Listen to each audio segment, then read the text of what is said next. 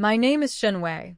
I was hit by a car right after my company went public, and when I woke up, I found myself in ancient times.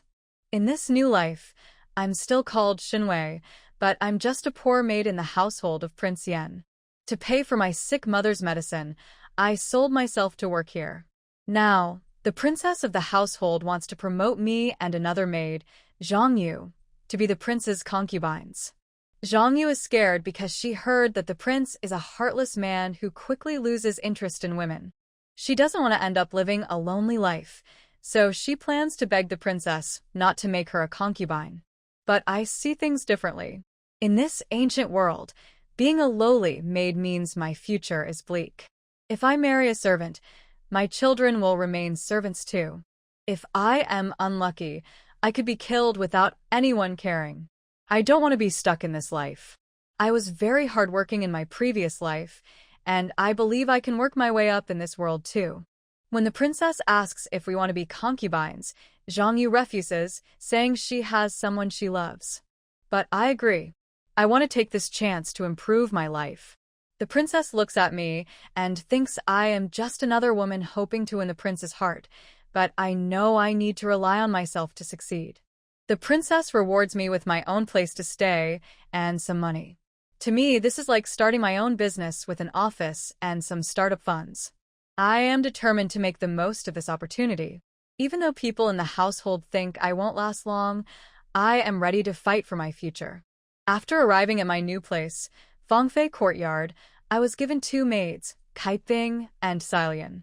Before I could settle in, Zhang Yu pulled me aside and warned me that becoming the prince's concubine was a dangerous path. She told me about a maid who went crazy and ended her life after being ignored by the prince. But I wasn't afraid. I had my own plans. Once inside, I looked around the courtyard.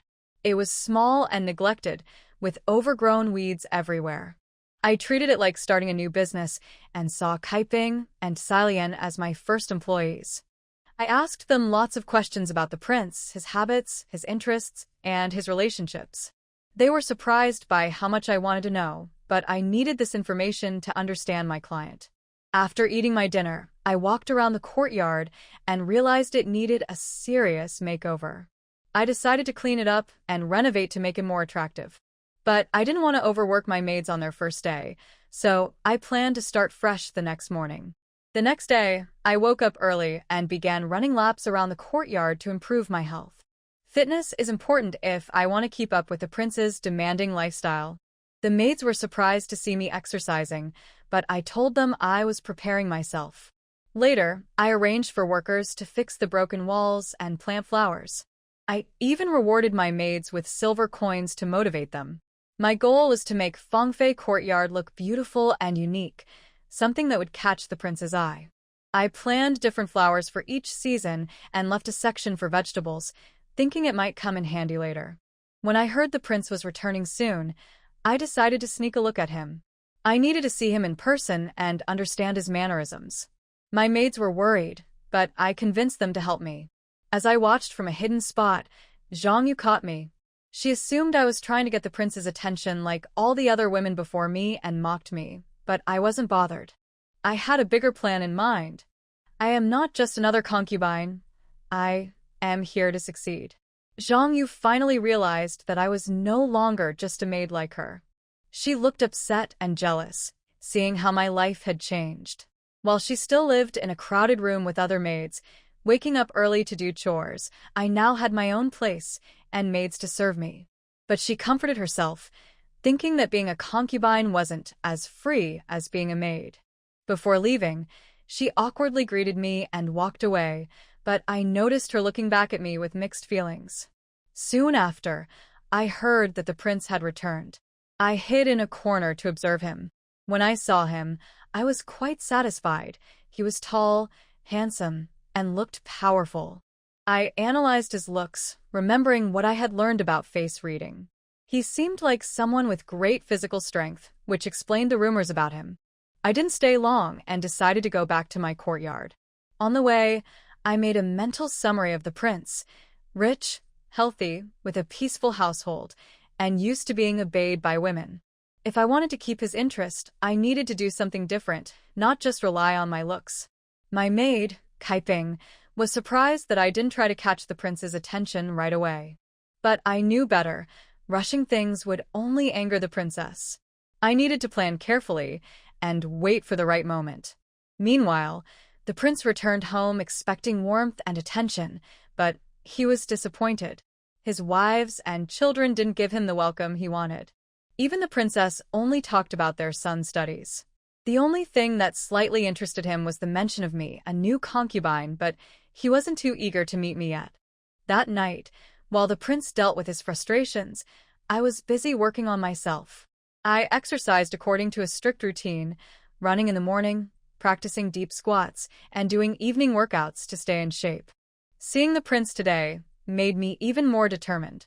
I needed to be strong to handle him, both physically and mentally. In another part of the palace, the prince visited his once-beloved concubine, Liu Ruyan. She was still beautiful but cold and distant. Her love for poetry and her obsession with elegance had made her less appealing to the prince over time. Their conversations felt awkward, and the prince found her personality too melancholic. Her cold hands and her lifeless, white-themed courtyard made him uncomfortable, and he quickly left, feeling frustrated. Later, he visited another concubine, Zhang Miaoyu, who was simple and loved food. The smell of delicious food greeted him as he entered her place. While the prince moved through his usual routine, I focused on improving myself and my surroundings, determined to stand out when the time was right. The prince was planning to visit his concubine, Zhang Miaoyu, but when he smelled the strong aroma of braised pork, he changed his mind. Zhang Miaoyu had gained a lot of weight because of her love for food, and the prince was no longer interested in her. Despite this, she believed that if a man truly loved her, he wouldn't care about her size. Over time, she stopped caring and chose to focus on enjoying her food instead. With no better options, the prince's servant suggested visiting my courtyard, Fangfei garden. When the prince arrived, he was pleasantly surprised by the beautifully decorated entrance with colorful lanterns and blooming flowers. Unlike the dull and abandoned look of other concubines' residences, mine was full of life.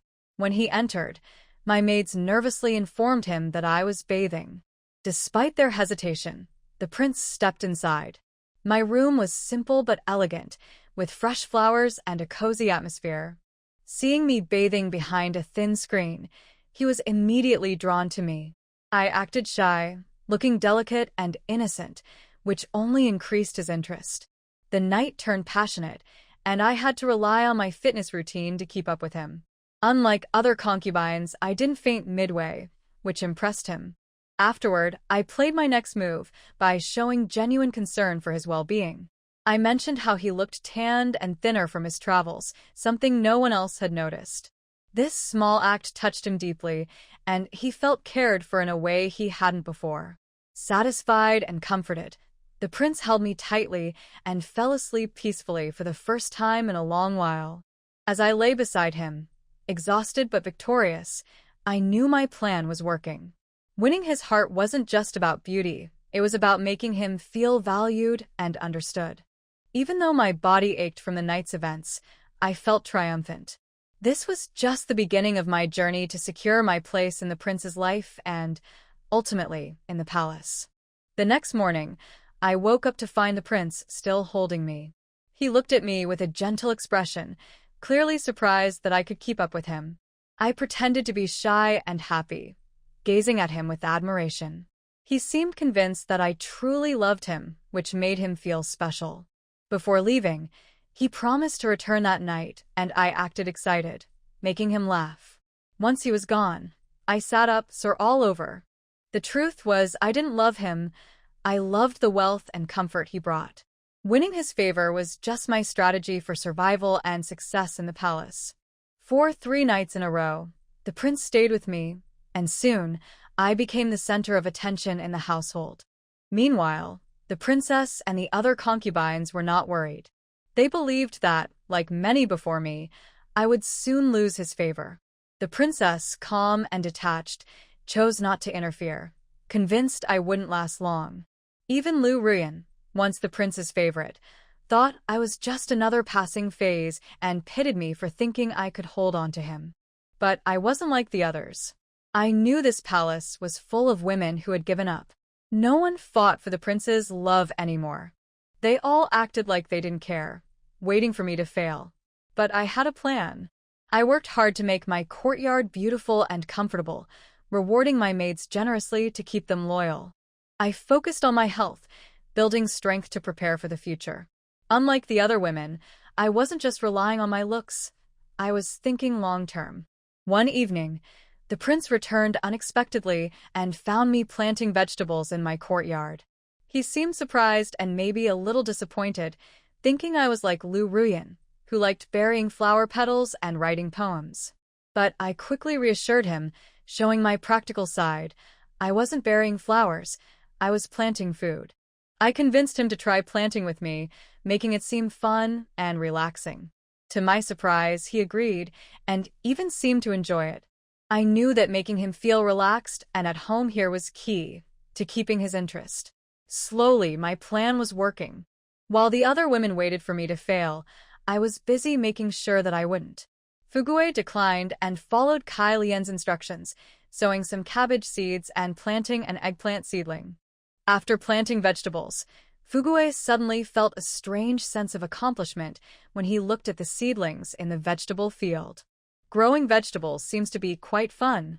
Over there, Shen Wei and King Yan have finished planting vegetables. Shen Wei took out a handkerchief from her sleeve and carefully wiped the mud on Prince Yan's hands.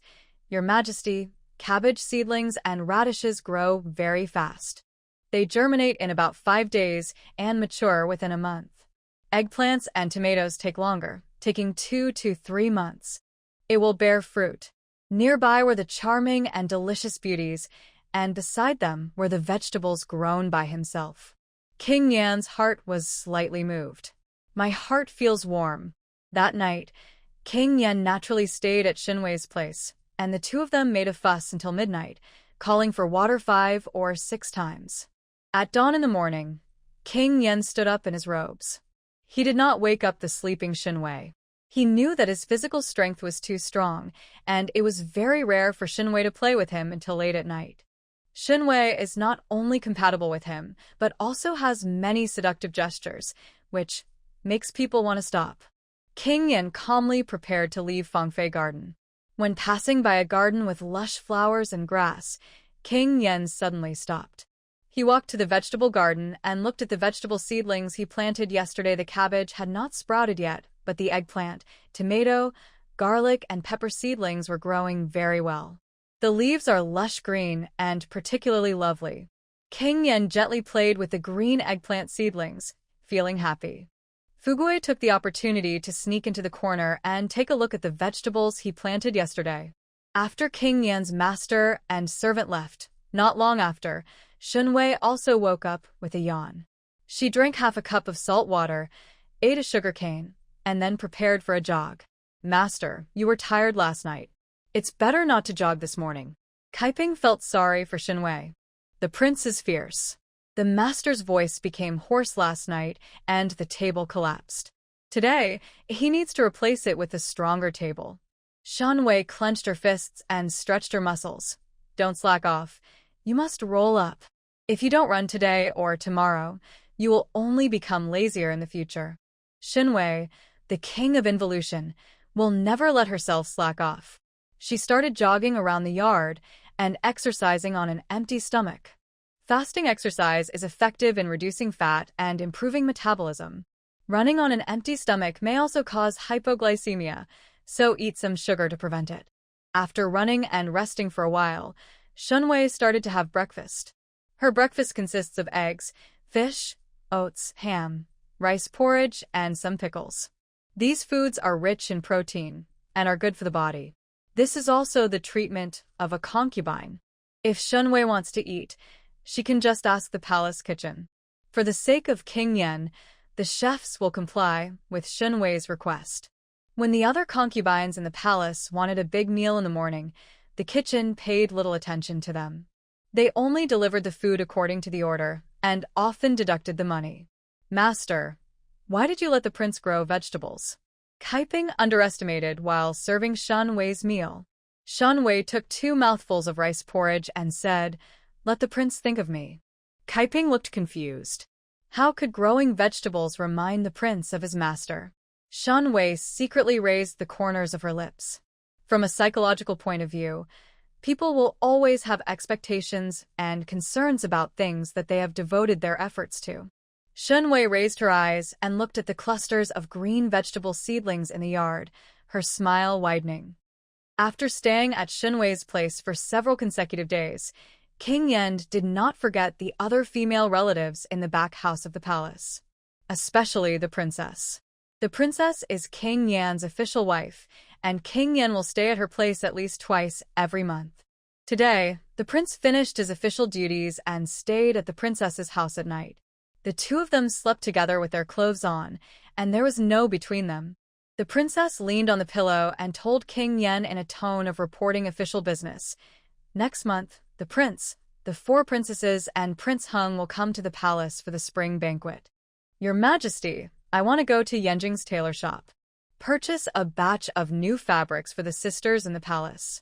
We can no longer wear old clothes at the spring banquet. King Yen is still thinking about business. He will accompany the prince's brother to the wedding ceremony tomorrow. King Yen said casually, "You are the mistress. You make the decision." The princess lowered her eyes and said, "One more thing. Concubine Liu fell into the water in the afternoon and fell into a coma. When she woke up, she didn't know what stimulation she received, and she was seeking death and survival. If the prince is free tomorrow, go and see Sister Liu. Concubine Liu, whose real name is Liu Qiaoer. She can be regarded as the childhood sweetheart of King Yen. She married Queen Yen and became arrogant and domineering in the back house of the prince's palace, bullying other concubines everywhere. It was not until she gave birth to a pair of twins 2 years ago that her body was damaged and plagued by diseases, and concubine Liu calmed down a little. She has been working hard to maintain her health and energy for the past 2 years. The princess guessed that concubine Liu was preparing to continue competing for favor.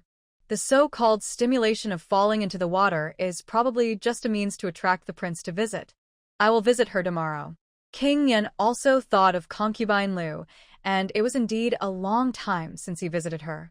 The maid blew out the lamp and the bedroom became quiet. The princess lay on the quilt, sighing secretly in her heart. Concubine Liu was from a good background and had various ways of fighting for favor, so poor Shen Wei was going to suffer. Late at night, spring rain began to fall outside the house, and the rain fell on the glazed tiles, waking up King Yen. King Yen pricked up his ears to listen to the sound of rain. For some reason, King Yen suddenly remembered the vegetables he grew in Fangfei garden. Spring rain is as precious as oil.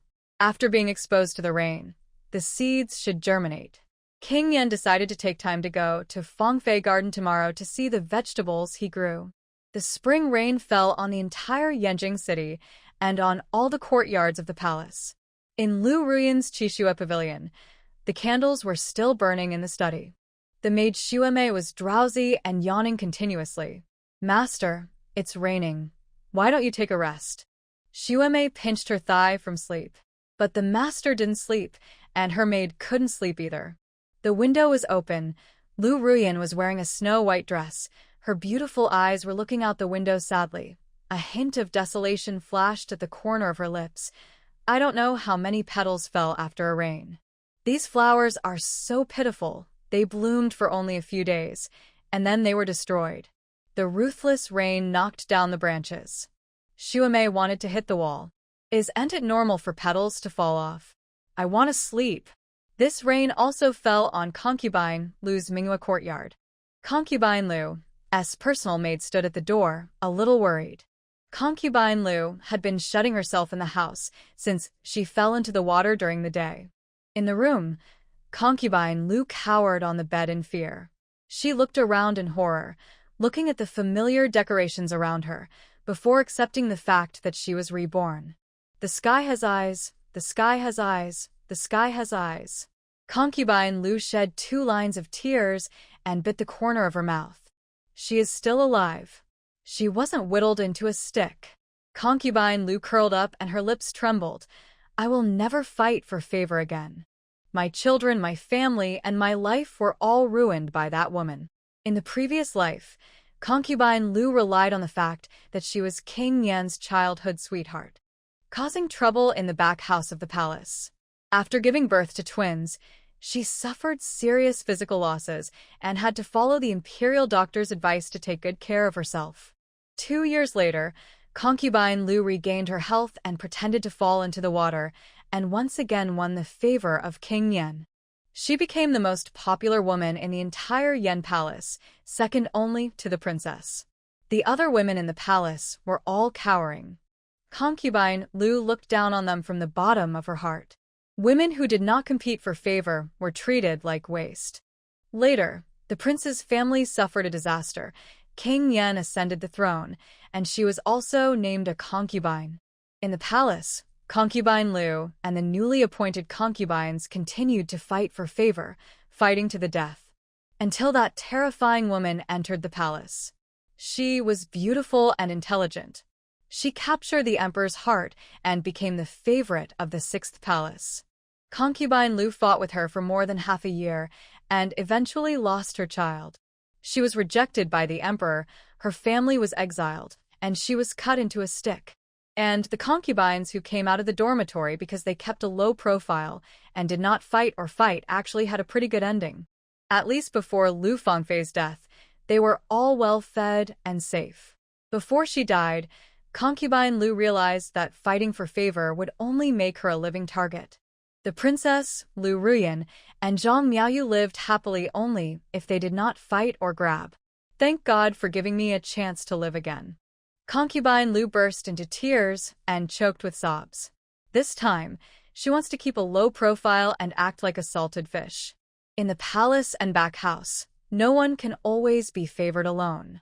King Yan is ruthless and will not fall in love with any woman. The spring rain had just stopped. The next day, the Prince of Yan and the Crown Prince went to the Ministry of Revenue to participate in the personal plowing ceremony. Every spring, the emperor prepares for the personal plowing ceremony. The emperor symbolically uses to dig the ground and plant seedlings to express his attention to agriculture. In the past 2 years, the emperor has been ill and can no longer get out of bed. The personal plowing ceremony was naturally performed by the Crown Prince. Brother Crown Prince, second brother, the censors are watching. We must dig the ground seriously. King Hung gloated and mocked. King Hung was born to the imperial concubine, and his relationship with the Crown Prince has always been bad. The censorate is King Heng's territory, and most of the censors are King Heng's confidants. Today, the censors' eyes are staring carefully. As long as the Crown Prince and King Yan make a mistake in farming, it will be recorded by the censors in the book and passed down to future generations. The Crown Prince glanced at King Hung without leaving a trace, and murderous intent flashed in his eyes. Brother Crown Prince, don't look at me like that. My brother is so scared. King Hung shook the white jade fan in his hand and laughed sarcastically. With the sound of ritual music, the plowing ceremony began. It had just rained, and the soil in the prepared fields was moist. The prince, wearing sacrificial clothes, stepped on the mud and almost slipped. It was the quick eyes and hands of the Prince of Yan who quickly supported him and avoided the farce of falling. But the prince kept coughing and coughing up blood. The prince had a serious illness in the winter, and his health had been poor since the beginning of spring, and he could not stand the strong wind. Seeing this, the eunuch sent by the emperor to supervise hurried back to the palace to ask for permission. The emperor sent an order, asking the Prince of Yan to farm the fields instead of the prince. Prince Hung gritted his teeth secretly. Prince Hung knew that this was the emperor's warning to him. Even if the prince could not ascend the throne, there was still the Prince of Yan who could do it. As for him, Prince Hung, he could never be emperor. Brother, you take a rest first, leave this to me. The Prince of Yan helped the coughing prince aside.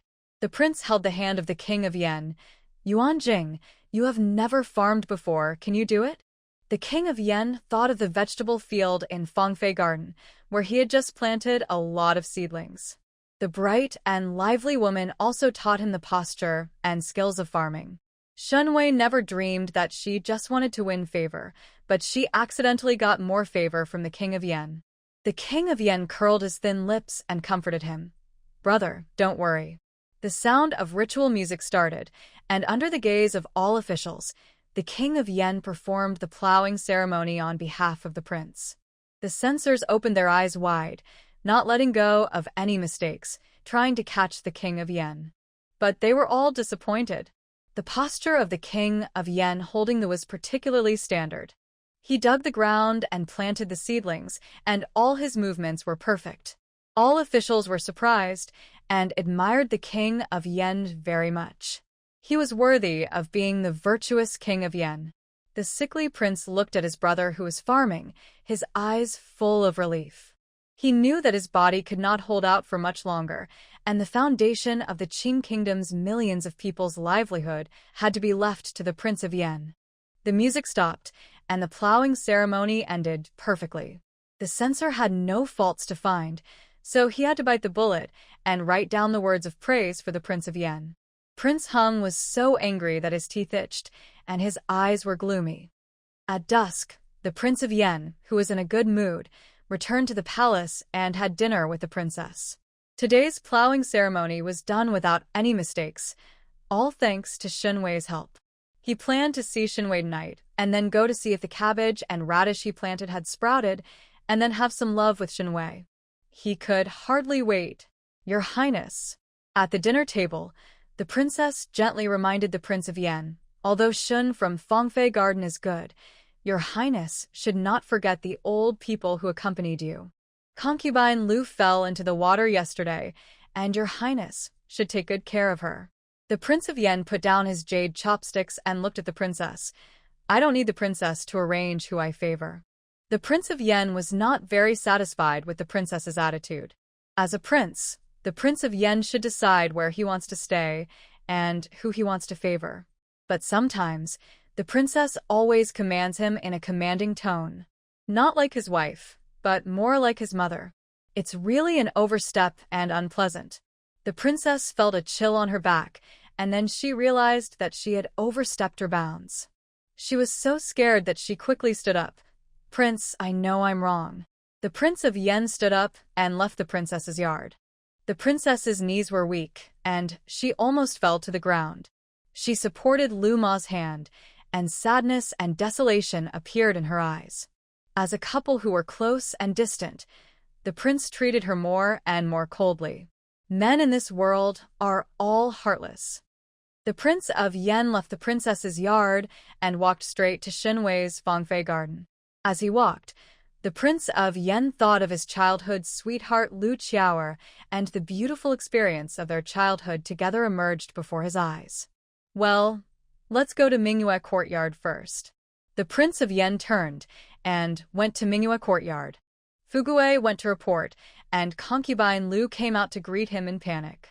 She cried several times, her eyes were swollen like walnuts, and her face was haggard. "Qiaoer, I'm Lotte." Prince Yen took the initiative to step forward and wanted to hold Concubine Liu's hand. Looking at the handsome man so close, Concubine Liu was sweating coldly on her back. Although Prince Yen is handsome, gentle, and affectionate, his methods after ascending the throne are really terrible. In her previous life, Concubine Liu was slandered for having an affair and framing the prince. The look in Prince Yan's eyes when he looked at her was scarier than the abyss. Men are ruthless and ungrateful creatures. Dangerous men should be kept away. Prince Yen held Concubine Liu's slender hand. There was hot sweat on her palm, and it felt sticky when touched. Prince Yen was unhappy, but he did not let go of her hand, and the two walked into the house. Concubine Liu poured tea for the King of Yen in panic, and stammered, "Your Highness, I am not fully recovered yet.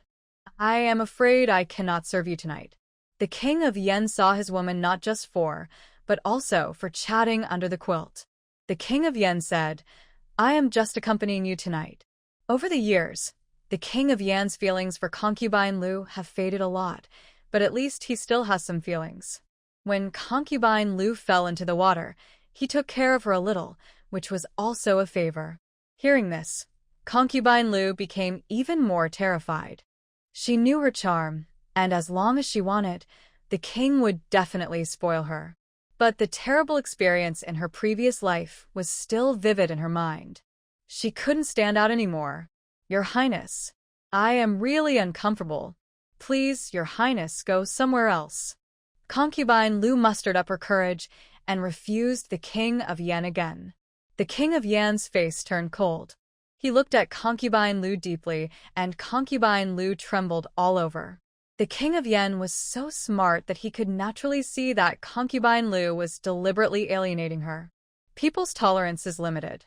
Prince Yan cares about Liu Qiaoer, so he naturally hopes to get a response from her. But Concubine Liu's behavior has completely wiped out the last bit of friendship Prince Yan had for her. Prince Yan stood up, his tone was inaudible. "Since you are sick, you should take good care of yourself." Prince Yan left with a wave of his sleeves. Concubine Liu saw Prince Yan off tremblingly. At the gate of the courtyard, the personal maid really didn't understand and asked Concubine Liu curiously, "Master, why do you want to drive the prince away?" "Look at the direction the prince left. It's Fangfei garden again. Shen has been in high spirits recently. We should dampen her spirit." Concubine Liu's lips flashed with sarcasm. Although Shen is in high spirits now, it will be even more miserable if she falls in the future. As long as Liu Qiaoer is willing, she will definitely be able to easily win back Prince Yan's heart. Her many years of friendship with Prince Yan will not disappear because of a Shen Wei who just appeared. Concubine Liu remembered clearly that in her previous life, Shen Wei, who was born in poverty, was also favored by the King of Yan, but it only lasted for a month. Even if Concubine Liu did not take action, Shen Wei would not be able to enjoy the glory for a few days. After leaving Manhwa courtyard, the King of Yan became more and more angry. He was kind to Concubine Liu. During the 2 years when Concubine Liu was seriously ill, the King of Yan specially sent the imperial physician in the palace to treat her. Now that Concubine Liu has recovered from her illness, she has become so mean. As a prince, the King of Yan was born noble, but he was turned down by a concubine.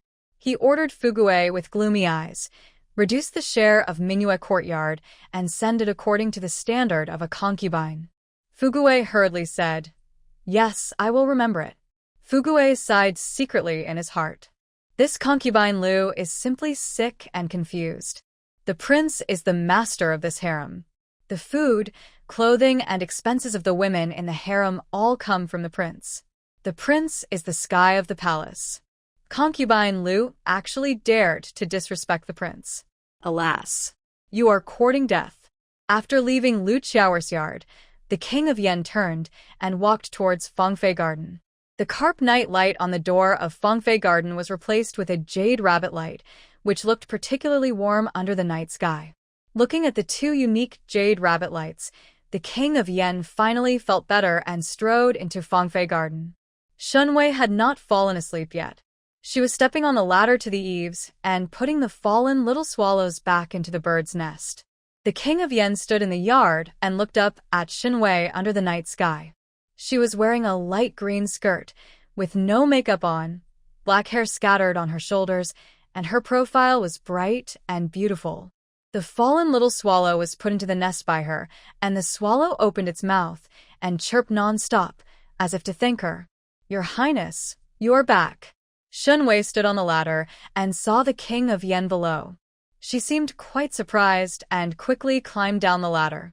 Accidentally, actually intentionally, she stepped on empty air. Shen Wei screamed. The Prince of Yan was quick to catch her. Shen Wei was shaking with fear, like a frightened deer. She carefully looked around and found that she was fine. Shen Wei breathed a sigh of relief and looked at the Prince of Yan with admiration. "Your Majesty is so great. Thank you for saving me." No man doesn't like to be admired, and King Yan is no exception. Looking at Shen Wei's sparkling eyes and unconcealed admiration, King Yan's self-esteem was greatly satisfied. From now on, leave this kind of thing to your servants and don't put yourself at risk. King Yan hooked the bridge of Shen Wei's nose. Shen Wei was a little helpless. "Your Majesty, There are only 2 maids in Fangfei. I am timid in picking lotuses and apples, but I am courageous. I am the only one who can climb the ladder. There are many rules and strict hierarchy in the back house of the prince's palace. According to status, they are divided into princess, concubine, concubine, concubine, and maid. As a concubine, Shen Wei could only be assigned a small courtyard and 2 serving maids. King Yen thought of the crowds of maids and slaves in the princess's courtyard, and then looked at the 2 thin maids beside Shen Wei, and for a moment he felt affection for them. King Yen almost did not hesitate and ordered Fugui, "Tomorrow, pick a nanny with rich qualifications and 2 capable young eunuchs, and send them to Fangfei as errands." Fugui was stunned for a moment. This is the standard for a concubine. But Fugui did not dare to dissuade him. As a captive, he would never dare to go against his master's will. Fugui said respectfully, "Go back to your lord. I've made a note of it and will arrange it tomorrow." Shen Wei's lips were moisturized with a slight curl without leaving any trace.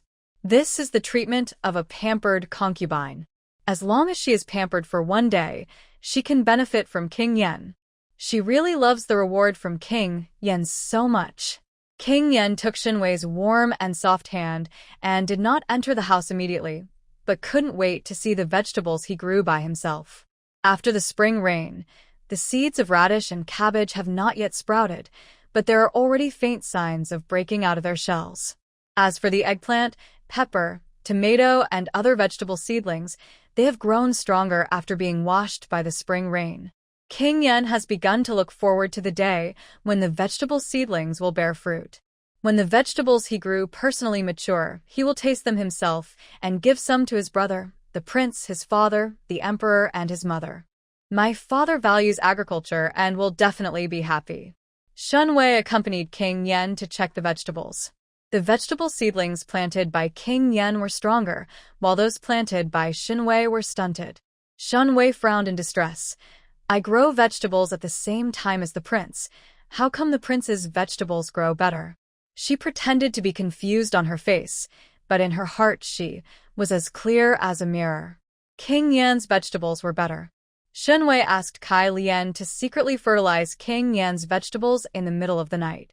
Otherwise, with King Yan's half-hearted ability to grow vegetables, these vegetables would have been raised to death by him long ago. It's a pity that King Yan didn't know about this and thought he was good at growing vegetables. He put his arms around Shen Wei's slender waist and said with a slight hook on her thin lips, "Wei Wei is weak and the vegetable seedlings are planted too shallowly, so they will naturally not grow well." Shen Wei's cheeks were bulging with anger, and her eyes flashed across Xia, deliberately and maliciously looking at the vegetables grown by King Yan. "All my thoughts are written on my face." She plans to wait for King Yan's vegetables to mature and steal them. King Yan couldn't tell what she was thinking. On the one hand, he thought Shen Wei was innocent and cute, but on the other hand, he was secretly wary. "This little girl wants to steal my food. I will come to Fangfei from time to time to supervise and not let her do anything secretly." After finishing the dishes, the two held hands and entered the house. As soon as the door is closed, it starts to get tired. The previous table in the dormitory was crushed, and a stronger rosewood table was sent from the Ministry of Internal Affairs. Shen Wei shyly sat on the edge of the table and hugged King Yan's neck affectionately. The beauty looked like a picture under the lamp, and King Yan lowered his head to kiss her gently. Kai Ping and Kai Lian stood guard outside the door as usual, and the two maids blushed upon hearing this. During the night, water was boiled several times and brought into the house for the two masters to bathe. After Kai Lian put the bath water, she secretly glanced at the bed with apricot-colored bed curtains scattered on it. The layers of bed curtains covered the bed, leaving only a soft and delicate white hand hanging down. The hands are red, silent, and ambiguous. Kai Lian only glanced at it, her pretty face turned red. The prince and his master had such a good time. Kai Lian bowed his head deeply and bowed his body to keep watch. Kai Lian had a hunch that her master Shen would be favored for a long time. The whole palace is waiting to see Master Shen's joke, and they will be disappointed.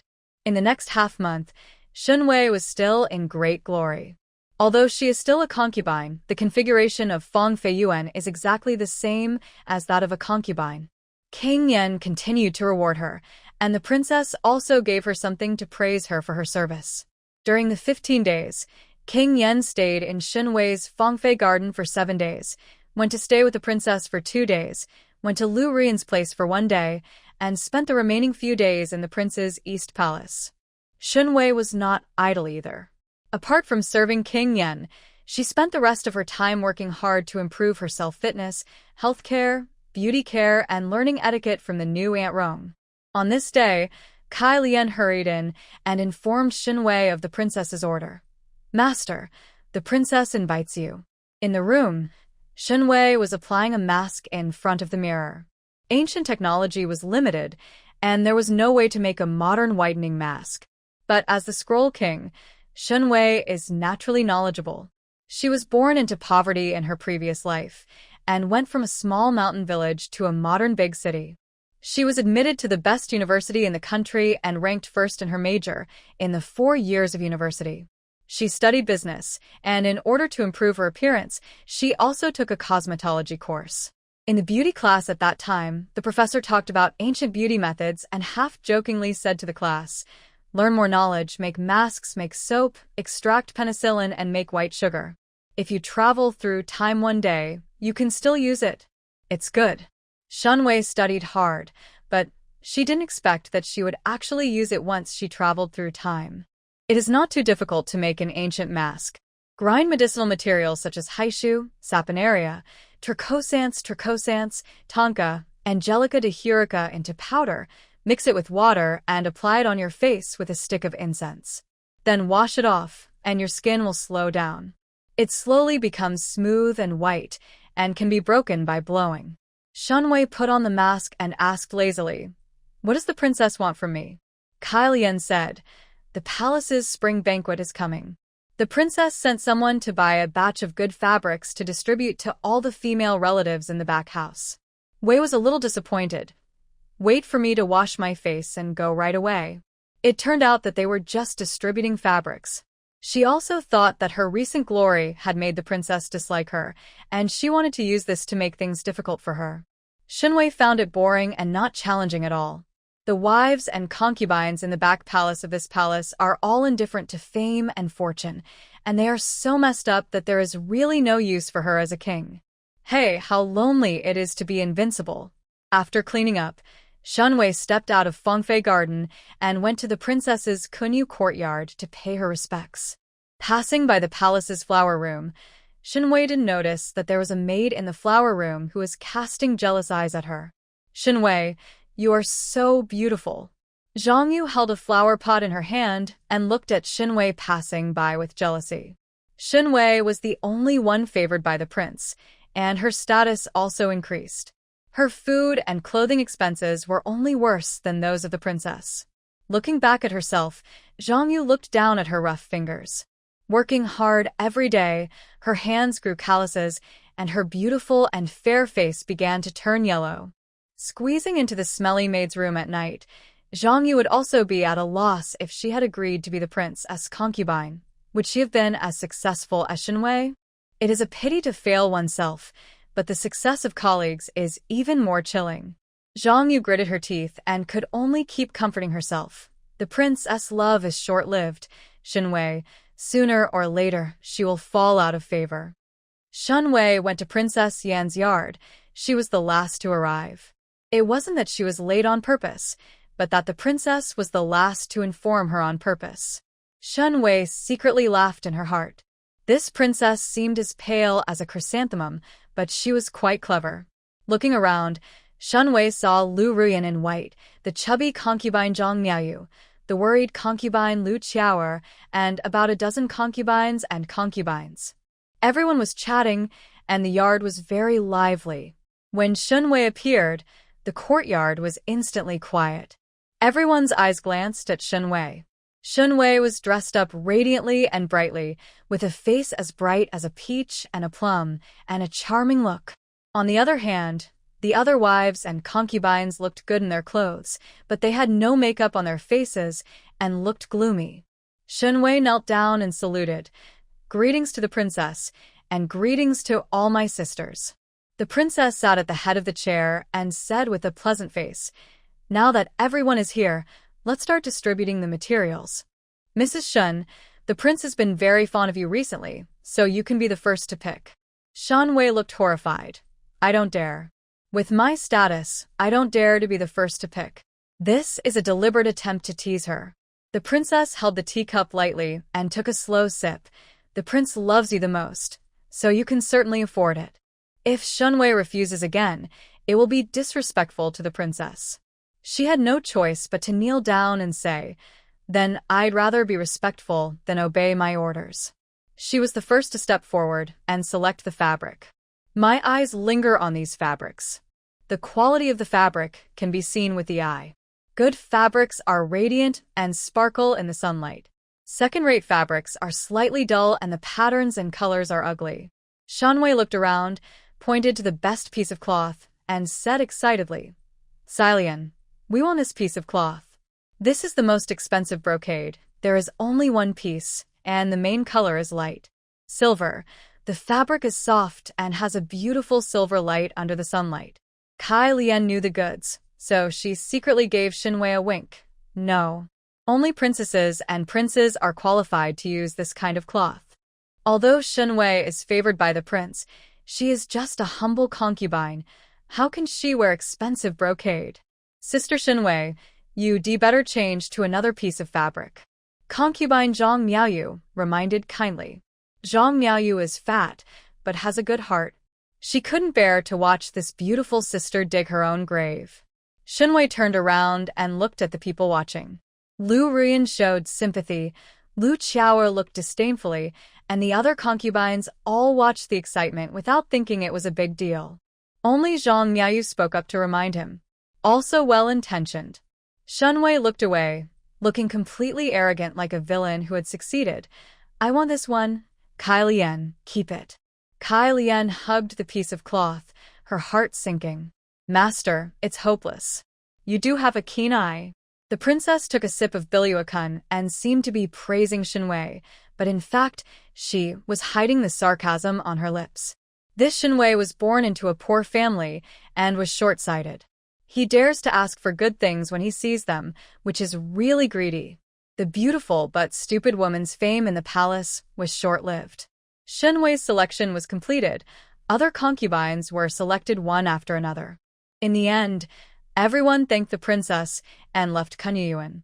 In the evening, King Yen came to the princess to have dinner. At the table, the princess seemed to casually mention Shen Wei took away the Fu Guangjin and said with a smile, Your Majesty, don't blame Shen. She was born in poverty, and when she saw good things, she took them for herself. I understand. Nanny Lu next to her looked angrily. Princess, you can stand it, but I can't stand it. Shen was the first one to grab the fabric because of the prince's favor. This didn't affect you at all. Take it seriously. King Yan's face turned cold instantly. He couldn't help but start to reflect. Had he indulged Shen Wei too much recently? Although he likes Shen Wei, this woman can always bring him endless freshness, but he didn't expect that Shen Wei would be so arrogant and greedy for the best fabrics. King Yan couldn't help but remember that he had doted on a concubine before, and the concubine gradually became lawless. So much so that later at the banquet, the woman was so arrogant that she was dissatisfied with her mother, and even he was scolded. A dinner filled my stomach with fire. King Yan did not stay with the princess and went to the main courtyard to sleep alone tonight. He summoned Fugui. Go and find out whether Shen Wei was the first to pick out the fabric today and took away the brocade. Fugui acted quickly and found someone to inquire, then went back and reported, Your Majesty, it is indeed the case. That floating light brocade is of great value, and it is only natural for Master Shen to like it. King Yan lowered his eyes, with a hint of disgust in his heart. Greed and arrogance make people unhappy. In Kunyu courtyard, the angry King Yan was sent away, and the princess slowly returned to her room and began to embroider. Aunt Lu helped the princess to pick up the thread and said with disdain, It's a pity, Mrs. Shen, The princess held the embroidery needle and said calmly, "This Shen Wei is really stupid, Aunt Lu. You can start looking for some." The beautiful girl has fallen out of favor, so she has to replace her with someone new. Madame Lu said respectfully, "Don't worry, princess. I'll take care of it now." King Yan was angry and didn't go to Shen Wei's house for the next 5 days. Fangfei. Shen Wei seems to have fallen out of favor. In Qixue Pavilion, Lu Ruyan stood alone under the plum blossom tree, brushing her fingers over the dry plum blossom branches. Her eyes were red, and she was filled with sadness. "I have always been unlucky to many men and failed to meet the expectations of beautiful women. Then Mrs. Shen and I can be considered to be in the same boat." A line of tears fell. The maid Xue Mei stood behind Lu Ruyan. Seeing that her master was suffering from a cold again, Xue Mei's heart became numb. What can you do if you have a master like this? Ha ha ha ha, that Shen Wei is too greedy. I even reminded her, but she still grabbed the fabric. In the Huaxiang courtyard, the chubby concubine Zhang was eating elbow. She met Shen Wei for the first time that day. "I think this girl is really good looking, so I would like to give you a kind reminder. It's a pity that I have no idea." Concubine Zhang wiped the grease from the corner of her mouth. After a while, "Let's go and play with Shen Wei. I'll give her some elbows. Once she's full, her heart won't hurt." In Minghua courtyard, Concubine Liu is here eat simple meals. Since that day, when Queen Yan was driven away, her 3 meals a day had been reduced to the level of a concubine. But Lu Fangfei ate very well. There were steamed buns and vegetables, which were much better than what she had eaten in the cold palace. "Master, now that Shen is out of favor, why don't we take the opportunity to kill Shen?" The maid next to her looked sinister. Concubine Liu glared at the maid and said angrily, "No need to take action." She didn't want to be involved in the feud at the back house at all. She was completely disappointed with King Yan and planned to live a low-key life for the rest of her life. In the future, when King Yan ascends the throne, she will not compete with that terrible woman for favor. Concubine Liu just wants to save herself and her children's lives. That Shen Wei is so stupid, digging her own grave. Concubine Liu finally looked away. It was boring to fight. Newcomers are constantly emerging, including Shen Wei and other women. No one can be favored all his life. It is better to watch the show in the corner and save his life at least. King Yan has been in a bad mood these days. He was a bit disgusted with Shen Wei, but after spending many days together, King Yan had developed some affection for Shen Wei. I originally thought that after Shen Wei fell out of favor, she would take the initiative to come to him to admit her mistake, and King Yan would be able to follow the trend and rebuild the old relationship with Shen Wei. King Yan can pamper her for a while longer until he completely loses his novelty towards Shen Wei. But Shen Wei didn't take the initiative to admit her mistake and stayed in her Fangfei garden all day long. If you don't go out the door, you won't take a step toward the second door. In the study room, King Yan put down the file after finishing his official duties and asked Fugui, "She hasn't come to admit her mistake yet?" Fugui scratched his head and said cautiously, "No." "How about I go and remind Master Shen?" King Yan said nothing. "It's the default." Fugui immediately stood up and prepared to go to Fangfei Garden to investigate the situation. King Yan suddenly stopped him. "Take a look and see how the vegetables grown by me are growing." After not going to Fangfei Garden for 5 days, King Yan not only missed Shen Wei's body and smile, but also missed his vegetables. What would happen if Shen Wei pulled out the vegetables he planted himself? Yes, I'll ask you now. Fugui quickened his pace and rushed to Fangfei Garden. Wealth also misses the vegetables he grows. He hurried all the way to Fangfei Garden. He did not publicize his wealth and showed up in a low-key manner. He stretched out his hand to greet Aunt Rong from Fangfei. Aunt Rong was an old nanny who was carefully selected by the rich and noble and sent to Fangfei Garden to serve her. "Manager Fugui, why are you here?" Aunt Rong hurriedly came up to greet her with a smile. Fugui and Grandma Rong are old acquaintances and fellow villagers. The wealthy man hated iron and said, "Master Shen is young, and his brain is not working well. You are an old man in the palace. Why is your brain also rusty? Why don't you quickly let Master Shen dress up and go to the study to apologize to the prince?" That brocade is worth thousands of gold, and only the prince and princess can use it. Master Shen is so bold, and you minions don't know how to persuade him. If Shen Wei takes the initiative to admit her mistake, she will be favored for a few months if she is lucky. If Shen Wei doesn't apologize, her life will be over. Grandma Rong is in her early 50s, with gray hair and shrewd eyes. She said with regret, Master Shen is ill and cannot see the prince for the time being. Fugui was stunned. Sick? Aunt Rong nodded helplessly. Yes. Master has got the Fuguangjin horse worth thousands of gold. I stayed up all night to make clothes for the prince. As soon as the clothes were finished, he fell ill and is still lying down. Fugui is still a little confused. You haven't informed the prince yet. Aunt Rong gave Fugui a look. Fugui suddenly became enlightened and gave a thumbs up and praised. Master Shen is so smart. If Shen Wei snatched the brocade for her own use, the prince would think she was pampered and arrogant. But Shen Wei snatched the Fu Guang brocade to make clothes for the prince. The prince would only think that he had misunderstood Shen Wei, and his guilt increased. What a move to turn passive into active. Fugui was filled with emotion and said to Aunt Rong, You'll have a bright future if you follow Master Shen. Aunt Rong smiled and said, I would also like to thank Manager Fugui for arranging such a good job for this captive. Aunt Rong Mammy watched Fugui leave, the smile on her lips getting bigger and bigger. As an old nanny in the palace, Nanny Rong naturally has a keen eye for pearls. When she met Shen Wei for the first time that day, she knew that this woman was extremely intelligent. Completely different from the other female relatives in the palace, Grandma Rong saw strong vitality in Shen Wei. The lifeless palace lacks this kind of vigorous vitality, which makes people intoxicated and fascinated. If Shen Wei can always show her strong vitality, she will definitely be favored by King Yen. There is no one who doesn't love warm, blooming flowers. Not long after, King Yen hurried to Fangfei Garden through the night and brought an imperial doctor with him. After 5 days, King Yen stepped into Fangfei Garden again. He walked quickly and rushed into the house. Shen Wei was lying on the bed sleeping. Her palm-sized face was extremely pale and haggard, with faint dark circles under her eyes. King Yen held her hand and saw several obvious needle holes on her white and delicate fingers.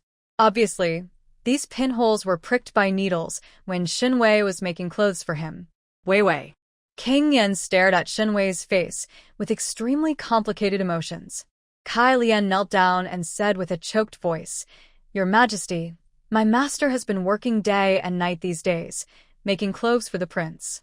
He said he wanted to give the prince a surprise. His body is exhausted.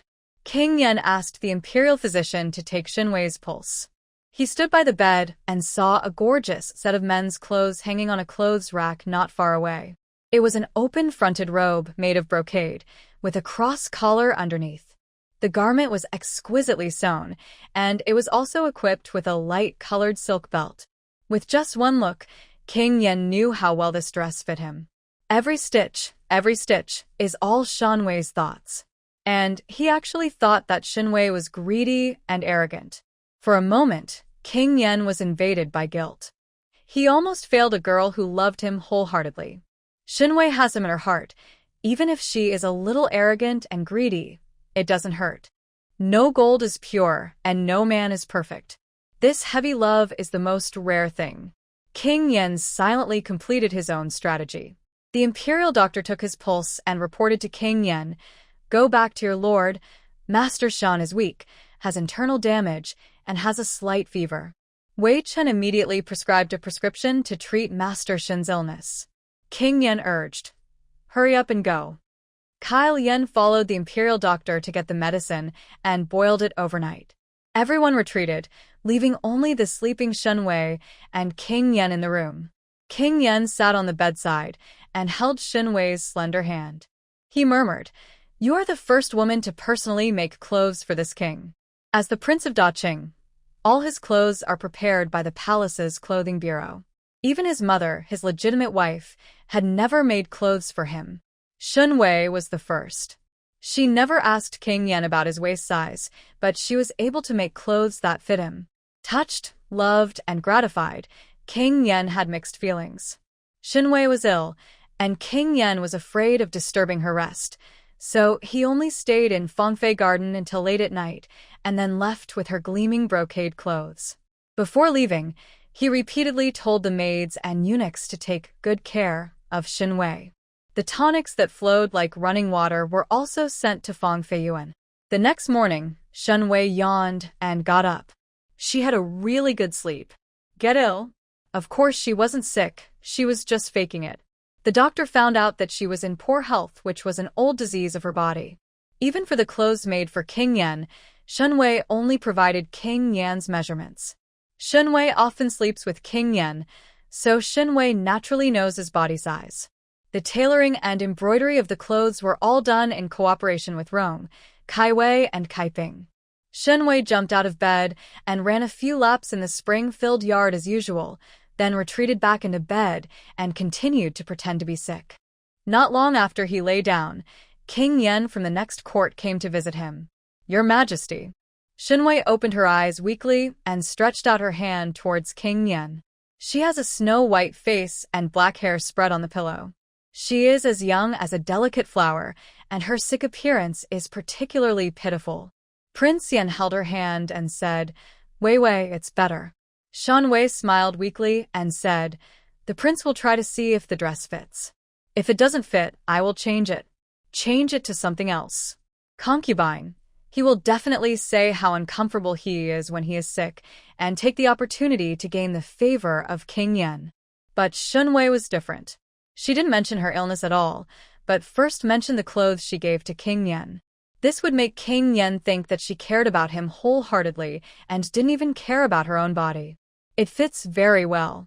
King Yen held Shen Wei's hand, with a different kind of emotion in his handsome eyes. "Making clothes is hard work. From now on, I'll leave this kind of thing to my servants." King Yen went back last night and had already tried it on that dress. Perfect fit. Every stitch is Shen Wei's heart. How could he not be moved? Shen Wei's eyes widened and she said angrily, "The clothes I made by myself are different from others. How can I let others make them?" After a pause, Shen Wei seemed to feel that her words were too overbearing, and she said, aggrievedly lowering her eyes, she said dully, "Your Majesty, don't blame me. That day when I saw the glory, I thought it was suitable to make clothes for the prince. I just hope that I can be nice to the prince." Her gesture, like a jealous little girl, with her heart and eyes full of lovers. She only wanted to make clothes for the prince by grabbing the brocade. What was wrong with her? As for the half of the brocade left over from making the clothes, she kept it for herself. What was wrong with her? King Yen felt warm in his heart, thinking, "She really loves me so much." But after all, he was worried about Shen Wei's health.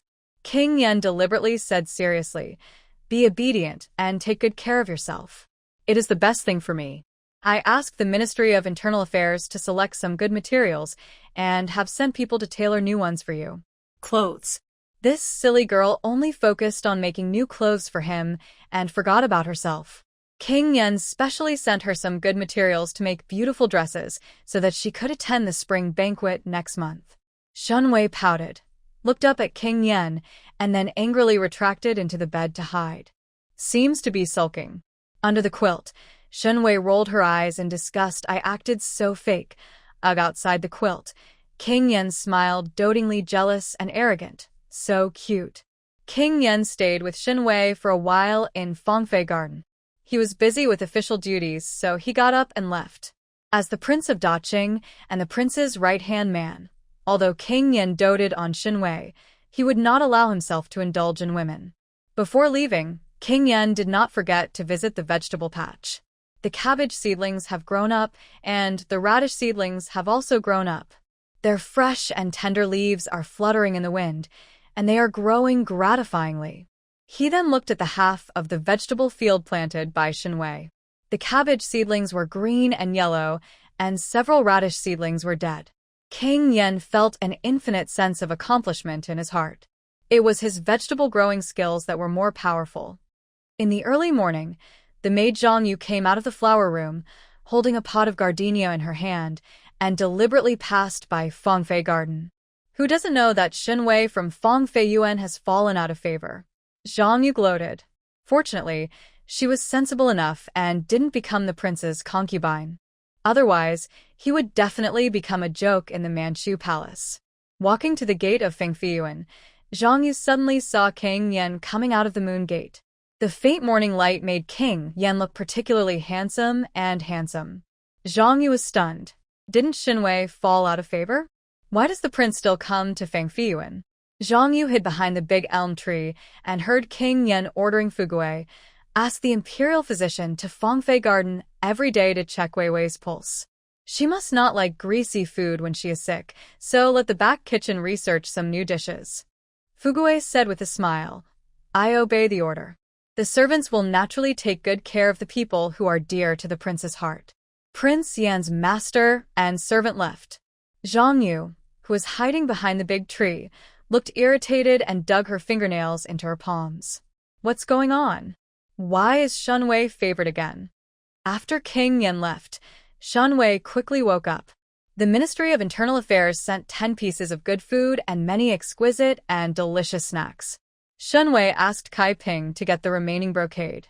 I made a dress for King Yan, and there was half a piece of material left. Shen Wei touched the soft satin and couldn't put it down. Kai Lian suggested, Master, with the remaining half piece of brocade, why don't you let your servant make you a dress? You can use the leftover materials to make sachets. Shen Wei shook her head. The brocade is too precious. If she wears a brocade dress and flaunts it around, she will definitely be jealous of the princess.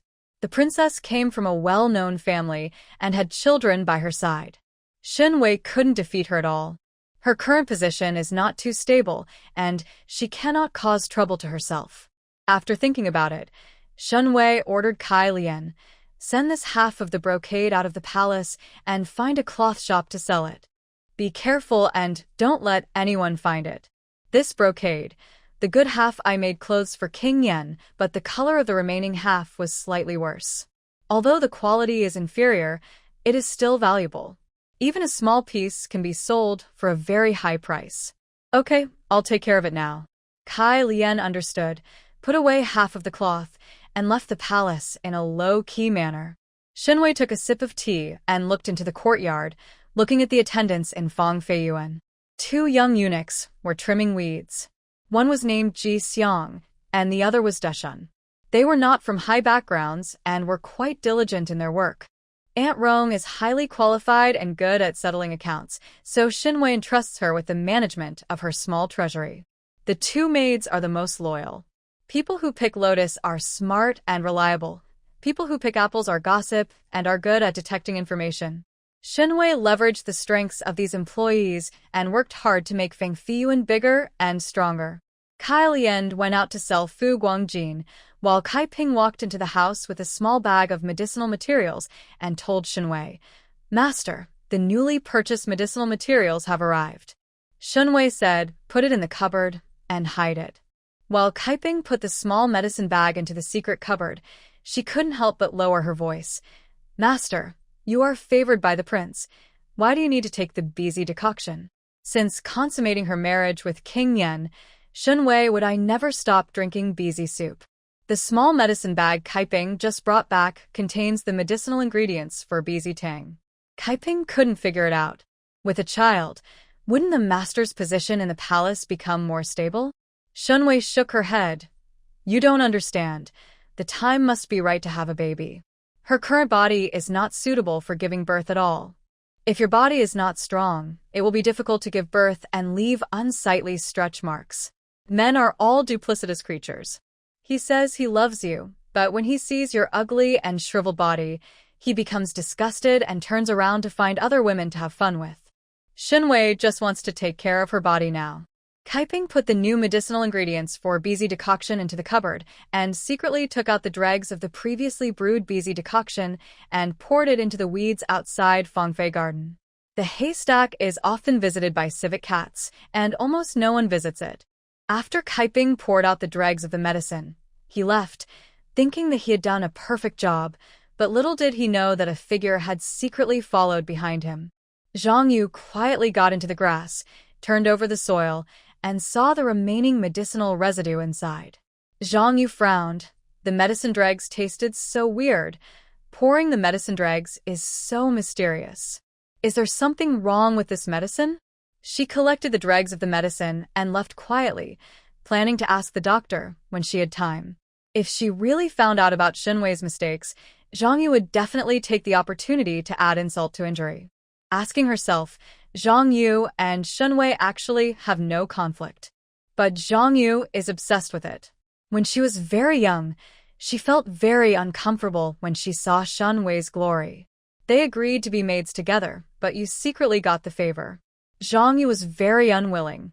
On the other side, following Shen Wei's instructions, Kai Lian took half a piece of floating brocade and quietly headed to the most famous Wangfeng clothing in Yanjing. After some haggling, this half piece of floating brocade was sold for 1,000 taels of silver. Kai Lian collected the banknotes, put on her white curtain hat, followed Shen Wei's instructions, and walked around the streets in a low-key manner for several times before quietly returning to the palace. Not long after, a paunchy middle-aged man in Chinese clothes walked into Wang Feng cloth shop. This person is the steward of Prince Heng's mansion. His tone is arrogant. "Shopkeeper, bring out the best fabrics."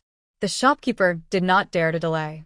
He respectfully invited the steward into the VIP box and asked someone to take out the best fabrics at the moment. The steward of Prince Heng's mansion took a look at the half piece of brocade. Next month, Prince Yan's residence is preparing for a spring banquet, and Prince Heng is also on the invite list.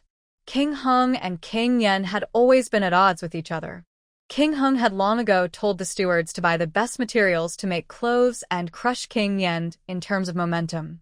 The brocade fabric is smooth and has a faint silvery light. At first glance, it is suitable to be made into King Heng's clothes and is worthy of King Heng's royal temperament. The steward took out the money and said, "I want this one, but why is it half a horse?" After all, the shopkeeper of the cloth shop was smart. He explained with a smile, "The place where the brocade is made was hit by a disaster this year, so it would be good to have half a brocade." The steward didn't think much about it. "Pay, take the cloth, and leave." Silian quietly entered the palace through the back door with 1,000 taels of silver notes in her arms. While walking, Kai Lian suddenly saw Zhang Yu, the maid in the flower house. Zhang Yu held a bag of things in her hand, looked around furtively, and then secretly left the palace. Kai Lian Frauen Setoli. What bad thing did Zhang Yu do? Kai Lian has always been a bold and careful girl, but she felt vaguely uneasy. Since Shen Wei moved to Fangfei, Kai Lian met Zhang Yu several times outside the yard. Zhang Yu was sneaky, as if spying on Fangfei. So Kai Lian secretly followed Zhang Yu and saw Zhang Yu running to a medicine shop in Yanjing and staying there for a long time before coming out. After Kai Lian returned to Fangfei, she handed the 1,000 taels of silver notes to Shen Wei. Shen Wei touched the bank note fondly. The radish seedlings and cabbage seedlings in the yard are ready for picking. Kai Ping, you can go to the kitchen later and ask for some fresh meat, chili peppers, and copper pots. I will cook hot pot in the yard tonight. It's been a month since I planted vegetables, and it's time for the initial harvest. Saiping's head was full of questions. Hot pot? What is hot pot? Shen Wei smiled and said, "You'll find out tonight." Although Kaiping was confused, she still followed the list of items given by Shen Wei and went to the kitchen to ask for ingredients. Now that Shen Wei is being pampered, the chef will give her whatever ingredients she wants. This is the treatment of a concubine.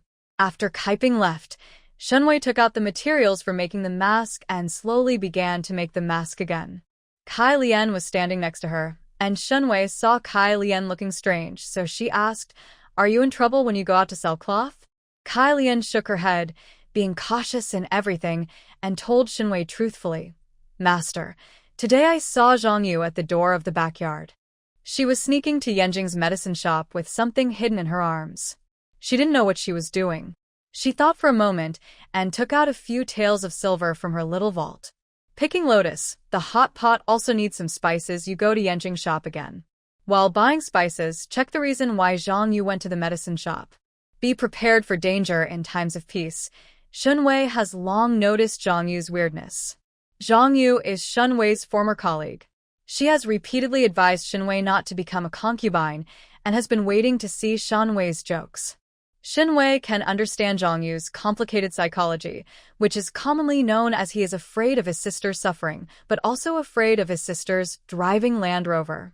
Your own failure is terrible, but your colleague's success is even more heart-wrenching. Shen Wei had to take precautions in advance. Master, don't worry, this captive will go right away. Kai Lian grabbed the silver and quickly left the palace to investigate.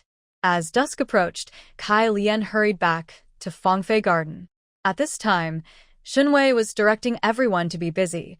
Ji Xiang and Deshun, two young eunuchs, were responsible for tying up the rack for cooking hot pot. Kaiping and Rongma were cutting meat, preparing vegetables, and preparing hot pot base. Seeing Tsai Lian coming back, Shen Wei called her into the house. Kai Lian reported in a low voice, "Master, I asked the clerk at the drugstore. He said that Zhang Yu brought a bag of medicinal dregs for the clerk to identify. That bag of medicinal dregs is the medicinal material for Bizi decoction." Only Kai Lian and Kai Lian only then did Ping's two confidants find out that Shen Wei was secretly taking Bizi decoction. Every time after taking Bizi decoction, the residue will be buried in a remote corner. Unexpectedly, Zhang Yu actually dug out the medicine residue. The concubines secretly took Bizi decoction. If King Yen knew about it, there would probably be another bloody storm. "Master, we must take precautions early." Kai Lian was worried. When Kai Lian and Kai Ping came to Fangfei Yuan as errands, they were not happy at first. But Shen Wei was generous and treated her slaves seriously and could be regarded as the most tolerant master in the entire palace. Kai Lian has completely stood by Shen Wei and considers everything for Shen Wei. Shen Wei touched her chin and thought for a moment. "Invite the prince to have hot pot tonight." Kai Lian, "What about avoiding the soup?" Shen Wei smiled. "I have my own way." For some reason, seeing Shen Wei's complacent look made Kai Lian suddenly feel at ease. It seems that there is nothing in this world that Shen Wei cannot do. Kai Lian no longer worried and returned to the yard to help Kai Ping and Grandma Rong prepare hot pot ingredients. On the willow tree in the moonlight, King Yen, who had finished his official duties, entered Shen Wei's Fangfei garden with his Anuch Fugue and 2 personal guards. King Yen has not had his dinner yet. He had worked hard all day and just wanted to come to Shen Wei's place to rest. Only here with Shen Wei did he feel comfortable and carefree. As soon as he entered the courtyard, King Yen smelled a strong fragrance. The moonlight was bright, and 2 large, bright lanterns were hung on the beams of Fangfei Garden, illuminating the entire Fangfei Garden. Shen Wei and the maids and eunuchs were busy around a copper pot. The soup in the copper pot is boiling, and the aroma is fragrant. There are slices of meat and green vegetable leaves in it. That fragrance is one that King Yen has never smelled before. Just drool-worthy. "Your Majesty, you are back." When Shen Wei saw King Yen, her eyes immediately lit up, and she put down her bowls and chopsticks to greet him. Kai Lian, Kai Ping, and others stood up respectfully and stood on both sides. King Yen held Shen Wei's hand and asked curiously, "What are you eating?" Shen Wei smiled and said, "Hot pot." Shen Wei led King Yen to the table. Kai Lian and Kai Ping quickly cleared the table and replaced it with brand new bowls, chopsticks, and soup base. King Yen had been busy with official duties all day and was already hungry. He looked curiously at the roiling copper pot in front of him. The inside of the copper pot was divided into 2 parts with a patch. One half contained tomato and radish, and the soup was clear. The other half contained bright red chili peppers, full of spiciness. King Yen didn't like spicy food, so he frowned when he saw the half pot of simmering chili peppers. Shen Wei took matters into her own hands, picked up a thin slice of lean meat with her chopsticks, and poured it into the clear soup pot for a few seconds. The red lean meat slices quickly turn white and are cooked. Shen Wei put the cooked lean meat into the seasoning plate. She knew that King Yen didn't like spicy food, so she specially made yuanyang hot pot. The hot pot dipping sauce for King Yen is made of sesame seeds, sesame paste, spices, green onions, and sesame oil. The cooked meat slices are rolled in the dipping sauce and covered with the fragrant dipping sauce. "My lord, have a try." Shen Wei brought the cooked meat to King Yan's mouth. King Yan took a tentative bite, and his eyes instantly lit up. Delicious. It's cool at night in spring, so it's suitable for hot pot. Shen Wei smiled and said, Your Majesty, eat more. King Yan ate 5 or 6 slices of pork in a row, and the more he ate, the more he loved it. The eunuchs and maids serving beside him could only watch helplessly, swallowing their saliva silently one by one. It smells so good. I want to eat it. King Yan ate the clear soup pot, while Shen Wei ate the red soup pot. She likes spicy food, the hotter it gets. Put the pork belly slices, mutton slices, tripe, and meatballs into the red soup pot, cook them, take them out, and put them into her special spicy millet dipping bowl, which is simply addictive. King Yan saw that she was eating deliciously, and his eyes fell on the red spicy pot, and asked, Is the meat in this chili soup delicious? Shen Wei nodded. That's natural. I like spicy food. King Yan tentatively picked up a piece of meat from the spicy pot and took a bite. The spiciness was so irritating that it caused severe pain in his tongue. It's too spicy. Fugui, who was standing nearby, was startled when he saw this, and was about to step forward to stop King Yan from eating. But she saw that Shen Wei had already prepared and handed over the homemade sour plum soup. The sour plum soup with sour ice quickly dissipates the spicy taste in your mouth. King Yan frowned frequently and never touched the half pot of spicy soup again. Spicy food is bad for the stomach, so eat less of it. King Yan told Shen Wei. Shen Wei didn't take it seriously. I like spicy food, so I have to eat it. King Yan smiled helplessly. He liked Shen Wei's character, innocent and lively, without losing her true heart. If it were another concubine who heard King Yan tell her to eat less spicy food, she would never touch chili peppers again from now on. But Shen Wei is different. She likes spicy food, so she will insist on it. This is her personality, which is different from the other docile concubines in the palace's back house. You can eat spicy food in moderation, but don't eat too much. The imperial doctor said you are weak and have a weak spleen and stomach. King Yan smiled and shook his head, letting Shen Wei go. Fugui next to him was stunned. As expected of Master Shen, he actually asked the prince to compromise. TSK, this palace back house is probably going to change. Shen Wei rubbed her belly and seemed to feel that she had eaten too much meat and was a little tired. So she stood up, ran to the vegetable field, picked some cabbage seedlings and radish seedlings that had grown, and asked her to wash them with clean water. My lord, try it. This is the vegetable I grew myself. Shen Wei put the washed vegetable leaves into the clear soup pot. Green vegetables ripen quickly. King Yan had eaten a lot of meat just now, and now he was eating 2 chopsticks of cabbage leaves. The refreshing vegetable leaves immediately took away the greasy taste of eating meat. However, King Yan looked at a few small vegetable leaves and shook his head with a smile. Wei, the vegetables you planted are not growing well, someone. Come and pick some of the vegetables I planted. Kai Ping and Kai Lian hurried to pick vegetable leaves. The vegetables that King Yan planted, such as eggplants and tomatoes, have not yet produced fruit. But cabbages and radishes with fast growth cycles are green and grow vigorously.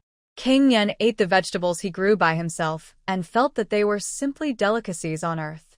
Much more delicious than the vegetables he had eaten before. He also has a sense of harvest joy lingering in his heart. Extremely feeling of accomplishment. Fugui was waiting beside him, and when he saw the fresh green vegetable leaves, his peripheral vision fell on another small vegetable patch. You can also pick the vegetables he grows and take them home to try when you have time. Prince Yan was eating hot pot when a curious voice suddenly came from the door of Fangfei garden. Sister Shen, what are you eating in the yard? Shen Wei looked up after hearing the sound and saw a master and a servant at the door of Fangfei garden. Zhang Miaoyu's chubby body appeared, accompanied by a maid with an embarrassed face. Waxiangju, where Zhang Miaoyu lives, is not too far from Fangfei garden. Zhang Miaoyu was eating candy in the house at night, and suddenly smelled a strong fragrance. As a foodie, Zhang Miaoyu will never miss delicious food. Regardless of the maid's obstruction, she sniffed here and there like a puppy and finally found the source of the fragrance, Fangfei garden. Your Majesty is also here with my sister. Say hello to your Majesty. Zhang Miaoyu rushed in and greeted Prince Yan casually, looking longingly at the boiling mandarin duck pot. It smells so good. Zhang Miaoyu, who has eaten all over the country, has never seen such a strange way of eating. Sister, my sister didn't have dinner. Can I have a meal at your place? Zhang Miaoyu looked at Shen Wei eagerly. Shen Wei smiled and said, Of course. Pick apples and lotus, and prepare a new pair of bowls and chopsticks. The bowls and chopsticks were brought up, and Zhang Miaoyu sat down next to Shen Wei. She learned how to eat hot pot without any teacher, and put a plate of fresh meat slices into the spicy pot. Gulu gulu, the hot pot is boiling, and the meat is cooked. Zhang Miaoyu couldn't wait to pick up a pair of chopsticks, put it directly into his mouth and ate it, regardless of how hot it was. It's delicious. Sister, your soup is so delicious. Zhang Miaoyu's eyes were shining, and a look of happiness appeared on her fair and fat face. Shen Wei chuckled. If it tastes good, eat more. But the meat must be boiled before eating, otherwise it will cause diarrhea. Zhang Miaoyu waved her chopsticks. Eat full first before talking about anything else. Another plate of meat, fatty meat, pork belly. Don't lose weight. King Yan's face fell. He wasn't full yet, and all the good meat went into Zhang Miaoyu's mouth. Seeing Zhang Miaoyu devouring the food, King Yan frowned without any trace. But as the head of a family, competing for food with his concubines really undermines the majesty of his prince. Eat less and talk less. King Yan couldn't help but remind Zhang Miaoyu when he saw that Zhang Miaoyu had eaten 5 large plates of meat. Zhang Miaoyu was stunned and looked at King Yan aggressively. My lord, do you dislike my concubine for being fat? King Yan. Look in the mirror, aren't you fat?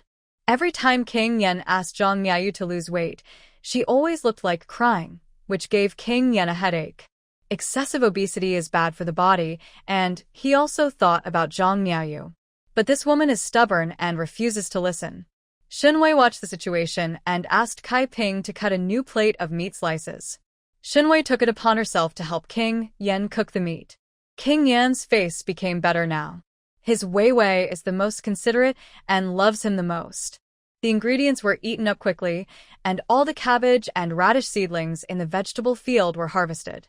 Zhang Miaoyu rubbed her belly, ate, and drank so much that she couldn't even walk. She held the maid's hand and stood up with difficulty. Your Majesty, Sister Shen, thank you both for your hospitality. I will go back now, by the way. Sister Shen, remember to call me next time you cook hot pot. Shen Wei, her eyebrows were crooked. Okay, Pick Ping, go get some hawthorn pills from the cupboard and give them to Sister Zhang for digestion. Zhang Miaoyu pinched the hawthorn pills and left Fangfei with satisfaction. After finishing the hot pot meal, Grandma Rong took the maids and eunuchs to clean up the mess. Shen Wei and King Yan were both full, so they held hands and walked in the yard to eat. In the yard at night, the peach blossom trees were in bloom, with pink petals falling all over the ground. The breeze blows, which is particularly comfortable. When King Yan was full, he felt that the fatigue of the whole day was gone. Holding Shen Wei's warm little hand for a walk gave me a sense of ordinary happiness. When I walked to the vegetable patch, I had already eaten a lot of cabbage and radishes. King Yan decided to sow some seeds tomorrow and eat the vegetable leaves he planted every month. After taking a walk, Shen Wei and King Yan returned to the bedroom. As the saying goes, what do you think about when you are full and warm the light is soft, the beauty is picturesque?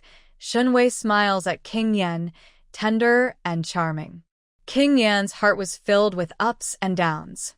He held Shen Wei's slender and white wrist and tipped her onto the bed.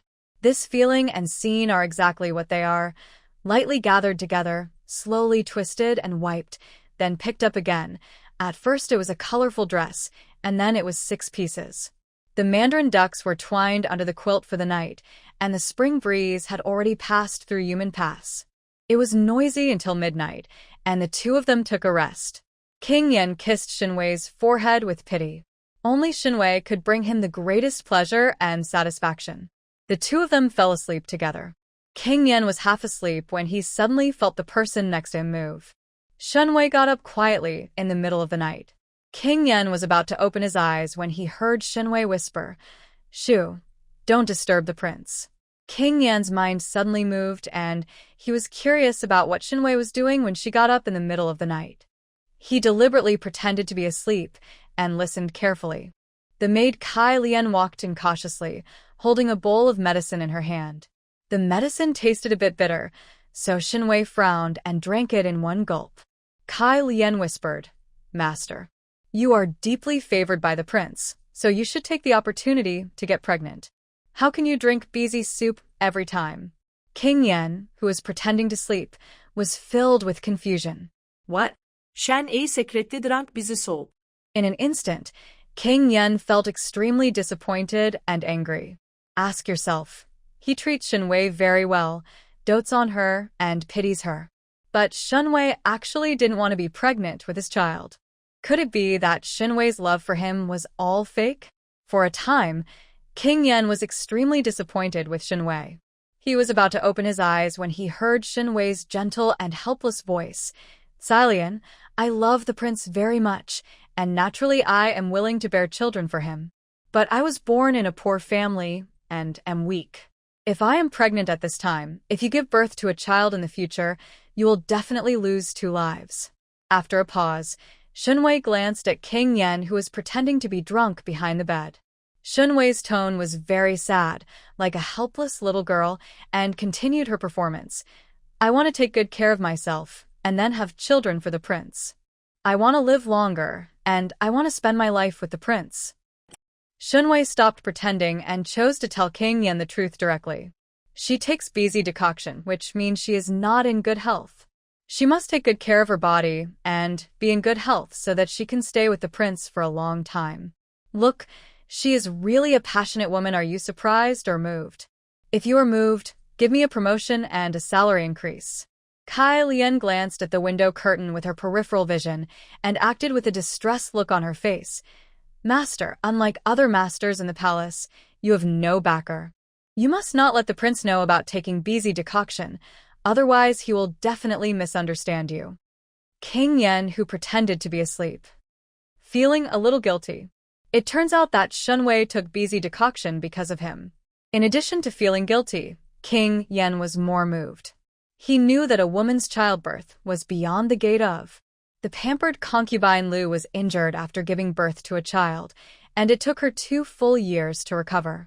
Shen Wei was born as a peasant girl and is physically weak, so giving birth will only become more difficult.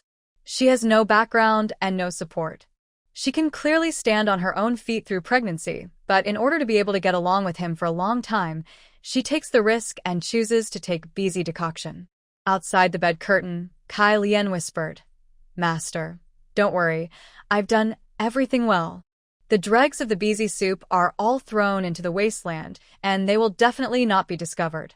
Shen Wei nodded happily. "You can retreat first." Kai Lian took the medicine bowl and left quietly. Shen Wei returned to bed. King Yen is still pretending to sleep. The candles outside the room were extinguished, and only the faint moonlight shone through the bed curtains. King Yen closed his eyes and pretended to sleep. He vaguely felt that Shen Wei seemed to be sizing him up. Then, King Yan's forehead became wet, and a warm and pleasant breath came from him. Shen Wei kissed him secretly. "King Yan." Shen Wei quietly got into bed and lay in King Yan's arms. She seemed to be saying to herself, "I want to live with the prince for the rest of my life. God bless him, and he will have a safe life." King Yan is her golden mountain. Inshan is her backing in this ancient time. No matter what, Shen Wei could not give up this golden mountain. Only when King Yan is safe can she be safe. After hard work in the play, Shen Wei felt sleepy. Shen Wei nestled in King Yan's arms and quickly fell asleep. I don't know how long it took, but King Yan, who was pretending to be asleep, slowly opened his eyes. His phoenix eyes fell on Shen Wei's face for a long time, and his heart surged. For a long time, King Yan held Shen Wei tightly in his arms. Over the years, he has become accustomed to the stagnant water in the back palace of the palace, and to the indifference and tendency of the princess and concubines to follow others' influence. Suddenly, Shen Wei appeared. She is beautiful and innocent.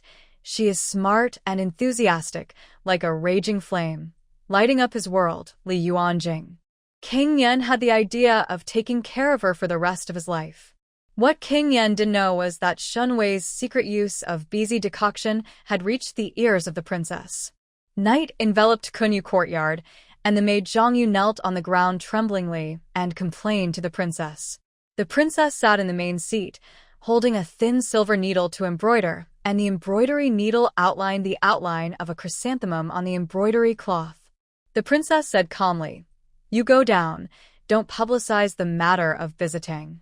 Zhang Yu immediately replied, "My captive, please leave." Zhang Yu lowered her head and left the yard, hiding the successful smile on her lips. Zhang Yu knew very well that the princess was willing to carry her maid as a concubine in order to spread the wings of the palace and maintain the princess' reputation as a virtuous person. But now, Shen Wei secretly took busy decoction. Isn't this a slap in Princess Yan's face? How could Princess Yan tolerate Shen Wei? The corners of Zhang Yu's lips curled up. Next, she just had to watch the show in the corner. She watched with her own eyes as Shen Wei fell from a high place and became a low-level maid as humble as herself.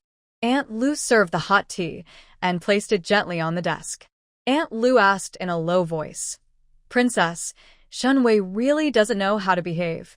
Why don't you tell the prince about her taking the busy decoction?"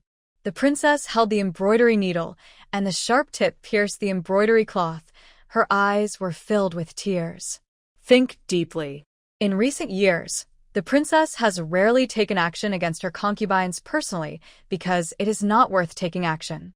Fights come and go, but her position remains unshakable.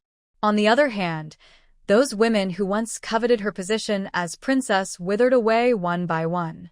Shen Wei was the first to take the initiative to take busy decoction. The princess couldn't guess Shen Wei's thoughts and didn't bother to guess. The princess told Aunt Lu, "Since Shen Wei doesn't know how to promote, there are many women to take her place. Have you found the beautiful girl you asked to find?" Aunt Lu said with a smile, "I'm doing something for you, princess. Please don't worry. Old captive, the girl we are looking for this time is from a poor background, timid and cautious, and her appearance is naturally first-rate." The princess nodded and said, "Send the girl in after the spring banquet." I thought that Shen Wei would seize the opportunity to get pregnant and give birth. The child keeps her glory and wealth. Unexpectedly, she secretly drank busy soup. In this case, there is no need to focus on Shen Wei. Without an heir, Shen Wei was destined not to survive in the back house for long. The princess seemed to have thought of something, and she asked Aunt Lu, "Have you finished memorizing the lessons for Qingke and Qingzhen?" Aunt Lu shook her head. "It's late at night, and the two young masters have already fallen asleep. There is no delay in reciting the lessons tomorrow." The princess threw the embroidered cloth on the desk and stood up. "Study cannot be wasted. I have devoted my whole life to the two of them and put in countless efforts to raise two children. I will never fail in my efforts." In the palace, the princess educated they have 2 sons and 1 daughter. Concubine Liu gave birth to a pair of twins. Liu Rian had a sick daughter, and the other concubines also gave birth to 4 sons. King Yen treats his children equally and will not treat them differently because of his legitimate concubines. If the eldest son born to the princess fails, King Yen will also train other sons. The princess must not let this happen. Her son is her only hope. The princess ordered people to hold lanterns and walk at night, waking up her 2 sons who were sleeping soundly to endorse the book. If you can't finish memorizing, you are not allowed to sleep. The lights in the study were always on, and the 2 young princes were so sleepy that they yawned and made jokes about going to bed. The princess looked at her 2 incompetent sons and simply asked someone to take out a small tablet and slap the palms of their hands. The 2 children were crying, their palms were red, and they started to recite the book while choking. However, I stumbled on memorizing it until late at night, not even finishing 2 lines of words, which made the princess so angry that she almost had a heart attack. The 2 children stayed up late to memorize books and were beaten by the princess. The spring night was cold, and they had a fever at dawn. After King Yen returned from the early morning court, he learned that his two sons were sick and immediately went to visit the children in their yard. The courtyard was filled with the smell of medicine, and the princess had already invited the imperial doctor to diagnose and treat the two children. King Yen walked into the bedroom of the two children. The two children were lying pitifully on the bed. Their faces were red from high fever, their mouths were chapped, and their foreheads were covered with towels. King Yen frowned. He was busy with official duties and left his two legitimate sons in the care of the princess. Why were these two sons so ill? All year round, there are constant illnesses, both serious and minor. How come Chinka and Qingzhen were infected with a cold again? King Yan's eyes were like daggers, staring at the princess suspiciously. The princess wiped the corners of her eyes with a handkerchief, feeling distressed and helpless. It was cold at night, and Chinka and Qingzhen endorsed their letters until late at night. They worked too hard, and that's why they fell ill. There were all the princess's people in the yard, and no one dared to expose the princess's little secret. Little lies. Although King Yen had doubts, he thought that the princess was the child's biological mother after all and would definitely not do anything to harm the child, so he did not ask any more questions. King Yen took a deep look at the princess and said, "Learning about reading and writing requires a step-by-step approach. The child is still young, so don't try to encourage the growth of the seedlings." The princess smiled, her expression impeccable. What the prince said is true. But deep down in her heart, the princess did not agree with King Yan's education of the child. Wei. Born into the royal family, everyone is attracted to him. If the child grows up in the future and becomes a loser who is illiterate, wouldn't it make her, the princess, a joke in Beijing? Her son will inherit the entire palace in the future and must not lose to other famous children in Yanjing. If children are suffering now, they will have good days in the future. The princess tightened her handkerchief and changed the subject. "Your Majesty, I heard something recently, and I thought it would be best to let the prince know about it." King Yen saw her embarrassed look, then nodded, and he and the princess left the bedroom of the two children and went to a private conversation in the child's study. The bookshelves in Chinka and Qingzhen's study are filled with ancient and modern classics. There are unfinished books on the desk, and the ink has dried. King Yen picked up 2 pieces of rice paper and looked at the two children's homework. Chinka and Qingzhen's handwriting is quite neat, but they are young after all.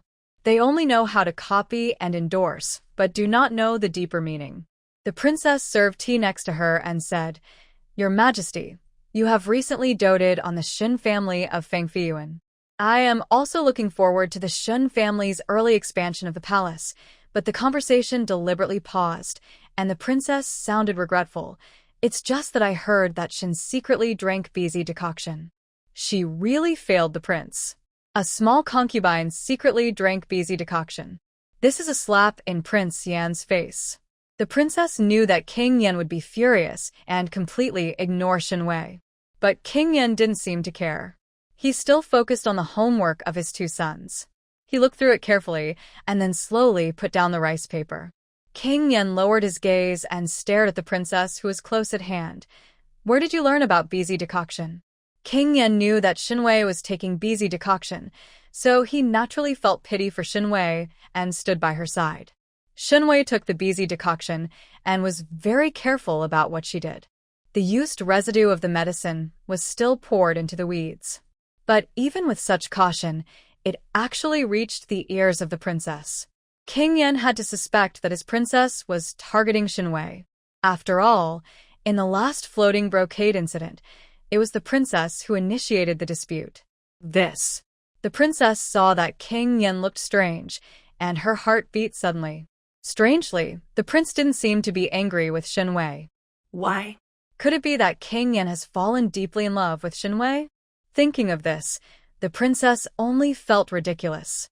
The prince cares about the country, and his feelings for the women in the back house are only superficial. It is impossible for the prince to fall in love with a humble peasant girl.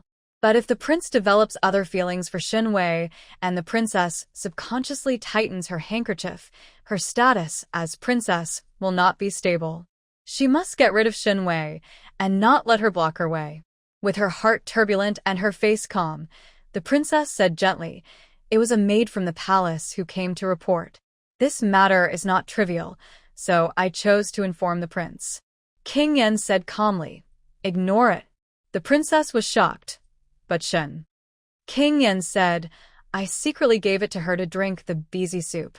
He took the initiative to take over the responsibility for the beezy soup. King Yen pitied Shen Wei more and more. She was born in poverty, was cautious, and lived alone in the back house of the prince's palace. He secretly drank beezy decoction and was discovered by the princess. King Yen couldn't help but feel a sense of responsibility as a man. He wants to protect the weak Shen Wei, and he is Shen Wei's only support. The king has official duties. Please take good care of the children. King Yen left without further explanation. In the study room, the princess was frozen on the spot like a sculpture. King Yen's words echoed in her mind for a long time. Was it King Yen who gave Shen Wei the beezy decoction? After thinking for a long time, the princess suddenly let out a low sigh. Poor Shen Wei. If a man cares about a woman, he will not give her shelter. Shen Wei seems to be very beautiful, but she comes from a humble background and is not even qualified to give birth to a child for the prince. So pitiful and pathetic. Come to think of it, Shen Wei didn't know that she was taking beezy decoction every day, and she foolishly thought it was a medicine to replenish the body. The princess shook her head and took a sip of tea slowly. I thought the prince fell in love with Shen Wei, but I really thought too much. In the prince's heart, Shen Wei was just a tool to warm the bed. The princess summoned Aunt Lu and told her in a low voice, "Go find that Zhang Yu and give her 20 sticks. Tell her to keep her mouth shut." Aunt Lu said respectfully, "Old captive, go and do it right away." Princess, after drinking tea, I found 2 more copies of Ziji Tongjian in the study. Although Chinka and Qingjin are ill, they cannot delay their studies. It is also beneficial to let the book boy read beside the hospital bed so that Chinka and Qingjin can listen to a few sentences. In the laundry room in the backyard of the palace, Zhang Yu was washing the master's clothes. As she washed, she touched her hands lovingly. She is a merchant girl and has had no worries about food and clothing since she was a child. If it hadn't been for the decline of her family, she would never have become the lowest maid in the palace. Originally, she could be a maid with peace of mind, but Shen Wei's scenery pierced her heart like a sharp thorn. Zhang Yu stared at her hands and murmured to herself, "My hands used to be like green onions, but now they are full of thick calluses." While he was distracted, the wooden door of the courtyard opened with a bang. Aunt Lu, who was beside the princess, walked in with 2 burly nurses. Aunt Lu's sharp gaze swept over and saw Zhang Yu washing clothes. Aunt Lu sternly said, "Catch her and give her 20 sticks." Before Zhang Yu could react, she was already twisted by the nursing staff and sent to the torture bench. Bang, bang, bang, a stick as thick as a bowl fell on Zhang Yu. Zhang Yu screamed in pain. "Aunt Lu, why did you hit me?" Aunt Lu said coldly, "I said something I shouldn't have said, and I deserve to be beaten to death." Zhang Yu couldn't defend herself, and the stick was strong. After the beating, she was so painful that she broke into a cold sweat, let out a cry, and suddenly fainted. When Zhang Yu woke up again, it was already late at night. Zhang Yu lay bloody in the woodshed, her clothes on her back stuck to the beaten flesh and bones. Her bones seemed to be about to break, and her face was twisted in pain. She couldn't help but feel a little sad in her heart. Nowadays, people's life and death are in the hands of their masters, and their lives are like grass. The woodshed door creaked open, and Nanny Lu in gray clothes walked in with a bowl of soup. The moonlight illuminated Nanny Lu's face as pale, as enchanted by Wu Cheng. Zhang Yu was so scared that her body was shaking. Aunt Lu sneered, "You're lucky and haven't been beaten to death. Then drink this bowl of decoction and go on your way. The fact that Mr. Shen took the beezy decoction will die in with your death." Aunt Lu wanted to give Zhang poison every month. Zhang Yu's desire to survive was overwhelming. She shook her head wildly and kept thinking about ways to survive. As if thinking of something, Zhang Yu grasped the last straw and sobbed, "Mother Lu, don't kill me. I am willing to serve the prince." I am willing to be the princess's loyal dog. I will be more obedient than Shen Wei. Mama Lu was thoughtful. She put down the poison, stretched out her skinny fingers, and pinched Zhang Yu's white chin. She has a clear face and is a beauty. Aunt Lu is currently collecting young and beautiful women to fill the back palace of the palace. This moon has something in the hands of the princess. If it can be used by the princess, it will also be a good dog in the future. You're lucky to have a pretty face. Aunt Lu smiled, knocking over the poison bowl. I'll give you a side yard to stay temporarily, and you can take good care of yourself. The best days are yet to come. Zhang Yu cried bitterly. Thank you, Aunt Lu. Aunt Lu worked very efficiently and asked the nursing home to carry Zhang Yu to a simple yard and sent a doctor to take care of her. Zhang Yu narrowly escaped death and saved a small life. After applying the medicine, Zhang Yu lay in pain on the bed in the small courtyard. Looking at the frosty moonlight outside the window, Zhang Yu's face became increasingly gloomy, and her fingernails dug deeply into her palms. Shen Wei, just wait for me. If you can climb up, I can climb up. Isn't it just fighting for favor? How difficult can it be? The night enveloped Fangfei garden, and Shen Wei was dancing Pamela calisthenics. The palace's spring banquet was approaching. Although Shen Wei was the lowest concubine, King Yan made an exception and allowed her to attend the spring banquet. Shen Wei inquired and found out that the spring banquet held by Prince Yan's mansion in previous years was actually pretty good. However, there was a King Hung who was always finding faults and ridiculing King Yan's women for dressing like they were attending a funeral. As a result, the reputation of the spring banquet at Prince Yan's palace was not very good. As a subordinate, Shen Wei is the best at figuring out the leader's thoughts. Perhaps King Yan wanted Shen Wei to show up and dampen King Heng's spirit. Shen Wei, the king of involution, will never disappoint the leader. She works hard to maintain her figure, improve her temperament, and strive to shine at the spring banquet. Master, I heard about Zhang Yu. Kai Ping, a gossip master, sneaked into the main room and told Shen Wei about Zhang Yu in detail. After hearing this, Shen Wei said while doing exercises, I beat her 20 times with a stick and suddenly sent Zhang Yu to a remote place to recuperate. It seems that she is preparing to train Zhang Yu to be a concubine. Kaiping lowered her voice. Master, we have to take precautions early. Shen Wei smiled and took the handkerchief from Kaiping to wipe her sweat. Not everyone can be a concubine.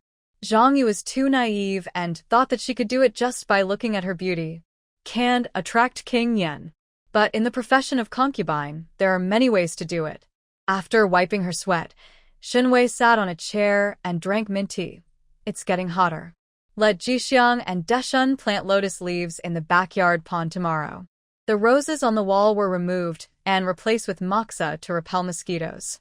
When most of the peach blossoms have faded, remove them all, leaving only one peach tree that grows best. You can pick peaches from the peach tree in summer.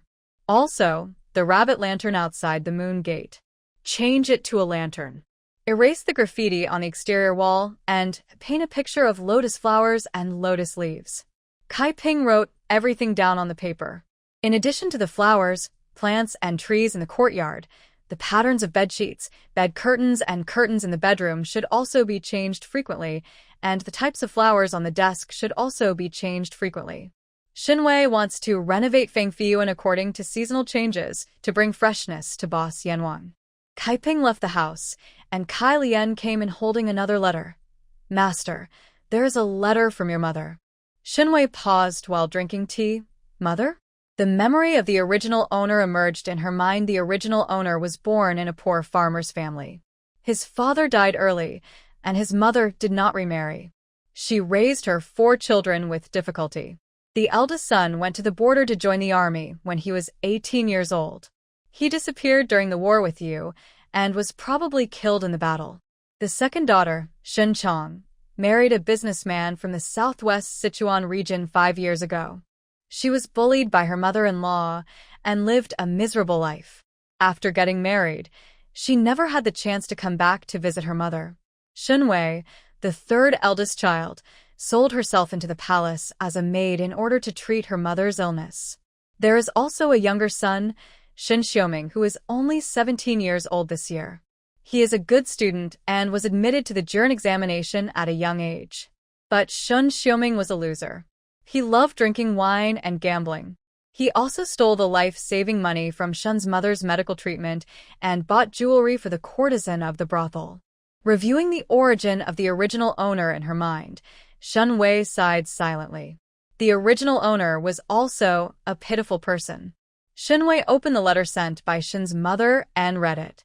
The letter mentioned that Shen's mother and her youngest son would come to Yanjing next month and wanted to visit Shen Wei at the palace.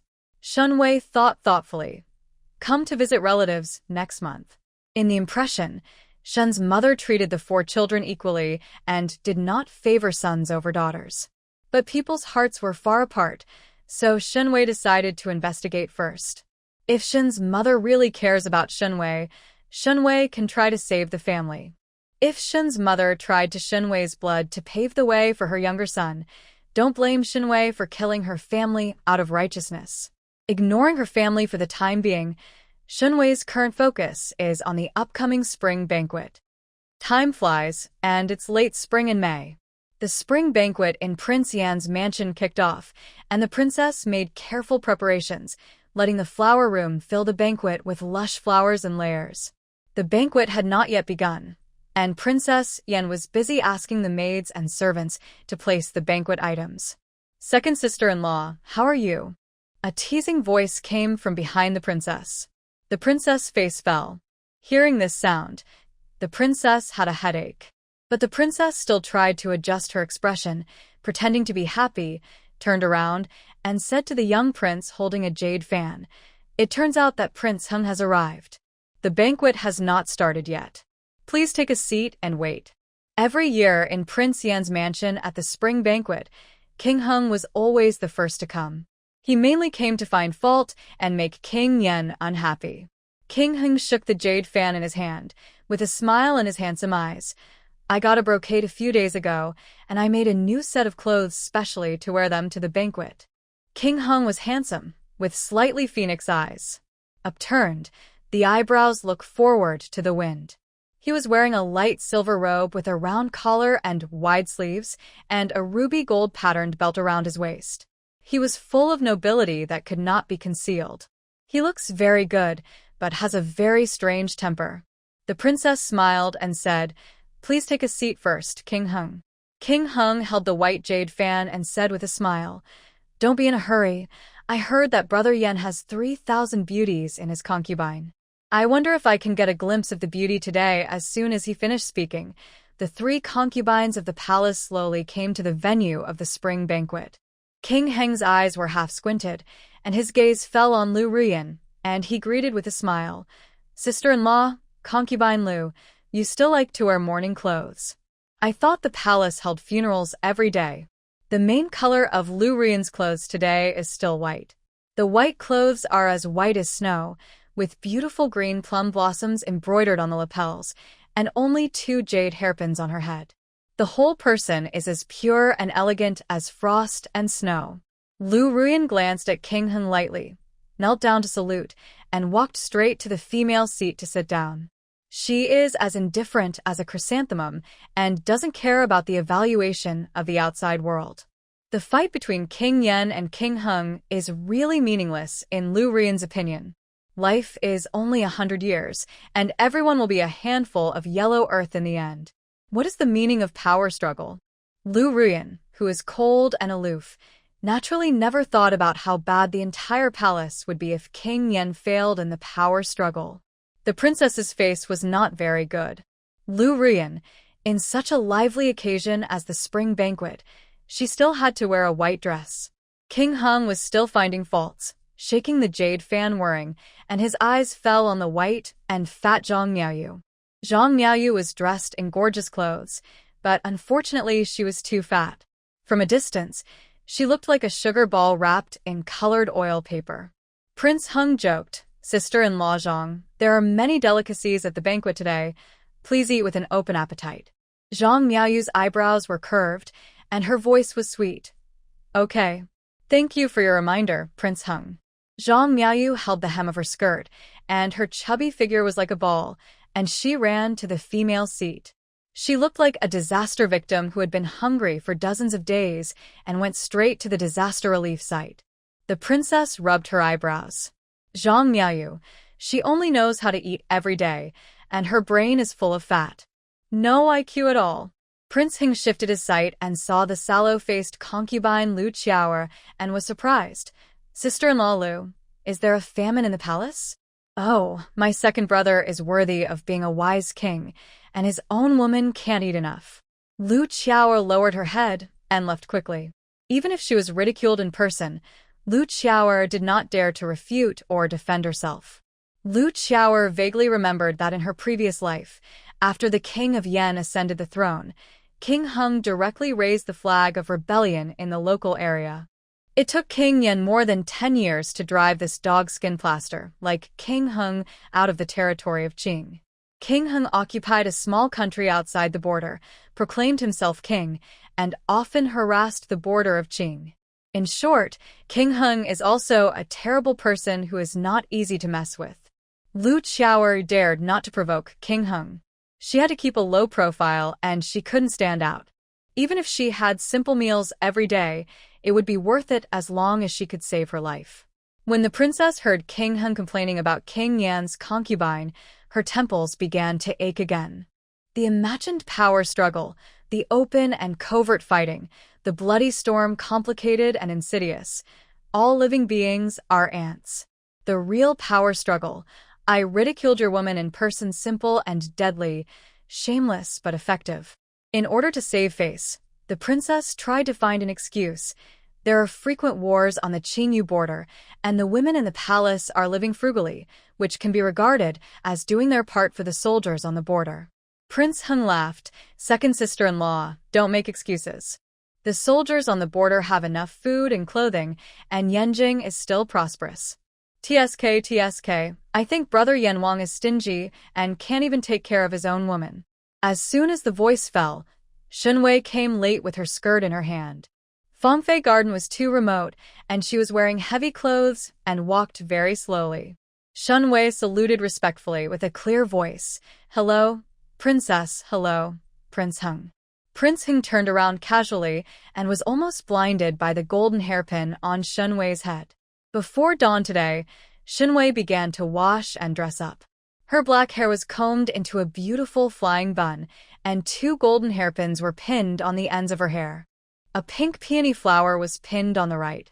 She had a red flower ornament on her brow, small round pearls on her cheeks, and wore a green dress with a butterfly pattern. Her figure was as graceful as a willow, bright and charming. Although she was dressed up, the quality of her jewelry was inferior to that of the princess and did not overshadow the princess. Prince Hung was stunned for a moment and suddenly felt a little pain on his face. He had just mocked the poverty of Prince Yan's mansion, and now a gorgeous beauty came. The princess felt very relieved. Although she looked down on Shen Wei, who came from a humble background, Shen Wei did save the face of the palace today. After Shen Wei finished her ceremony, she took Kai Lian's hand and went to the female seat, sitting down at the very end. Prince Hung felt uncomfortable all over. He shook his jade fan and deliberately found fault. There are frequent wars on the Qingyu border, and the women in the palace are dressed so gorgeously. They don't know how to help the soldiers on the border. The princess responded indifferently. The soldiers on the border are not short of food and clothing. Yanjing is still prosperous, and my Yan palace is naturally not shabby. Prince Hung snorted and walked to the men's seat on the left. He glanced at Shen Wei in the opposite corner with his black eyes, but lost interest after just a few glances and drank by himself. Shen Wei looks very beautiful, but unfortunately she is not beautiful with any characteristics. Her gestures are too rigid, without any liveliness and agility. Prince Hung and Prince Yan have been fighting for many years, so he naturally knows the details of Prince Yan. Prince Yan has been cold and indifferent to the women in the harem in recent years. Shen Wei is in favor now, but she may fall out of favor in a few days. At the women's table, Shen Wei secretly stuffed a candied fruit into her mouth.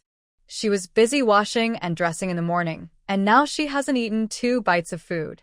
She didn't dare to eat too much when the spring banquet started. She was destined to be hungry today. Salian served behind Shen Wei. She secretly stared at the king hung opposite. The more she looked, the more strange it felt. Master, the material of the clothes on the king hung is floating light brocade. It looks so familiar. Shen Wei heard this and also stole a glance at the clothes on the king hung. The texture of this fabric. Shen Wei was surprised. This seemed to be the half-piece of floating light brocade that she secretly sold. The color and the pattern, Shen Wei was definitely not wrong. Shen Wei covered her face with a round fan and asked in a low voice, Salian, when you sold that half-piece of floating light brocade, did anyone follow you? Salian said, Master, don't worry. When I left the palace that day, I wore a veil to cover my face and changed my clothes into ordinary styles. After selling the floating light brocade, I walked around the streets several times before returning to the palace. No one must have noticed. Shen Wei was relieved. On the other side of the women's table, the maid Xuemei was pouring tea for Lu Ruyan. Xuemei looked at the beautiful Shen Wei and then at Lu Ruyan, who was dressed in snow white. The contrast between the two was tragic.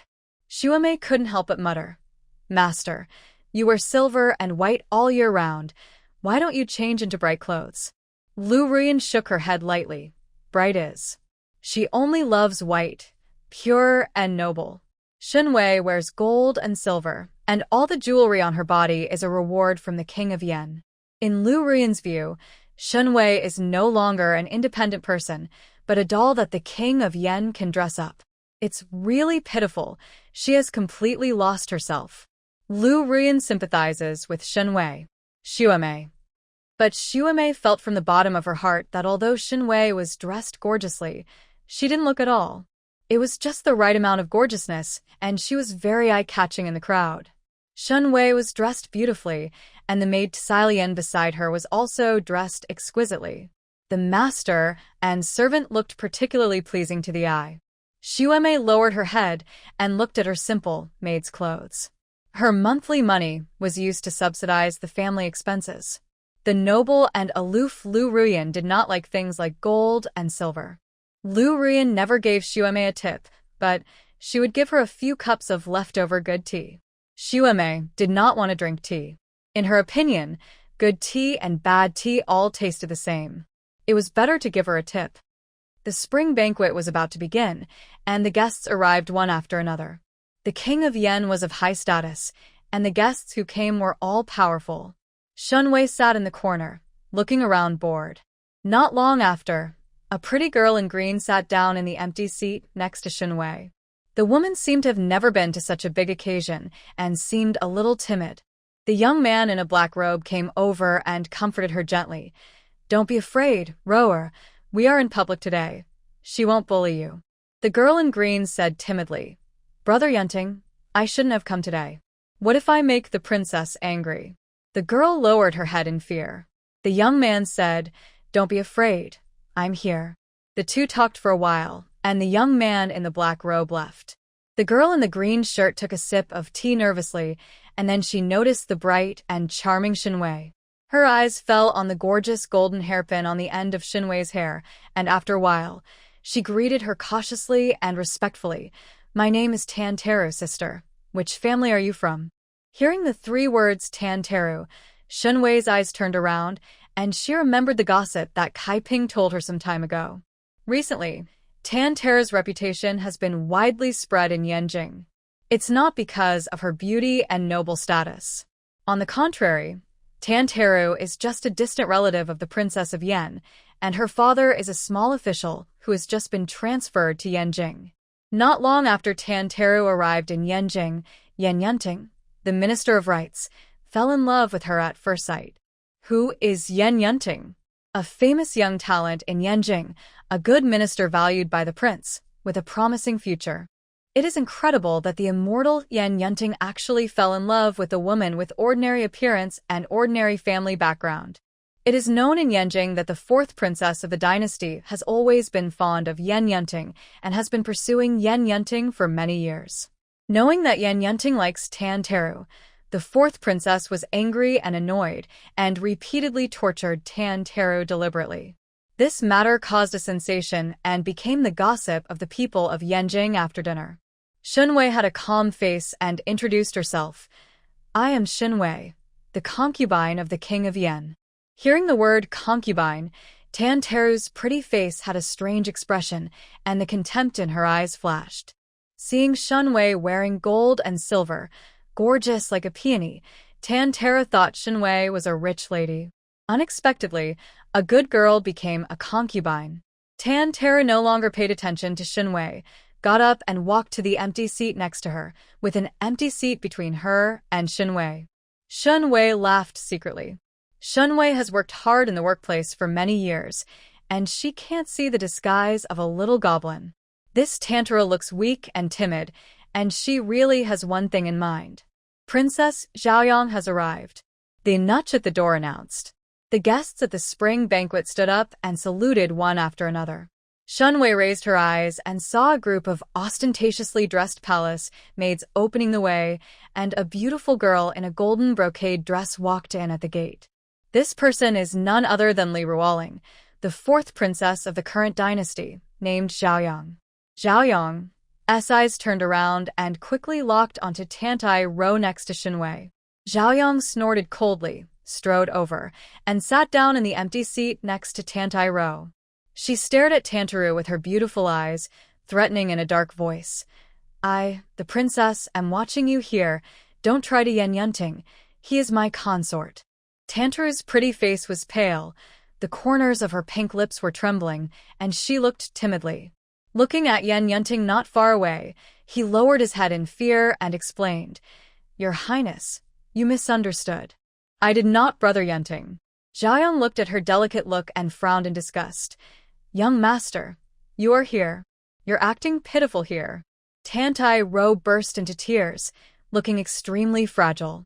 Yan Yunting couldn't stand it anymore, so he quickly walked over and said in a cold voice, Princess Zhaoyang, you have a distinguished status and should sit on the seat.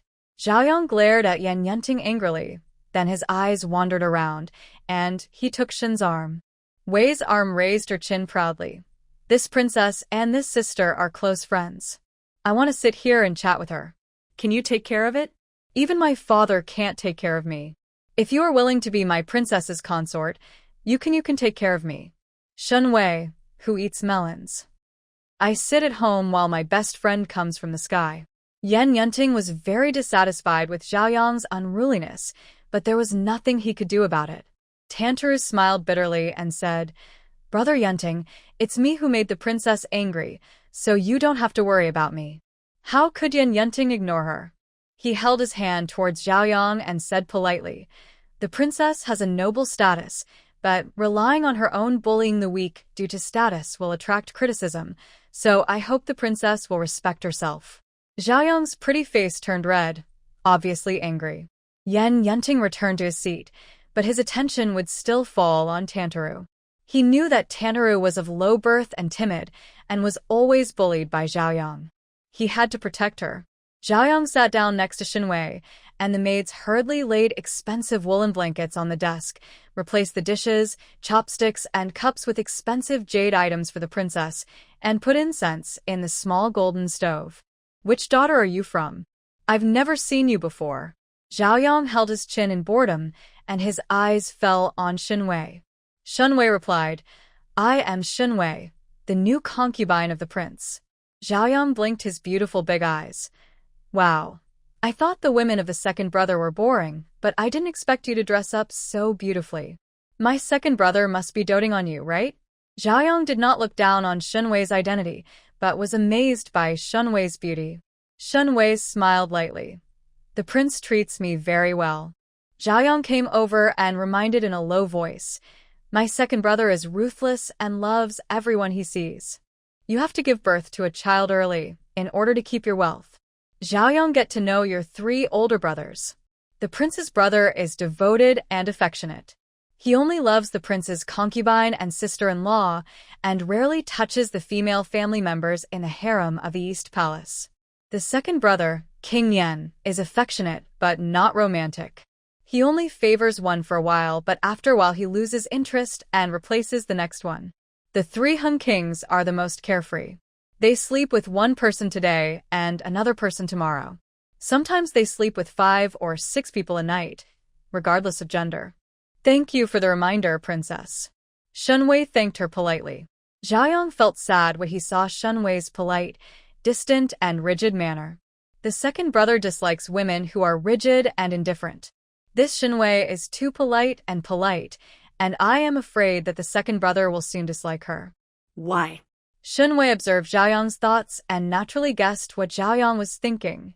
Shen Wei drank tea silently, thinking that I am not a rigid woman who follows the rules. Today is the spring banquet, and Shen Wei, a concubine, must naturally behave and not lose her etiquette, otherwise she will lose the face of King Yan. In private, she, Shen Wei, was not a woman who followed the rules. She played so many tricks with King Yan that the bed in Fangfei Yuan collapsed several times. Xiaoyang looked around and saw King hung under the main seat. Xiaoyang was surprised and said, "The material of the clothes on the third brother seems to be flashy. Wow, he spent a lot of money to embarrass the second brother." In previous years at the spring banquet of Prince Yan's mansion, Prince Hung dressed up like gold and jade. King Yan is not the kind of man who pays attention to appearance. In his heart, official duties are more important than clothes. The clothes worn by King Yan all came from the Shangyiiju in the palace. Although they were exquisite and gorgeous, they were indeed not as good as the fine clothes carefully selected by King Hung. Xiaoyang sighed. Today, the second brother's limelight will be stolen by the third brother again. As soon as he finished speaking, the little eunuch outside the door announced, "The prince is here." The prince is the future prince, and his status is naturally extremely noble. Everyone stood up in silence. Goodbye. Guests of low status did not even dare to raise their heads. Shen Wei pricked up her ears and heard rustling footsteps. After a while, she heard a gentle and soothing voice from the main seat. "Everyone, stand up." Everyone took their seats. Shen Wei sat back down, and then she dared to raise her head and look at the main seat of the spring banquet. The main seat was covered with flowers, and in the two most noble positions, her husband, Prince Yan, sat on the left, and the prince in ordinary clothes sat on the right. The ancients respected the right side. The prince sitting on the right has a thin figure and bulging cheekbones on his face. Although he is majestic, he does not look good. Shen Wei secretly thought that the prince must be sick. Shen Wei silently prayed for the prince, hoping that the prince would ascend the throne stably and live a long life. Only when the prince is safe, King Yan will have a stable backer, and Shen Wei will have a stable future. After looking at the prince, Shen Wei looked at King Yan next to him. King Yan was born with sword-shaped eyebrows and starry eyes and was extremely handsome. Today he wore an open front robe made of floating brocade with a cross collar underneath, a light-colored silk and jade belt, and a silver crown on his head. As the saying goes, a man relies on his clothes and a horse relies on his saddle. King Yan usually likes to wear old-fashioned black and black, but today he wore a silver brocade robe. One word, absolutely. Shen Wei was very satisfied. The gold and silver jewelry she wears are rewards from King Yan. The clothes King Yan wears are made by her own hands. We both wear things given by each other and dress up each other. No one loses. While Shen Wei peeked at King Yan was also looking at Shen Wei. King Yan was very satisfied when he saw the golden hairpin on Shen Wei's head. As expected of his Wei, she is beautiful and charming. That boy, King Hung, always mocked the modesty of his concubines. Today, Shen Wei dressed up to attend, and King Hung could no longer curse with his mouth. Wow, second brother is so handsome today, even better looking than third brother. Xiaoyang stared at King Yan in surprise. Not only Xiaoyang but other guests here also had their own thoughts. Only King Hung, who was under the main seat, had a gloomy, handsome face. The clothes King Hung wears today are also made of fuguang brocade, and their style is similar to the one worn by King Yan. As the saying goes, it's not scary to wear matching clothes. Whoever is ugly will be embarrassed. King Yan has been riding horses and shooting arrows all year round. He has a strong figure. The clothes he wears make him look noble, and he has the edge of a superior. King Hung is on the thin side and looks a little stingy in this splendid brocade dress.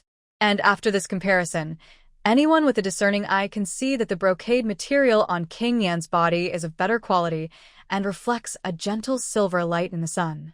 The shiny brocade fabric on King Heng's body is slightly dull. The prince smiled and broke the awkward deadlock. The good time has come. The spring banquet has begun. After saying this, the beautifully dressed maids came to the table carrying fine wine and delicacies. The cabaret troupe was in place, and beautiful singing slowly sounded. The spring feast was a joyous one, with singing and dancing. It was Shen Wei's first time to attend a luxurious banquet in ancient times, and her eyes were full of novelties. She held a glass of wine and sipped while enjoying the singing and dancing in the center of the stage. These flower-like girls dance the traditional tap song with a lively rhythm. The most eye-catching thing is the masked singer playing the pipa in the middle. The masked singer is wearing a light green long dress with wide sleeves, holding a jade pipa in her arms, playing the strings of the pipa with her slender jade fingers, singing an ancient and beautiful song. You are like a cloud in the sky, and you are like a bird in the cloud. Together and dependent on each other, reflecting the sun and guarding the wind. Shen Wei was mesmerized by what she heard. With this natural voice, if she participated in singer in modern times, she would definitely win the championship. The song and dance ended, and the dancers left. King Hung seemed to be half drunk. He held the white jade wine glass and started to find fault. Brother Prince, second brother, it is so boring to enjoy singing and dancing. Second brother, your new concubine, Mrs. Shen, seems to be good at singing and dancing and is well read in poetry. Shu, why don't you let her dance on stage? King Hung pointed the finger at Shen Wei. To suppress Shen Wei is to suppress King Yan. After King Hung finished speaking, everyone looked at Shen Wei curiously, with curiosity, sadness, and pity.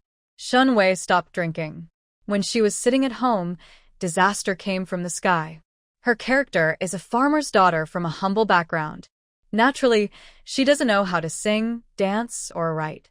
If she really shines at the spring banquet today, it will definitely cause disaster. King Hung will hate her. King Yan will doubt her identity as a peasant girl, and the princess, who is as pale as a chrysanthemum, will also be afraid of her. But if she refuses to perform singing and dancing, King Hung will definitely use this to mock Shen Wei for her humble background and King Yan for his poor selection of women. It seems to be a dead end anyway. Shen Wei has been working hard in the workplace for many years and knows the principles of life: be in the limelight when you should be in the spotlight, and be low-key when you should be low-key. If you really can't avoid it, then find someone with a back to block the gun. With almost no thought, Shen Wei immediately found the person who blocked the gun for her. She looked nervously at King Yan, who was sitting in the chair, with a nervous look on her face. There were uneasy tears in her beautiful eyes, and she looked like a little girl who had been bullied. Weak, pitiful, and helpless. King Hung made things difficult for Shen Wei, and rounding up also made things difficult for King Yan. As a husband, King Yan would never watch his woman suffer humiliation. Sure enough, King Yan, who was sitting on top of the throne, narrowed his handsome eyes and said in a cold tone, "My concubine is not a singer or a dancer outside. The third brother is insurmountable." Protecting Shen Wei is also protecting King Yan's own face. King Hung clicked his tongue and took a sip of cold wine. Stingy. The resentment in King Heng's heart naturally transferred to King Yan, and Shen Wei disappeared. Shen Wei, second brother, really loves you and protects you in public.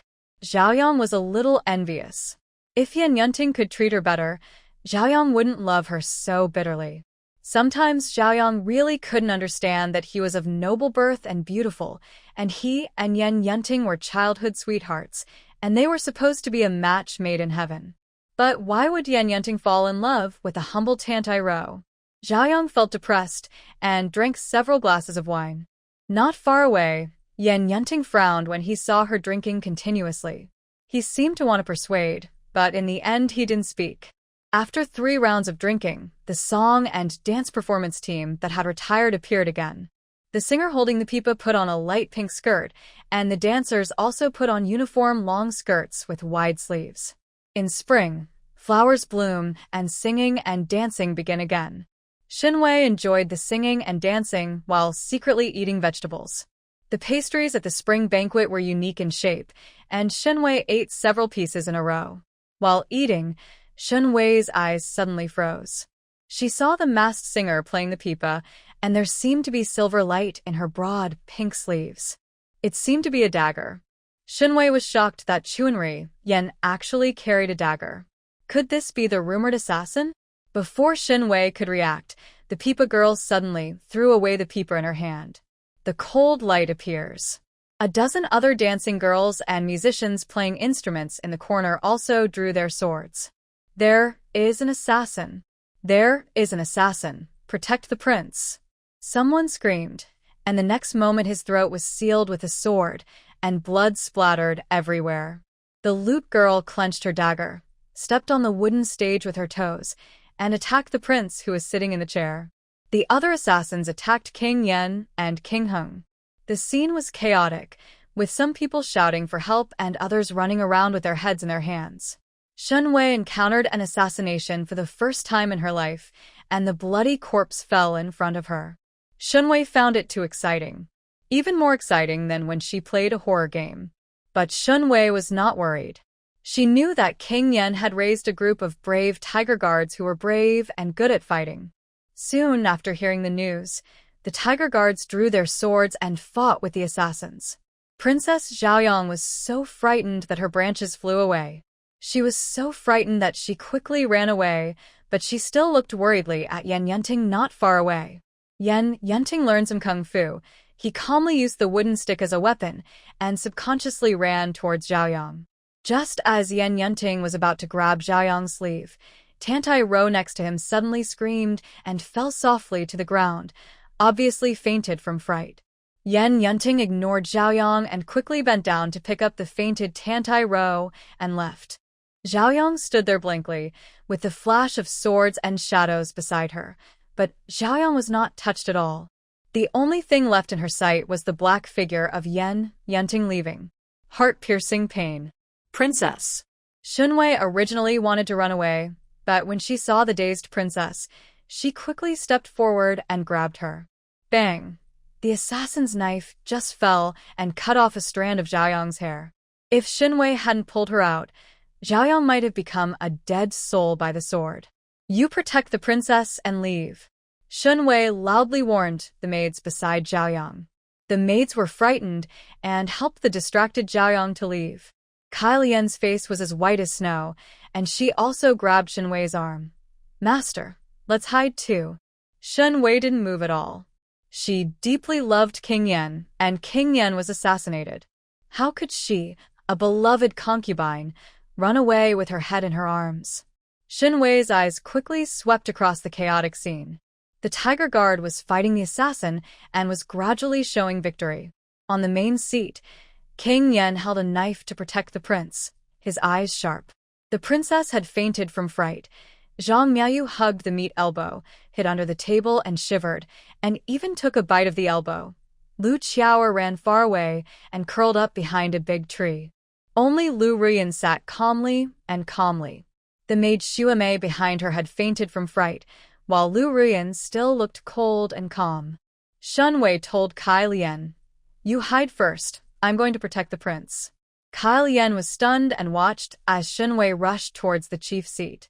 Shen Wei was very anxious and didn't care if the golden hairpin on her head fell to the ground. She seemed to only have eyes for King Yan. King Hung, who was running too fast and was avoiding the assassin, accidentally blocked Shen Wei's path. Shen Wei didn't even notice that this was King Hung and kicked him away. The scene was so chaotic that no one except King Hung, the victim, noticed. King Heng's head was full of questions. He looked at Shen Wei passing by him in shock, and then looked down at the small footprints on the corner of his clothes. This little concubine actually kicked me. She looks gentle and courteous, but has such a wild personality. King Heng hid in a safe corner and wanted to see what Shen Wei wanted to do. Your Majesty. Shen Wei rushed towards King Yan. Just in time, the dagger in the Pipa girl's hand stabbed King Yan's heart. Shen Wei's brain was comparable to that of a computer, and she quickly analyzed the situation. King Yan was so powerful in martial arts that he could stab Peepa Girl to death with just a few moves. He doesn't need Shen Wei's protection at all. But Shen Wei must protect King Yan. This is the attitude a concubine should have. My lord, be careful. Shen Wei quickened her pace, fearing that if she ran too slowly, the assassin would be killed by King Yan in advance. King Yan is not afraid of assassinations at all, and the secret guards he raises can easily strangle these assassins. King Yan held a long sword and was about to stab Peepa Girl to death with one.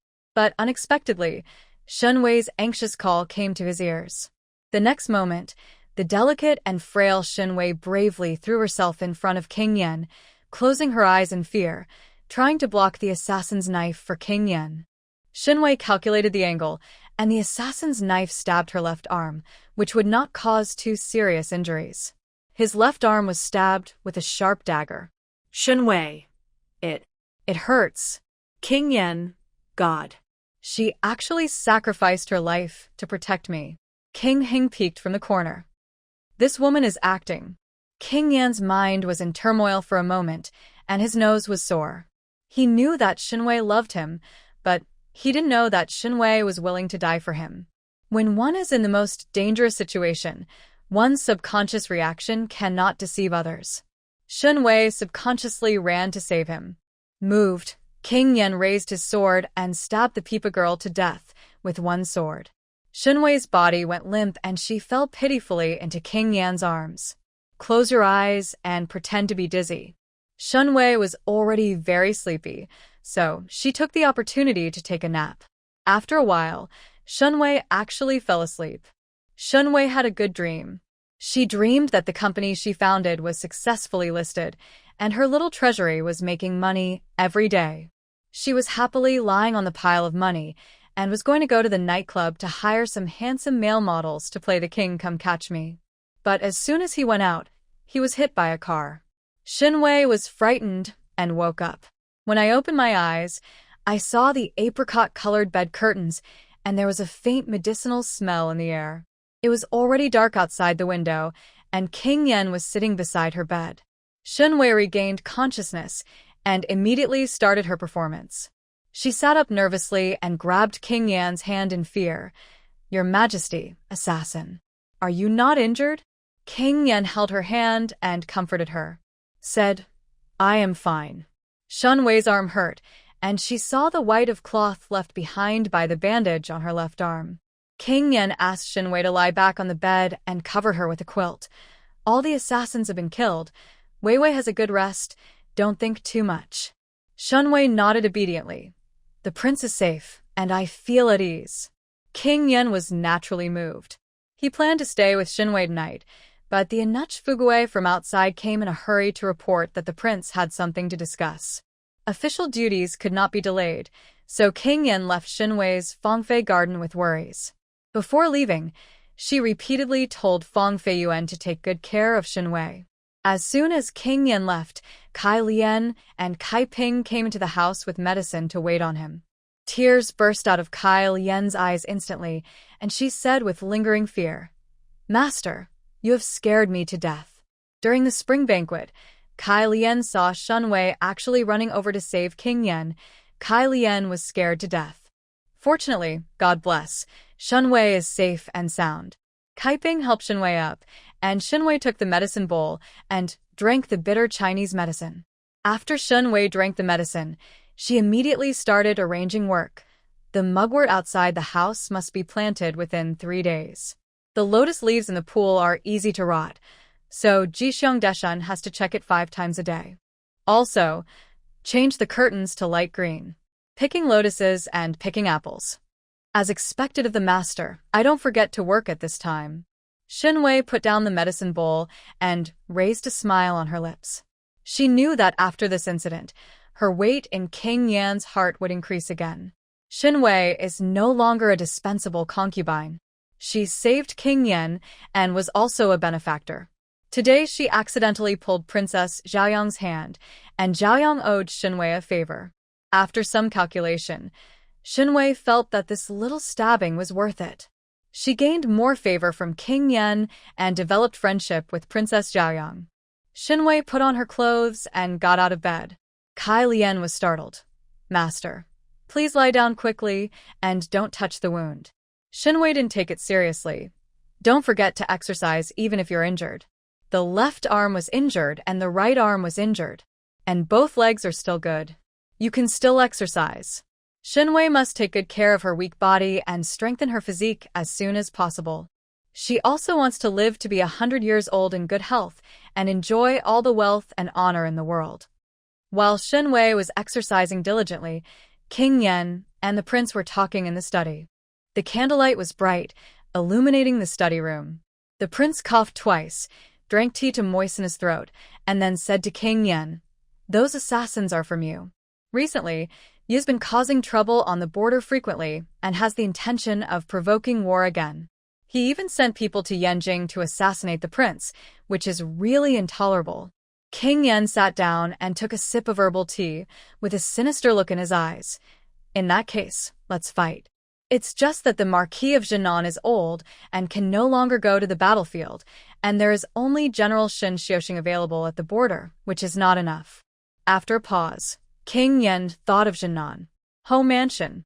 Jinan Home Mansion protected the country for 3 generations, brave and good at fighting.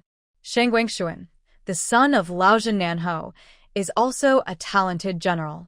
It is time for him to take the lead for his father. "Let Shang Guangshuan go to the border," King Yen said. The prince frowned, as if thinking about the family affairs of the Jinan Home Mansion.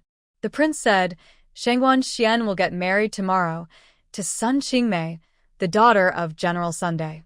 It is not appropriate to let him go to the border on the wedding day. The war at the border is unstable. It can be as short as half a year or 1 year, or as long as 3 years or 5 years. Sun Qingmei had just gotten married, so it was really inappropriate for her to stay alone in an empty room." King Yan's attitude was very firm. First have a country, and then a family. Maintaining the stability of the Qing kingdom is the top priority. The prince sighed. "Then I will do what you want. I will ask my father for an order tomorrow and let Shangguan Xian set off for the border." After finalizing the candidates to go to the border, the prince couldn't help but cough again. When King Yen saw this, he quickly came over and smoothed the prince's back. King Yen frowned slightly and said in confusion, "Brother, are you still ill? The imperial doctor in the palace is really useless. Tomorrow I will send the Tiger Guard to find Dr. Mo from the rivers and lakes and tie him up to treat you." Winter day the prince fell seriously ill, leaving him with a cough that has not healed yet. King Yen was very worried. Perhaps only Dr. Mo, a doctor in the world of martial arts, can cure the prince's illness. The prince smiled nonchalantly and said perfunctorily, "I was probably frightened today and coughed twice by the way. The concubine who tried her best to save you today. How is she?" Speaking of Shen Wei, King Yen, there was a bit of tenderness in the cold eyes. He said, "Wei Wei was slightly injured, nothing serious." The prince smiled and said, "That woman sacrificed her life to protect you. A good man is hard to find. You must treat her well in the future." King Yen nodded. "That's natural." When the assassin carried out the assassination, the princess and concubines were either stunned or evaded. Only Shen Wei, who was powerless, bravely stood up to block the knife for him. He is so cute and silly that you can feel pity for him. From now on, he will definitely protect Shen Wei and work hard to be Shen Wei's safe haven. Prince Heng's mansion is brightly lit at night. The steward who purchased Fuguang brocade was summoned by King Heng to scold him and gave him 30 sticks. King Heng sent someone to Wang Fengbuhang to investigate. He wanted to know the origin of the half-piece of brocade. But the woman selling the brocade is very cautious, wearing a curtain and hat to cover herself tightly. She left the cloth shop and disappeared into the sea of people without a trace. King Heng was so angry that he could only swallow it in his stomach after breaking his teeth. "Your Majesty, the clothes you are wearing are dirty. Change them and let the maid in the laundry room wash them." The guard next to Prince Heng reminded him. King Heng lowered his head and saw the small black footprints on the corner of his clothes. Shen Wei's bright face appeared in his mind. She was obviously a lowly concubine. She seemed to be following the rules, but she didn't expect her to be very clever and proficient in the ability to make plays when the situation arises. Such a wonderful person unexpectedly appeared in Prince Yan's palace. No need to wash it. This dress is hanging in the darkroom. King Hung gritted his molars. King Hung took off his robe. He wanted to keep this shiny brocade robe to remind himself at all times not to forget today's humiliation. Qishua Pavilion in Prince Yan's mansion. The watery moonlight shone in the courtyard. Lu Rian stayed awake for a long time, leaned against the window and stretched out her palms. Her fingers were cold, and the moonlight fell on her palms. Master, if Fangfei Yuan saved the prince will definitely treat her very well in the future. Xuemei was very worried. According to this trend, if Shen Wei gives birth to a son and a half in the future, her status will definitely be more stable. There is no guarantee that she will be granted the title of concubine one day. By then, life in Qishua Pavilion will be difficult. But Lu Rian just shook his head lightly and said sadly, "Everything that flourishes must decline. It's a pity that Shen Wei is so affectionate, but will eventually wither like a falling flower." Xuemei. Everyone is waiting for Shen Wei to fall out of favor, but Xuemei had a vague hunch that Shen Wei would not fall out of favor. In the early morning of the second day, King Yan came to Fangfei Garden before going to court and specially had breakfast with Shen Wei. Shen Wei was being favored now, and she had just sacrificed her life to protect King Yan from assassins. The servants of the palace followed the trend and sent all kinds of good things to Fangfei Yuan. Naturally, Fangfei Yuan's breakfast was also exquisite and delicious. On the small dining table, there are shrimp and chicken porridge that has been simmered for a long time, pigeon and kelp soup that nourishes blood and nourishes the mind, fried vegetables, etc.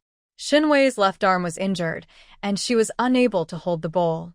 She could only hold the spoon with her right hand and drink the porridge with her head down. King Yan picked up the porridge bowl, stirred the porcelain spoon, and fed Shen Wei the porridge himself. Shen Wei's pretty face was red, her lips were soft, as if she was shy. "Your Majesty, I don't need to trouble you with such a small matter. Just let Kai Ping do it." King Yan smiled fondly. "Be obedient and open your mouth." Wei opened her mouth silently. After a bowl of porridge, Shen Wei said she was full. The time for King Yan to go to court was coming soon, so he got up and prepared to leave Fangfei Garden. Before leaving, King Yan walked around his vegetable garden twice. He personally planted vegetable seedlings 2 months ago, and now the vegetable garden is full of vitality. The cabbage seedlings and radish seedlings are growing very well. Eggplants, peppers, and tomatoes have bloomed and will bear fruit soon. King Yan was satisfied, arranged his court clothes, and went to court. After King Yan left, Shen Wei drank another bowl of porridge and ate half of the plate of stewed pigeon. She is still on the thin side and needs to gain weight. After eating and drinking, Shen Wei took a leisurely walk in the yard to eat and check on the decoration of Fangfei Garden. Seeing that the weather is getting hotter and hotter, summer is coming, and the overall style of the yard should also tend to be summer-oriented. "Master, the princess is here." Kai Ping ran over to remind her. Shen Wei Lu Ye's eyebrows were slightly raised, and she brought the maid and Inuch from Fangfei Garden to greet her at the gate of Fangfei Garden. The princess, who held a high position, rarely came to the dilapidated courtyard where her concubine lived, which was inconsistent with her status. But Shen Wei took a risk and saved King Yan yesterday. This matter has spread in Yanjing, and everyone praises Shen Wei's courage. As the princess of Prince Yan's palace, the princess had to visit Shen Wei in person. At least the surface etiquette must be in place. The courtyard where the concubines lived was in the most remote southwest corner of the palace. Along the way, there are dilapidated flowers, plants and trees, and moss covers the old eaves. The princess covered her nose. She really didn't want to step into this dirty place. After walking, the princess and her party arrived at Fangfei Garden. When the princess saw the beautiful little courtyard, she almost thought she had seen it wrong. The courtyard walls of Fangfei Garden have all been renovated. Beautiful lotus leaves and lotus paintings are painted on the courtyard walls, and pink crepe myrtle sticks out of the wall. There are 2 lovely lanterns hanging on the eaves of Fangfei Garden. The ground under the eaves is covered with some fluffy green grass. Shen Wei was wearing a bright yellow skirt, standing at the entrance of Fangfei Garden, with the spring breeze blowing like a fairy in a painting. The princess was a little surprised. She originally thought that the courtyard where Shen Wei lived was averagely decorated, but she didn't expect that it was decorated so exquisitely by Shen Wei. Greetings to the princess. Shen Wei led the maids and eunuchs to salute. The princess' expression remained unchanged as she walked into Fangfei Garden. The scenery in the courtyard even surprised the princess. It's like a little fairyland here. There are crepe myrtle trees planted on the edge of the yard, with bougainvillea in full bloom below, and the grass is green. There is also a winding path paved with cobblestones in the middle, surrounding the entire yard. In a circle, there is a small vegetable garden not far away, with eggplants blooming and crops growing vigorously. The lotus leaves in the pond are green, and it's not summer yet, and the little lotus has just revealed its sharp corners. The entire Fangfei Garden exudes a vigorous vitality, which is incompatible with the gloomy and rigid palace. Shen Wei, it's really rare that you sacrificed your life to save the prince. The princess clapped her hands, and a dozen maids came over carrying trays and stood in 2 rows. In the tray, there are some jewelry, pearls and jades, silk and satin, as well as gold and silver. Shen Wei's heart skipped a beat when she saw it. Money, money, money, so much money. The princess said slowly, "When my mother learned that you sacrificed your life to save the prince, she sent someone to give you 100 taels of gold and a century-old ginseng to praise your contribution. Princess Zhaoyang gave you 10 pieces of silk. I also gave it to you, 2 boxes of pearls and 2 pairs of jade bracelets." Shen Wei was frightened and quickly saluted. Aunt Rong took Kai Lian and Kai Ping to take the rewarded jewelry, gold and silver, and put them into Shen Wei's personal treasury. The princess greeted her after some greetings and then said, "The most important thing is to take good care of yourself and give birth to children for the prince as soon as possible." Shen Wei's body moved slightly, and she lowered her head with a wry smile. Back to the princess, "Of course, I want to give birth to the prince. But I'm not blessed with good health, so I haven't been able to get pregnant yet." It has been 2 months since she was favored, and she relied on drinking Beezy decoction to prevent her pregnancy. Otherwise, with King Yan's terrifying frequency of 7 times a night and lasting strength, Shen Wei would have been pregnant long ago. But Shen Wei pretended not to know about Beezatang. The pity in the princess's eyes flashed away. This poor woman didn't know that the person next to her pillow secretly replaced her body-replenishing medicine with Beezy decoction. After all, the prince is a cold person. Even though Shen Wei was full of love for the prince only regarded her as a bed warmer. "It's good for you to recover from your injuries." The princess didn't want to stay any longer and was about to leave. Shen Wei respectfully sent the god of wealth out. The princess left with the maid and the old nanny. At the corner, the princess turned around. The princess looked at Shen Wei standing at the door and seemed to see herself in a trance when she was once full of vigor. Unfortunately, the years later smoothed away the edges and aspirations. Aunt Lu followed the princess and whispered, "Princess, Zhang Yu's injuries in the side hospital have been mostly healed, and she can serve the prince." That Zhang Yu was also tenacious and received dozens of sticks. Unexpectedly, he recovered very quickly. Quick. The princess said calmly, "I will make Zhang Yu my concubine and give her a residence. The rose garden next to Fangfei Garden is still vacant. Let Zhang Yu live in it." With the new person coming, Shen Wei, the old person, should also slowly withdraw from the stage. The princess has been married to King Yan for 10 years, so she naturally knows how unkind the person next to her is. King Yan's love has a time limit, and no woman will be King Yan's exception. Shen Wei received a large number of rewards, and she happily counted the gold, silver, and jewelry. "My little treasury is becoming more and more abundant. Of course, as an excellent boss, Shen Wei understands the principle of be rich and honorable, but never forget each other. She called Grandma Rong, Kai Lian, Kai Ping, Ji Xiang, and Deshan. Shen Wei gave Aunt Rong 20 taels of silver. Aunt Rong was old and hard-working. She was responsible for managing the maids and eunuchs every day. She also had to complete the tasks assigned by Shen Wei on time and teach Shen Wei etiquette.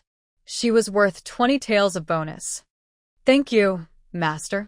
Nanny Rong burst into tears of gratitude. Shen Wei smiled and said, "Mom has been working hard recently. I will cut these 100-year-old ginseng in half and give it to you. Cut a little and soak it in water to drink every day to nourish the spleen and lungs." Aunt Rong's eyes filled with tears. The century-old ginseng gifted by the queen is naturally extremely valuable.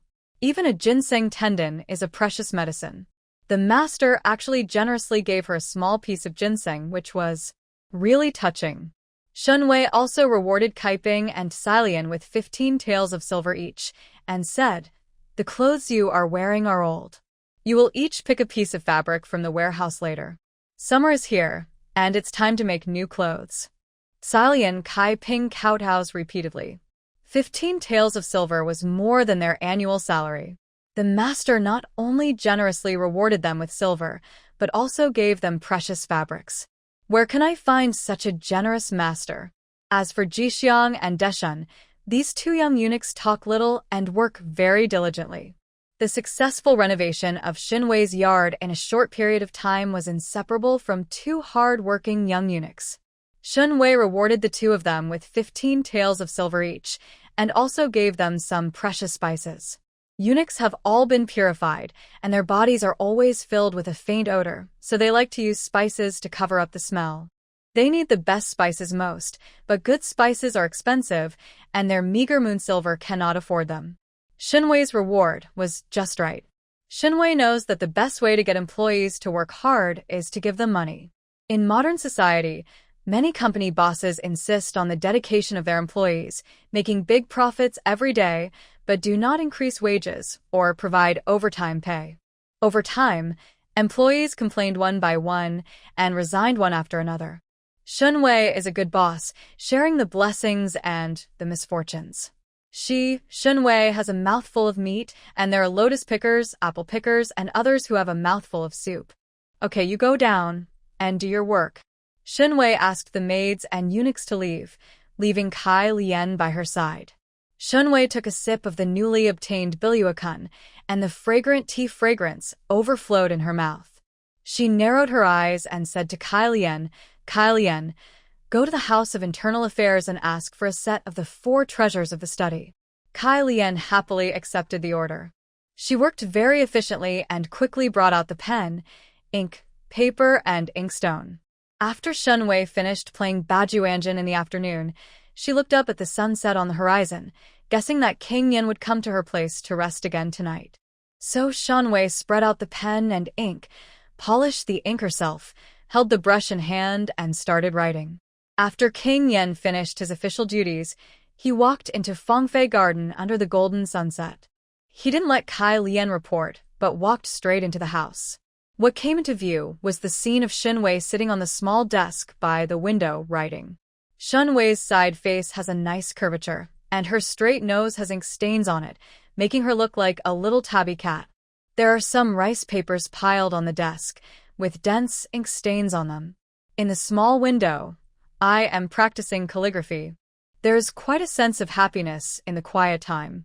The fatigue accumulated by King Yen from being busy with official duties during the day disappeared when he saw Shen Wei. "The injury on your arm hasn't healed yet, so what are you doing?" King Yan's voice, as low as whine, floated into Shen Wei's ears. Shen Wei turned her head. Her almond-shaped eyes seemed to be shining. "Your Majesty, you are back." King Yen strode over and sat down across from the desk.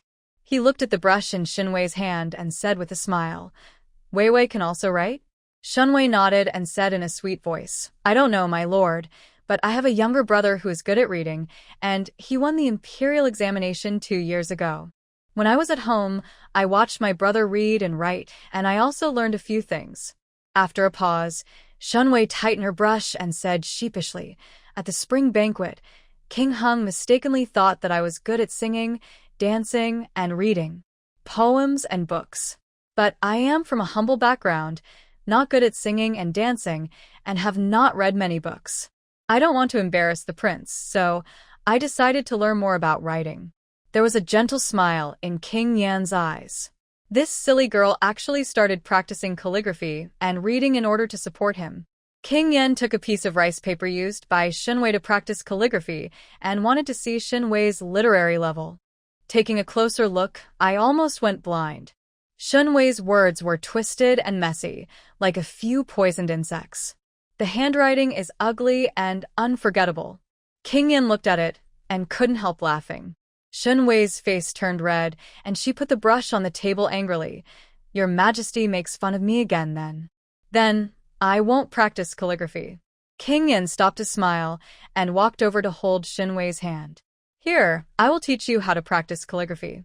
Big hands clasped small hands, and King Yan taught Shen Wei how to practice calligraphy by.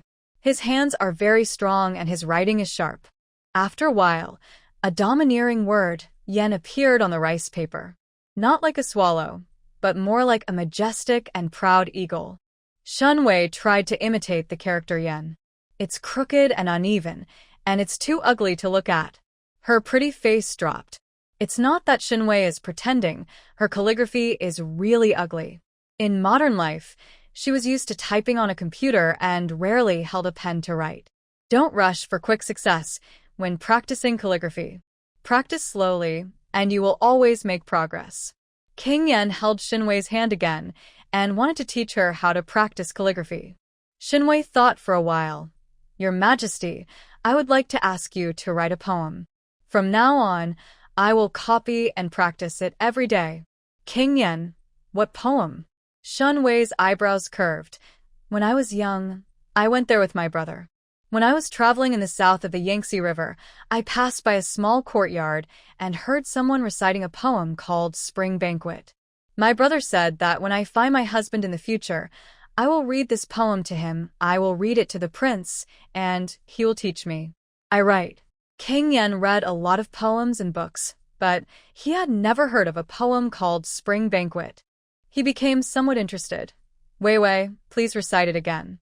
Shen Wei raised the corners of her pink lips and began to recite the poem, Spring Banquet, a glass of green wine, and a song. "Say goodbye to Chen Sanyuan again.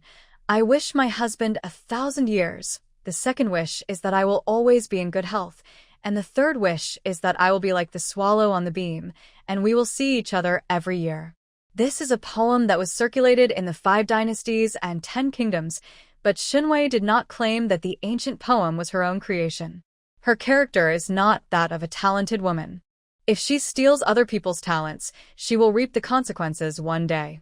We meet each other every year. King Yan pondered this poem carefully. Although the poem was popular, every word was full of love.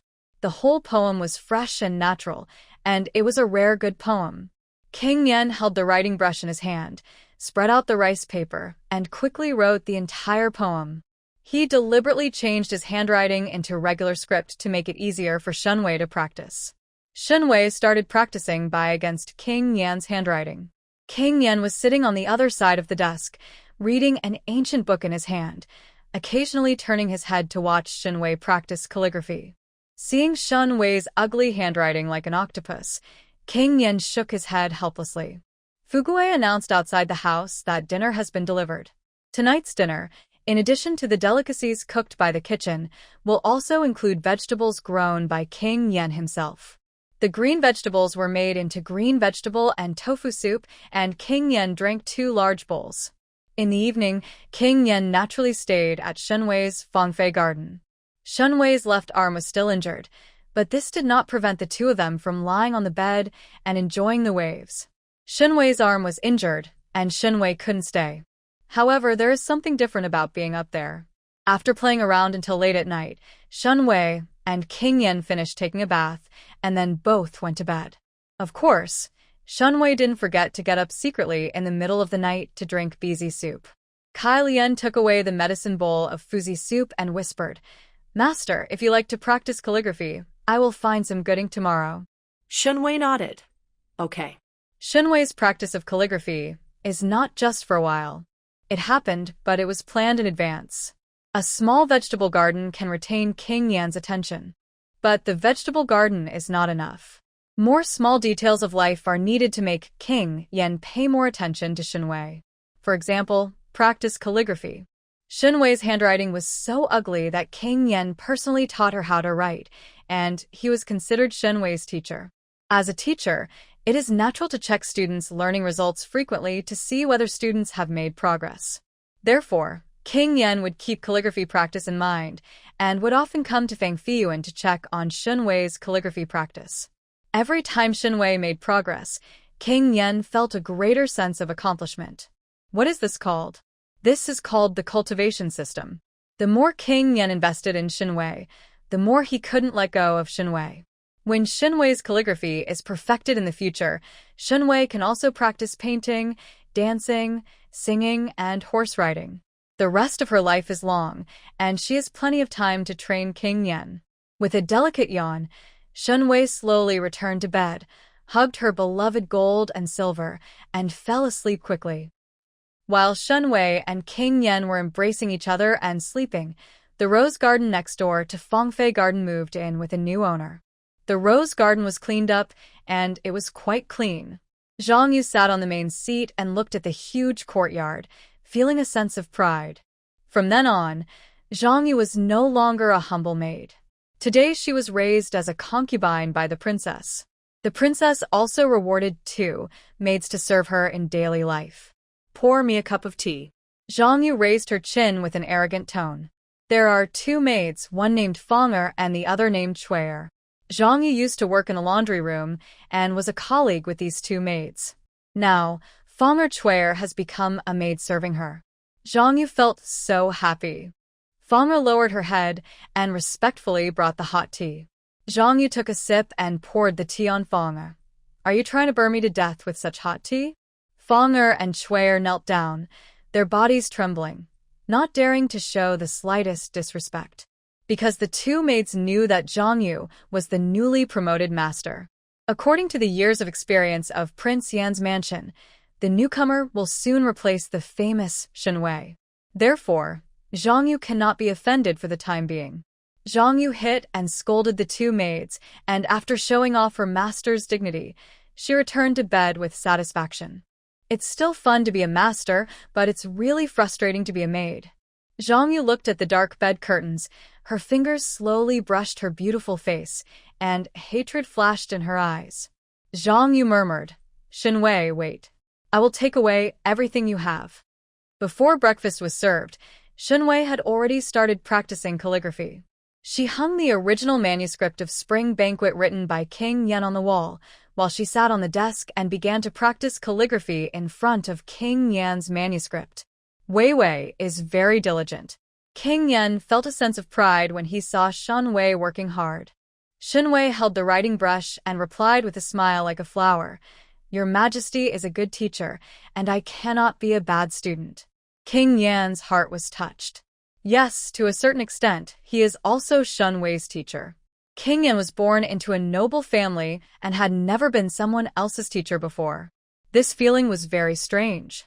Shen Wei continued to focus on practicing calligraphy. One after another, it was still crooked, and King Yan frowned. He sat aside and patiently taught Shen Wei how to practice calligraphy and did not stop until breakfast was served. After breakfast, King Yan went to court with his wealth and bodyguards. Shen Wei stood at the door of Fangfei Garden and watched King Yan leave. Then, Shen Wei looked at the rose garden next to her. Master, Zhang Yu moved in yesterday. Cultivating told Shen Wei the gossip she had learned. Shen Wei didn't take it seriously. The palace is like a big company, and the wives and concubines in the back house are the employees of the palace. It is normal for new employees to occasionally come to the company and compete for performance. There is no need to panic or be afraid. As an old employee, all Shen Wei has to do is work hard to improve her abilities and work harder than Zhang Yu to earn performance. She started jogging around the yard to get some exercise.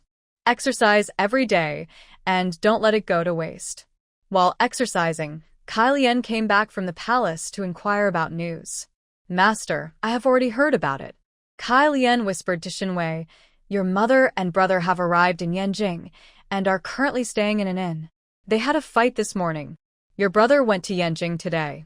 She was gambling in the gambling shop, while Madame stayed in the inn to make embroidered handkerchiefs and sell them for money. Shen Wei stopped jogging and took the towel from Kaiping to wipe her sweat. Groom me. I'm going to see my mother. In the palace. The status of the concubine and the maidservants of the concubine were low, and the relatives of the concubine were not qualified to visit the palace. Therefore, Shen Wei could only go out to visit relatives, but she still needed to apply to the princess. The princess did not make things difficult and asked Shen Wei to come back before noon. When Shen Wei went out this time, she did not take lotus or apple pickers with her. She only took with her the fierce-looking Aunt Rong and 2 young eunuchs, Ji Xiang and Deshun. Before setting off, Shen Wei deliberately put on the shabbiest clothes, smeared her face, then put on a white curtain to cover her face, and left the palace with Aunt Rong through the back door. Ji Xiang and Deshun catch the car, and Shen Wei takes the car to the inn. On the small carriage, Nanny Rong was wearing gold and silver, and she looked like a wealthy nanny from the palace. On the other hand, Shen Wei was wearing very shabby clothes. Grandma Rong clenched her handkerchief tightly and couldn't help but confirm again, Master, do you really want to act later? Shen Wei nodded. Of course. She wanted to explore Shen's mother's character. Therefore, Shen Wei will suffer miserably this time. She is no longer the glorious Shen Wei in the palace, but a weak and pitiful concubine who has been bullied. The carriage arrived at the inn. Shen Wei and Grandma Rong got out of the car and entered a low-key room in the inn in a low-key manner. Shen Wei knocked on the door, and a woman's gentle voice came from the room. Here it comes. With a creak, the wooden door opened. Shen Wei raised her eyes, and in front of her eyes was a middle-aged woman wearing coarse skaboo clothes, with a skinny figure and gray hair on her temples. This person is Shen Wei's biological mother.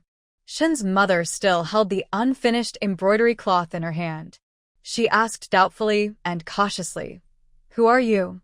Shen Wei took off her white curtain hat, revealing a beautiful and refined face. The only drawback is that the corners of his mouth are black and blue, his temples are red and swollen, and his eyes are red. Looks like he's been bullied. The unfinished embroidery cloth in Mother Shen's hand fell to the ground with a splash, and she said tremblingly, Third girl. My third girl. Shen Wei's eyes were red, and she called skillfully, Mother. Mother Shen taking Shen Wei's hand and entering the room. Come and sit down, kid. I haven't seen you for several months. Third girl, you have lost a lot of weight. Seeing Shen Wei with a bruised nose and swollen face, Mother Shen's heart felt like a knife. Mother Shen opened her package tremblingly, took out a money bag from it, and cried, Third girl, Mother asked the villagers to borrow 10 taels of silver to redeem you. Come home with Mother, lest it's not appropriate for a maid to suffer. Shen's mother was seriously ill at first. Shen Wei was forced to sell herself into slavery for money. Shen's mother was worried day and night. After she recovered, she worked farm work, weaving and embroidery, and borrowed money from fellow villagers, and finally collected 10 taels of silver. Shen's mother set out overnight to Yanjing to redeem Shen Wei from the palace. Mother. Thank you. Seeing the 10 taels of silver, Shen Wei's doubts were quickly dispelled. Shen's mother did not favor boys over girls. She took good care of every child. However, Shen Wei lowered her head and wiped the tears from the corners of her eyes. Mother. But my daughter can no longer leave the palace, and I have become the prince's concubine. Mother Shen was stunned. She didn't know that Shen Wei had become the concubine of the palace. But Mother Shen knew that being a concubine would not end well. Shen's mother clearly remembered that the old rich man in their village had more than 10 concubines. These concubines were tortured miserably by their mistresses, and their blood-stained bodies were often carried out, dying in miserable conditions. Now that Shen Wei has become the prince as concubine, she will probably suffer a lot of torture. Mother Shen's heart was as sharp as a knife, and she burst into tears in a panic. Then, what should I do? I I will kowtow to the prince and princess and beg them to release you from the palace." As soon as she finished speaking, outside the house a surprised voice came. "What? Third sister, you became the princess concubine?" Shen Xiuming, who was gambling, came back. As soon as he entered, he heard the news that Shen Wei was his concubine. Shen Xiuming couldn't hide the surprise on his face. "Third sister, it's good for you to be a concubine. Won't I become King Yan's biological brother? From now on, I can walk around Yanjing." Shen Xiuming is 17 years old, and he looks handsome. Ruffian. Who would have thought that when he was young, he was a well-known prodigy and won the imperial examination at a young age. Today, Shen Xiuming is a womanizer, drinks and gambles, and has become a trash that everyone laughs at. "Third sister, how much is your monthly silver as a concubine? Do you have 10 taels of silver?" Shen Xiuming looked at Shen Wei longingly. But when he saw the shabby clothes on Shen Wei's body and the bruises on her face that hadn't dissipated, Shen Xiuming couldn't help but be stunned. Shen Wei, embarrassed, took out her money bag and handed it to Shen Xiuming. With tears in her eyes, she said, "Sister only has 1 tael of silver left. The rest of the money was taken away by Grandma. But don't worry, brother. My sister will definitely work hard to make money for you. My brother is a civil servant and will one day pass the imperial examination," he said. Shen Wei pushed the money into Shen Xiuming's hand, her eyes full of concern. The old money bag was stained with blood and smelled weird. Holding the money handed over by Shen Wei, Shen Xiuming suddenly felt that it was very hot. "You silly girl. Keep the money for yourself. Don't give it to this beast like him." Seeing this, Mother Shen took the money bag back and stuffed the 10 taels of silver back into Shen Wei's hands. Shen Wei held the money and shed tears. "Mom, brother, it's really hard for my daughter to live in the prince's palace. The prince is cruel and often tortures my daughter to death. Other concubines bully me every day and made steal my things. She was beaten and scolded at every turn. My daughter knelt in front of the princess for 2 days before begging for a chance to leave the house to see her mother and brother." Shen Wei wiped her tears and slipped her sleeves. Her fair arms had circles of red marks, blue and purple, and looked scary. This was actually left behind by King Yan and her. Shen Wei's skin is special and can turn red even with a gentle pinch. Her arm looked badly injured, but in fact it was not injured at all.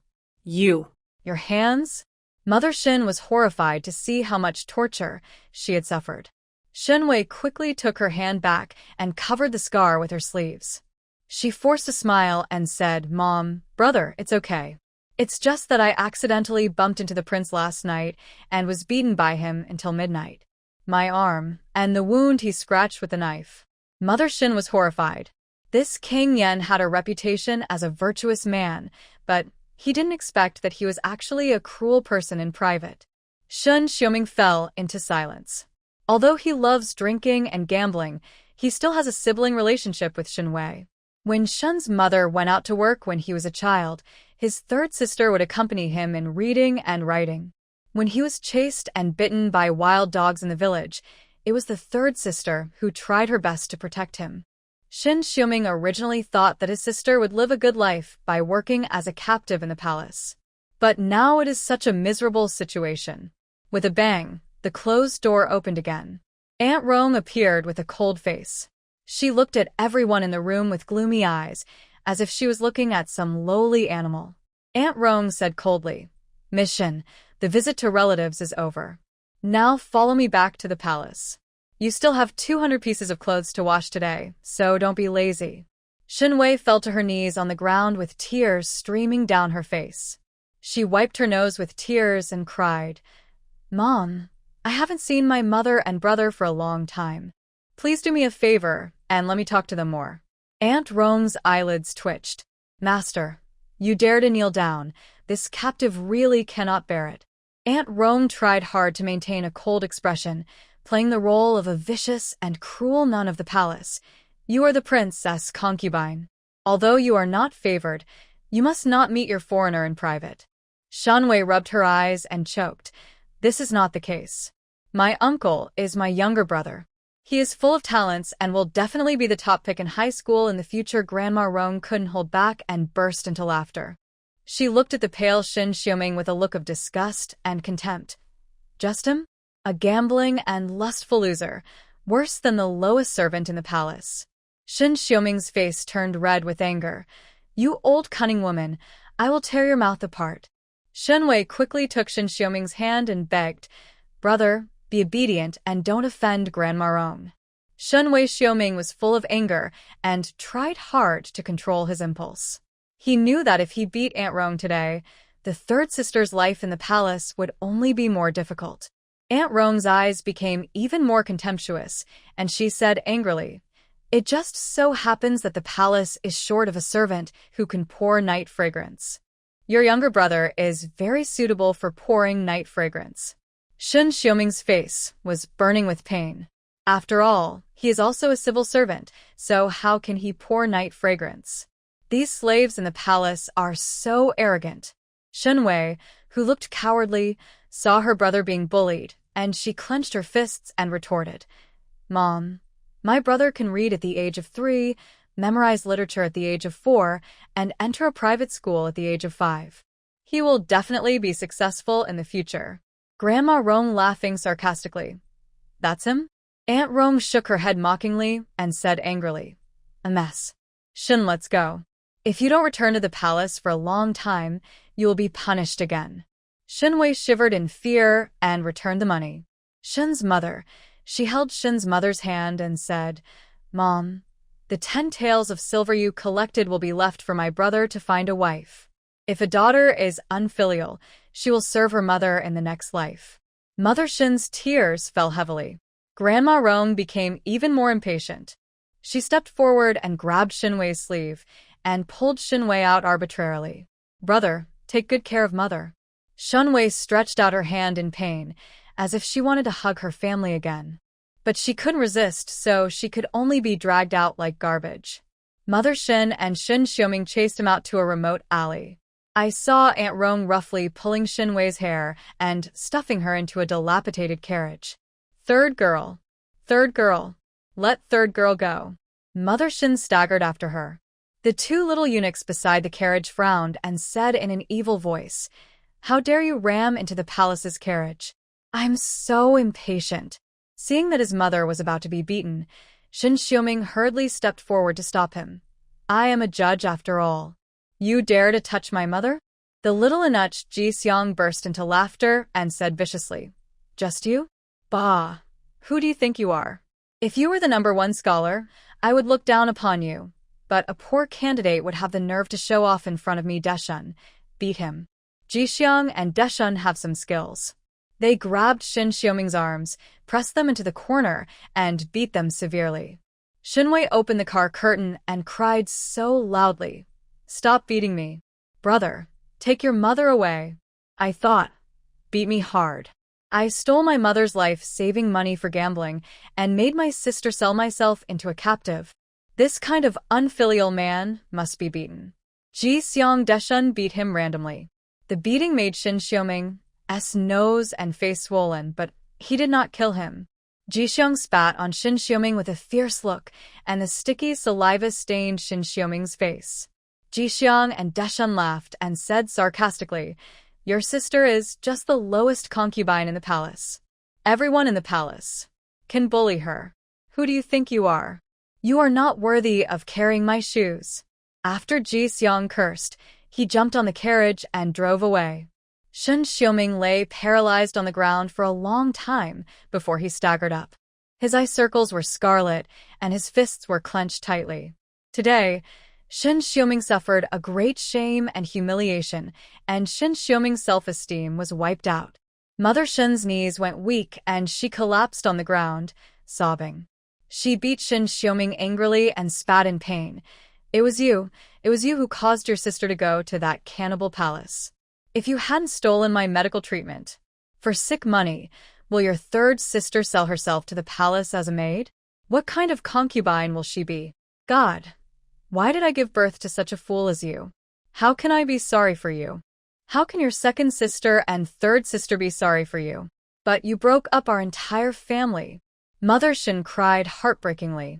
Shen Xiuming lowered his head, feeling guilty, self-blame, angry, and unwilling. He bit his lip so hard that the corner of his lip bled.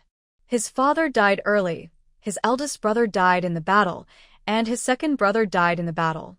The elder sister suffered a lot in Shu. The third elder sister lived a life worse than death in the palace, and the mother is now old. No one in this family can protect him from the wind and rain, and the family can only rely on him to support it. Thinking of all the things he did in the past, Shen Xiuming wanted to hit the wall due to his bad deeds. With his bruised face, Shen Xiuming knelt down in front of Shen's mother, raised his hands and swore, "Mom, I will study hard and save my third sister from the fire next year at Chunwei High School." Shen Wei was trapped in the palace all her life. She had no one to rely on, and her parents' family was still an ordinary farmer. Shen Xiuming decided to study hard and enter the officialdom in the future. He wanted to shoulder the burden of the family's prosperity, and he was Shen Wei's backer.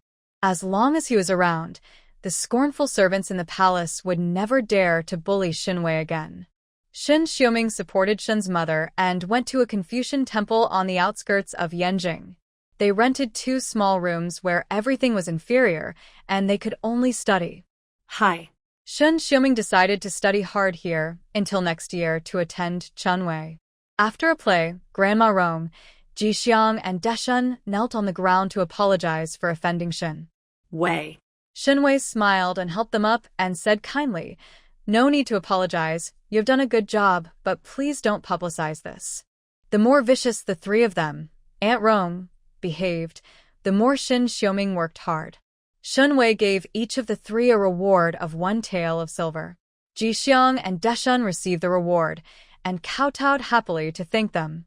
Shen Wei left Aunt Rong behind, whispered to her, "Mommy, my brother is really useless.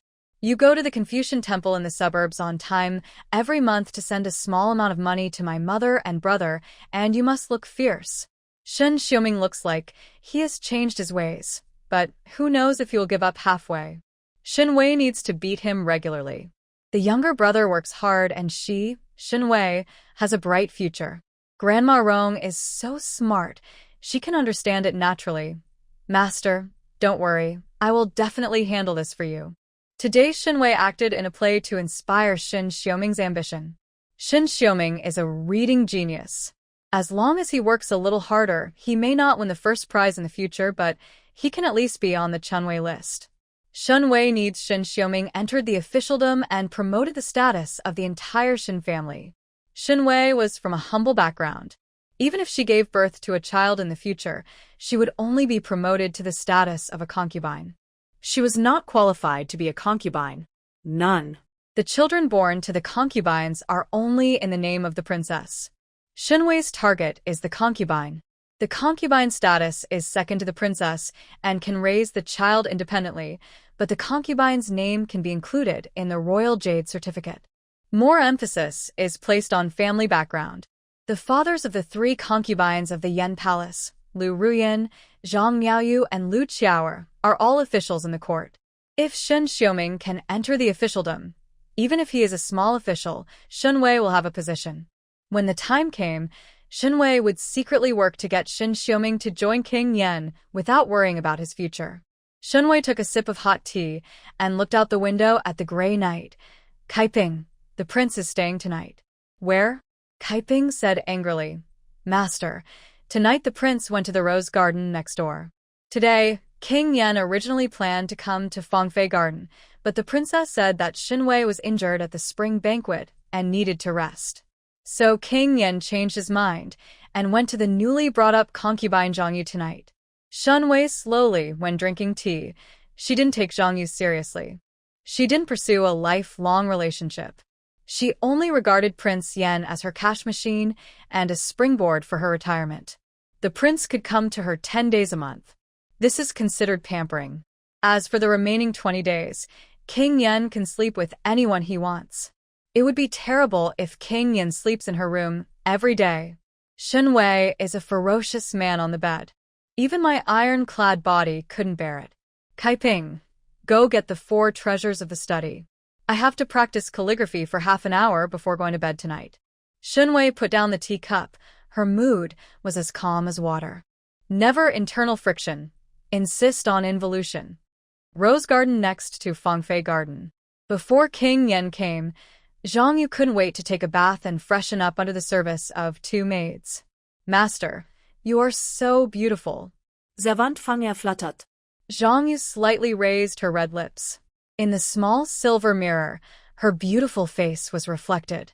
The fair oval face, watery big eyes, graceful and slender figure, Zhang Yu's own appearance very satisfied. When King Yen comes, she will do her best to capture King Yan's heart.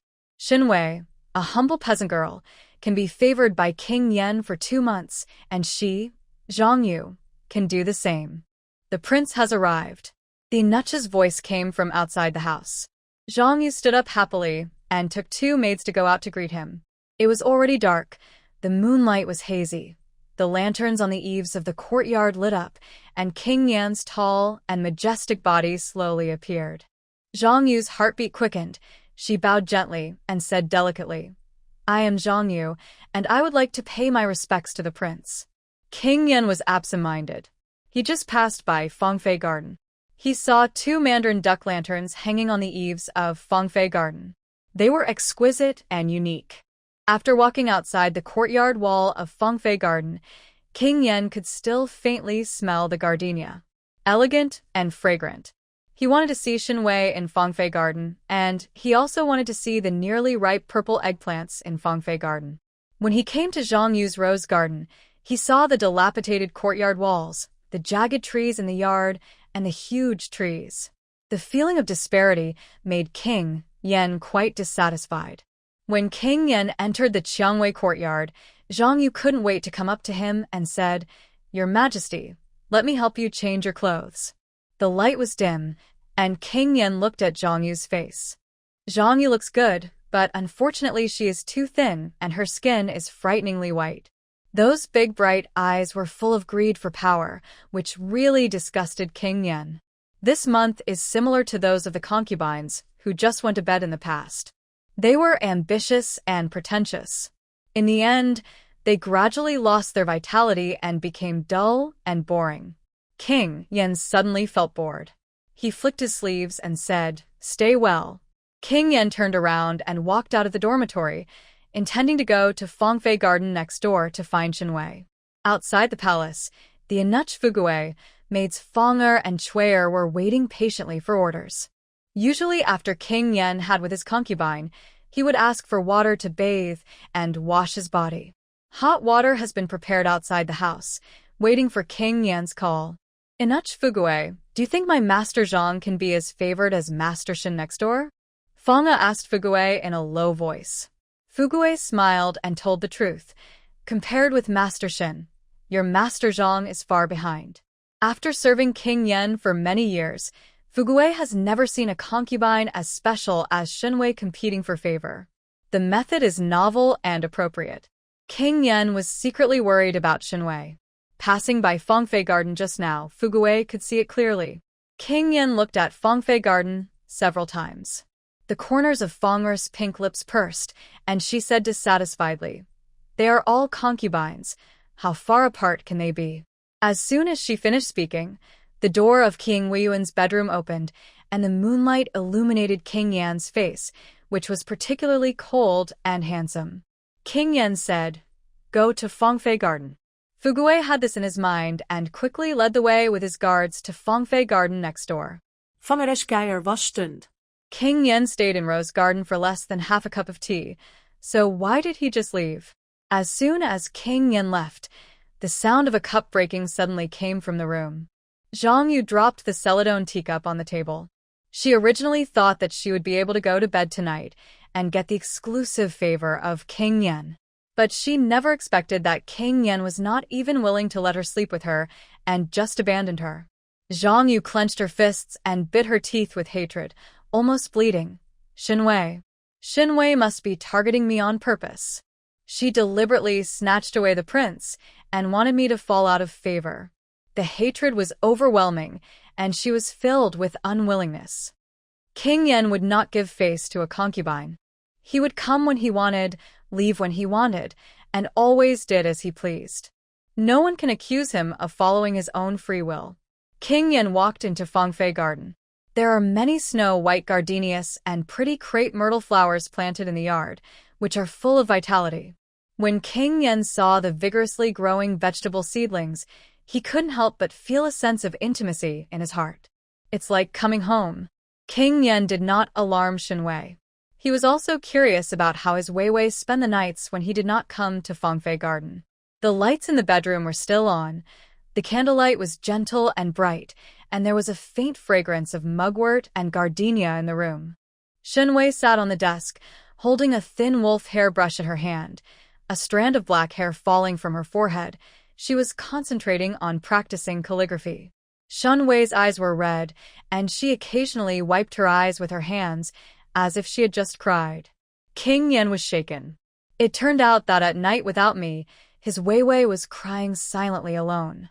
King Yen automatically thought, she is just a weak and pitiful woman who cannot get everything from her husband. Seeing her husband doting on other concubines, Shen Wei did not dare to be jealous and could only hide in the house and cry secretly. Still practicing calligraphy? King Yen asked with a smile. Shen Wei failed to hold the brush in her hand and fell onto the rice paper. There was a bright black ink mark left on the copybook that had just been written. Shen Wei's eye circles were still red, and the corners of her pink lips were parted, as if she didn't expect King Yen to suddenly arrive. Then Shen Wei threw down the brush in surprise and ran over. "Your Majesty, you are back." King Yen hugged her slender waist and hooked his fingers on the bridge of her nose. "If I don't come, Wei is still crying secretly." Shen Wei shook her head and denied. "I didn't cry. The prince made a mistake." She really didn't cry. She didn't care who King Yen slept with. The red circles under my eyes were because when I was practicing calligraphy just now, I accidentally poked my eyes with the end of the brush. She rubbed it a few times and her eyes turned red. What a tough talk. King Yen couldn't help shaking her head. Her eye circles were so red. She was still pretending to be strong. King Yen walked to the desk and looked at Shen Wei's calligraphy. Shen Wei was still writing Spring Banquet. She had already written 3 pages, and her handwriting was still crooked and ugly. King Yen looked at Shen Wei's beautiful face, then looked at the ugly words, and sighed quietly. "Come, I will teach you how to write it again." The candlelight was gentle, and King Yen asked Shen Wei to sit in his arms, holding Shen Wei's white and tender hand. With his hands, he taught her to write by. After writing and writing, I wrote on the bed. Shen Wei took off her clothes and shyly hid in the bed, with a shy and frightened look in her eyes. "My handwriting is not good. Please don't punish me." Body. King Yan's Adam's apple rolled. For some reason, he suddenly felt that he was not the prince now, but Shen Wei's tutor, and Shen Wei was his student. Looking at Shen Wei's shy and timid eyes, King Yen held her fair chin and said deliberately and fiercely, "I taught you several times, but you haven't finished writing yet. You should be punished." Then he punished her until midnight. King Yen only felt that the aftertaste was endless and extremely enjoyable. He changed his identity and became friends with Shen Wei, and he was actually so happy that it was unfathomable. As an ancient person, King Yen certainly didn't know that this behavior was called role-playing. The two of them quarreled late into the night and called for water several times before finally falling asleep. The next day, King Yen went to court. Shen Wei rubbed her sore waist and started running around Fangfei garden in the morning. While running, Fangfei broke into an uninvited guest. Zhang Yu walked in aggressively and said angrily, "Shen Wei, you are so shameless. The prince clearly stayed at my place last night, and you actually seduced him into your poor yard." Zhang Yu held back her anger. After King Yen left this morning, Zhang Yu dared to come to Shen Wei to settle the score. Shen Wei stopped jogging, took the towel handed by Kiping to wipe her sweat, and said slowly, "The prince's legs are on him, and he can go wherever he wants. If you are dissatisfied, just talk to the prince in person." Zhang Yu choked. How could she, an ordinary concubine, have the guts to make trouble with King Yen? Zhang Yu stared at the red mark on Shen Wei's neck and snorted coldly. I will go to the princess to complain and see how the princess punishes you. Zhang Yu turned and left. Shen Wei didn't take it seriously and continued jogging to exercise. Master, if the princess listens to the slander, what should she do if she is convicted? Kai Lian was a little worried. Shen Wei said calmly, the princess will not pay attention to my concubine's clumsy ways of fighting for favor. This princess is as pale as a chrysanthemum. The more Zhang Heng and domineering Shen Wei becomes, the less the princess will take Shen Wei to heart. Sure enough, Zhang Yu went to the princess to complain in tears, but the princess was not in the mood to care. The princess sat in the main seat and rubbed her brows tiredly. No one can interfere with whoever the prince favors. Zhang Yu shed tears, but the prince's heart is tied to that Shen Wei. The princess saw her crying, felt upset for a while, and said angrily, what's the use of crying? It's better to think about how to let the prince go to your rose garden. Aunt Lu, send Zhang Yu out. Zhang Yu left the princess's yard crying. After Nanny Lu returned, the princess put down the teacup and told Nanny Lu, this month is really useless. You can arrange for a new person to come in after a while. No child has been born in Prince Yan's house for 2 years, and the queen mother is already very dissatisfied with me. The princess is very anxious. Although Shen Wei was favored, the king of Yen gave her the pill soup. Zhang Yu was beautiful but had no brains. The other concubines and concubines in the back house were all rotten, and their stomachs were still silent. No child was born in Prince Yan's palace, and the responsibility lies with the princess. If things go on like this, the queen will definitely be dissatisfied with the princess. Aunt Lu comforted the princess. Princess, please be at ease. I have already chosen a girl. She is from Jiangnan and is already on her way to Yanjing. The princess sighed. She got up and took Nanny Lu to the study room to supervise the homework of the 2 children. Zhang Yu returned to Rose Garden and racked her brains to think of ways to win favor. She took her maid out every day, pretending to accidentally meet King Yan in the garden. With good luck, Zhang Yu finally received the favor of King Yan again 10 days later. King Yan stayed in the Rose Garden that night. Zhang Yuezhan served King Yan cautiously and jerkily. But she never expected that King Yan was so powerful. When Zhang Yu was a maid, she was malnourished and thin. Later, he was beaten with a stick and the injury lasted for a month, making him even more emaciated. King Yan just pinched her waist gently, and Zhang Yu's face was almost deformed in pain. After just one happy moment, Zhang Yu passed out. King Yan looked at Zhang Yu, who was unconscious, and his interest was greatly reduced. The maid brought hot water into the house. After King Yan took a bath and changed clothes, he could stay in the rose garden as usual. But when King Yan looked at the old and yellowed wooden bed, the red bedding on the bed that was not new, and the half-dead woman on the bed, he suddenly felt that it was an eyesore. He prefers to live at Shen Wei's place. In Shen Wei's bedroom, there are always fresh flowers on the desk. The bedding on the bed is clean and soft, and even the pillows are soft and moderate. Every time he sleeps on Shen Wei's bed, King Yan always sleeps well and is full of energy to deal with official duties the next day. As summer approaches, there are more and more mosquitoes. There are mosquitoes even in the princess's house.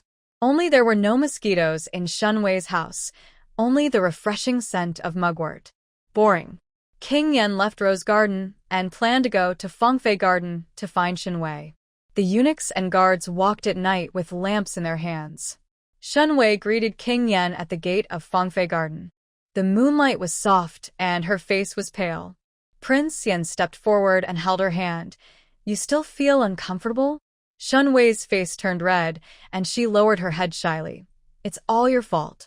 It turned out that Prince Yan stayed at Fangfei Garden last night and was not in high spirits. Shen hurt Shen Wei's leg. King Yan took pity on Shen Wei and personally held a lamp to apply anti-swelling medicine on her. Shen Wei's pretty face turned as red as a rose. King Yan looked at her red face and found it extremely beautiful. Your Majesty, please let me go tonight and let me have a good rest. Shen Wei looked at King Yan angrily. King Yan looked at her picturesque appearance and felt pity. I will only accompany you tonight. and do nothing else. Shen Wei pursed her red lips lightly. I don't believe it. A man's mouth is a liar.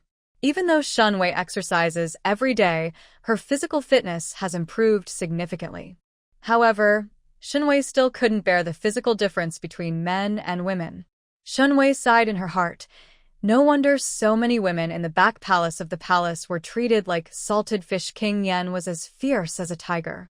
She was forced to work overtime every day, and her back ached. Shen Wei persuaded him softly. My lord, you should go back to the main room to rest tonight. Seeing this, the wealthy man next to him also reminded him in a low voice. My lord, you will stay in the East Palace in the next few days to discuss border matters with the prince. For the sake of your health, it's better to rest early tonight. King Yan was a little dissatisfied.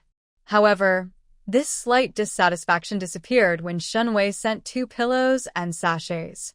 Shen Wei smiled brightly. Your Majesty, I specially made 2 mugwort velvet pillows and 2 sachets for the prince to sleep in. Kai Lian and Kaiping stepped forward, holding 2 soft mugworts in their hands. Straw pillow, 2 exquisite little sachets. King Yan looked at the 2 pillows.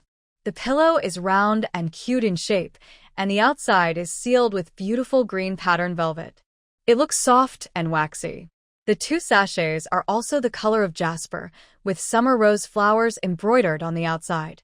They have a light fragrance and are very delicate and unique. King Yan touched the 2 mugwort velvet pillows, and his heart felt warm. This was the first time he received a pillow from a woman. King Yan said, Fugui, keep it. Fugui immediately stepped forward and put away the 2 pillows and the sachet. King Yan held Shen Wei's soft little hand, with tenderness in his eyes. Wei Wei has a good rest. I will come to see you after I finish my business. Shen Wei nodded obediently. After seeing off Queen Yan, Shen Wei returned to the bedroom and continued aerobics to improve her body's flexibility and physical strength. Her physical fitness still needs to be improved, and she must exercise well. In the main bedroom of the palace, King Yan asked someone to replace the celadone pillow on the bed. In the Qing dynasty, sleeping on porcelain pillows was a symbol of noble status. Sleeping on a porcelain pillow in summer can cool you down and drive away heat. But King Yan didn't like hard porcelain pillows, nor did he like soft pillows that sweated after being used for a long time. The mugwort velvet pillow given by Shen Wei is not only soft, but also cool, dissipates heat, repels mosquitoes, and helps you sleep. King Yan leaned on the wormwood pillow, smelling the faint fragrance of wormwood, and fell asleep quickly. Rose Garden. After King Yan left, Fang'er and Shui'er happily entered the house. The maid poured ginseng soup into Zhang Yu's mouth, and Zhang Yu barely woke up. She lay limply in the tub, feeling like all the bones in her body were being crushed. Shen Wei can actually withstand the prince? Zhang Yu began to doubt life. Zhang Yu used to watch Shen Wei go to bed, and she was still lively and full of energy every day. Zhang Yu thought that the rumors in the family about King Yan being as fierce as a tiger in bed were false. After having a good time with King Yan tonight, Zhang Yu knew that the rumors were true. King Yan is really too strong. Most women simply cannot bear it. Congratulations, master. Congratulations, master. Fang'er and Shui'er waited on Zhang Yu to bathe and change clothes, saying congratulations. Zhang Yu asked weakly, the prince went to Fangfei garden again tonight? Zhang Yu didn't understand why the prince always refused to stay in her house. She and Shen Wei are both concubines, sleeping wherever they are is not sleeping. Fang'er shook her head and said with a smile, my servant was secretly watching at the door. Master Shen of Fangfei garden blocked the prince's way and tried to lure him into Fangfei garden. But the prince did not go and went back to the main house to rest. I think it was Wang. I have begun to lose interest in Shen Wei. Zhang Yu breathed a sigh of relief, with a trace of pride in his eyes. It seems that the prince's heart is no longer with Shen Wei. The next morning, King Yan got up in high spirits and prepared to go to the East Palace to discuss matters after breakfast. War has been raging on the border between Qingua and Vietnam recently, and a lot of work needs to be done on Qingua's rear. King Yen planned to stay in the East Palace for a few days and discuss military supplies for the war with his brother. Before leaving, King Yen not only wore the mugwort sachet given to him by Shen Wei, but also asked his guards to bring 2 mugwort velvet pillows. This pillow is soft and fragrant, repels mosquitoes and dissipates heat, and is very suitable for sleeping in summer.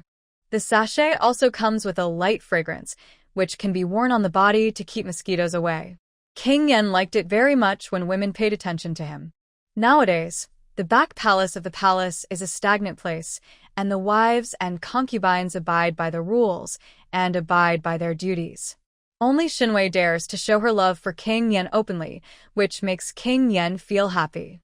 Walking to the door of the palace, King Yen thought of Shen Wei's leg injury again. He told Fugui the anti-swelling medicine sent to Fangfei before was not effective. Go to the palace to find the imperial physician and ask them to prepare a bottle of good blood activating and blood stasis removing medicine and send it to Fangfei. Fugui respectfully replied, I obey the order. I dare to ask, there are still 14 bottles of the anti-swelling medicine that I gave to Master Shen. Do you want to throw away all of them? King Yen thought for a moment, and it was a pity to throw away the discarded anti-swelling medicine. He thought of Zhang Yu in Rose Garden. Zhang Yu fainted last night. He knew that he was strong, but the woman was as thin as a skeleton and could not withstand his strength. No need to throw them away. Send them all to King Weiyuan. King Yen said no more, got on his horse, and galloped towards the palace with his guards. Fugui sighed silently in his heart. The best medicine is sent to Fangfei. Discarded medicines were sent to Rose Garden. It seems that Zhang Yu in Rose Garden is just a flash in the pan, and the prince does not take Zhang Yu to heart at all. Fugui took 2 anti-swelling medicines and went to the back house. He first went to Fangfei and enthusiastically transferred the good medicine prepared by the Thai hospital to Shen Wei. Thank you so much, father-in-law. Pick the lotus and give some of my new spices to my father-in-law. Shen Wei put away the anti-swelling medicine. Kai Lian handed the small packet of expensive spices to Fugui. Fugui took a sniff and found that it was a fine Western spice that could completely cover up the smell on his body. Even the father-in-law in the palace may not have the opportunity to use it. Fugui was so moved that he said a few more words. Master Shen, your medicine was prepared by the Taiyuan hospital itself. Although there is only a small bottle, the medicine is very effective. It shows how much the prince cares about you. Shen Wei smiled slightly. I'm sorry to bother you, Mr. Fugui, but I would like to thank you for your kindness. Fugui said, Master Shen, you're welcome. When leaving Fangfei Garden, Fugui also went to see the vegetables he had planted. The green eggplant seedlings have grown up and produced 5 or 6 large and small eggplants. Among them, one eggplant grew best and looked round and chubby. Fugui could wait to pick the eggplant and planned to taste it at noon. This is an eggplant he planted himself. It must taste delicious. Fugui held the eggplant and went to the rose garden next door to deliver something. Zhang Yu was overjoyed and greeted her at the door happily. Fugui gave Zhang Yu 14 bottles of swelling and sore medicine, saying that this was the wish of King Yen, and asked Zhang Yu to take good care of himself. The corners of Zhang Yu's lips curled up. The prince was too generous and actually gave him 14 bottles of golden sore medicine. Enoch, will the prince come to my place tonight? Zhang Yu couldn't wait to ask. Fugui shook his head and said in a polite tone, Your Majesty has been busy with official duties these days. I'm afraid he won't have time to spare. Master Zhang should take good care of himself. Zhang Yu thanked him repeatedly. She wanted to give the rich a reward, but Zhang Yu was short of money, and the money for being a concubine had not yet been distributed. But if you don't give something to Fugui, you will inevitably be scolded by Fugui's manager in the future. Zhang Yu's eyes fell on Fugui's hand and saw a chubby purple eggplant. Zhang Yu laughed in her heart. This eggplant should be a gift from Shen Wei. Shen Wei was so stingy that she actually gave the wealthy manager a broken eggplant, and she wasn't afraid of being laughed at if she spread the news. After thinking about it, Zhang Yu selected a bottle of anti-swelling gold sore medicine from the 14 bottles of gold sore medicine given to her by King Yen and sent it to Fugui. Father, I don't have anything good here. This bottle of gold sore medicine is for you. Give it to your father-in-law. It's at least more valuable than this ugly eggplant. Fugue's expression froze. The eggplants he grew by himself are plump, not ugly at all. Fugue felt angry and left Rose Garden without changing his expression. When passing by the waterside of the palace garden, Fugue casually threw the bottle of anti-swollen gold sore medicine into the water. Fugue held his beloved eggplant and walked towards the kitchen. At the same time, the news that Zhang Yu went to bed last night spread throughout the palace's back house. It is said that Shen Wei of Fangfei was unwilling to give in. She waited at the door that night, trying to hook King Yan to stay overnight, but King Yan ignored her. The next day, King Yan sent his wealthy father-in-law to give Shen Wei a bottle of medicine, but he gave Zhang Yu 14 bottles of medicine. Anyone with a discerning eye can see this difference. For a moment, everyone sighed. King Yan got a new person and was already tired of his old person Shen Wei. The same script has been performed countless times in the palace's back palace.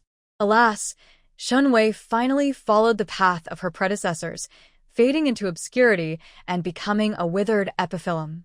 Shen Wei has been favored for 2 months and is not pregnant yet. The rest of her life will only be worse. In Kunyuan, the princess was checking the schoolwork of her 2 sons when she heard the rumors about Shen Wei and Zhang Yu. The princess smiled faintly. The fight was all in vain. Aunt Lu, how long do you think Zhang Yu will be favored? Aunt Lu said, Zhang Yu is the daughter of a merchant. Although her family is in decline, she understands etiquette and has read poetry and books. She is lucky, maybe. I can win the prince's favor for a month or 2. The princess sighed. I hope Zhang Yu can live up to her expectations and get pregnant as soon as possible. As for Shen Wei, she will be trapped in a square yard for the rest of her life, lonely for the rest of her life. But who can Shen Wei blame? She chose the path herself, and she must bear the consequences of choosing the wrong path. Qishua Pavilion. Lu Ruyan was playing chess with Lu Qiaoer. After listening to the maid's report about Rose Garden, Lu Ruyan put down the white chess piece and shook his head sadly. Your kindness is like running water. It's just a dream. Lu Qiaoer had the same emotion. When Shen Wei was favored, she was so glorious. But King Yan Liangbo lost interest in Shen Wei in just one night. Zhang Yu got 14 bottles of medicine, and Shen Wei got 1 bottle. Anyone with a discerning eye can see the difference. Lu Qiaoer sighed. I finally understand. Only by not fighting or grabbing can we be safe. Lu Qiaoer and Lu Ruyan looked at each other, feeling like they had found each other's confidants. While playing chess, Lu Qiaoer felt her neck itching, and she was bitten by a mosquito again. Lu Qiaoer was surprised and said, Sister, are there so many mosquitoes in your yard? Lu Qiaoer came to Lu Ruyan not only to play chess, but also to avoid mosquitoes. Although Lu Qiaoer was a concubine, she had offended King Yan by refusing to favor him, so her status as a concubine was reduced to the level of a concubine. The amount of mosquito smoke given to the concubine was small, it was pungent and smelly when burned, and the mosquito repellent effect was very poor. I don't like mosquito smoke, Lu Ruyan said lightly. The taste is not as elegant as plum blossoms. Lu Qiaoer. Lu Ruyan's yard has many trees and a pool, which is particularly attractive to mosquitoes. Although there is a mosquito net to block it, the buzzing sound of mosquitoes is endless and very noisy. Only mosquito smoke can effectively repel mosquitoes, but Lu Ruyan is unwilling to use it. Lu Qiaoer secretly held back her complaints. It was approaching noon, and Lu Qiaoer stayed in Lu Ruyan's yard to have lunch together. Lu Qiaoer had been eating simple food for a long time and missed the food a little bit, so she came to Lu Ruyan's place to enjoy the autumn breeze. But when lunch was served, it was all vegetarian and paired with a bottle of plum blossom wine. At first glance, the clear soup has little water. Lu Qiaoer, who wanted to eat meat and fish, fell silent. Lu Ruyan said calmly, I don't like meat and fish. Buddhism pays attention to the purity of the 6 roots, so I have always been vegetarian. Lu Qiaoer pinched the chopsticks and couldn't use them for a long time. Suddenly, I missed the days when I was pampered. I had delicacies from the mountains and seas every day. I had the best mosquito smoke in summer, the best red radish charcoal in winter. I could also eat dried fruits, honey, and pine nuts in my spare time. This idea just came to me. Lu Xiaoer hurriedly shook his head. Although you may have enough food and clothing to be favored, you may die without a burial place.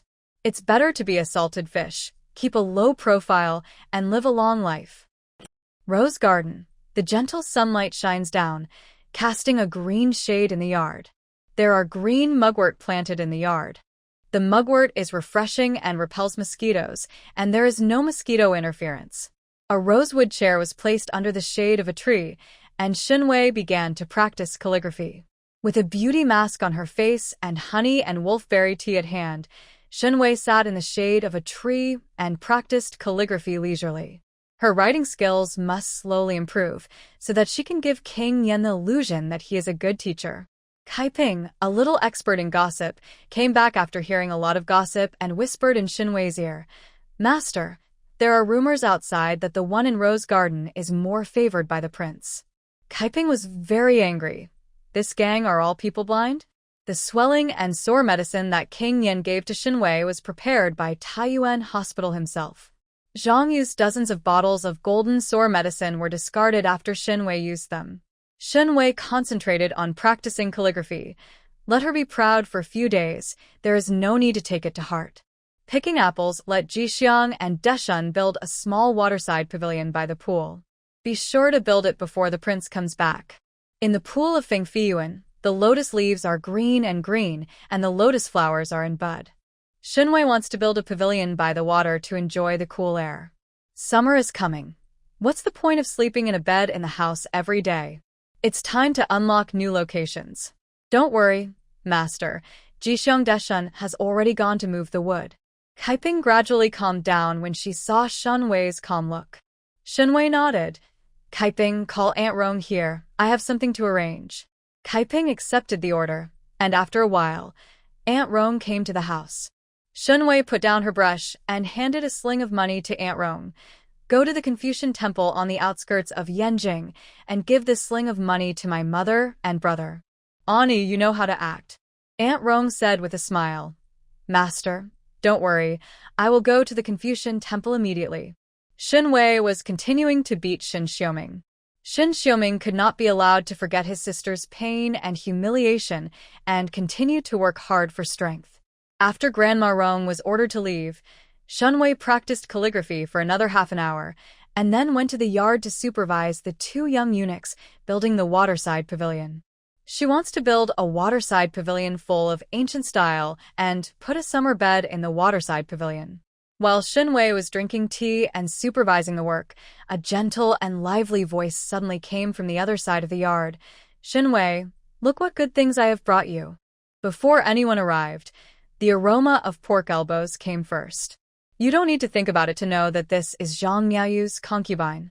Zhang Miaoyu came to Fangfei panting like a round white meatball, holding the hem of her skirt.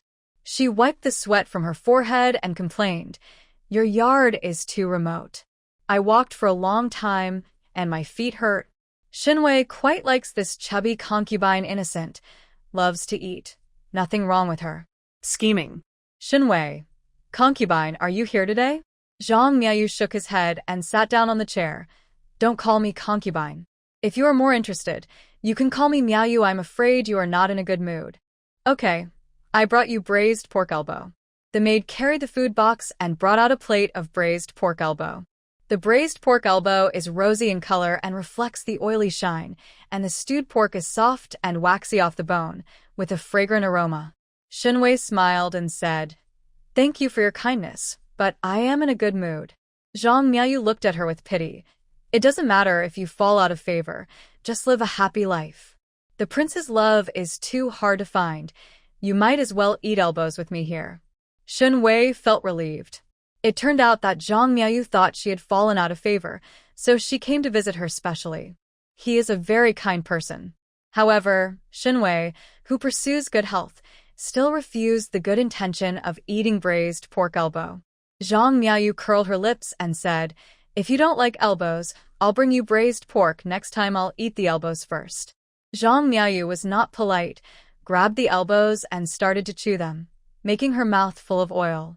She watched curiously while eating and saw two eunuchs springing in a cool bed. Zhang Miaoyu was surprised. It's such a big bed. Shen Wei smiled and said nothing. A big bed makes it easier to do things. Temple on the outskirts of Yanjing. It was dawn, and Mother Shen was sitting under the eaves weaving, the old loom making a creaking sound.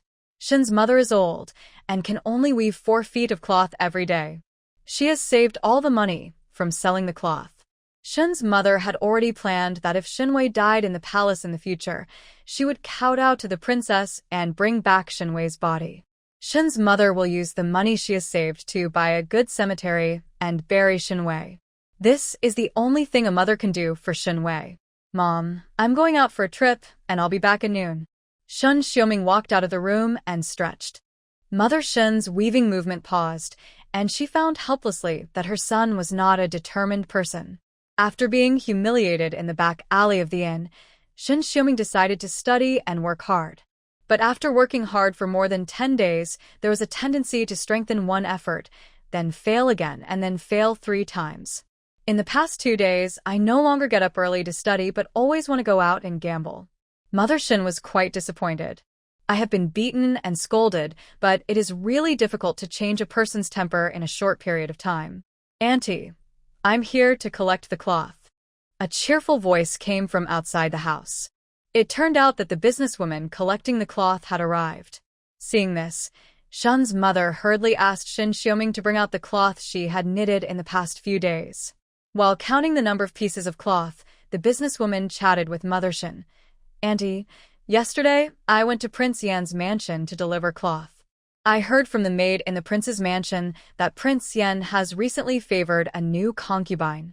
Mother Shen's expression froze, clenched his sleeves.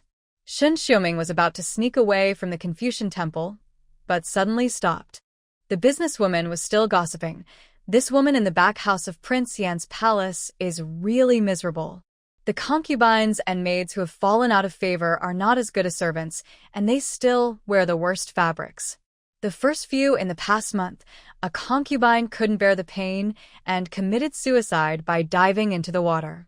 Mother Shen's heart was as sharp as a knife, and her third girl was also one of the concubines in the palace who suffered in pain. Shen Wei is able to live tenaciously now only by one breath. She hopes that Shen Xiuming will become a successful person and save her from misery. Shen Xiuming also knew the expectations of his third sister, and he couldn't help but feel guilty when he thought of all the slack he had made recently. This is 2 pennies. After inspecting the cloth, the female businessman was full of praise for Shen's mother's weaving skills. Mother Shen collected the 2 coins and sent the businesswoman out politely. Not long after the businesswoman left, an ordinary carriage stopped at the entrance of the Confucian temple. The curtain was opened, and Grandma Rong walked into the Confucian temple with great swagger. When she saw Mother Shen weaving under the eaves, she let out a long snort. Mother Shen was shocked. Why are you here? Where is my third girl? Did something happen to her? Shen Xiuming, who was studying in the room, was also alarmed. He ran out vigilantly and protected Mother Shen. Aunt Rong clicked her tongue and said in a strange tone, I passed by the Confucian temple and was asked by Master Shen to give you money. Aunt Rong opened the money bag and threw a handful of money over. The sling of money hit the stone steps with a bang, and the coins scattered all over the floor. This is Shen's monthly silver. Keep it well. Aunt Rong said sarcastically. Then Shen is really naive, a useless mother, and a useless brother. She still thinks that her brother will become a weapon. It's just a fool's errand. Rong, the image of the domineering nun in the palace, was deeply rooted in the hearts of the people. Shen Xiuming gritted his teeth. Aunt Rong let out a bitter and harsh laugh and left slowly. In the courtyard of the Confucian temple, Mother Shen shed tears. She knelt on the ground and collected the scattered copper coins. Both mother and son knew that Aunt Rong must have deducted Shen Wei's money. But how could Shen Wei, a concubine who had fallen out of favor, dare to resist? Even though she was living in dire straits, Shen Wei still kept her mother and brother in her heart. Shen Xiuming wiped away his tears, with determination in his eyes, and turned back to the room to study. Leaving the Confucian temple, Grandma Rong returned to the carriage. Grandma Rong wiped the sweat from her forehead. It was not easy to play the role of a cunning villain. I hope Shen Langjun will never settle a score with her when he becomes famous in the future. Aunt Rong was trembling with fear when the voice of Fugui, the manager of the palace, suddenly came from outside the carriage. Aunt Rong, where are you going today? Fugui asked with a smile. Aunt Rong stepped out of the carriage and saw the wealthy steward in a brocade robe. Fugui and Aunt Rong are of the same age. Both work in the palace and are fellow villagers, so they have a good relationship in private. Grandma Rong looked at Fugui and remembered Shen Wei's instructions. Shen Wei once told Grandma Rong, when necessary, you can mention Shen Xiuming in front of rich people and princes. A smile raised on the corners of Aunt Rong's lips, and she said with a smile, I am doing something for Master Shen. Master Shen's younger brother is studying in the Confucian temple, and the master asked me to send some money every month to support him. Fugui only knew that Shen Wei was born as a peasant girl. I didn't know she had a younger brother who was a scholar. Aunt Rong seemed to mention casually, Master Shen's younger brother won the imperial examination at a young age. Now he is staying in the Confucian temple temporarily to prepare for next spring. Fugui was shocked when he heard this. I didn't expect that. Master Shen's younger brother is still a scholar. If Chunwei High School is in the future, wouldn't Master Shen's status rise with the tide? Fugui knew that Shen Wei would not fall out of favor in a short time. She was completely different from the other women in the palace's back palace, and King Yan was already attracted to her. With King Yan's favor, if Master Shen gives birth to a child in the future, and with the protection of his younger brother's official position, the position of concubine will be within easy reach. Fugui was so shrewd and immediately smiled and said, in that case, our family will go to the Confucian temple to visit later. Aunt Rong quickly stopped her and said seriously, young son likes to study in peace, so please don't disturb Shen, Mr. Fugui. If it delays Shen, we can't bear the consequences of our master's brother's studies. Fugui thought about it for a moment and gave up the idea of disturbing the Confucian temple. Fugui and Aunt Rong chatted for a while, and then parted politely. Fugui came to the suburbs today to check the income and expenditure of the Wangfu's property. When he passed the Confucian temple, he couldn't help but secretly glanced inside the Confucian temple. I happened to see Shen Xiuming reading a book by the window. Shen Xiuming and Shen Wei are siblings, and they naturally look similar. Fugui couldn't help but secretly marvel at Shen Xiuming's tall figure and hard work. When King Yan was recruiting people, he would naturally use officials who were related to him by marriage. This Shen Xiuming is motivated and diligent, and if he rides on King Yan's ship, he will definitely become a great asset in the future. This Prince Yan's mansion is probably going to be overturned. At this time, King Yan was discussing the border war with the prince in the East Palace. The Qing Kingdom and the Yu Kingdom went to war, and the only generals available to the Qing Kingdom were Shangguan Xian and Shen Xiuxian. The new emperor of the state of Yu came to the throne, and he had a brave general under his command who was very good at fighting. Today, the fighting between Qingyue and Vietnam has reached a stalemate. The prince handed a secret letter to King Yan. Yuanjing, there is news from Nanhou in the small town. He has found a way to break the situation. King Yan opened the letter and read 10 lines at a glance. Shang Guangshuan mentioned in his letter that during the war with Yu, both armies suffered heavy losses and no one could benefit. But Shang Guangshuan recruited a new military advisor with a handsome face. The military advisor conceived a weapon called a musket, which was extremely lethal. Shang Guangshuan hopes to produce this kind of weapon and improve the combat level of the Qinghua army. Musket. King Yan frowned slightly. He had never heard of such a weapon. The prince smiled and said, Gu sent people to secretly build a musket. Yuan Jing, follow Gu to the yard to see the power of the musket. King Yan and the prince came to the yard. A scarecrow wearing armor is placed in the middle of the yard, and the tiger guards use muskets to attack the scarecrow. With a bang sound, the ammunition fired from the musket actually penetrated the scarecrow's armor. The scarecrow lit up, and the bright red firelight reflected in King Yan's black eyes. King Yan's eyes darkened, and he fell into deep thought. This musket was a very destructive weapon. If you can prepare a musket battalion, you will be invincible on the battlefield. The drawings of the musket are top secret and must not be leaked. King Yan and the prince looked at each other and decided to build a musket camp. In the summer, the yard is cool, the trees are lush, and the mosquitoes are buzzing. On the back of the prince's hand, there were already several red envelopes bitten by mosquitoes.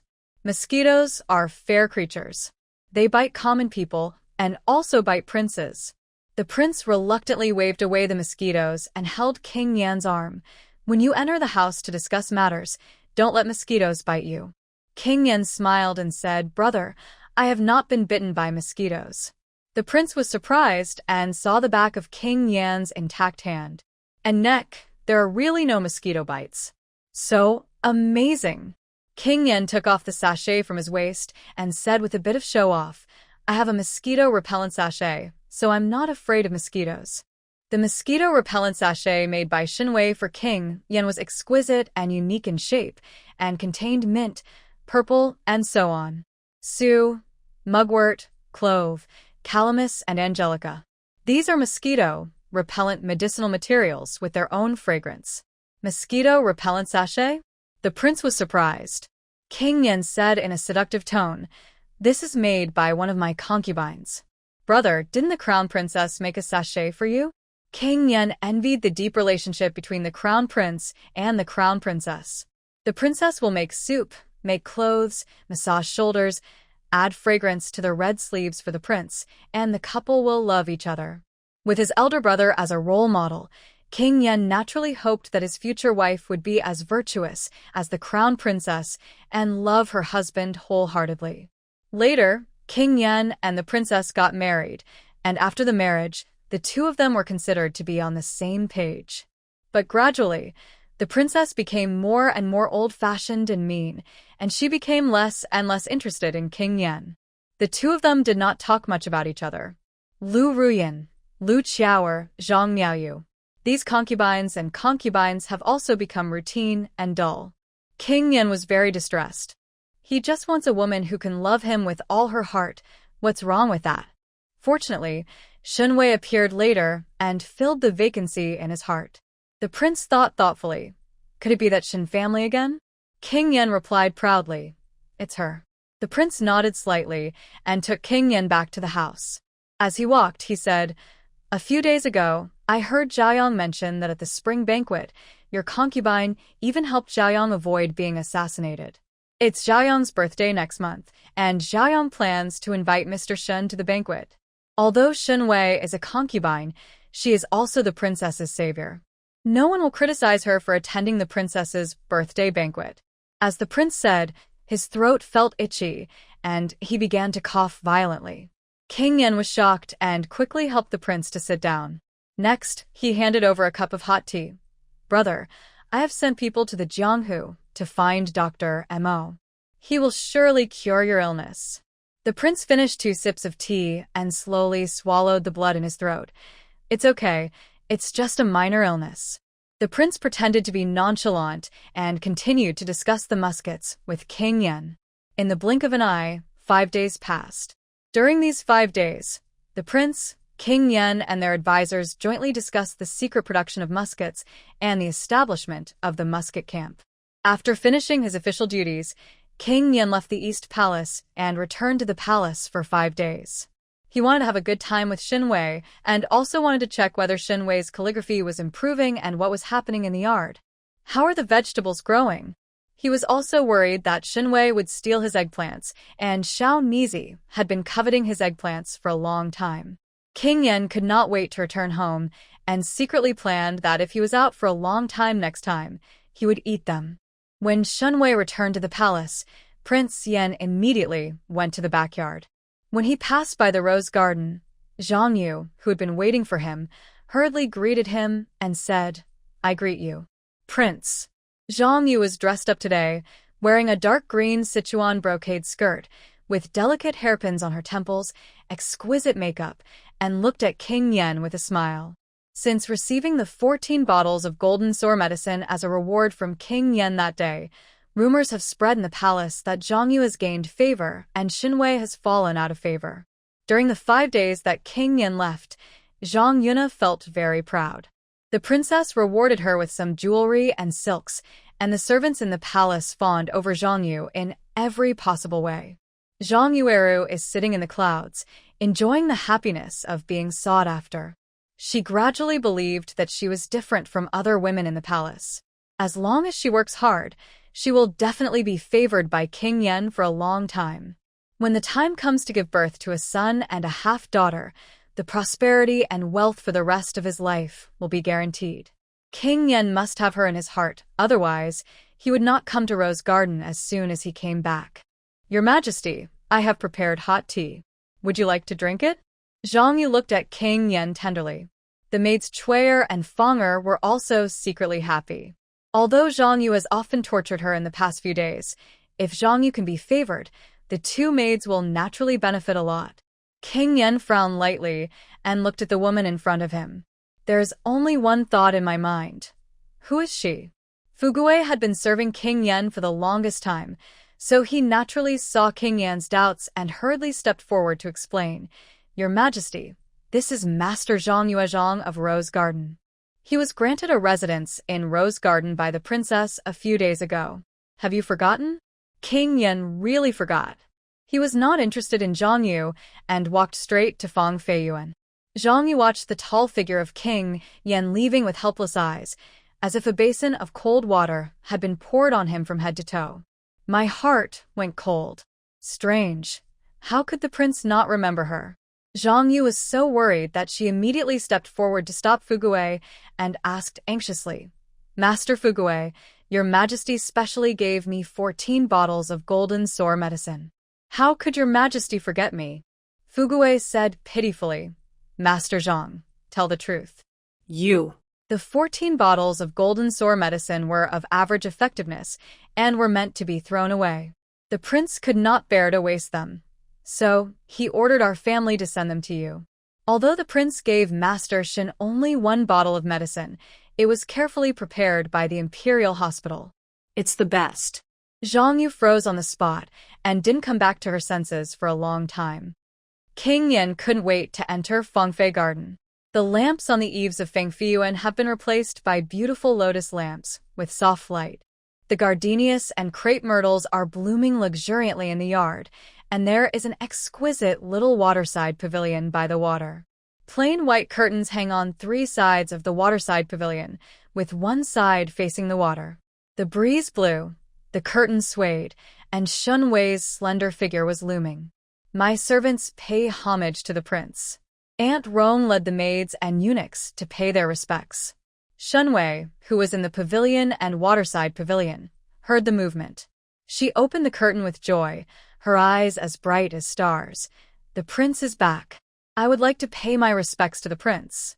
King Yen stepped forward and held Shen Wei's slender arm. The weather was getting hotter, so Shen Wei put on a light green skirt embroidered with lotus patterns. Her black hair was combed into a beautiful cross bun, with 2 transparent green jade hairpins in her hair, making her whole person look like clear water hibiscus, elegant and refined. Shen Wei looked at King Yen longingly and said with concern, My lord, have you had dinner? My lord, you have been busy with official duties these days, and I see that you have lost weight. When the lotus seeds in the pond mature, I will order people to cook lotus seed ribs. Tang, please replenish your body. King Yen was naturally moved. He held Shen Wei's warm hand and walked into the unique waterside pavilion. There is a soft mat and a desk for practicing calligraphy in the pavilion. There are pens, inks, paper, and inkstones on the desk, and Shen Wei is practicing calligraphy in the waterside pavilion. King Yen picked up a piece of rice paper, and on it was Spring Banquet copied by Shen Wei. The handwriting is still ugly, but progress can be seen with the eye. Wei Wei did not neglect her calligraphy practice during my absence. That's good. King Yan's thin lips curled up slightly. Shen Wei wanted to be praised by the children, so she said happily, I want to become a master of calligraphy. I can't embarrass the prince, so of course I have to practice calligraphy every day. King Yan scratched the bridge of Shen Wei's nose and felt soft in his heart. After having dinner with Shen Wei, King Yan and Shen Wei continued to practice calligraphy in the waterside pavilion. The moonlight slanted, and the lotus flowers on the waterside brought the elegant fragrance. King Yan looked at Shen Wei, who was writing seriously, with picturesque eyebrows and rosy lips, and the beauty was heart-stirring. He grabbed Shen Wei's arm and pulled her into his arms. His lips were close to Shen Wei's ear, and his voice was hoarse. Go inside. Shen Wei's pretty face turned red. It's stuffy in the room. It's not good. Shen Wei leaned into King Yan's ear and said a few words shyly. King Yan's handsome eyes widened, and he smiled and said, That's not bad. The water pavilion was moving in the wind, and the blue waves were rippling in the pool. Fuguwei and several maids and eunuchs stayed far away, not daring to look up. The cool night breeze blows, occasionally lifting the white gauze curtain of the water pavilion, and two figures are entangled, looming. The green lotus leaves accumulated water drops, and the lotus leaves bent, and the water droplets fell into the water, causing ripples. It was late at night before King Yan walked out of the waterside pavilion with the weak Shen Wei in his arms. Shen Wei's whole body was wrapped in King Yan's black coat embroidered with gold patterns, and there were of red marks on her exposed white neck. Kai Lian and Kai Ping have already prepared hot water in the house. The bathing process didn't go well either. King Yan hadn't eaten meat for several days, and Shen Wei was so compatible with him physically and mentally that he couldn't help but order it twice. It wasn't until late in the night that the two of them changed into comfortable pajamas. Even though Shen Wei was so sleepy that she was about to collapse, she still asked Kai Lian and Kai Ping to bring 2 bowls of medicine. One bowl is her escape soup. One bowl is King Yan's wind-cold soup. With a hoarse voice, Shen Wei handed a bowl of medicine to King Yan. It's cold outside, and I'm worried that the prince will have a headache due to the cold tomorrow, so I asked the maid to cook the cold soup. Although the joy of the waterside pavilion is exciting, it is outside after all. If King Yan really gets cold, the responsibility will naturally fall on Shen Wei. Shen Wei must take precautions in advance. Wei Wei is interested. King Yan touched Shen Wei's face. His heart warmed slightly. No matter when, his Wei Wei always has him in her heart, paying attention to his every move and worrying about his illness and injury. The two of them slept in their clothes, and King Yan held Shen Wei in his arms, his heart filled with happiness. Shen Wei and King Yan slept soundly. In the rose garden next door, Zhang Yu was so angry that she didn't fall asleep all night. She smashed all the vases and teacups in the room to the ground and kept venting her anger. Zhang Yu found that she had become a complete joke. The prince could not even remember who she was, and she was still dreaming of a successful career. Master, don't be angry. Maybe in the future, when the prince gets tired of Master Shen next door, he will think of you. Maid Fang'er tried her best to persuade. But as soon as he finished speaking, a teacup hit Fang'er on the head. Fang'er covered her forehead in pain and wiped a hand of blood. Zhang Yu yelled, Get out! Get out of here! Fang'er suppressed the flash of hatred in her eyes, lowered her head, and exited the dormitory. Zhang Yu curled up on the bed, looking at the devastation and the dark room. The entire rose garden was as empty as a tomb. Zhang Yu crossed her arms tightly. She had already had a premonition of her future. She would become a lonely concubine in the palace's back house, living in a tomb-like yard, her life being wasted away bit by bit, and she would become a walking corpse. For a moment, Zhang Yu suddenly regretted it. She is not a favorite at all, so why should she envy Shen Wei? If she continued to be a maid and married her favorite groom, her life might be better than now. However, Zhang Yu knew that there was no way back for her. In the next few days, after King Yan finished his official duties, he would occasionally go to the princess and several concubines to rest. But most of the time, he stayed overnight in Fangfei. Zhang Yu was naturally unwilling. She worked hard to win favor, deliberately dancing or pretending to fall on King Yan's daily route, hoping to attract King Yan's attention. Occasionally Zhang Yu succeeded and was able to lure King Yan to stay overnight in Rose Garden. But King Yan's heart is still with Shen Wei. Shen Wei is still the most favored concubine, with unlimited glory. Zhang Yu lives in Qingweiyuan, which is only separated from Fangfei by a wall. Zhang Yu's side was cold and lonely, while Shen Wei's side was lively. At night, Zhang Yu was lying alone on the bed. She could still hear the laughter in the courtyard next door and smell the aroma of hot pot. Zhang Yu was very angry. She knew clearly that she was just a tool for the princess to check and balance Shen Wei. If Zhang Yu fails to show her value, she will soon be abandoned by the princess. After thinking about it, a vicious thought came to Zhang Yu's mind. She called her maid Fangfei and handed her a pack of rat poison. Find a way to pour this pack into the water tank in Fangfei. Since she couldn't compete with Shen Wei, she might as well poison her to death. Fangfei's hands were shaking, and she fell to her knees in fear. I dare not. I dare not, master. Please let me go. Zhang Yu was annoyed. She was the master, and Fangfei was just a servant. How dare a stupid servant disobey her master? Zhang Yu slapped Fangfei in the face and said impatiently, Do it secretly. Who would know it was you? Be obedient, or I will scratch your face. Fangfei's cheeks were slapped with red marks, and she burst into tears in pain. She hated Zhang Yu more and more. Fangfei held the bag of rat poison tremblingly, and her heart was chilled.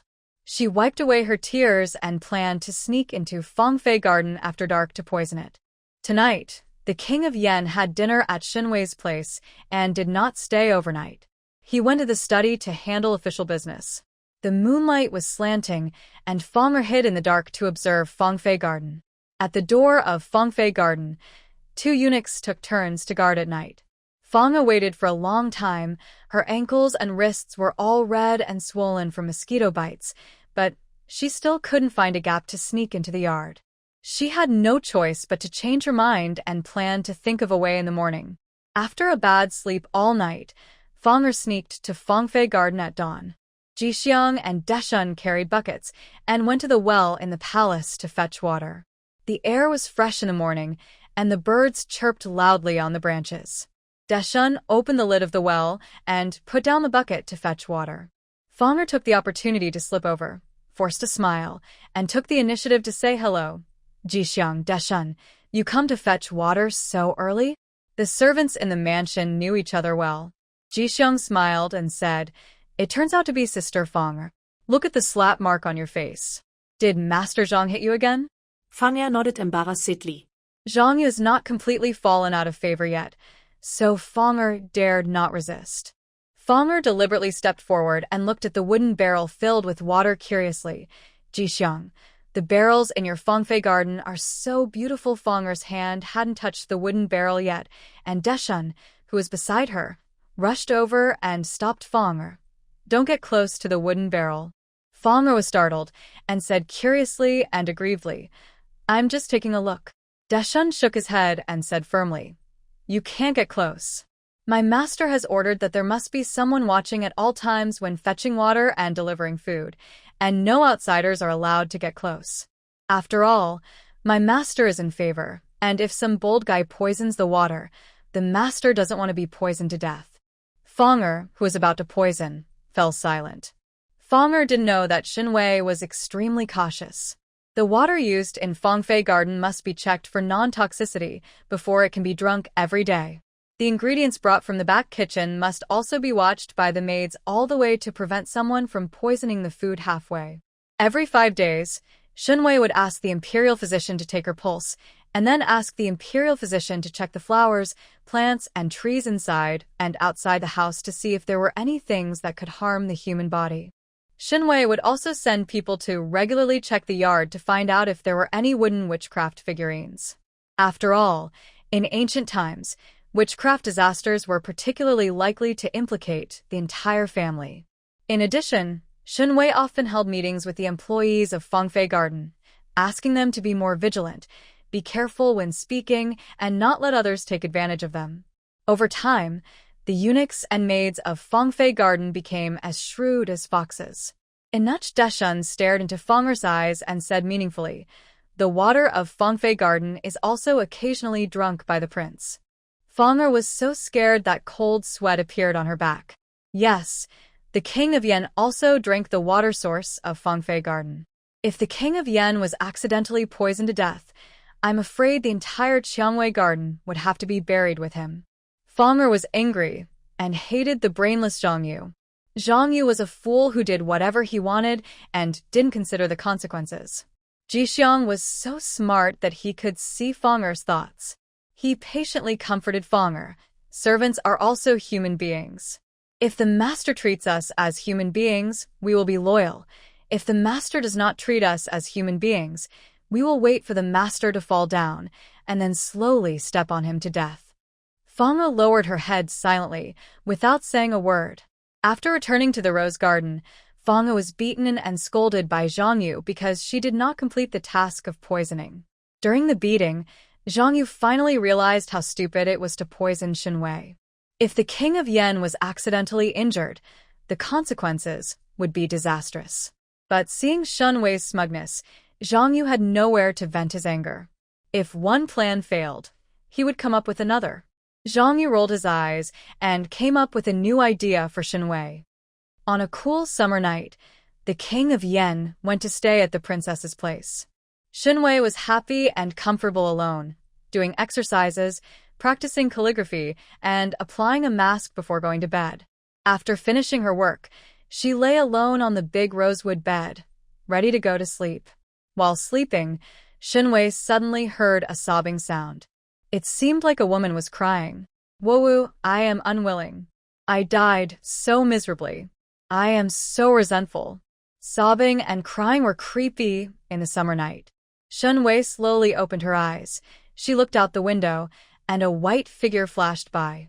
Like a ghost, like a female ghost. "Master, master." Silian and Kaiping ran in hurriedly, and the two maids were so scared that their faces turned pale. Silian said nervously, "Master, there was a strange crying sound suddenly coming from the yard. Jixiang and Deshan are already looking for the source of the sound. You don't have to be afraid." But Silian found that there was no fear on Shen Wei's beautiful face. There was only impatience for being disturbed in her sleep. Kaiping was more timid. She said timidly, "Master, I heard that the concubine who used to live in Fangfei Garden drowned herself after falling out of favor. Although that happened 3 or 4 years ago, but..." Kaiping's body trembled slightly, and she dared not think about it anymore. Shen Wei rubbed her eyebrows. She didn't believe that there were ghosts in the world. Some were just pretending to be ghosts.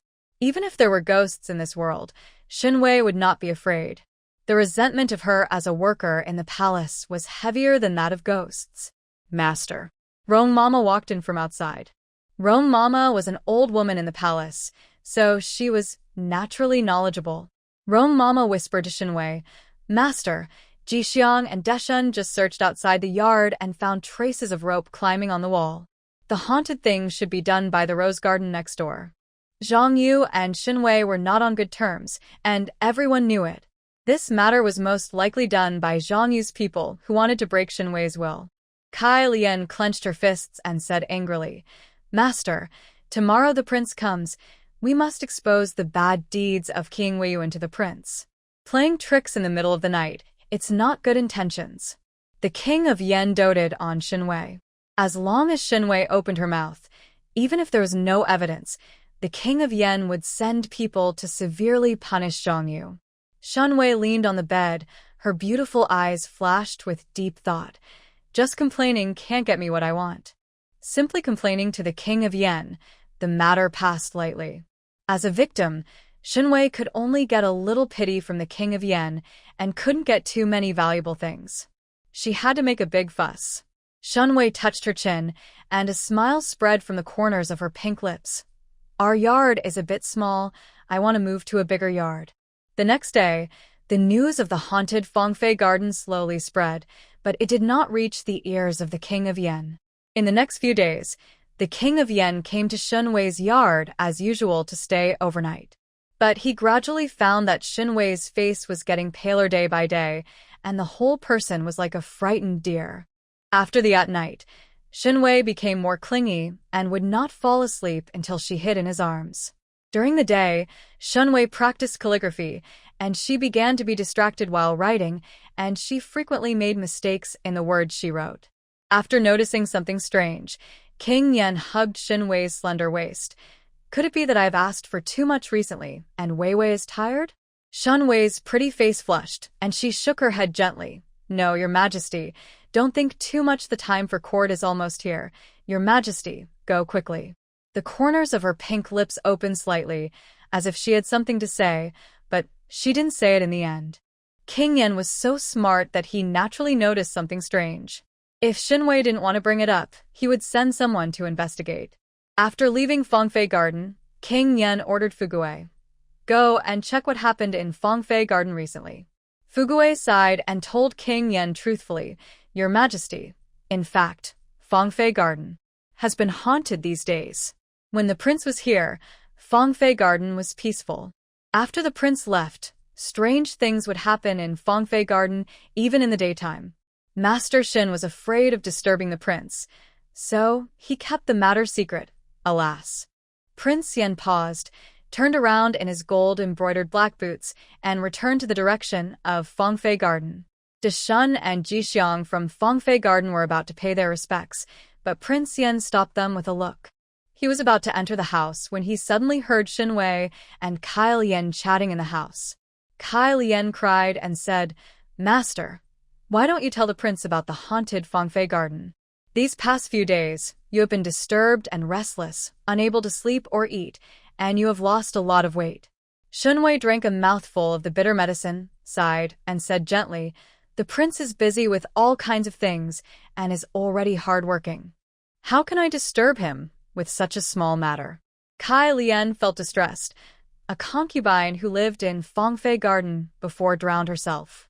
Perhaps she still had a grudge, and seeing that you are in favor, she deliberately came to bother you. I will secretly go to the temple to ask for an exorcist talisman someday. Shen Wei nodded. Okay, I hope the talisman in the temple is effective. Kai Lian, go and get 2 pieces of leather. I found this morning that the upper of the prince's boots was a little torn, and I want to make a new pair of shoes for him. Kai Lian was helpless. Master, you are always so concerned about the prince, and consider everything for him. Shen Wei smiled faintly. The prince is my husband and my sweetheart. Being able to gain the prince's love is already a blessing from God. Naturally, I will do my best to be good to the prince. Inside the house, the master and servant were still chatting about their daily life. Outside the house, Yan Wang Junyi's face had mixed emotions, including touching, loving, and a hint of secret joy. Shen Wei treated him sincerely and was unwilling to trouble him, even if she faced difficulties. Even thinking about making him a new pair of shoes. King Yan lowered his head and looked at the boots on his feet, a pair of black boots with gold embroidery. The left boot had been scratched at some point, revealing the golden embroidery thread inside. Even King Yan didn't notice the damage to his boots, but Shen Wei actually noticed it. King Yan felt sad, and he left Fangfei Garden with Fugui quietly, without disturbing Shen Wei. King Yan told Fugui, "It's haunted. Someone is targeting Fangfei Yuan. You go check it out." Fugui said respectfully, "I will do it right away." King Yan looked down at his gold-embroidered black boots again, raised a happy smile on his thin lips, and went out to court in a good mood. As soon as King Yan left, Shen Wei in Fangfei Garden slowly put down the medicine bowl and stretched. Shen Wei admired her acting skills, which were becoming more and more superb. She only has half a feeling for King Yan, but she can still show it to him. Thinking of her sour lines just now, goosebumps suddenly appeared on Shen Wei's shoulders. This is also Shen Wei's brilliance. She didn't take the initiative to tell King Yan about the haunting and let King Yan discover it on his own. In this way, in King Yan's heart, she was a tolerant, pitiful, and sensible woman who understood the general situation. Can get more love, money, from King Yan. As for King Yan's boots, black boots embroidered with gold and scratches, Shen Wei secretly scratched them with a knife this morning. As for making boots for King Yan, the work of making clothes, shoes, and sachets was contracted to picking lotuses and apples. There is a huge bonus, and the 2 maids are happy to do it. Now, I'm just waiting to change to a bigger house.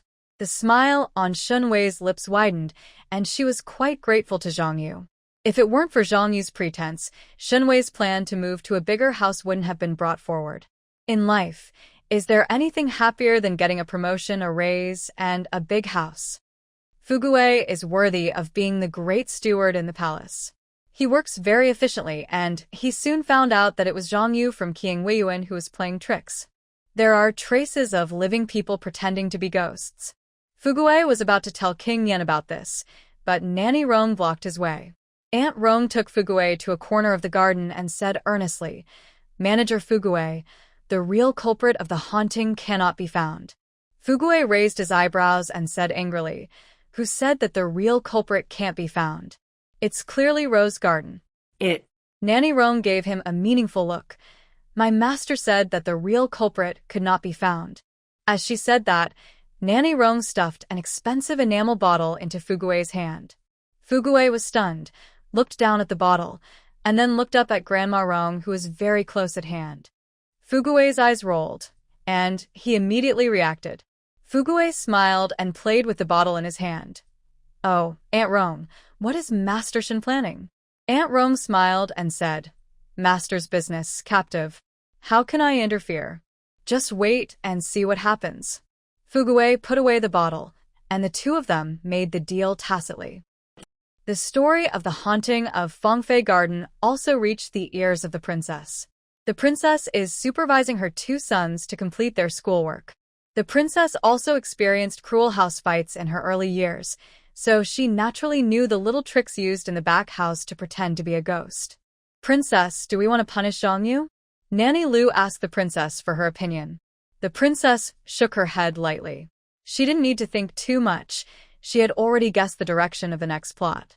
It was nothing more than Mrs. Zhang pretending to play tricks on Shen Wei, Miss Shen crying and complaining to the prince, and finally the prince punished Ms. Zhang, and the matter passed lightly. The inferior means of competing for favor are like children playing house, and they really cannot be put on the stage. Zhang Yu and Shen Wei were fighting over each other, but it was actually meaningless. They're just two low-level concubines, with no children. In order to compete for the false favor in front of them, dogs bite dogs and their mouths are full of hair. No need to interfere, just let it go. The princess didn't care and continued to supervise the two children to do their homework. Seeing her eldest son holding a brush and falling asleep, the princess angrily slapped her son's palm with a board. "I haven't finished my homework yet, so I was lazy and slept during the day." The eldest son, Li Chinka, was only 10 years old. He aggrievedly said, "Mother, my son only slept for less than 3 hours last night. He is really exhausted." The princess's eyes were sharp and her tone became more serious. "When your grandfather was 10 years old, he could already recite the 4 books and 5 classics backwards and forwards. You are also 10 years old. Why can't you do it?" Li Chinka burst into tears, holding the brush in his hand, feeling restless. The fact that Fangfei Yuan is haunted naturally reached the ears of several concubines. In Mingyue courtyard, Lu Qiaoer was having breakfast. Lu Qiaoer's family background was average. Since she fell out of favor, her side concubine was demoted to a concubine. Her breakfast consisted of only a plate of fried vegetables and a bowl of very thin rice porridge. Lu Qiaoer was eating a simple breakfast and casually asked the maid, "How is Shen Wei's condition?" The maid replied, "I heard that Mrs. Shen was extremely scared, had trouble sleeping and eating, and lost a lot of weight." Lu Qiaoer shook her head with a smile. "See, this is what happens when you're in the limelight. The more beautiful you are, the more you will become a thorn in the eyes of others." Lu Qiaoer finished the last mouthful of cold porridge. The rice porridge tasted unpleasant, but it was satisfying. Mosquitoes were buzzing in her ears, and the maid said, "Master, the weather is getting hotter and hotter. The mat sent by the Ministry of Internal Affairs is too worn, and the mosquito smoke smells bad. Why don't you take advantage of Shen's recent downturn? Master, please think of a way want to meet the prince?" Lu Qiaoer can tolerate simple meals, but the maid can't. Lu Qiaoer's share was reduced, and the maid's monthly salary was also reduced. This amount of money was not enough to cover the maid's family expenses. The three concubines in the palace are not favored. Lu Ruyan and Zhang Yi's parents are well off, so they naturally have no shortage of food and clothing. Only Lu Qiao, whose natal family is far away in Lingnan and whose father is just an ordinary 7th-rank official, cannot provide Lu Qiao with supplies. The maid hopes that Lu Qiao can work harder and gain King Yan's favor again. After all, the two of them were childhood sweethearts. As long as Lu Qiao relented a little, he would definitely win the love of King Yan. But Lu Qiao just shook his head lightly. Coarse food can satisfy your hunger and buy you a safe life. Fine clothes and fine food may look like scenery, but you have no life to enjoy them. The maid had no expression on her face and swatted a mosquito on her arm to death. I kinda want to vote for someone else. The same situation also happened in Lu Ruyan's Qixue Pavilion. After learning that Fangfei Yuan was haunted, maid Xuemei knew that the opportunity had come. With Shen Wei unable to recover, the other wives and concubines naturally had an opportunity to take advantage of her. Xuemei encouraged Lu Ruyan. Master, if Mr. Shen is scared to death by a ghost, our chance will come.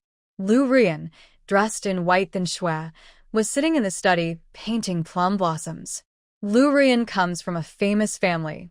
Although she is not favored by the prince, she can still have enough food and clothing. Lu Ruyan put down the brush, looked at the vivid white plum blossoms on the scroll, and said in a soft voice, "That female ghost is also a pitiful person. She didn't get the love of the prince during her lifetime, and her resentment lingers after her death. Alas, beauties have had a bad life since ancient times." Lu Ruyan thought about it. Tears fell down from his past with King Yan. She had looked forward to making tea, watching flowers, traveling around mountains and rivers, and playing the piano and harp together with King Yan every day. However, a pair of people for the rest of their lives are just flowers in the mirror. Lu Ruyan thought sadly, if Lu Ruyan died one day, would the prince shed tears for her? Xuemei was speechless. Is now the time to sympathize with a female ghost? Is now the time for tears? At night, King Yan returned to the palace after handling official duties. He summoned Fugui and asked about the results of the investigation of ghosts. Fugui knelt down and apologized tremblingly. "Please forgive me, Your Majesty, that Fangfei garden is really weird. It seems not man-made. I have sent people to Qingqing Mountain and asked Taoist priests with advanced cultivation to come and do it." King Yan rubbed his eyebrows. He did not believe in ghosts and gods, and inviting Taoist priests to the palace in public would naturally arouse criticism from the court. But he was not at ease if Shen Wei continued to live in Fangfei Garden. "Your Majesty, the princess is here." The guard came to report. The princess was wearing a dark red peony and hibiscus dress, with her black hair tied into a bun. She politely knelt down to greet King Yan. King Yan sat at the desk, took the Biluakun tea from Fugui, and said casually, "What's the matter?" The princess had long been accustomed to King Yan's distant and cold attitude. She said calmly, "Your Majesty, academician Zhang has retired and returned to his hometown. I want to ask the prince to come forward and invite academician Sun from the Hanlin Academy to be the children's teacher. Academician Sun is knowledgeable, and he is full of economics. If Chinka and Qingjin can get academician Sun education, will definitely make rapid progress. Chinka and Qingjin are royal disciples. They study in the Imperial College during the day, and when they go home at night, they have Xueshi Zhang to give them tutoring lessons. However, Zhang Xuesher's ability is limited, and Chinka and Qingjin still did not come out on top in the Imperial Academy. The princess was disappointed. She hoped that her son could live up to his expectations and win first and second place in the Imperial College. Since Bachelor Zhang is not good enough, we can find a capable tutor. After much thought, the princess set her sights on Xuesher's son, who was full of knowledge.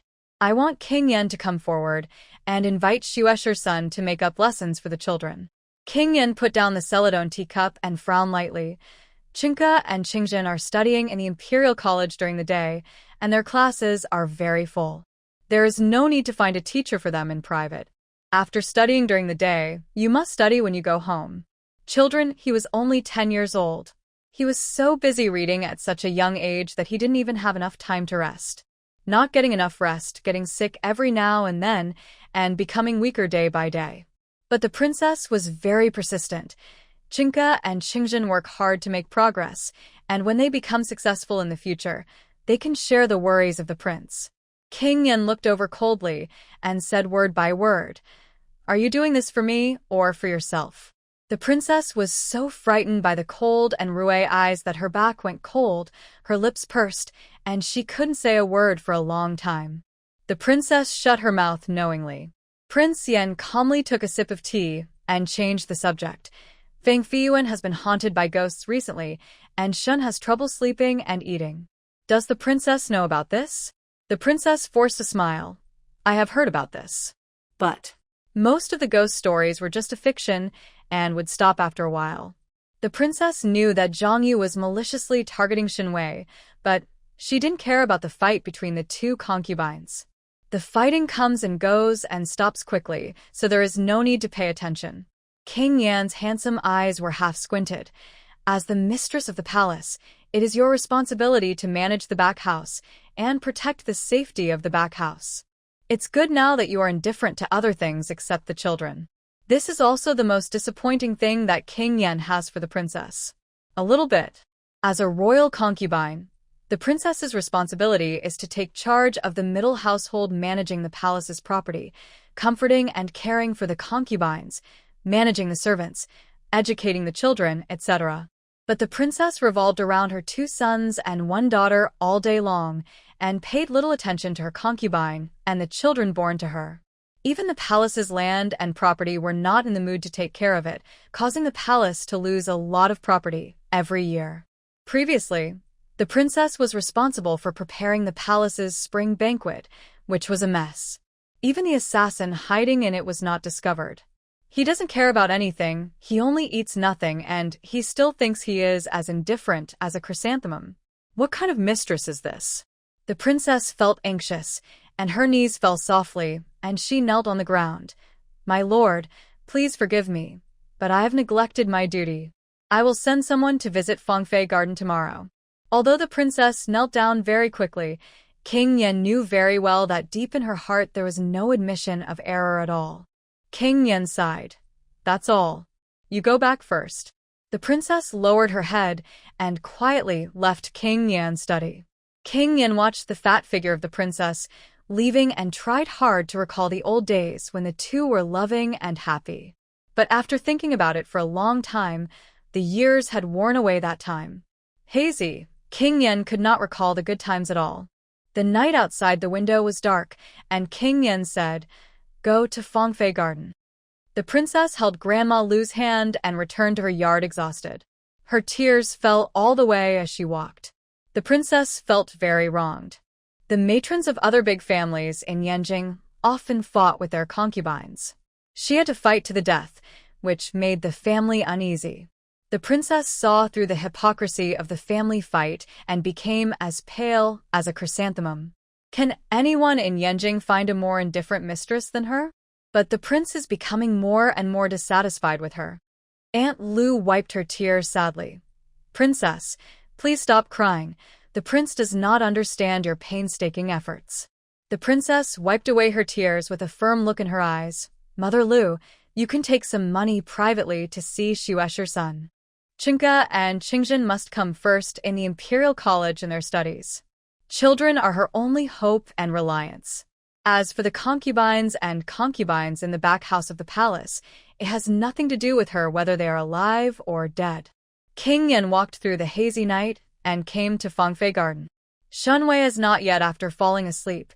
She was squatting beside the vegetable field with her lotus and apple pickers, looking at the vegetable field with a sad face. When she heard the movement at the door of the yard, Shen Wei managed to cheer up and said, "Your Majesty, you are back." King Yan looked at her pale and thin face and felt pity in his heart. King Yan held Shen Wei's hand. Her palm was as cold as a piece of ice in summer. She was weak, and her warm hand was also cold. Wei, what is Wei looking at the vegetable patch? King Yan asked with a pleasant look. Shen Wei lowered her head and said thoughtfully, "Your Majesty, all the vegetables we planted have withered for some reason." King Yen was shocked, and his eyes fell on the vegetable field. The originally green vegetable field. All the vegetable seedlings were staggering, the eggplants were lying on the ground, and the newly fruited tomatoes were rotting. The eggplants, tomatoes, and peppers were all destroyed by him. Wei Xiu frowned, her voice was a little crying, and she whispered, "Your Majesty, please forgive me. I take care of this vegetable field every day, but I didn't expect that something like this would happen." And the waterside pavilion by the pond also collapsed inexplicably in the afternoon. The fresh vegetable seedlings were all wilted, and the waterside pavilion also fell down. Shen Wei's eye circles were red, and her almond-shaped eyes were filled with hazy tears, like freshly peeled vegetables. "Lychee looks very pitiful. Your Majesty, it's cold outside, and I've cooked your favorite red date tea." Shen Wei reluctantly cheered up and showed a pretending-to-be strong smile. She held King Yan's hand and walked into the house with a heavy heart. The two of them were sleeping on the same bed at night, and there was a rustling wind outside the house.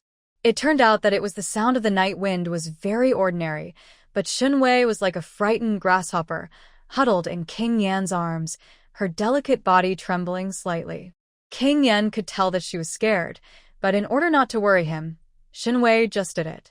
There was no mention of the haunting in Fangfei garden, and he endured it all silently. King Yan sighed in his heart, and he held Shen Wei's slender waist. "I have asked people to clean up Liu Pavilion, and you will move in there tomorrow." The candlelight in the room was not extinguished, and King Yan clearly saw the surprise on Shen Wei's pretty face. Shen Wei blinked blankly and stammered. Liu Pavilion? Liu Pavilion. That is the courtyard where only concubines are qualified to live. Liu Pavilion was only built last year. It is located close to King Yan's study. No one has ever lived in it, and it has always been vacant. King Yan tickled the bridge of Shen Wei's nose fondly. "Fangfei is too far away. You live in Liu Pavilion, which is closer to me." Shen Wei pursed her pink lips and said hesitantly, "More thank you for your love, but my status is low. Fangfei Garden is elegant and clean, and I am very happy to live here." I was happy in my heart, but I still had to pretend on my face. The more Shen Wei refused, the more distressed King Yan became. King Yan didn't give her a chance to refuse. He lowered his head and kissed Shen Wei's eyebrows. "Be obedient." Shen Wei blushed, nodding silently. The donor rewarded her with a big house, so she naturally wanted to repay the favor. She put her thin and white arms around King Yan's neck and looked at him shyly and timidly, her eyes as charming as silk. Full of trust and admiration, she loved her gold and silver mountains so much. The candlelight was melting, the beauty was picturesque, and there was a faint fragrance of mugwort in the air. King Yan was so excited when he saw it, he stepped forward, hand in hand, and put his arms into the silk curtain and blew out the lamp with a shy smile. "Twist it gently and slowly, apply it again, and pick it up again, blending the flowery face with a golden step." Shen Wei and King Yan were conducting a clothes separation experiment. In the rose garden next door, Zhang Yu sat on the bed with a sullen face. Mosquitoes were buzzing around her ears, and the pungent mosquito smoke filled the air. Zhang Yu felt depressed when she learned that King Yan was staying at Fangfei Garden again tonight. With King Yan here, she didn't dare let Fang pretend to be a ghost and tease Shen Wei. Only after King Yan left did she dare to take action. Zhang Yu had observed in the dark that Shen Wei had been restless these days, had trouble sleeping and eating, and was becoming increasingly pale and thin. "I didn't expect that no one would notice my trick." Zhang Yu was very proud. "I thought Shen Wei was so powerful, but I didn't expect that she was just a useless wimp. I didn't even see through the trick of pretending to be a ghost so stupid. Such a brainless woman will not live long, even if she is favored by King Yan." Zhang Yu plans to continue pretending to be a ghost to scare Shen Wei until Shen Wei is scared to death. Once Shen Wei dies, she, Zhang Yu, will have a chance to turn over. Zhang Yu is satisfied and lay on the small bed ready to fall asleep. But there are so many mosquitoes at night in summer that they keep buzzing. There were also many mosquitoes that got through the mosquito net, biting Zhang Yu until she was covered in red envelopes. Zhang Yu endured it silently. When she was favored in the future, the Ministry of Internal Affairs would send the best mosquito nets and mosquito smoke. Early the next morning, Zhang Yu was awakened by the noise in the yard next door. She opened the bed curtain irritably and asked Fang'er, who was watching outside the house, "What's wrong with Fangfei Yuan next door?" It's noisy early in the morning.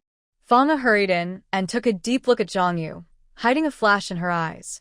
With the resentment gone, he lowered his head and said, "Back to the master. This morning the prince sent an order for Shen to move to Liuli Pavilion. Now Shen is arranging for people to move furniture, so there is some noise." Zhang Yu's mind went blank. What? Moved to Liuli Pavilion?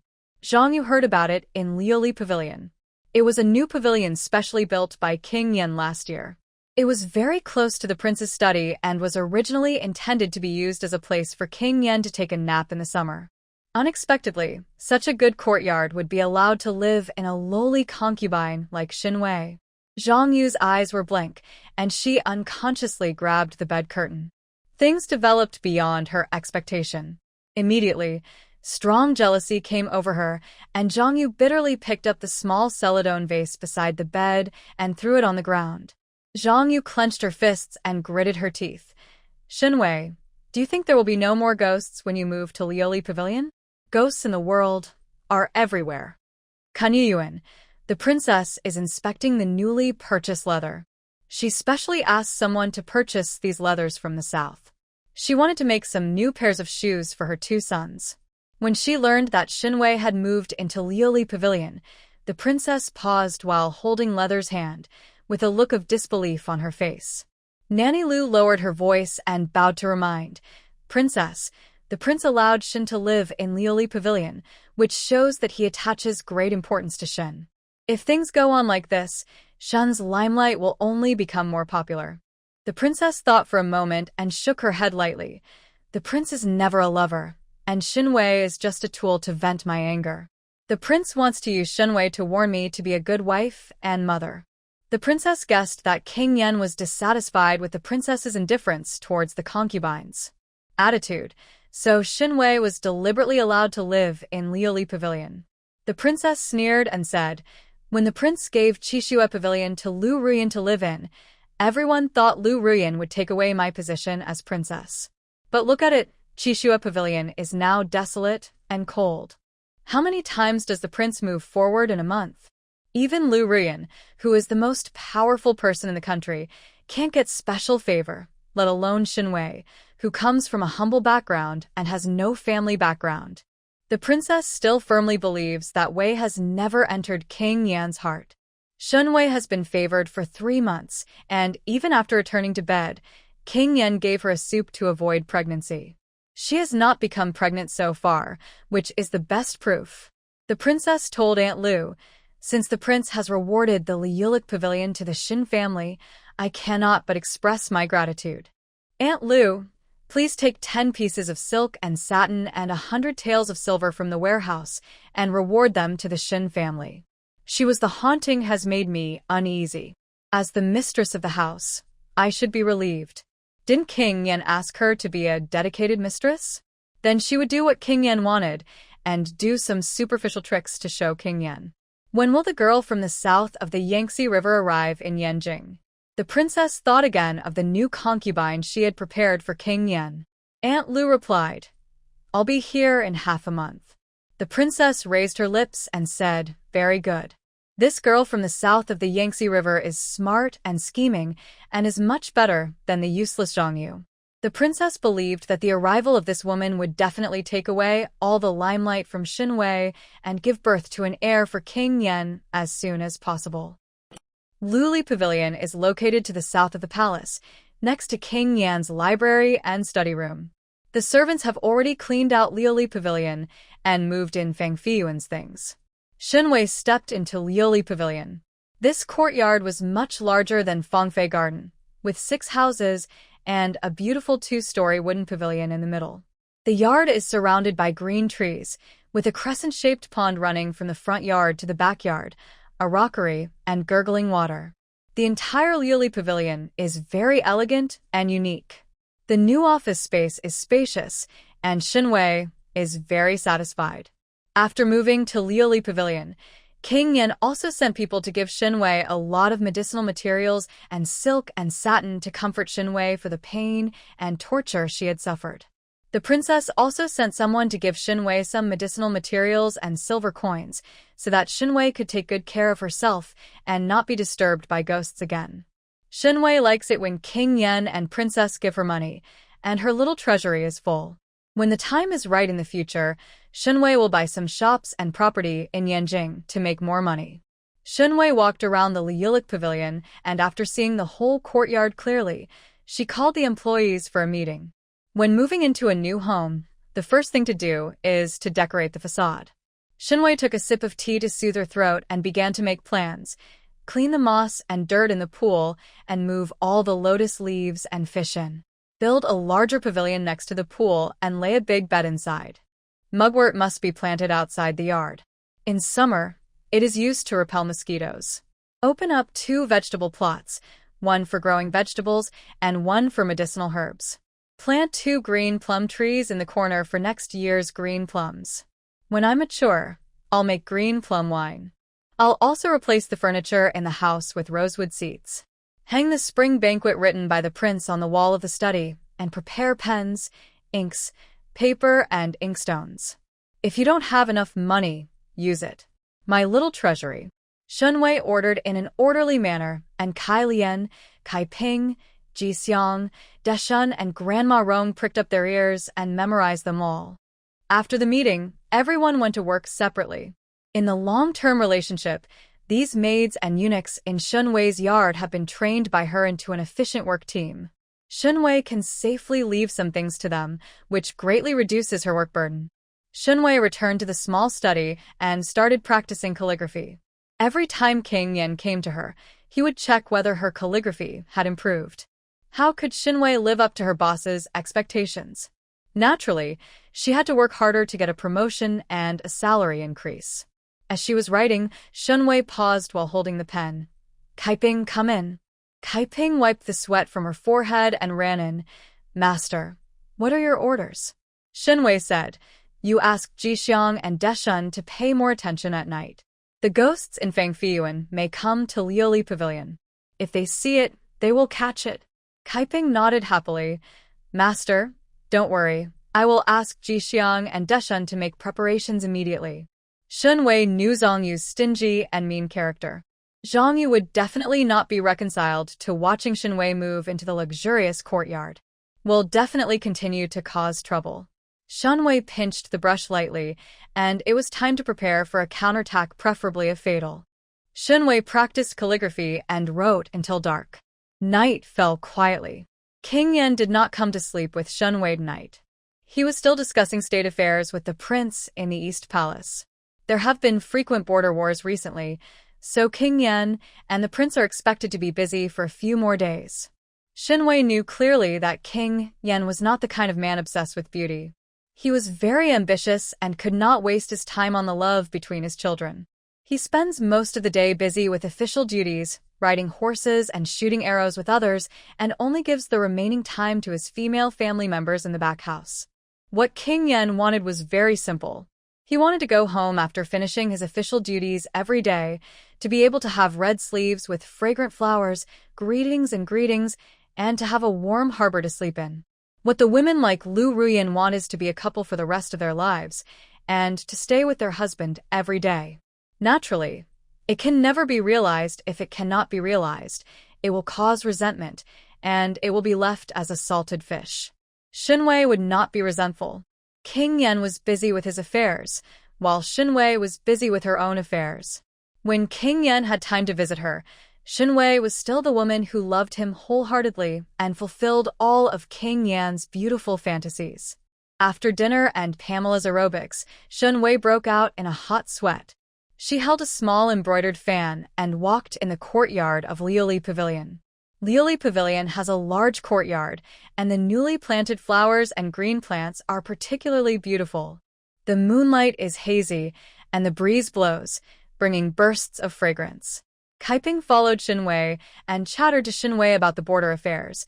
I heard that Nanho, a small town at the border, and General Shen joined forces to defeat the Vietnamese army. The Nanho of the small town cherishes the country. On his wedding night, he was ordered to go to war, and even his childhood sweetheart, his newlywed wife, was put aside. General Shen has been in the army for many years and has risen from an unknown soldier to the position of general. It is said that General Shen's mother and younger brothers and sisters have made great achievements. They were all killed by the Yu army, so General Shen vowed to destroy the Yu state and avenge his family. Shen Wei was very interested and asked, "General Shen? He has the same surname as me. What is his full name?" Kaiping tilted her head and thought for a while. "I don't know my real name. I only know that General Shen changed his name to Shen Miue a few years ago." Shen Wei shook her fan and thought with a smile, "This General Shen is quite vindictive." Man. The master and servant were taking a walk to the lake when a whimpering sound suddenly came from outside the courtyard wall. It's like weeping and complaining, and the resentment is strange. "Woo-woo." A woman's hoarse voice came. "I'm so miserable. I'm so resentful. How ruthless men are in the world." The moonlight was cold, and the woman's cry seemed far away. The heat all over Shen Wei's body was driven away, and a chill ran down her back. Kaiping was trembling with fear. Shen Wei sat on a chair in the waterside pavilion, calmly waving her fan and waiting. Not long after, a plop sound was heard outside the yard. After a while, Jixiang and Deshun dragged a net in and threw it into the yard. "Master, the ghost has been caught." Jixiang pulled open the big net and dragged out the slender woman in white. Pushing aside the messy black hair, Fanger's pale little face was revealed. Fanger's expression was still in a state of shock, and she seemed to be aware of her situation. She belatedly wanted to cover her face. Shen Wei sat in the waterside pavilion and shook her fan gently. "What are you hiding? I know it's you." Fanger collapsed on the ground, feeling chilled from head to toe. She raised her head tremblingly and looked at Shen Wei sitting on the rosewood chair. Shen Wei wore a light green skirt and a white hairpin in her bun, as elegant as a hibiscus in clear water.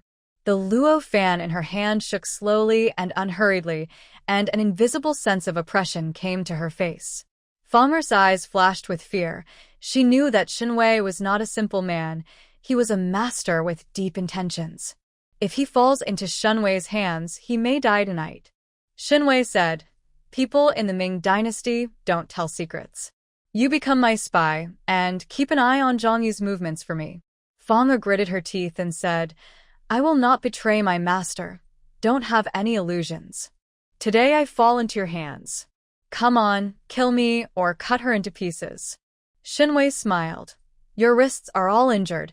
I guess you had a bad time in Rose Garden. Give her a bottle of golden sore medicine to treat the wounds. Pass it over." Fanger didn't dare to answer. Her whole body was shaking, and her eyes were still resisting. Shen Wei said calmly, "Kaiping, give her a tael of silver." Kaiping put a tael of silver in front of Fanger, and Fanger clenched her fists. "I will not be your lackey." Shen Wei calmly increased the price. 20 taels. 20 taels of silver were placed in front of her. Fanger's eyes moved slightly, but she still shook her head firmly. "I won't agree to it. You must not be so kind." Shen Wei took a sip of tea and said, 3 taels. Kaiping added another tael of silver, but Fanger still stubbornly shook her head. "Shen Wei, 4 taels." Fanger silently clenched her fists, her eyes uncontrollably falling on the 4 taels of silver.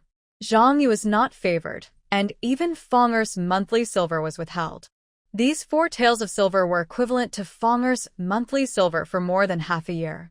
She wanted money, but was afraid to reach for it. Shen Wei put down the teacup. "Kaiping, take back 1 tael of silver." Kaiping immediately started to take action, and the 4 taels of silver in front of Fanger became 3 taels. Fanger's eyes widened, and she didn't say anything for a long time. Shen Wei said slowly, "Pick the apples and collect another 1 tael." The 3 taels of silver turned into 2 taels again. If Fanger doesn't express her position, all the money sent will be taken back. This is a psychological tactic that breaks down Fanger's defenses bit by bit. Sure enough, without waiting for Shen Wei to speak, Fang'er rushed over and held the remaining 2 taels of silver and gold sore medicine tightly in her hands like a hungry tiger pouncing on food. Fang'er put the money away and kowtowed twice. My captive is willing to help Master Shen. Fang'er had long disliked Zhang Yu. This woman was petty, deducted money from the maid, was arrogant, and often treated Fang'er badly, beating and scolding. In order to show her sincerity, Fang'er took the initiative to tell Zhang Yu's sinister plan. Master Shen, Zhang Yu not only asked her slaves to pretend to be ghosts to scare you, but also buried a witchcraft villain in Fangfei garden who cursed the prince. She wanted to find an opportunity to report it. You. Shen Wei shook her fan for a moment, and the corners of her pink lips slowly raised. Someone gave him a pillow while he was dozing off, and the reason to defeat Zhang Yu was also delivered by accident. Shen Wei stood up in person, put another 3 taels of silver into Fang'er's hand, and said with a smile, "Do things well, and I won't treat you poorly." Fang'er clenched the newly obtained 3 taels of silver, with firm eyes, and knocked it hard. 2 clicks. In the rose garden late at night, Zhang Yu was walking in the small courtyard, walking around the courtyard in circles. She looked at the damaged courtyard wall and the dark courtyard outside the courtyard wall. The concubines lived in the remote southwest, and it was as gloomy as a tomb at night. Zhang Yu felt a little irritated in her heart. Shen Wei used to live in Fangfei next door. Fangfei was brightly lit and full of laughter. Rose Garden, where Zhang Yu lives, seems to have been infected, and she is no longer lonely at night. Now that Shen Wei has moved away, Zhang Yu feels like she is in a tomb, with only the cold and faint sound of wind around her being quiet. In such a depressing and dark environment, no wonder those concubines who fell out of favor in the past were dead and crazy. Master. Fang'er came back through the night. Zhang Yu asked hurriedly, "Were Shen Wei scared by you?" Fang'er hid the sneer in her heart and replied respectfully, "Of course, that Shen family is as timid as a mouse, and was almost fainted by the captive." Zhang Yu held her palm and applauded. "Yes, you did a good job." Fang'er looked at Zhang Yu eagerly and hesitated for a moment before saying, "Master, it's so hard for this captive to pretend to be a ghost, and the skin on her hands and feet is all worn out." She hoped to get Zhang Yu's reward, but Zhang Yu just said angrily, "When Shen Wei falls, my days will come, and I will give you a reward then." Fang'er bowed her head humbly and said no more. She had 5 taels of warm silver in her pocket and a bottle of good quality gold sore medicine. As the lowest-ranking maid in the palace, Fang'er hated her masters making big cakes. Zhang Yu's verbal reward was illusory. Shen Wei directly gave money, which would make Fang'er act loyally. Zhang Yu was not aware of Fang'er's betrayal at all. She was still complacent. "In 2 days, I will go to the princess to report Shen Wei. She is practicing witchcraft in the yard privately. Shen Wei's death has come," Fang'er said. Head, hiding the flash of disdain in his eyes. 2 days later, King Yan, who had finished his official duties from the East Palace, returned to the palace at night. The summer nights were sultry, and there was not a breath of wind. Sweat broke out on King Yan's forehead. He dismounted and walked into the palace. He saw the light green figure standing under the eaves waiting. That's Shen Wei. In the sultry weather, she wore a refreshing green skirt and a green emerald hairpin on her head. The busy schedule makes people tired. When he returned home and saw someone waiting for him eagerly, King Yan lost some of his fatigue. "Your Highness, you're back." Shen Wei saw Prince Yan's tall figure and walked over happily, carrying her skirt. Seeing the hot sweat on King Yan's forehead, Shen Wei quickly took out a light green handkerchief and wiped the sweat from King Yan's forehead. She also took out the small fan she carried with her and fanned King Yan. The handkerchief had a faint scent of mugwort, mixed with the refreshing smell of mint. The heat in King Yan's body dissipated, and he only felt refreshed. "Why are you waiting for me at the door today?" King Yan asked with a smile. Shen Wei's eyebrows were curved and her voice was sweet. "Your Majesty asked me to move to the Liuli Pavilion. The Liuli Pavilion is spacious and beautiful, and I feel at ease here these 2 days. I learned that Your Majesty is back today, so I came here to express my gratitude. As a beloved as a concubine, serving the master of King Yen, Shen Wei naturally had to fully demonstrate her care for King Yen and provide him with the greatest emotional value. King Yen was happy, and her little treasury was enriched. King Yen held Shen Wei's hand and walked into Shen Wei's Liuli Pavilion. As soon as I entered Liuli Pavilion, a slight cool breeze hit my face.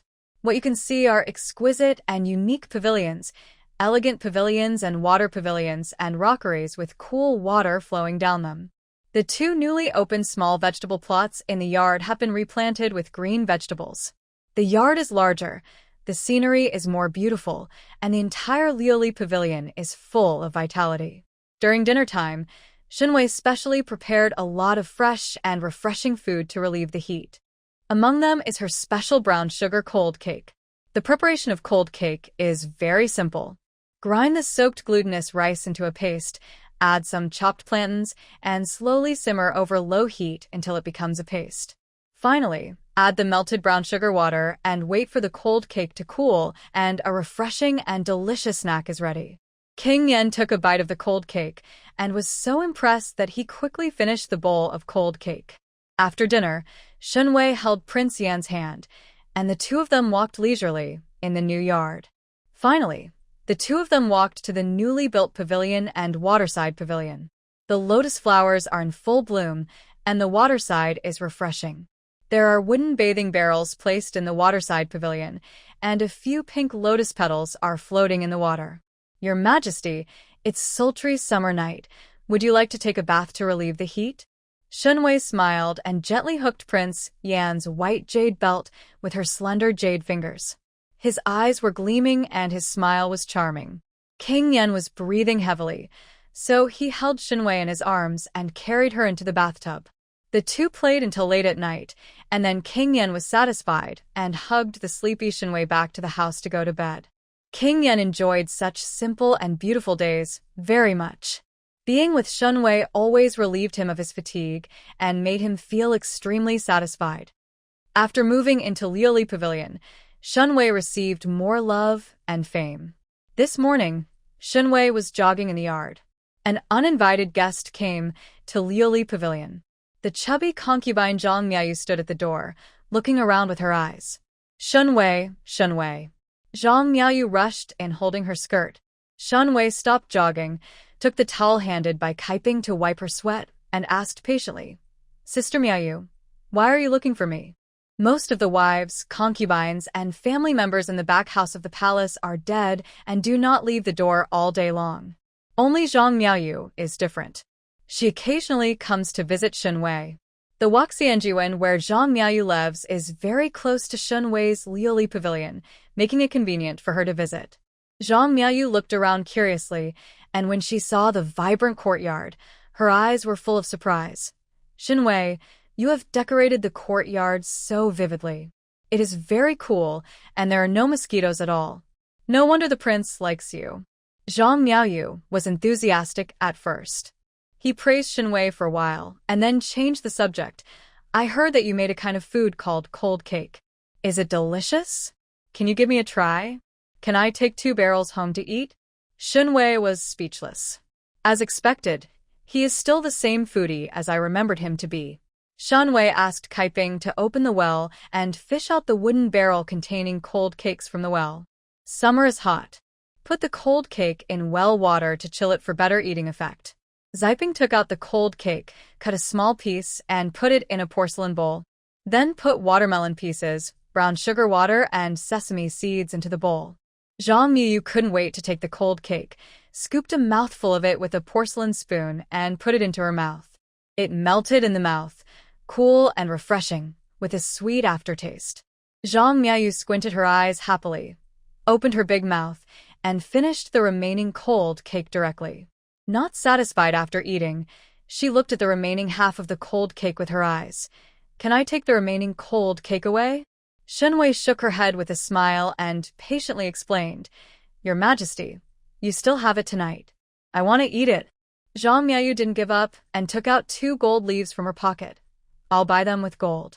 2 shining gold leaves dangled in front of Shen Wei's eyes. Shen Wei immediately ordered. Pick the apples and send all the cold cakes to Sister Miaoyu's house. If the rich lady wants to eat cold cakes, Shen Wei will give her as much as she wants. She had long heard that Zhang Miaoyu's concubine's father was the minister of Hebu and served in the Jinbu department.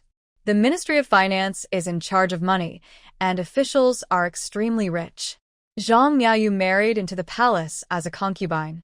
Although she was not favored, she had a wealthy natal family who always supported her. She had no worries about food and clothing and had plenty of money. Shen Wei held Zhang Miaoyu's hand, her eyes full of love for her rich sister. In addition to cold cakes, I can also make ice powder, fermented glutinous rice dumplings, and mint sago jelly. As long as you are willing to pay, I will give it to you every day. Do it. Shen Wei has always had the idea of starting a business. She received a lot of money from Prince Yan's mansion, but it was all piled up in her little treasury to become moldy. As a moneymaker who loves making money, Shen Wei naturally wants to start capital expansion. When the time is right, she will open a shop in Yanjing and sell some refreshing summer drinks first. When you have accumulated enough capital, you can then get involved in the real estate and retail industry. In ancient times, the basis for establishing a foothold was nothing more than two things: power and money. To make money and gain power, she has to do it step by step. Zhang Miaoyu didn't know about Shen Wei's grand plan for the compound. Her eyes lit up. Okay, it's settled, but what is mint sago jelly? Shen Wei was about to explain when she suddenly caught sight of someone walking away from the corner of her eye. Aunt Lu entering Lioli Pavilion. Aunt Lu was still wearing her serious gray gown. She glanced at Shen Wei with her sharp eyes like knives and said sadly, "Master Shen, princess, please come over.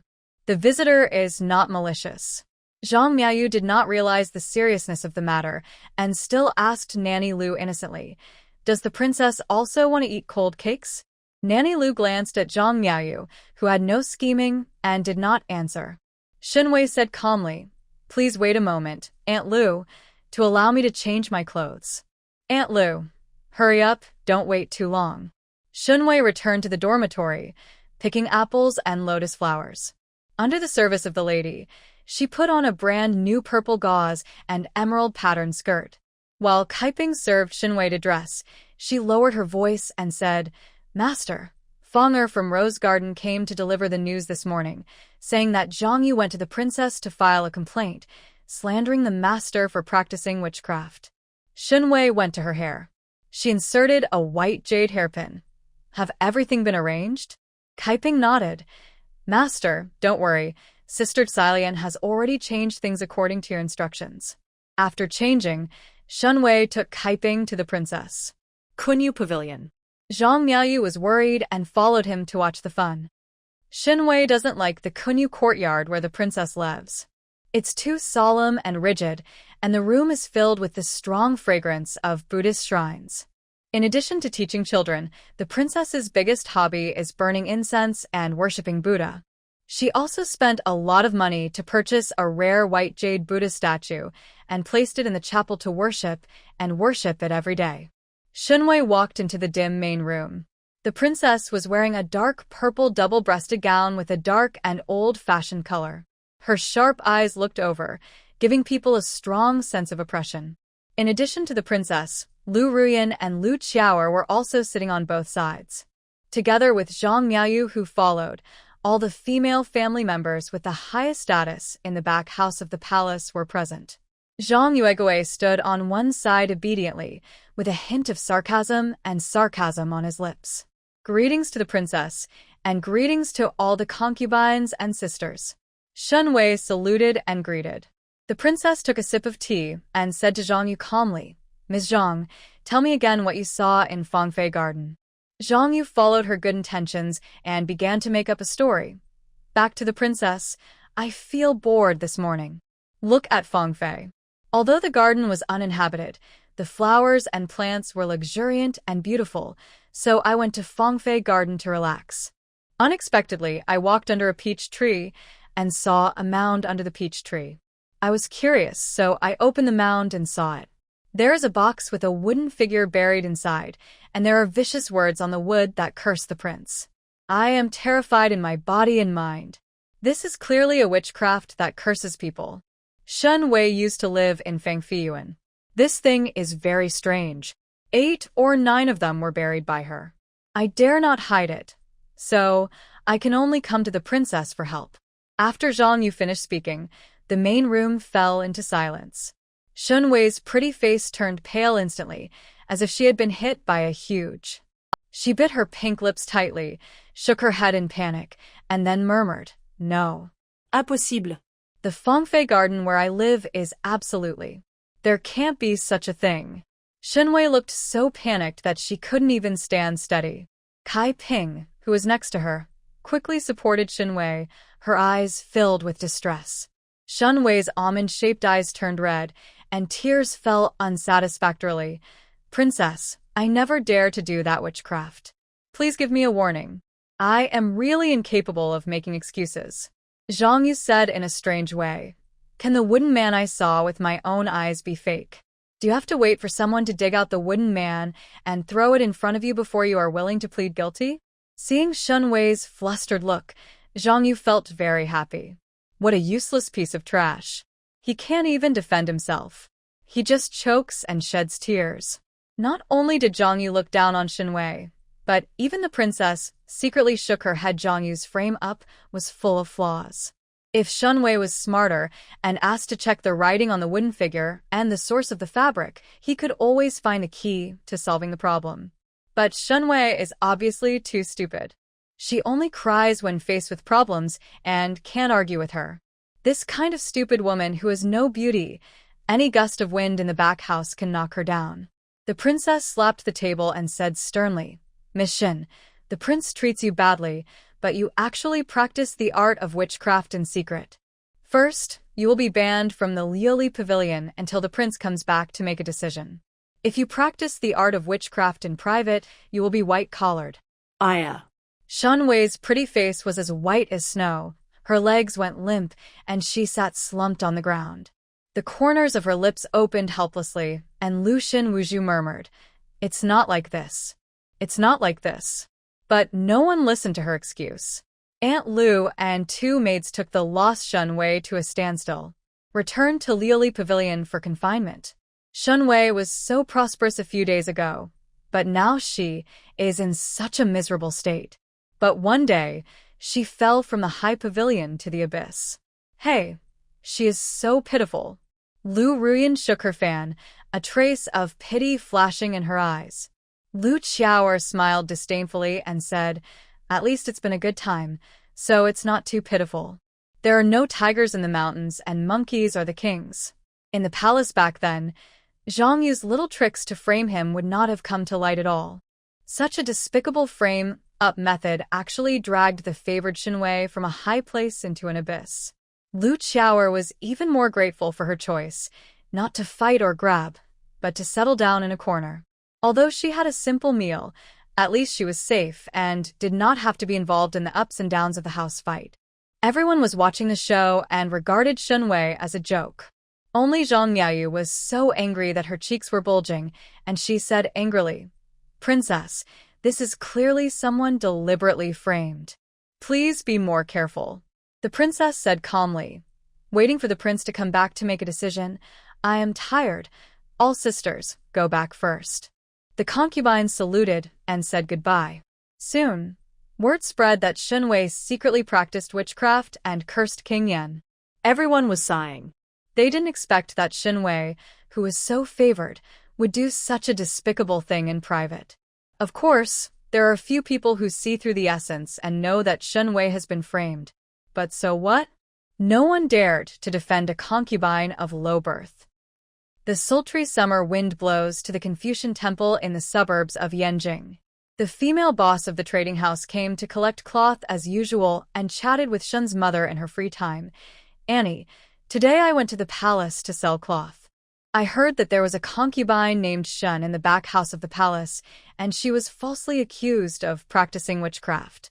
Alas, it's so pitiful. I'm afraid she will be demoted to a low-level maidservant even if she doesn't die." Mother Shen was nailed to the spot like nails, her head buzzing. Could it be that the concubine named Shen is the third daughter of her family? It's not easy to be a concubine in the palace, hey. The female owner of the trading firm sighed, put away the cloth and left. Tears fell from Mother Shen's eyes, heartbroken and helpless. Shen Xiuming, who was studying in the room, had a blank expression. After a while, he firmly picked up the book and continued to study hard with great energy. His sister is in jail, and as his younger brother, he must study hard to gain fame. The weather was sultry, and the sun was setting. King Yan returned to the palace in the heat. He originally thought he could see Shen Wei's pretty face under the eaves, but it was empty and there was no sign of the beauty. King Yan frowned without leaving any trace. Strange. Why is Wei Wei not here today? Could it be that the weather is so hot that I'm sick? While King Yan was thinking, the princess and Aunt Lu came towards him. The princess respectfully saluted King Yan. Your Majesty, I have something to do with you, and I don't know how to make a decision. I can only ask the prince to make the decision. King Yan had been busy all day and just wanted to go to Shen Wei's place to eat cold cakes to relieve the heat. However, the princess blocked his way and made King Yan stand in the sultry sunset, not noticing the sweat on King Yan's forehead. King Yan said impatiently, "You are the mistress of the palace, and you can decide the affairs of the inner house by yourself." The princess simply told King Yan the matter. Back to the prince, the Shen family of Liuli Pavilion practiced witchcraft, and people got the stolen goods. King Yan paused. Witchcraft? King Yan had a bad premonition in his heart, and he returned to the study patiently. The princess followed closely and placed witness Zhang Yu and the evidence dug out on the case table. It was a hand-sized, shabby little wooden box with rough workmanship. There is a small wooden figure placed in the box. The wooden figure has a strange shape, with the 3 characters Li Yuanjing engraved on its heart, and his birth date engraved under the characters. On the back of the wooden figure, Shen Wei's name is engraved, and under the name is her birth date. The names were stained with dark red blood, and 2 red silk threads were tightly wrapped between the 2 names, which looked weird and bizarre. King Yan picked up the little wooden figure and recognized the crooked handwriting as Shen Wei's handwriting. Zhang Yu knelt down and tried hard to regain her sense of presence. Back to the prince, I accidentally discovered this wooden man. I was worried about the prince's safety and did not dare to hide it, so I exposed Shen Wei's evil deeds to the princess. She raised her head, looked at King Yan eagerly, hoping that King Yan could remember her face. Zhang Yu believes that with her elegant and refined appearance, she will soon win the favor of King Yan. But when she saw the wooden man in King Yan's hand, Zhang Yu had a strange expression. This wooden man seemed different from the wooden man she put in the box. In order to frame Shen Wei, Zhang Yu privately carved a wooden figure with the name of King Yan and some evil curse words engraved on it. But the wooden figure in King Yan's hand seemed completely different from the wooden figure she carved. Why is there blood on my heart? Where did the red line come from? Where did the birth date come from? King Yan's face turned cold. These crooked fonts were definitely written by Shen Wei one at a time. King Yan's heart ached, and he asked himself. He treated Shen Wei well. He likes Shen Wei's graceful and attractive body, likes Shen Wei's meticulous care, and likes the fresh breath on Shen Wei's body. When Shen Wei encountered a haunting incident, he immediately changed her house for her. However, this woman actually cursed him in private. Could it be that Shen Wei has been cheating on him? Is the deep love shown by Shen Wei all a disguise? Go to Liuli Pavilion. King Yan's face darkened. His thin lips pursed into a cold straight line, and he strode towards Liuli Pavilion. Zhang Yu watched the tall figure of King Yan leave and secretly breathed a sigh of relief. Then she thought smugly that her day of pampering was finally coming. King Yan came to Liuli Pavilion and burst into Shen Wei's bedroom with an angry face. Shen Wei was practicing calligraphy at the desk, carefully describing spring banquet with a focused expression and a fair and beautiful profile. Hearing the movement at the door, Shen Wei raised her head happily. Your Majesty, you are back. King Yan walked to the desk gloomily, pulled up the rice paper on the desk and looked at it. Spring banquet, Sing again with a glass of green wine. Shen Wei wrote several copies. The handwriting is still not neat, but progress can be seen. King Yen gripped the rice paper tightly and threw the box containing the wooden figure onto the desk with a bang. The box opened, revealing the strange wooden figure. Shen Wei's pretty face showed surprise. King Yen stared at Shen Wei coldly, his dark eyes full of anger and unwillingness. He grabbed Shen Wei's slender wrist and asked word by word, "Shen Wei, I treat you well. Why do you curse me?" Shen Wei's pretty face was dull, as if she had heard some outrageous fantasy. Tears appeared in her bright eyes, and she stammered, "No, it's not like that." King Yen saw her pitiful appearance, and his heart ached for no reason. King Yen asked, "This wooden person, the handwriting on it was written by you. Do you still want to deny it?" Shen Wei's handwriting is unique. It's ugly and weird, and others can't imitate it. Shen Wei's eyes flashed with grievance, and crystal tears fell down. She choked and said, "This handwriting was carved by me myself. But it's not like that." After hearing Shen Wei's personal admission, Yen the king felt dense pain in his heart. He thought he had finally found a flower that was unique to him. Unexpectedly, this flower of interpretation turned out to be secretly thorny, vicious, and hypocritical. King Yen was furious. "The evidence is conclusive, but you still want to quibble. Shen Wei, is the friendship you show towards me true?" Shen Wei's eyes widened. It seems that she did not expect that King Yen would doubt her love, and her temper suddenly rose. For the first time, she lost her temper with King Yen. "My lord, you actually doubt my love for you? You are going too far." Duda's tears fell, and Shen Wei seemed extremely sad. She turned around angrily, lying on the table and sobbing. King Yen was even more angry. This woman had done something wrong, and yet she dared to get angry at him. "Come here, seal the Liu pavilion. Shen will not be allowed to take even a step without my order." King Yen gritted his teeth. If he switched to other concubines, he would have been given by Ling by him for committing such a heinous crime. But Shen Wei, although King Yen was angry, he really couldn't bear to kill her. The back house of the prince's palace was a stagnant place, but he finally found a woman who won his heart, but he couldn't do anything to kill her. "When did you know you were wrong and come to me to confess your guilt?" King Yen said harshly and left. Shen Wei's cries of grievance came from behind.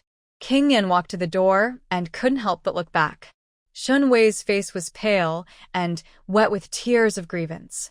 The tears fell like broken beads and wet the rice paper on the table. He looked very pitiful. King Yen suppressed his heartache and left coldly. As soon as he left Liu Pavilion, Shen Wei's tears in the room stopped instantly. His white fingers crossed the corners of his eyes, wiping away the tears that had leaked out. Shen Wei yawned, rubbed the painful wrist pinched by King Yen, and asked Aunt Rong, who walked in, "Have you spoken to the rich father-in-law?" Aunt Rong handed over a cup of hot tea and said with a smile, "Master, don't worry. The rich father-in-law likes that bottle very much." The King of Yen was full of anger, but he had nowhere to vent it. After thinking for a while, the King of Yen walked towards Lu Ruyan's Qishua Pavilion, hoping to get a little comfort in Lu Ruyan's quiet yard. After receiving the news, Lu Ruyan and her maids greeted him at the door. It was hot and humid in the summer night. The King of Yen looked at the Qishua Pavilion, which looked like a snow cave, and Lu Ruyan, who was dressed in white at the door, from a distance and suddenly didn't want to step in. Every time he went to Qishua Pavilion, it was like going to a funeral. If Lu Ruyan could rest in the yard and change into a non-white dress, the King of Yen would not slowly lose interest in her. Greetings to the prince. Lu Ruyan's expression was indifferent, neither happy nor sad, and as cold as the snow on the top of the mountain. The King of Yen walked into Qishua Pavilion. Lu Ruyan calmly served him plum tea, and her watery eyes looked at the King of Yen as if she was missing her dead love. As soon as the King of Yen picked up the teacup, a buzzing mosquito landed on the back of his hand. It bit a big red bump. Prince Yen frowned slightly. Didn't the Ministry of Internal Affairs provide mosquito incense to Qishua Pavilion? The garden of Qixue Pavilion was full of trees, and there was a pond next to it that attracted mosquitoes. In summer, the sounds of frogs croaking, insects chirping, and mosquitoes buzzing mixed together in the yard, making it particularly noisy. Prince Yen wanted to go back to Shen Wei's Liuli Pavilion. At least there were no mosquitoes in Liuli Pavilion. Lu Ruyan said lightly. The mosquito incense smells bad. I don't like to use it. Lu Ruyan has a cold body and is not bitten by mosquitoes. All the mosquitoes bite the maids and eunuchs who serve her. Prince Yen drank 2 sips of plum tea. He didn't like the slightly bitter taste of plum tea, but every time he came to Lu Ruyan's place, Lu Ruyan would always make him a pot.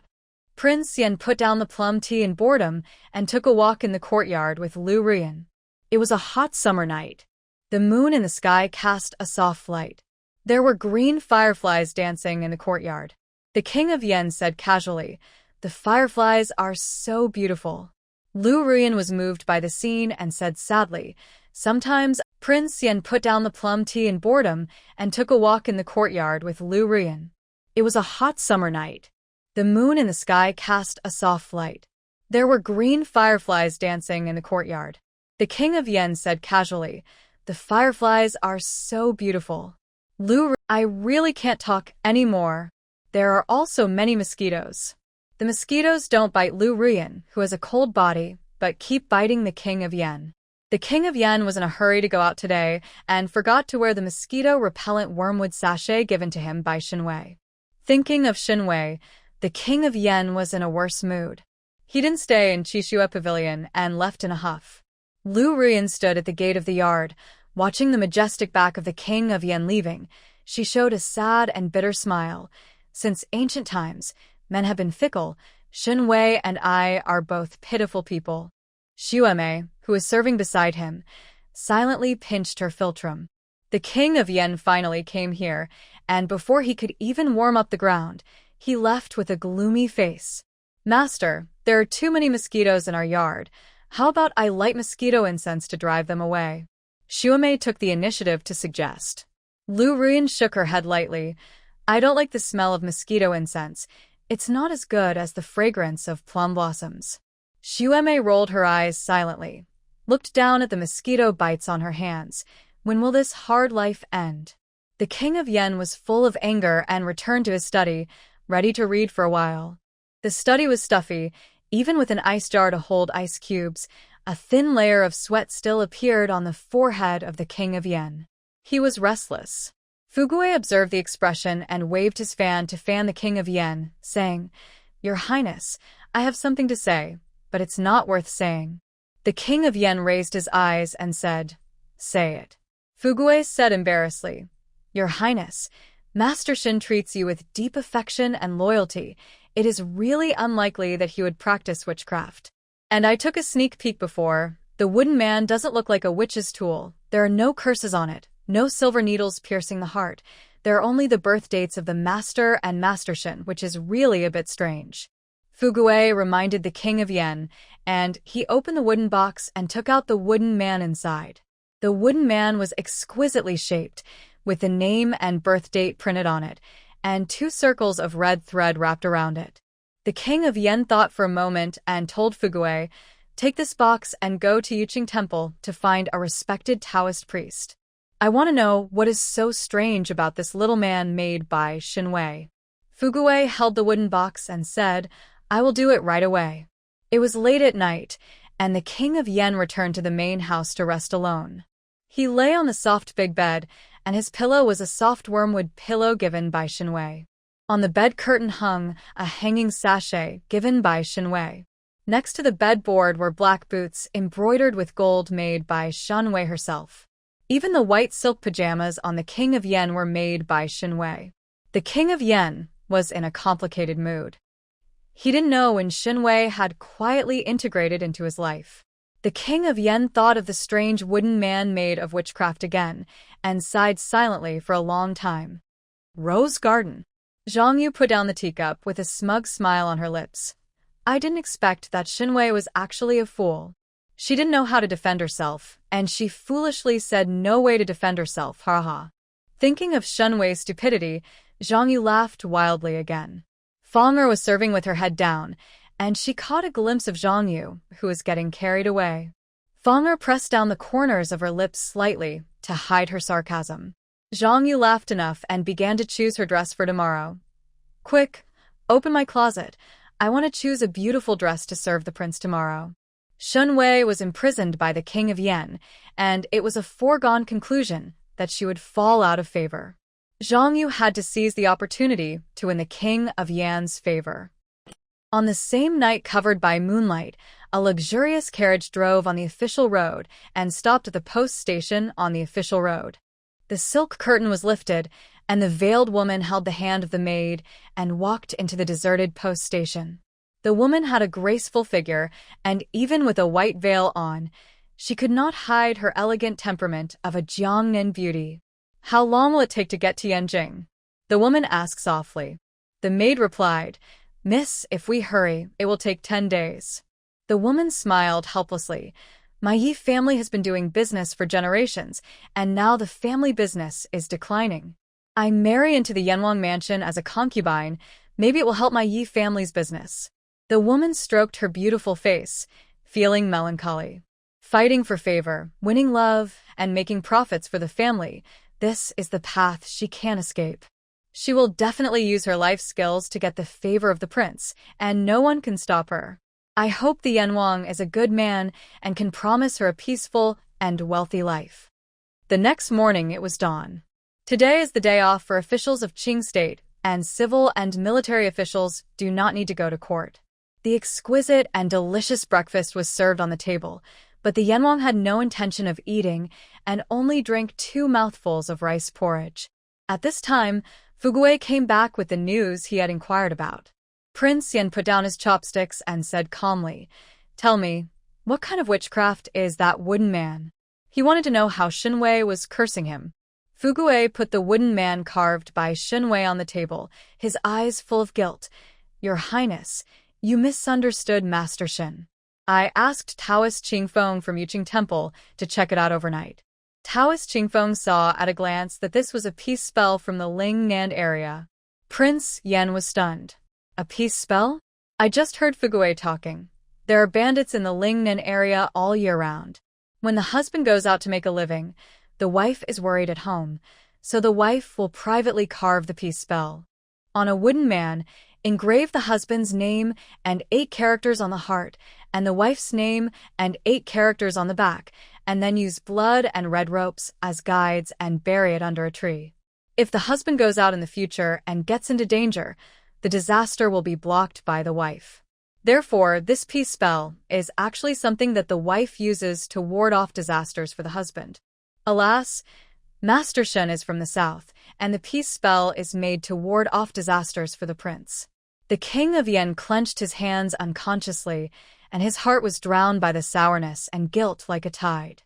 No wonder Shen Wei showed such a wronged look when he went to Liuli Pavilion to confront her yesterday. He was wrong. Shen Wei would block the sword for him at the spring banquet regardless of life and death. She would also stand under the eaves waiting for him to come home in the hot summer. But he actually doubted Shen Wei's feelings for him.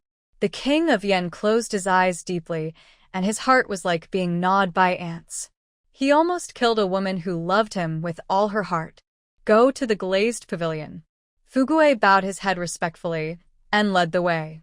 Fugui secretly clenched the expensive bottle in his hand, sighing in his heart, "This Master Shen is really rare." Every time he was in a desperate situation, he survived. Every time he encountered difficulties, he could always cleverly turn danger into safety, and he could also make the king of Yan love her even more. Fugui has been in the palace for decades, and he has never seen a concubine who is so good at competing for favor. Even in the most brutal years in the harem, the wives and concubines used all kinds of means to compete for favor, and no one was more powerful than Shen Wei. Zhang Yu dressed up early in the morning and put on all the valuable dresses and jewelry in the closet. Zhang Yu went out early, planning to go to the glazed pavilion to visit Shen Wei first, and then go to the prince's study to serve him actively. At the door of the glazed pavilion, 2 fully armed black guards were guarding the door. Zhang Yu was about to go in, but the guard stopped her politely. The prince has sealed off the glazed pavilion. Please go back, my master. Zhang Yu rolled her eyes and said unhappily. The prince has sealed off the glazed pavilion and forbade Shen Wei to go out, but he did not say that outsiders are not allowed to visit. The guard was silent. Seeing this, Zhang Yu pushed the guard aside and strode into the glazed pavilion. This was the first time Zhang Yu had walked into the glazed pavilion. The spacious and bright house, the vibrant garden, the lush green grass, and the watery pond were like a small fairyland. It was much better than her withered rose garden. Zhang Yu looked at the glazed pavilion sourly. When she was favored by the king of Yen, she would also live in the glazed pavilion. There was no one around, and the maids and eunuchs who served Shen Wei were not there. Shen Wei sat by the waterside pavilion. The morning breeze blew the white curtains of the waterside pavilion. Shen Wei's slender back was looming, looking lonely and pitiful. The more miserable Shen Wei was, the happier Zhang Yu was. Zhang Yu walked to the waterside pavilion triumphantly, looked at the exquisitely carved waterside pavilion, and said sourly, Shen Wei, you have come to this day too. They are using witchcraft to curse the prince. I think the white silk and poisoned wine will be delivered today. When Shen Wei heard this, she turned around. The corners of Shen Wei's mouth were still stained with the residue of the lotus cake. She held a half-eaten pink peach blossom cake in her hand and sat leisurely on the edge of the waterside pavilion, dangling her feet leisurely. There is no sign of any decline at all. The whole person is full of energy and energy. Zhang Yu was stunned for a moment. She never expected that Shen Wei would still look so contented when faced with disaster. The day of death is approaching, but you are still in the mood to eat? Zhang Yu laughed angrily, feeling very unhappy. She wanted to see Shen Wei looking sad and crying, not the silly and lively look in front of her. Shen Wei smiled. People are iron, food is steel. Only when you are full can you have the strength to do things. Zhang Yu mocked. Don't pretend to be calm here. Shen Wei, you must be very panicked, Prince. He has no feelings for you at all, and he has never trusted you. Shen Wei rolled her eyes and was about to retort when she caught a glimpse of King Yen rushing outside the water pavilion. Shen Wei is waiting for King Yen. She originally planned to perform a scene of heartbroken and drowning herself by the waterside, causing King Yen to feel guilty. But I didn't expect that Zhang Yu, who is seeking death, would appear halfway. But the problem is not that big. If the script is changed, Shen Wei can put on a good show. Shen Wei immediately became possessed by the drama. She stood up staggeringly, her eyes were red, and she said, Even if the prince wants to kill me, I will be willing to do so. I come from a humble background, and it is God's blessing to be favored by the prince. I can no longer accompany the prince for the rest of my life. After I die, I will turn into a wisp of wind, and over the prince's face to dispel the summer heat. Such love-minded words directly made Zhang Yu laugh. Zhang Yu burst into laughter. Oh my God, Shen Wei, you actually fell in love with the prince? In the back house of the prince's palace, who doesn't know that the prince is a ruthless and unjust man? I once advised you not to be his concubine, but you are still a moth to the flames. Ha ha ha, you deserve to die as a moth flies into the flames. Shen Wei's eyes turned red, as if she had suffered a huge, and tears fell from her eyes. Your Majesty misunderstood me. I see and defend myself. After your death, Zhang Yu, you have to take good care of the prince. Zhang Yu rolled her eyes and said in a strange tone, Of course I will take good care of the prince. Unlike you, I only ask for the meager love from the prince. Prosperity and wealth. In the future, if I give birth to the prince's child, I will have a safe life. Maybe with good luck, I can replace the princess. Shen Wei was shocked. How can you use the prince as a tool to make money? The best man. I won't let you do this to him. Shen Wei rushed over angrily and wanted to slap Zhang Yu. But Zhang Yu had quick eyes and quick hands and easily dodged Shen Wei's soft slap. Zhang Yu turned around and raised her hand, saying in a vicious voice, You are about to die, but you still dare to attack me. Let's see if I don't beat you to death today. Zhang Yu used all her strength and slapped you hard. But before she could touch Shen Wei's face, Zhang Yu was kicked hard into the pond, causing water to splash. Fortunately, the pool was not deep. Zhang Yu stood up in embarrassment and saw King Yan appearing by the waterside pavilion. King Yan is tall and has long legs. He wears a silver gown and casual clothes, a jade belt around his waist, and a mugwort sachet made by Shen Wei herself. His handsome face was full of anger. He held the trembling Shen Wei in his arms and shouted angrily, "Come here, drag this down into the pond and beat her with 20 sticks every day until she is beaten to death." Zhang Yu's face was pale, and her whole body felt cold. Unexpectedly, King Yan suddenly appeared, and Zhang Yu's head was buzzing. She was dragged out of the pool in embarrassment by the guards and said in horror, "My lord, spare my life. My lord, spare my life. I know I was wrong." Zhang Yu was shrouded in the fear of death, begging desperately for mercy, but to no avail. She could only act like a dead dog. Being dragged out of Liuli Pavilion. The cool morning breeze blew by, and the white curtains of the waterside pavilion swayed gently. Shen Wei's beautiful eyes widened, and she looked at King Yan, who was so close, in disbelief. She took 2 steps back in grievance, with crystal tears falling down her cheeks. "Your Highness is here. Do you want to send me away? A glass of poison wine? Or by Ling?"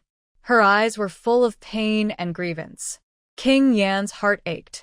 When he came to Liuli Pavilion in a hurry just now, he heard Shen Wei and Zhang Yu's words from a distance. Everything in Shen Wei's words was filled with love for him. There are many women like Zhang Yu who are greedy for profit in the back house of the palace. Only Shen Wei, she only wanted the love of King Yan and nothing else. This precious love was almost let down by him. King Yan felt guilty and happy at the same time. He was lucky that he did not kill Shen Wei out of anger. He held Shen Wei's hand and said softly, "I have misunderstood you. From now on, I will not be easily carried away." King Yan asked Fugui to fetch the wooden man, and he personally poured water on it. "Fire oil, then light the fire." Shen Wei was surprised and rushed forward to put out the fire. "You can't burn it. You can't burn it." King Yan put his arms around Shen Wei's shoulders and said softly, "My blessings are profound, and I don't need Wei Wei to protect me from disasters." Shen Wei choked and said, "At the spring festival banquet, the assassin almost stabbed the prince. I thought that I would be willing to protect the prince from disasters in the future, so I secretly carved a wooden figure. Prince Yan, this wooden figure cannot be burned. The love in my heart is even stronger." He was the king of Yan dynasty in the Qing dynasty. He was good at both civil and military affairs and had excellent kung fu. King Yan was very moved when Shen Wei wanted to protect him from disaster, but he didn't need Shen Wei to take risks. King Yan smiled and hooked the bridge of Shen Wei's nose. "I am protected by the tiger guards I have raised, so I am safe and sound. You are not allowed to do stupid things in the future." The flames burned, and the wooden man was quickly burned to a piece of charcoal. Tears welled up in Shen Wei's eyes, and she choked with sobs. "The prince actually questioned my feelings for you. I will never pay attention to the prince again in the future. She loves King Yan Qian so much." King Yan actually questioned her love. "She is angry." Shen Wei ran back to the bedroom aggrievedly and slammed the door. King Yan knocked on the door several times, but Shen Wei still didn't open the door. Obviously, Shen Wei was still angry with him. King Yan was thinking about Shen Wei and wanted to go into the house to have some tenderness with Shen Wei and talk to her heart to heart. But this little girl never opened the door. Prince Yan was busy with official duties, so it was impossible to spend the whole day in Liuli Pavilion. King Yan plans to visit Shen Wei again in the evening. Before leaving, King Yan summoned the maids and eunuchs from Liuli Pavilion and told them, "Take good care of your master." Aunt Rong and others were frightened and said, "You only obey the order." King Yan left with a heavy heart. Rewards flowed into Liuli Pavilion like running water. Within a day, everyone in the palace knew that Shen Wei was favored again. There was a lot of discussion in the house. "Have you heard? Master Shen does not practice witchcraft, but the safe spell. The safe spell is the Lingnan magic that wards off disasters for the prince. Fortunately, the prince is aware of everything. Master Zhang is so stupid. Now he was locked up in the firewood shed and beaten, and he was not allowed to give me any medicine. I'm afraid I won't last 10 days. Am I the only one who thinks that Master Shen will be able to save his life and become even more favored tonight? Pavilion, it was a shame again. Master Shen was angry and ignored the prince at all.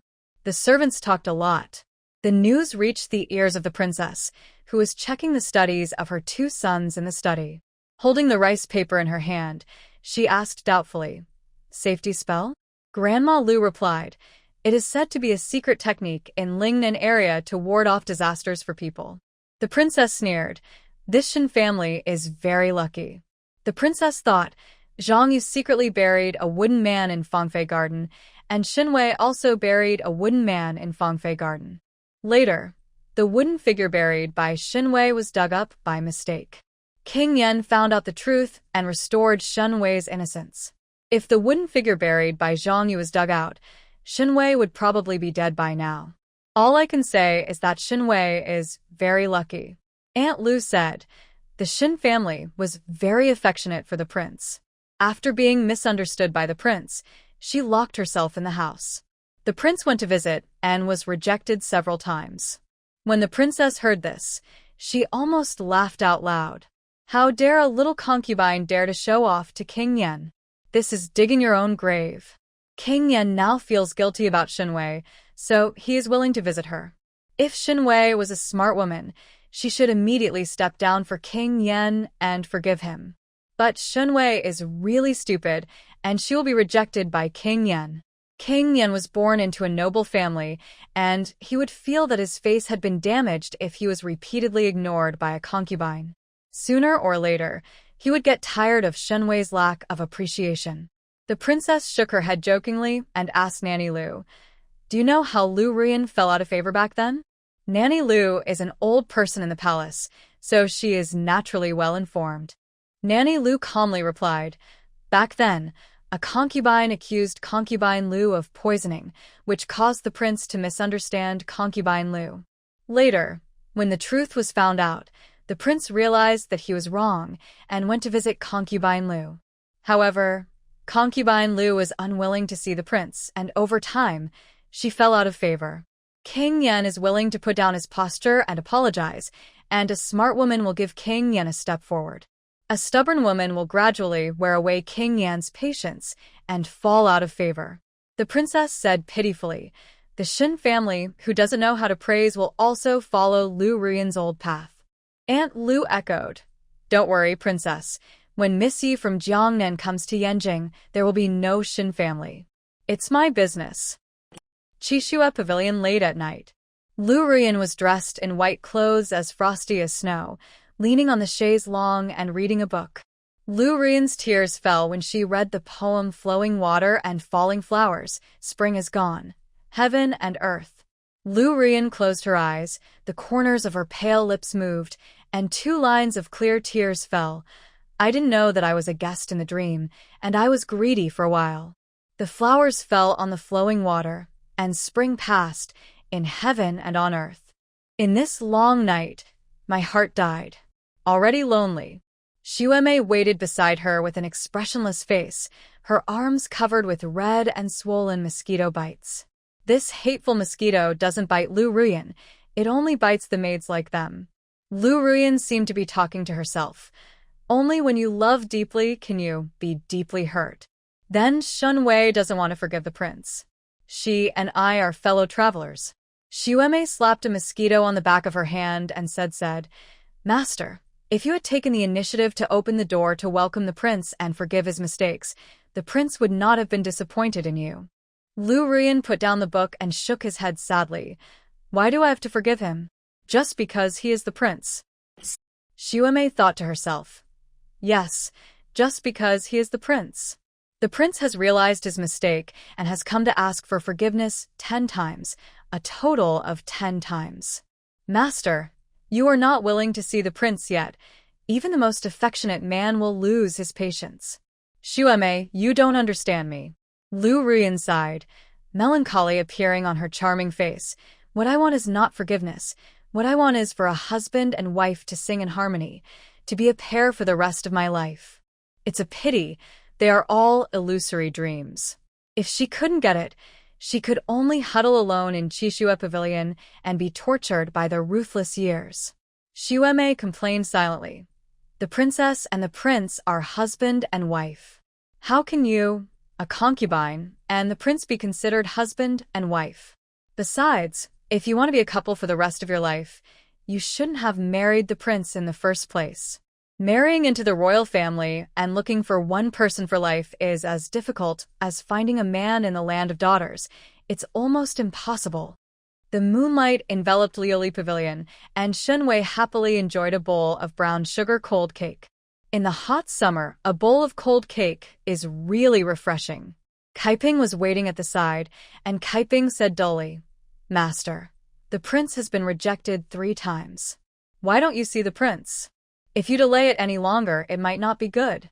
King Yen came 3 times, but Shen Wei was unwilling to see him. Kaiping was worried. After all, King Yen is a superior master. If Shen Wei repeatedly insults King Yen, she may suffer backlash. Shen Wei put down the cold cake bowl and said, "Don't worry, I have my own plan." Forgiving King Yen easily would make King Yen think that Shen Wei is easy to handle. But never forgiving King Yen would make him unhappy. After all, the throne of King Yen was high and powerful. How could Shen Wei, a concubine from a humble background, let him lower his noble head again and again? Therefore, the key is to grasp the degree. After a while, Kai Lian walked into the room holding a set of Inuch clothes. "Master, I have brought the clothes you asked for." Shen Wei stood up and touched the dark blue Inuch clothes. "Tonight, the king I'm in the study?" Kai Lian nodded. The rich manager said it himself, so it can't be wrong. Shen Wei moistened her lips and put on the Inuch's clothes. She rubbed her slender waist again. Her waist would have to be worked hard again tonight. The study room of Prince Yan's mansion. King Yan finished his official duties and rubbed his brows tiredly. There is a cooling ice mirror in the study room, and the ice cubes give off a faint coolness. King Yan was in a bad mood. He wanted to see Shen Wei tonight, but most likely he would be rejected again. King Yan used to think that Shen Wei was a gentle and submissive woman. After this experience, King Yan realized that Shen Wei, who seemed weak and well-behaved, also had a stubborn side. He doesn't like women who are too submissive, nor does he like women who are too stubborn. Only Shen Wei was gentle and stubborn, which surprised King Yan and made him fall in love with her even more. But if Shen Wei never forgives him, King Yan will also be irritated and disappointed. While King Yan was thinking wildly, the study door opened, and a slender little Inuch lowered his head and respectfully brought up a bowl of iced cold cake and placed it gently on the desk. The little Inuch suppressed his voice and reminded in a low voice, "Your Majesty, the cold summer cake is here. You can try it." Brown sugar cold cake is a summer snack developed by Shen Wei. After the vigorous promotion by Zhang Miaoyu of Waxianjiwen, it became a regular summer snack in the palace. King Yan picked up the small white porcelain bowl and finished it quickly. The little Inuch stepped forward tremblingly, wanting to take the porcelain bowl back. Perhaps out of fear of King Yan's majesty, the little Inuch shook his hand and smashed the porcelain bowl onto the floor. The little Inuch was startled and let out a woman's soft scream. King Yan's ears perked up at this familiar voice. King Yan's keen eyes fell on the little Inuch, with his slim figure and slightly undulating clothes on his chest. Although he lowered his head, he could still see his fair and round chin. King Yan suddenly smiled. This cute little girl actually disguised herself as an Inuch and secretly visited him. King Yan felt sour and sweet at the same time, and he deliberately said slowly, "I broke the bowl, so I should be punished." The little Inuch was shocked and at a loss. King Yan pulled Shen Wei into his arms. The Inuch's hat fell off, revealing Shen Wei's fair and beautiful face. Her eyes widened in surprise, as if she didn't expect that she would be recognized by King Yan. "That ignorant and dull look is very cute." King Yan smiled and clasped Shen Wei's slender waist, and his warm breath spread in Shen Wei's ears. "You." The little Inuch, will be punished to serve the king tonight. Shen Wei's ears turned red. She said angrily, I miss the prince, so I secretly came to visit. Tonight. I won't serve the prince tonight. King Yen looked at her shy look with red eyes, and he was in a good mood. You can decide whether to serve the prince or not. I can't do it to you. I will take action and apologize to our Wei. The study is very large, and there is a bed for resting. Shen Wei was still wearing a thin and nutch uniform, and her hair was combed into a men's hairstyle. She looked like a delicate little scholar. King Yen was moved by the sight. Shen Wei, dressed as a man, brought him another kind of pleasure. Shen Wei was picked up by King Yen and held against the corner of the bed. The ice mirror in the study gave off an icy cold air, which could not dispel the heat in the room. Shen Wei struggled desperately at first. But the more she struggled, the more emotionally moved King Yen became. The women who served King Yen in the past were either rigid or submissive in bed. Shen Wei rarely resisted today. King Yen had a huge appetite and was very surprised. The two of them were noisy in the study until midnight. In the end, Shen Wei's voice had become hoarse, and she was carried out of the study by King Yen in a daze and returned to the Liuli pavilion next to her to rest. Fugui led a group of maids to clean up the mess in the study. The study was in a mess, with clothes scattered all over the floor and books scattered on the carpet. The bed was messed up, the desk was dirty, the pillars were dirty, and the carpet was dirty, which showed how intense the battle was. Fugui looked at him in amazement. Master Shen looked weak, but it was really rare for him to be able to withstand the powerful King Yen. With good health and the ability to compete for favors, such a strange woman is destined to become the person of King Yan's heart. Here, Shen Wei and King Yen are deeply in love and tired of each other, but over there, Zhang Yu's situation is worse. King Yen did not kill her directly, but sent people to beat her with 20 sticks every day. Zhang Yu lay weakly in the woodshed, her strength getting weaker and weaker. She was unbearably thirsty and her consciousness was confused. Water, water. Zhang Yu called helplessly. After a while, the woodshed door opened, and two slender figures walked in. Zhang Yu struggled to open her eyes and saw her maids Fang'er and Chui'er. Fang'er was still holding a bowl of water in her hand. Zhang Yu was overjoyed. She didn't expect that while she was in jail, the two maids remembered her kindness and secretly came to bring her water. Zhang Yu's throat was dry and hoarse. Water. Fang'er, give me water. Fang'er squatted down, holding a bowl of clean water in her hand, and asked softly, Master, do you want to drink water?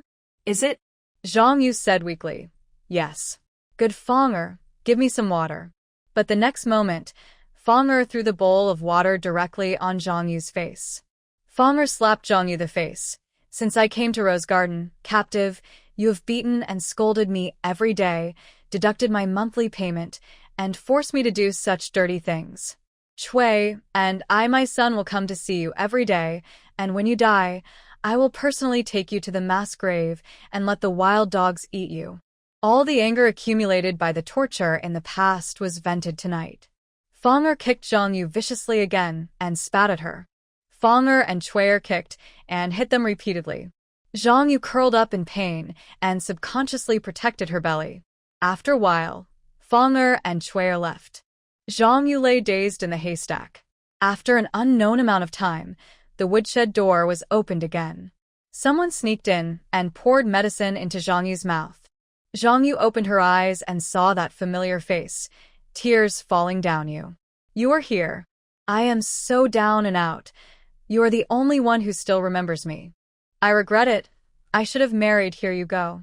The man had mixed emotions in his eyes. In the end, he held Zhang Yu gently in his arms. Since her reconciliation with King Yen, Shen Wei has been favored even more. The prince would stay in Liulik Pavilion most of the time, and the friendship between the two grew stronger. Early summer is approaching, and the prince goes out to attend to official duties during the day, but Shen Wei does not stay in Liuli Pavilion every day. After she finished exercising, she would go to the back garden of the palace to hang out, take a walk, and go fishing. There is a large lotus pond in the back garden of the palace. The lotus pond is full of delicate lotus flowers, and fish swim in the lotus pond. Shen Wei asked Kai Lian to find fishing gear, and she sat by the pond pavilion to fish. While fishing, I ate candied fruits and enjoyed the refreshing feeling of the lake breeze blowing on my face. Master, Concubine Liu is here, Kaiping reminded in a low voice. Shen Wei put down the candied fruit and saluted Concubine Liu, who was passing by. Concubine Liu paused. Concubine Liu looked at the radiant Shen Wei with a bit of envy in her eyes. Shen Wei is now favored by the prince, and her clothes are naturally ostentatious. Shen Wei wore a silver silk embroidered qianshui skirt with layers of silver skirts, making her look radiant. Shen Wei's cheeks were rosy and full of vitality, like flowers blooming in the morning. Concubine Liu looked at herself again. Although she was a concubine, she was wearing the most ordinary plain cloth and only had an ordinary hairpin in her hair. Sometimes Concubine Liu looked in the mirror and saw her own dull eyes in the mirror, full of exhaustion. "Are you fishing?" Concubine Liu asked. Shen Wei smiled slightly and replied, "Your Majesty likes to eat fish recently, and I want to catch a big fish for you personally." Concubine Liu curled her lips in disdain. Poor Shen Wei was completely confused by the prince's false love. In the future, Shen Wei will deeply understand how ruthless the men in the emperor's family are. Concubine Liu shook her head secretly and left the garden with her maid. Shen Wei returned to the pavilion and continued fishing lazily. There was a cool breeze blowing by the lotus pond, and the lotus leaves were fragrant. Shen Wei was drowsy, and Kaiping whispered again, "Master, Concubine Liu is here." Shen Wei opened her eyes. "What's going on in the palace today? These two people, they both went out?" According to Shen Wei's investigation, Lu Qiaoer and Lu Rian are both senior stay-at-home girls who don't go out unless necessary. What happened today? Shen Wei unexpectedly bumped into two senior otakus in succession. Kaiping said, "The princess seems to have something to do. She sent someone to invite some concubines to Kunyuan." Shen Wei raised her eyebrows. It turned out that the leaders were having a meeting. Suppressing the emotions in her heart, Shen Wei walked over and saluted Concubine Lu Rian. In the hot summer, Concubine Lu still wore a cold snow-white dress, with a light green and white plum blossom hairpin in her hair. Lu Rian stopped, glanced at Shen Wei's beautiful face, and suddenly said pitifully, "Shen Wei, you must be feeling miserable." Shen Wei was confused. "Ah? Am I miserable? Why don't I know?" Lu Rian shook her head gently and said in a soft voice, "I walk on thin ice every day. For the prince's meager love, I gave up my own preferences and my own life." Shen Wei was speechless. Shen Wei felt from the bottom of her heart that her little life was going well. Her biggest hobby is making money. She has a lot of money in her little gold bank. She can eat delicacies from the mountains and seas and wear silks and satins every day. Living in a big and spacious house, I have a handsome guy who is good at sleeping with me at night. Isn't this good? Lu Rian shook her head with pity. "You and I are both pitiful people. Life is just like catkins in front of the wind, with sporadic joy and sporadic sorrow." After reciting the sad verses, Lu Rian's nose became sore and tears flowed down her face. The thin face fell. Lu Rian left sadly. Seeing this, the personal maid Xuemei quickly caught up with Lu Rian. Xuemei followed Lu Rian, occasionally looking back secretly at the Lotus Pond Pavilion. Shen Wei was seen lying on the imperial concubine's couch, with a long fishing rod at her feet and several plates of delicious pastries at her hands. Eating snacks and fishing, Shen Wei seemed content and not at all pitiful. Xuemei really didn't understand why her master always thought Shen Wei was pitiful. Xuemei looked at the two maids behind Shen Wei, Kai Lian and Kaiping. Kai Lian and Kaiping have rosy faces and round cheeks. Their clothes are of high quality, and they have pearl hairpins on their heads. The master is favored, and the maid also lives a good life. I heard that Shen Wei was very generous and often gave silver rewards to the maids and eunuchs. All the servants in the palace wanted to work in Liulik Pavilion. Xuemei looked at herself again.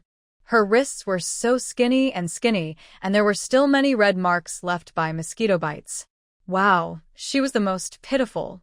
Shen Wei continued fishing, but before the fish took the bait, Aunt Lu, who was beside the princess, hurried over. Master Shen, the princess has invited you. Shen Wei was stunned for a moment and poked the bridge of her nose. Princess, will you let me go? Aunt Lu smiled softly. That's natural. Master Shen, please move. Shen Wei had no choice but to let Kai Kai go. Lian stayed in the pavilion to take care of the fishing gear and took Kai Ping to the princess's yard. Shen Wei was thinking as she walked.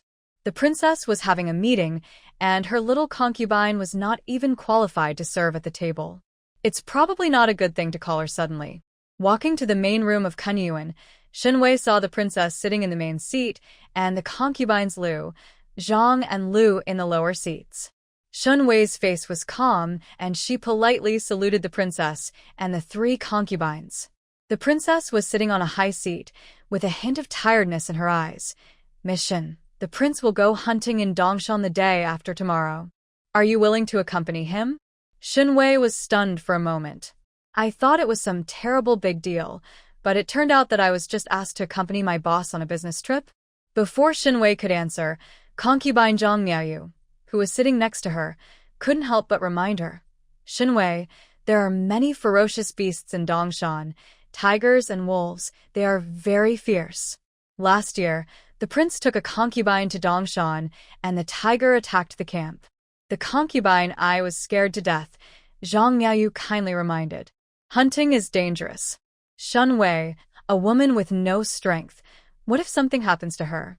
Shen Wei cares about the prince and will definitely be willing to accompany him. Lu Qiaoer said calmly. Shen Wei pursed her pink lips and said to the princess. Back to the princess. I am willing to accompany the prince to Dongshan for hunting. The princess breathed a sigh of relief and said calmly, Then the matter is settled. You go back and prepare for your death. Shen Wei bowed her head and saluted again and left Kunyuan. On the way back to the Lotus Pond Pavilion, Kai Ping, who had been holding back all the way, quickly said, Master, you can't go hunting in Dongshan. The prince goes to Dongshan for hunting every year, and I don't know if it's because he is unlucky and always encounters danger. Shen Wei stopped. How dangerous is it? Kai Ping nodded and chirped. 5 years ago, the prince's camp was almost burned down. 4 years ago, the prince's horse suddenly went crazy. 3 years ago, a pack of wolves attacked camp. 2 years ago, the prince had diarrhea after eating poisonous mushrooms. Last year, the tiger attacked the camp. Hunting in Dongshan is a tradition of the Qing dynasty royal family. If the prince does not go, it will cause controversy. Shen Wei said, Only the prince will be in danger? Kai Ping, it seems. Shen Wei's heart suddenly sounded alarm bells. 1 accident can be regarded as an accident. 4 or 5 accidents in a row can be regarded as man-made accidents. King Yen is Shen Wei's largest treasury and the springboard for her smooth retirement. If King Yen unfortunately dies while hunting in Dongshan, all Shen Wei's plans will come to nothing. Kai Ping was still persuading. Master, why don't we apologize to the princess? Are you saying that you are sick and can't accompany the prince? Shen Wei shook her head firmly. No, I have to go. In Shen Wei's heart, the palace is a big company, and Yan Wang is the boss, and Shen Wei is an employee of the company. If the boss dies, how can the company continue to operate?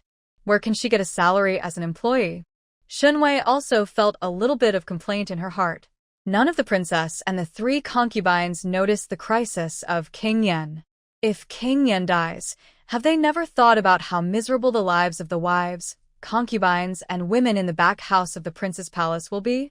With her heart full of worries, Shen Wei returned to the Lotus Pond and continued fishing. Hard work paid off. Shen Wei was very lucky and caught a big and lively fish in the Lotus Pond. The prince didn't like spicy food, so Shen Wei asked the cook to cut the big fish into 2 pieces. Half is made into non-spicy pickled fish, and half is made into spicy boiled fish that Shen Wei likes to eat. 4 pickled fish.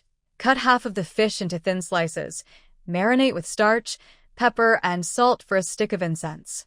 Heat oil in a pan, add chintan pickled cabbage and stir-fry. Finally, add hot water and bring to a boil. Add the fish fillets and cook for a while. After cooking, place it in a large bowl and pour a layer of hot oil over it. As for the boiled fish that Shen Wei likes to eat, the method is similar. A lot of chili is added at critical times to enhance the spiciness of the whole fish. In addition to the 2 fish dishes, Shen Wei also prepared a fragrant vegetable garden soup. Green vegetables are still vegetables planted by King Yen himself. The summer is hot and eating fish and drinking soup will make you sweat. Shen Wei also prepared ice sour plum soup in advance, which can clear away heat and quench thirst, and is refreshing. When everything was ready, King Yen happened to arrive at Liuli Pavilion. After King Yen was busy with official duties, he was very hungry. When he returned to the palace, he smelled the aroma of food and the beautiful woman standing under the eaves waiting for him. King Yen was completely exhausted. He was used to the cold loneliness of the palace. Now, the palace finally had the atmosphere of an ordinary people's home. Your Highness, please wipe your face and have a meal. I have been fishing for a whole day and finally caught a big fish. Shen Wei wrung out the towel herself, stood on tiptoes to wipe the sweat from Prince Yan's forehead, and then led the prince to go on the dinner table. Prince Yan held Shen Wei's hand and said, "Did Wei Wei catch the fish herself?" Shen Wei smiled brightly and said in a proud and innocent tone, "The prince wants to eat fish, so of course I have to catch it myself. An excellent Wanwang employee must be. I will show the results of my hard work in front of my boss and work hard to gain a sense of presence. Dedication cannot remain unknown. Dedication must be preached with a loudspeaker." Even if Shen Wei slept happily by the lotus pond today, she would exaggerate and describe it as working all day. There is no boss who does not like hard-working employees, and no prince who does not like concubines who serve him wholeheartedly. Looking at the excellent-looking pickled fish, King Yen had a huge appetite and almost finished the entire plate of pickled fish. After dinner, King Yen and Shen Wei took a walk in the cool courtyard and learned that Shen Wei wanted to serve in Dongshan. King Yen pulled Shen Wei into the pavilion and waterside pavilion and said earnestly, "There are many wild animals in Dongshan. It is very dangerous for you, a delicate woman, to go there. Hunting in Dongshan will take 3 days. There are many wild animals in Dongshan, including wild wolves, wild boars, and even tigers. King Yen does not want Shen Wei to put herself in danger. As long as the prince is here, I am not afraid of anything." Shen Wei gently waved the small fan in her hand, her big bright eyes full of trust in King Yen. The tiger guards raised by King Yen are all strong. What could happen to her? She is just worried that her boss will go on a business trip alone, and she is worried that her boss will die outside, and she will have no treasury for the rest of her life. King Yen let out a long sigh, put his arms around Shen Wei's slender waist, and the two of them sat on the big cool bed in the waterside pavilion. King Yen said, "In that case, don't run around when you go to Dongshan." Shen Wei nodded obediently. After eating and drinking, walking and chatting, it's natural to start new activities in the evening.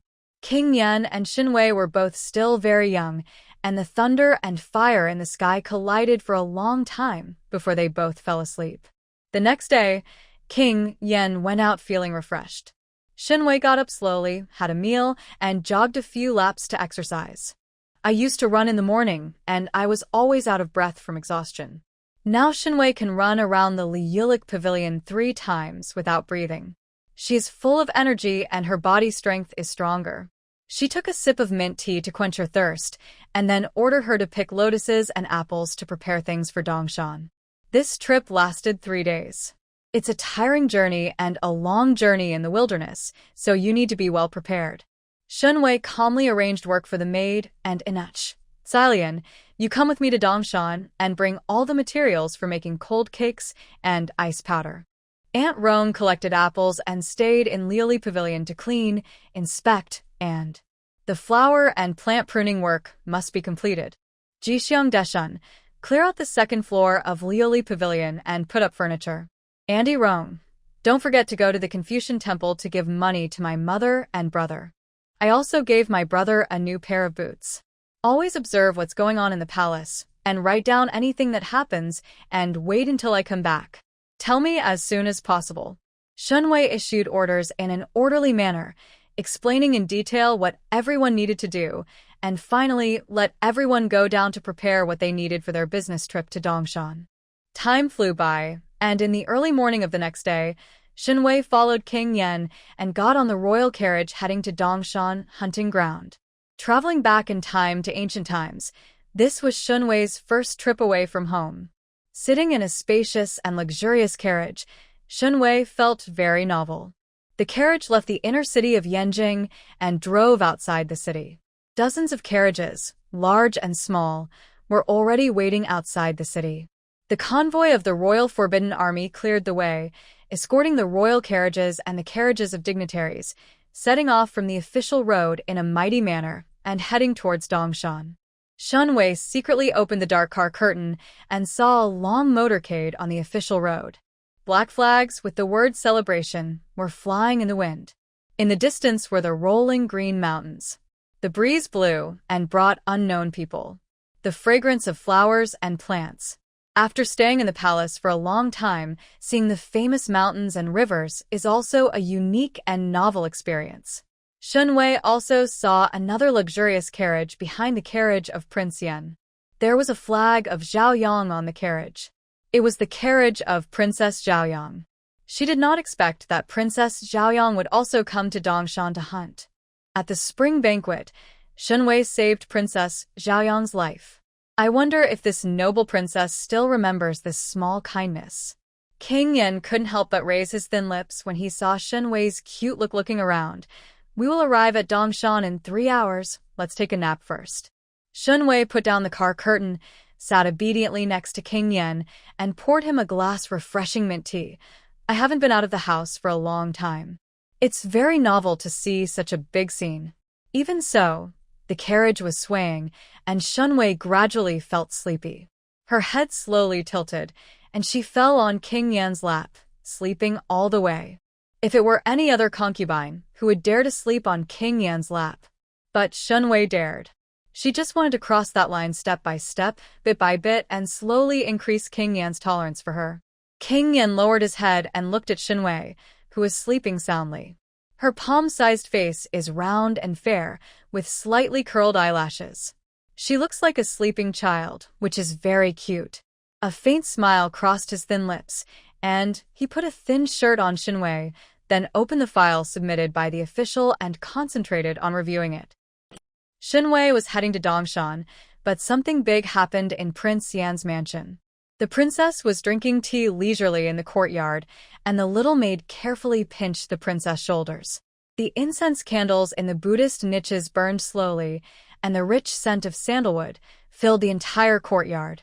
There were rustling footsteps outside the house, and Grandma Lu came running all the way. "Princess, there is something wrong with Zhang Yu over there in the woodshed." Nanny Lu spoke in a hurried tone, running too fast, sweat dripping from her forehead. The princess put down the teacup and said, "What? Zhang Yu was beaten to death? No problem.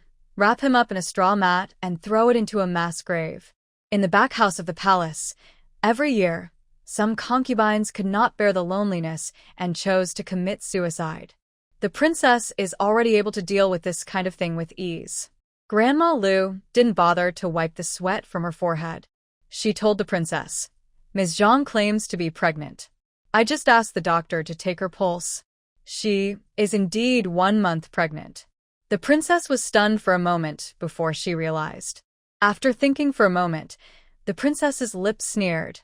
Zhang's luck is good. With this child, she can save her life. Shen Wei was favored by King Yan, but after several months, there was still no movement in her stomach. Zhang Yu only received favors from the prince a few times, but she was lucky enough to be pregnant with a child. This is the first child in the palace in 2 years. If King Yan knew about this, he would definitely be happy. Aunt Lu asked cautiously, "Princess, how should we deal with Mrs. Zhang?" The princess smiled and said calmly, "Stop her daily punishment with a stick for the time being and send her back to Rose Garden to recuperate. Send a doctor to treat her injuries." Wait. The prince will come back from Dongshan and ask the prince to make a decision. Grandma Lu said, "I'll take care of it right away." Grandma Lu hurriedly went to arrange for the pregnant Zhang Yu. The princess walked slowly into the Buddhist hall and took the 3 sticks of incense handed to her by the maid. The white jade guanyin statue in the Buddhist hall is cold and noble, with a pair of eyes looking at the believers compassionately. The princess devoutly presented 3 sticks of incense and said, "Blessed by Bodhisattva." The queen in the palace was always dissatisfied with the princess and blamed her for not spreading branches and leaves for King Yan.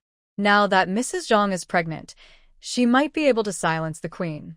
The news of Zhang Yu's pregnancy quickly spread throughout the palace and naturally reached the ears of Liu Pavilion. Kaiping was so anxious that she grabbed Nanny Rong and said, "Annie, that Zhang Yu is really lucky. With this child, she will not be allowed to walk around in the palace in the future. What will our master do?" Nanny Rong was dressed. Hua Gray was about to go out and go to the Confucian temple to give money to Shen's mother and Shen Xiuming, while also ridiculing and belittling their mother and son. Aunt Rong smiled lightly and comforted Kaiping. There are many concubines with children in the back house of the prince's palace. Do you think they are favored? Moreover, Mrs. Zhang's pregnancy came at a strange time. She is weak, and the prince does not visit her more than once. 3 times. How can anyone get pregnant so quickly? Kaiping thought for a while. There were concubines and concubines in the palace. The courtyard was cold, and the prince rarely set foot. Aunt Rong has been in the palace for many years and naturally has a thorough understanding. It can be seen that having a child does not necessarily bring favor. Zhang Yu is not qualified to raise a child after giving birth. She is only making wedding clothes for the princess. Scholars, farmers, industry, and commerce, the status of business women lowest.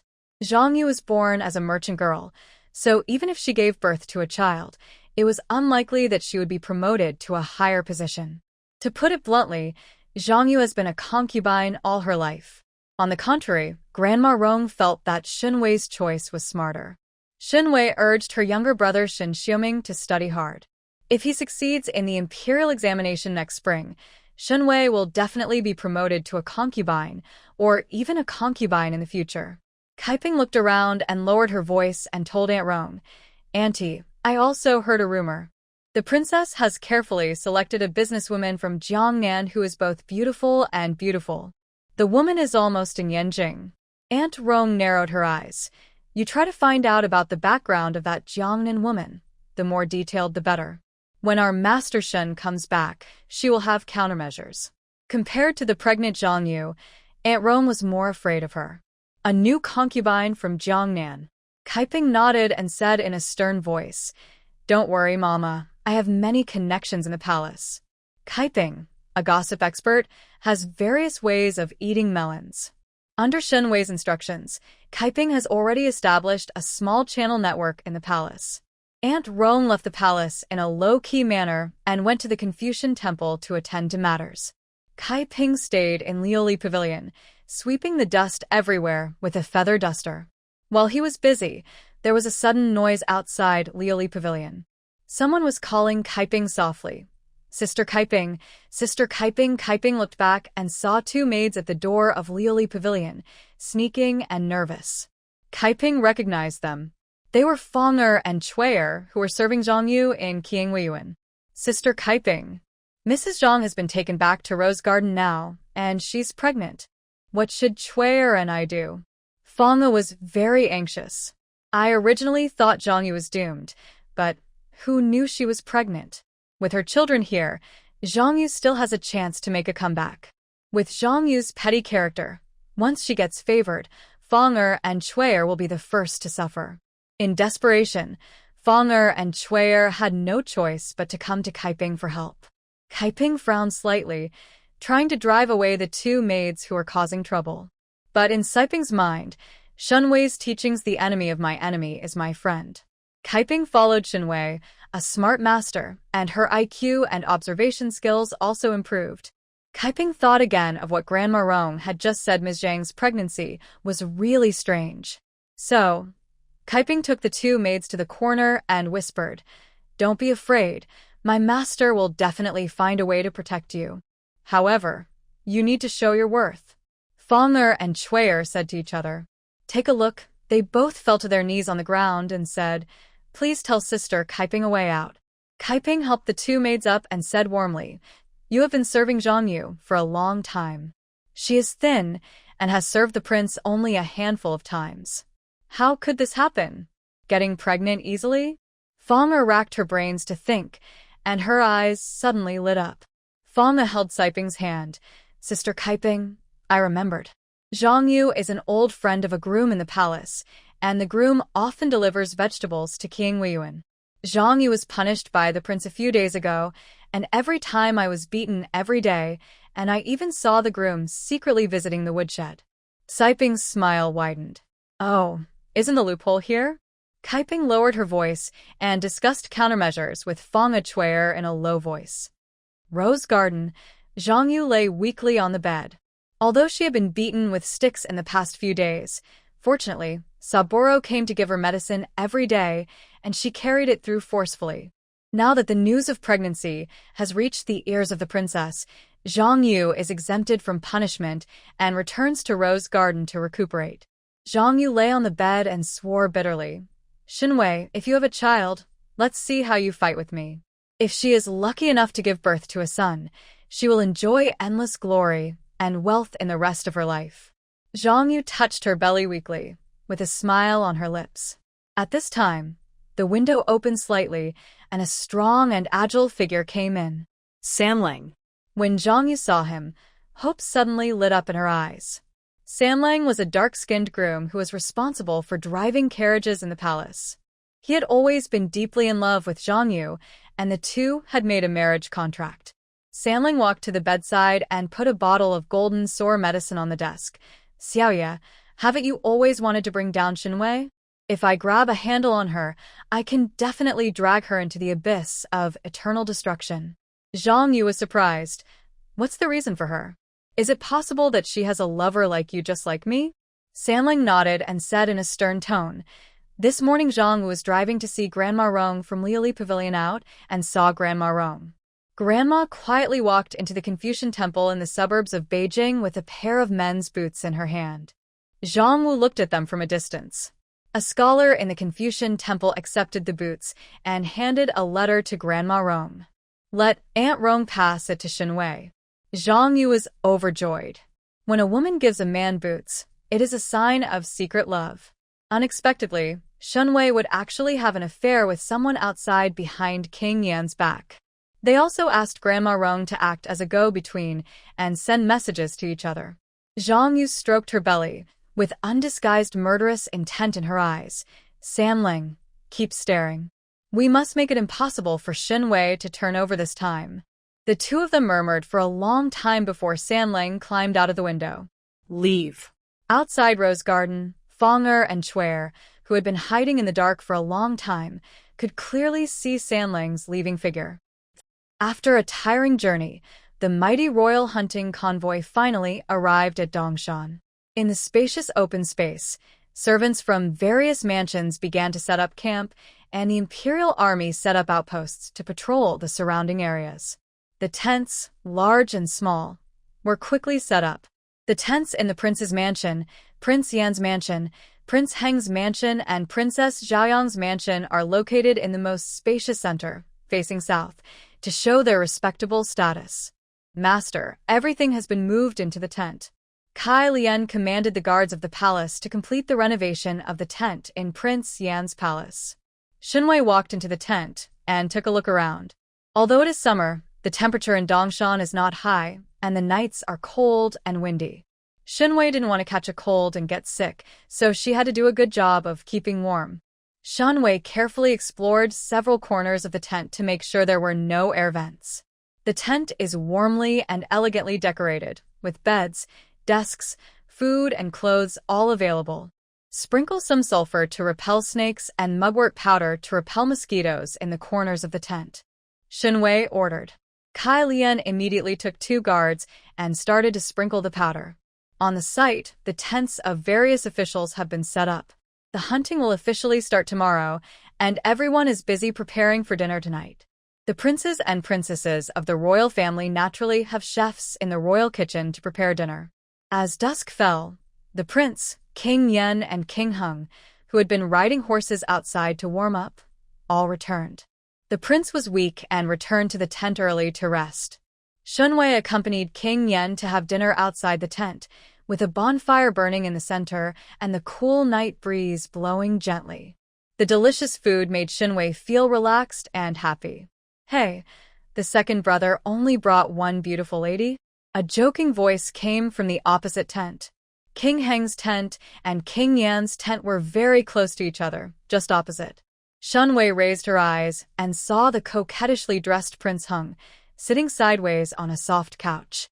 King Hung was wearing an eye-catching red robe, with long black hair hanging loosely on his shoulders and a white jade hairpin in his hair. There was a bit of evil in the corners of his delicate eyes. He held a beautiful woman in his left hand and held the waist of a handsome young man in his right hand. Behind him were two beautiful maids squeezing his shoulders. In front of him was a beautiful woman who gently poured him tea and wine. It looked so happy. Shen Wei silently despised King Hung. The grown man wore a red suit.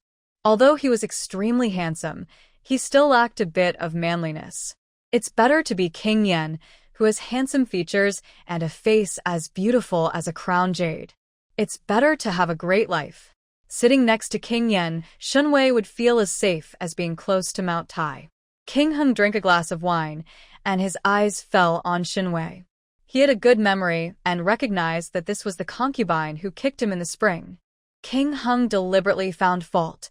"Second brother, it's not enough for a woman to serve you. Xiongji, you used to have a good time serving your second brother." The woman on King Heng's left stood up with a smile, swaying her graceful figure, and looked towards King Yen. Come. This woman named Xiongji is naturally charming and very beautiful. She knelt down and saluted King Yen, and her soft and charming voice came.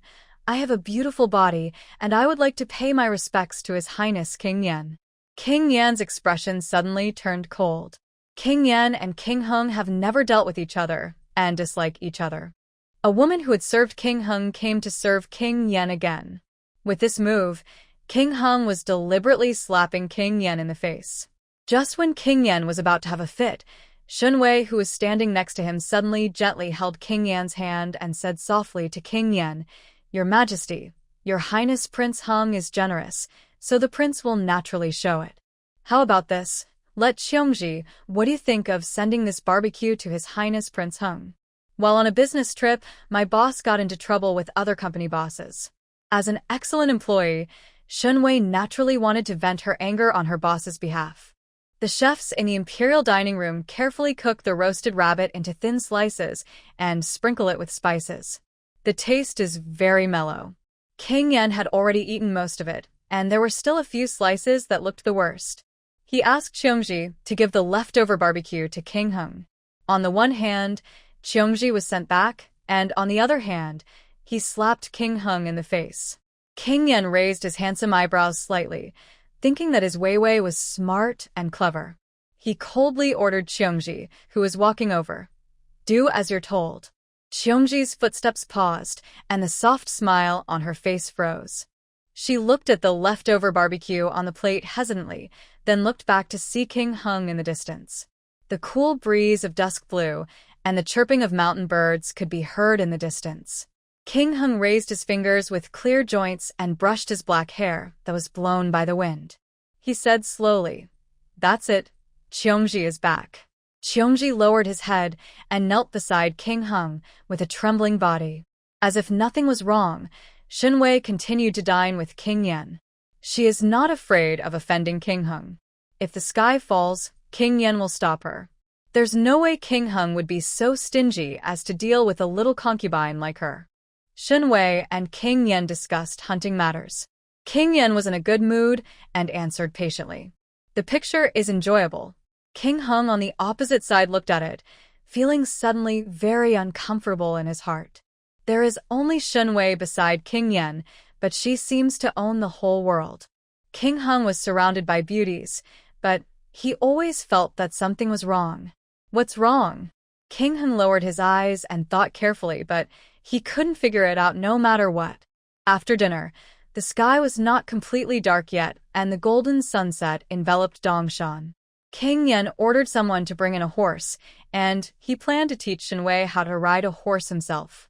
After spending many days with Shen Wei, King Yen enjoyed teaching Shen Wei some new things.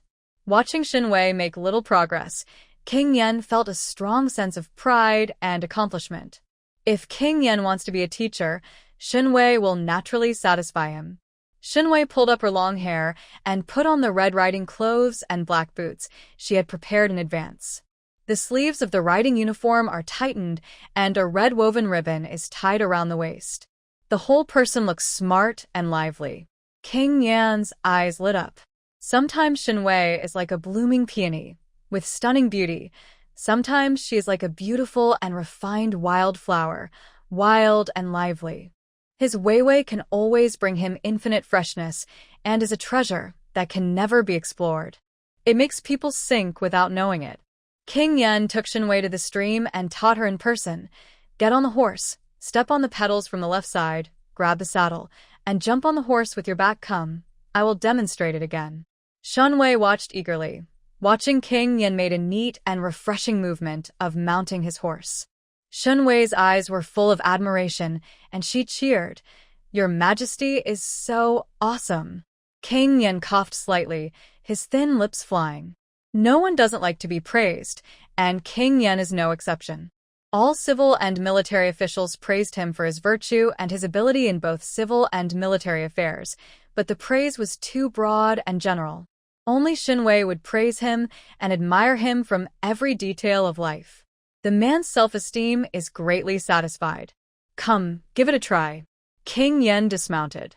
Shen Wei is actually a master of horse riding. In her previous life, in order to sign a contract with a large client, Shen Wei studied the client's equestrian preferences, worked hard to learn equestrian skills for several months, and even won a provincial equestrian championship. But in front of King Yen, she still had to pretend. Shen Wei held the reins cringingly and looked at the tall horse. She tried hard to recall the steps taught by King Yen, hesitantly stretched out her feet, and stepped on them first. After stepping on the pedals, Shen Wei tried to climb on the horse again. But the horse was too high. Shen Wei tried hard for a long time, but she couldn't get up. Like a little hamster trying to climb a mountain.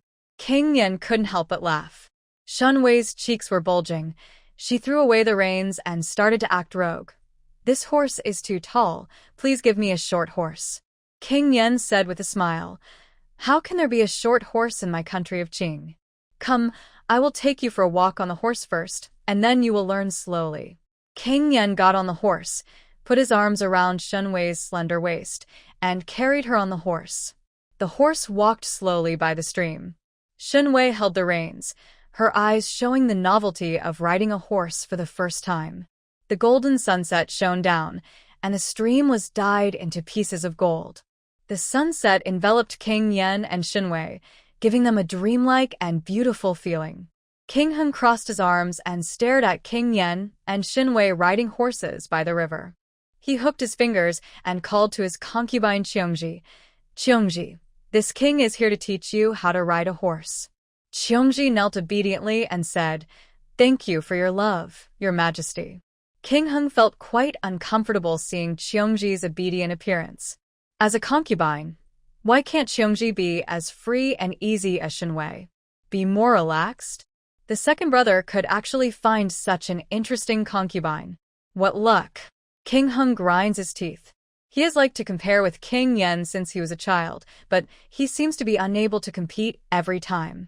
I felt even more unhappy. Beside the stream, the horse walked slowly and staggered.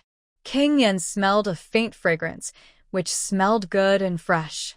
Shen Wei leaned in his arms. When King Yen lowered his head, he could see Shen Wei's smooth and white neck and the round and lovely curvature of her profile. And that exquisite riding outfit. The mountain breeze is cool, the beauty is sitting in my arms, the fragrance is soft and delicious. King Yan's Adam's apple rolled, and his interest was easily aroused. His warm breath fell on Shen Wei's ears. He clasped Shen Wei's slender waist and said in a hoarse and deep voice, Wei, don't move. Shen Wei was stunned for a moment, turned around, and saw the look in King Yan's eyes. Uncovered flame. Shen Wei. Having been with King Yan for many days, Shen Wei could not understand what King Yan was thinking. King Yan has extremely strong physical strength and strong needs, and ordinary women simply cannot bear him. Only Shen Wei is in good health, and when the two of them meet together, they become a hot mess. That's all. She was happy anyway, so it wasn't a loss. Shen Wei smiled charmingly and gently held Prince Yan's broad hand. Her eyes were like peach blossoms soaked in water, with a tiny and ambiguous light. Your Majesty, be gentler. Heat waves rolled around her. The horse carried Shen Wei and King Yan to a remote mountain. The breeze was gentle, but the mountain wind gradually became fierce, making the woods in the mountains roar. Occasionally, there were a few unsuppressible low-moans in the wind. By the time we returned to the tent, it was completely dark. King Yan had eaten and drank enough. After taking a bath, he went directly to the prince's camp to discuss matters. Shen Wei lay limply in the barrel bathing, with red marks all over her arms and neck. Her eyes fell on the tattered red riding clothes on the shelf. I only brought one piece of riding clothing, but now that the riding clothing is damaged, I won't be able to ride a horse for the next few days. Dogmen always like to tear clothes. Shen Wei sighed leisurely and told Kai Lian outside, Kai Lian, bring in the prepared anti-swelling medicine. After applying the medicine, Shen Wei lay back in bed and prepared to sleep. Kai Lian asked in a low voice, Master, will the beezy soup still be delivered? Shen Wei thought for a moment. It was already summer in June. The spring festival will start in March next year, and the results will be released in April. Counting the days, it's almost time to prepare for pregnancy. She gave birth to a child next year, and her younger brother won the imperial examination in spring. Good things come in pairs.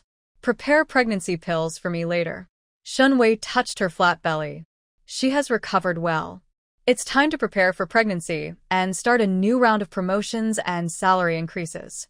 She wants to change from an employee, concubine, of the palace to the management of the palace. The next morning, the hunting horn sounded. King Yan, King Hung, and the noblemen from various families in Qing Kingdom all brought hunting tools and prepared to go to the hunting ground to start a day of hunting. Shen Wei was very worried. She was afraid that something might happen to King Yan. If something happens to King Yan and he dies in the countryside, her biggest golden mountain in the rest of her life will be gone. Shen Wei put a prepared sachet into King Yan's hand and said sincerely, Your Majesty, I put in this sachet sulfur to repel poisonous snakes, mugwort to repel mosquitoes, and a few hemostatic tablets. The elixir. The prince must keep it close to his body. Hunting is dangerous, so be careful. The concern in her eyes was too sincere and undisguised. King Yan secretly sighed that his little concubine was always so attentive and considerate. Love him to the extreme, with every possible care. King Yan put away the sachet and said in a gentle tone, Wait for me at the camp. I will hunt some deer and eat roasted venison tonight. Shen Wei nodded obediently. She watched eagerly as King Yan rode away. King Yan was dressed in a black and red riding uniform, and his strong and tall back shone in the morning light, like a general on the battlefield. Not far away, King Hung, surrounded by his concubines, mounted his horse proudly.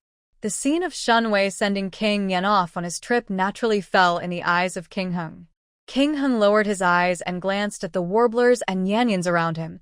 King Hung raised his head and looked at Shen Wei, who was standing in the morning breeze, to see her off. Emotions come from contrast. Shen Wei was sincerely in love with King Yan, and her eyes were full of worry. King Heng's concubine was hypocritical and flattering. King Hung was a little bit sour, and he also wanted to raise a gadget who would be considerate of him wholeheartedly. He rode up to Shen Wei, deliberately looking for trouble.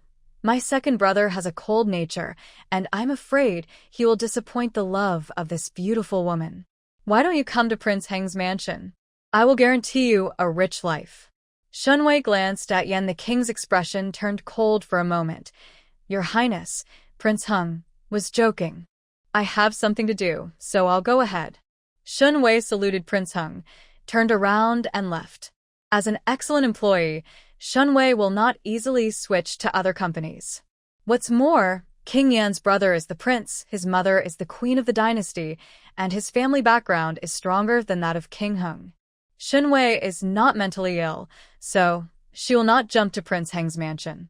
King Hung pouted. His eyes fell on Shen Wei's slender back as she left, with a playful look on his face.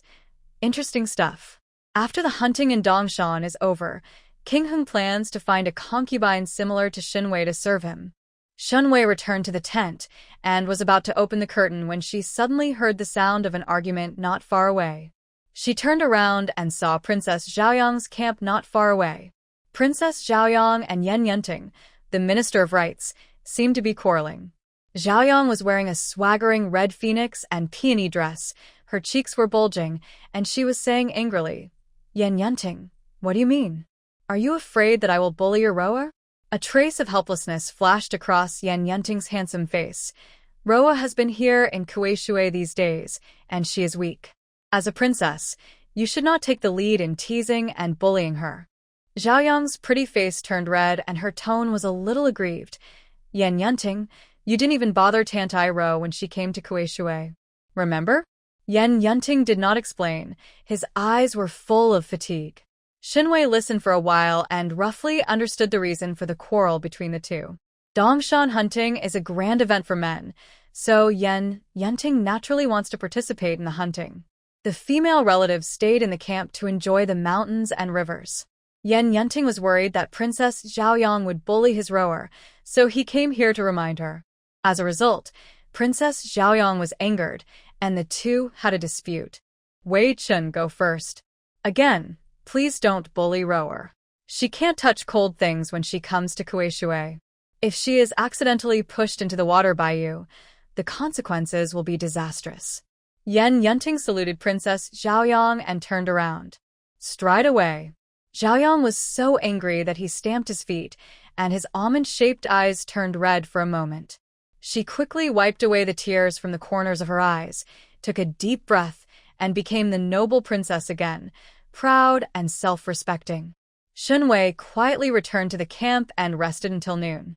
Kai Lian walked into the tent with small steps and reminded Shen Wei, "Master, the princess's maid came to deliver a message, saying that the weather is fine today, and invites the master to a banquet by the river and enjoy the mountain scenery." Shen Wei sat up from the bed with a yawn. Rubbing her eyes. Kai Lian, prepare the ingredients for making iced drinks and desserts. Kai Lian smiled and said, "Don't worry, master. We have already prepared them." Shen Wei put on a cool light green cloud skirt. Dressed fresh and unobtrusive, she took the lotus picker to the Dongshan stream. The sun is slightly hot in summer, and the gurgling stream brings a refreshing coolness. Beside the Dongshan River, rows of exquisite desks have been set up, and a dozen noble ladies from Yanjing have already taken their seats. Princess Zhaoyang is bright and beautiful in a shining red phoenix and peony dress and a gold and jade hairpin. And at the last seat by the stream, Princess Zhaoyang's love rival Tantai Ro was sitting on her knees, with her head lowered. Tantaru came from a humble background and was not of high family status. She was not qualified to come to Dongshan hunting ground, but Yen Yunting brought her here.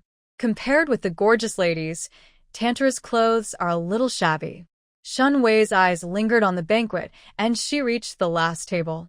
She is the concubine of King Yen, not a side concubine, and is not qualified to sit in the front row. By chance, there was an empty seat next to Tantai Ro. Shen Wei took Kai Lian to the empty seat. "Do you want to sit here?" Tantaru said softly, with doubts and a touch of disdain in his eyes. Shen Wei smiled slightly. "This place is empty." Tantaru pursed her lips slightly, and a look of reluctance appeared on her delicate face. She whispered, But how can a lowly concubine have the right to sit on the throne of a noble lady?" Seats. Tantaru looked down on Shen Wei in her heart. Shen Wei sat next to her, and Tantaru felt a little embarrassed. Although she, Tantaru, was not of high birth, she was a decent daughter of a good family after all. In Tantai Ro's eyes, A concubine who wins the king's favor by showing off her beauty is no different from a brothel girl. Shen Wei, sit next to Mrs. Sunday Princess Zhaoyang called loudly from the main seat. Shen Wei happily accepted the order and led Kai Lian to the front of the banquet. Princess Zhaoyang has the highest status and takes the main seat. The first seat on the lower left side of Zhaoyang's seat sat Sun, the wife of Nanho of the small town. Princess Zhaoyang asked Shen Wei to sit next to Sun, which showed how much she valued Shen Wei. Shen Wei sat down and said kindly, "Thank you, Princess." Princess Zhaoyang smiled happily and said happily, "If you hadn't helped me during the spring banquet in Prince Yan's mansion last time, I would have died long ago. Shen Wei, you are my princess's savior. Here's a toast to you." The maid brought the wine, and Shen Wei and Princess Zhaoyang drank from the distance. The ladies at the table quickly knew Shen Wei's identity, and no one looked down upon her status as a concubine. What about concubines? Shen Wei is the princess's savior, and with the princess's appreciation, Shen Wei's status naturally rises. At the end of the seat, I saw Shen Wei and Zhaoyang chatting happily. Tantaru's pretty face turned blue and white. She lowered her head deeply and clenched the white porcelain cup in her hand. The stream was gurgling, and the palace servants in the imperial dining room brought delicious lunch to the table. At noon, the weather was a bit hot, and the food served was greasy, making it difficult to eat. Shen Wei picked the right moment and deliberately raised her voice to tell Kai Lian, "Kai Lian, make me a bowl of brown sugar cold cake and a bowl of mint sago jelly." Kai Lian opened the food box she carried and took out several bowls of food ingredients prepared in advance. Brown sugar water, cold cake pieces, mint, sago, milk, and other ingredients are all placed in several large bowls. There is also ice in the food box to keep the ingredients cold. Kai Lian skillfully added the ingredients and gave Shen Wei 2 bowls of drinks. Shen Wei deliberately made a loud noise to attract the attention of Princess Zhaoyang and other noble ladies. Brown sugar cold cake, 2 spoons of brown sugar water are sprinkled on pieces of crystal cold cake, which reflects the light under the sunlight. Mint sago jelly, the green ball mint ball is as round and cute as emerald, with a light mint fragrance. Green mint are looming among the white milk and small sago particles. Not only does it taste good, but it also looks very good. It is an iced food that girls will definitely fall in love with. Finally, a probing voice sounded, "Miss Shen, what are you eating? It looks delicious." The person who took the initiative to speak was Mrs. Sun next to Shen Wei. Mrs. Sun's real name is Sun Qingmei, and she is the newlywed wife of the Marquis Nan of the small town.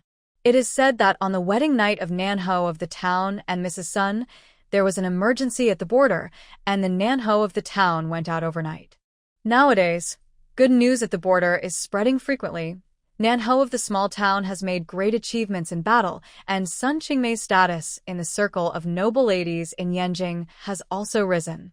Sun Qingmei has a beautiful appearance and seems to have a gentle and quiet personality. She blinked her beautiful eyes, curiously looking at the mint sago jelly in Shen Wei's hand. "This is the summer ice drink from my hometown, brown sugar cold cake, mint sago jelly. Would Mrs. Sun want to try a bowl?" Shen Wei asked with a smile. Sun Qing's eyebrows showed joy. "Very good." Kai Lian started again and made a bowl of ice-cold mint sago jelly on the spot. Under the curious eyes of everyone, Sun Qingmei took a bite with a small porcelain spoon. The mint and sago jelly is ice-cold, smooth and chewy, mixed with the sweetness of milk. After one sip, it seems like all the heat in your body has dissipated. Have a bowl of it on hot summer days to relieve the heat. Sun Qingmei was full of praise. "This mint and sago jelly is so delicious." Princess Zhaoyang, who was in charge, was greedy. She had eaten all the desserts in the palace and had never seen such a strange and beautiful food. Zhaoyang hurriedly said, "Shen Wei, this princess also wants to try it, both kinds." Shen Wei was waiting for the princess to speak. Kai Lian immediately made 2 more bowls on the spot and presented them respectfully. The weather was sultry at noon. Princess Zhaoyang couldn't wait to take a bite of the brown sugar cold cake and another bite of the mint sago jelly. Her beautiful eyes widened instantly. So delicious. It's ice cold, sweet, and the sago is chewy. There was a faint smile on Shen Wei's lips. She went to Dongshan hunting ground this time, firstly to prevent King Yen from danger, and secondly to promote her cold summer drink. Shen Wei plans to open a summer ice drink shop in Yanjing called Weishue Ice City, specializing in brown sugar cold cakes, mint sago jelly, summer herbal tea, and other drinks. When a new product comes out, it naturally needs advertising. The powerful Princess Zhaoyang is the best advertising spokesperson. When the new store opens, a banner will be posted at the door announcing Weishue Bingcheng desserts. All princesses love to eat. Princesses love to eat. Why don't you buy some to taste? With the blessing of celebrity influence, summer drinks will definitely sell out. When the store opens smoothly, it will sell flower milk tea in the spring, ice drinks in the summer, hot osmanthus tea in the autumn, and hot milk drinks in the winter. The desserts and drinks in the store will be different throughout the year, and to gain popularity, they will open chain stores all over the country. After opening a chain store, Shen Wei created another song for the store You Love Me, I Love You, Wei Shui Bingqing Sweet Honey to expand the store's popularity among children. Suitable for all ages and loved by all, Shen Wei's shop will definitely make a lot of money. Shen Wei was in a good mood as she considered the future business landscape in her mind.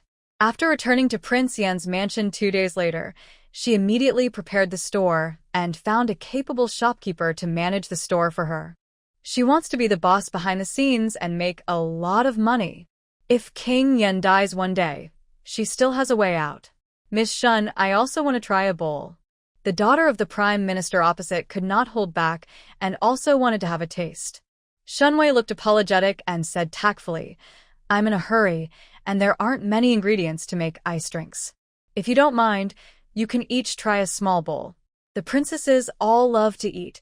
Who among them would dare to dislike it? Everyone is eager to try. Kai Lian and several palace maids were busy, and quickly put the remaining drink ingredients into small bowls and delivered them to each noble lady. The portion is not big, you can finish it in just a few bites. Zhaoyang happily finished the 2 bowls of drinks and touched the small cold bowl. He suddenly remembered that Yan Yunting had warned him that Tantaru had come to Kuai Shui and that it was not advisable to eat raw or cold food.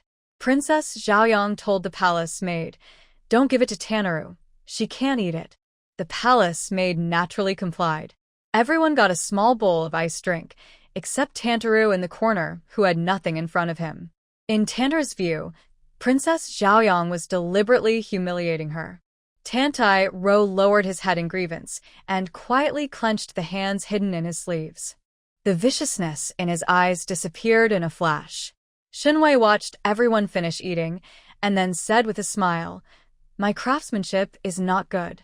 I heard that there is already a dessert shop in Yanjing that makes such drinks, and it will open soon. If you are interested, you can go back to Yanjing City to look for it. Shen Wei deliberately did not bring enough ingredients, so each person could only eat a small portion, which was only a small taste but left an endless aftertaste. This is called hunger marketing. The more you don't have enough to eat, the more the ladies of Yanjing here want to eat. Princess Zhaoyang loved eating these 2 desserts. She shook the fan in her hand and thought, for my princess's birthday next month, I will definitely ask the chef from this dessert shop to make iced drinks and desserts for the guests. The words were not spoken yet. After falling, a scream suddenly came from the guest seat. The prime minister's daughter exclaimed, There is a snake. There is a snake. Maybe she was near the stream, and 2 small black and white snakes scurried over quickly. The ladies present were so frightened that their faces turned pale, and they scattered in panic. The 2 small snakes were less than half a meter long, as thin as a black and white rope, and their eyes glowed strangely red. They actually twisted rapidly in the direction of Princess Zhaoyang, and their scarlet red lips vomited strangely. Come here, protect the princess. The palace maid repeatedly called for help. The banquet by the stream was for women, and there were distinctions between men and women, so the imperial guards patrolled at the end of the stream. Hearing the noise at the scene, the imperial guards rushed over quickly. But the distance was too far, and it was too late. 2 snakes struck Princess Zhaoyang in the face. Shen Wei was shocked. Princess Zhaoyang is the advertising spokesperson for her new store. She must not be bitten to death by a poisonous snake today. Shen Wei picked up the vase on the table and rushed over to kill the two snakes. But the distance was too far, and the two snakes were about to bite the princess on the face. Puff, the sound of a hairpin piercing the body of a poisonous snake. I saw the quiet Mrs. Sun Qingmei, quickly pull out the two white jade hairpins on her head and poke them with a subtle technique. Wuxia hairpin directly stabbed a snake to death. The other snake was injured and slithered deep into the jungle. Shen Wei was stunned. She couldn't help but look at this quiet and elegant Mrs. Nanho from a small town again. She has a quiet and beautiful face, but she can actually do exquisite kung fu. The imperial army hurriedly arrived. After Princess Zhaoyang escaped from danger, she angrily asked, "Hit the steward in charge of the banquet with 30 bands. I have already ordered that powder to repel snakes, rats, insects, and ants should be sprinkled around the banquet, but something like this happened." Basket. The imperial guards and stewards all knelt down to apologize. Princess Zhaoyang was still very angry, thinking of the escaped snake. "Search immediately. We must catch the escaped snake." The imperial army took the order and began to search for the escaped snake. The banquet ended unhappily, and the frightened ladies returned to their tents to rest. Princess Zhaoyang stepped forward, held the hands of Shen Wei and Sun Qingmei, and said movedly, "In times of crisis, you two are the only ones who dare to rush forward to save me. Zhaoyang will repay this kindness." Shen Wei silently remembered it in her heart. The princess owed herself another favor. Princess Zhaoyang has a free and easy temperament, is enthusiastic and cheerful, and is suitable for being a best friend and supporter. Sun Qingmei reminded, "Your Royal Highness, I lived with my parents at the border when I was young, and I have seen this kind of small snake. This snake is not wild, but domesticated. It feeds the snake various poisons every day, and slowly snakes develop into extremely venomous snake kings. How could domesticated venomous snakes appear in the wilderness? Or is someone deliberately poisoning?" A layer of cold sweat suddenly broke out on Shen Wei's back, and she suddenly thought of King Yan. When King Yan came to Dongshan for hunting a few years ago, he always encountered inexplicable dangers. Could these two poisonous snakes be preparing to kill King Yan? By mistake, the innocent Princess Zhaoyang was attacked. Princess Zhaoyang's face grew colder, remembering the experience of being almost bitten by a poisonous snake. She still has lingering fears. Princess Zhaoyang asked Sun Qingmei, "If you are bitten by this poisonous snake, is there any treatment?" Sun Qingmei took out a small bottle containing elixirs from his pocket and said gently, "Before I got married, I met a man from the world by chance. Dr. Mo. He gave me 3 pills that can cure hundreds of poisons, and I gave the princess one." Princess Zhaoyang's eyes lit up. "Dr. Mo? Is it the Dr. Mo who is good at treating poisons?" Sun Qingmei said warmly. Nod. Princess Zhaoyang did not refuse and happily accepted the elixir presented by Sun Qingmei. She planned to send someone to give Sun Qingmei a generous gift to express her gratitude after returning to the palace. In the afternoon, Princess Zhaoyang sent her maid to invite Shen Wei and Sun Qingmei to take a lunch break in her camp and have a chat. There are 2 ice cubes in Princess Zhaoyang's tent. The ice cubes exude a refreshing coolness, and the entire tent is cool. Shen Wei specially took the 4 treasures of the study and practiced calligraphy in the princess's tent. What she wrote was Spring Banquet.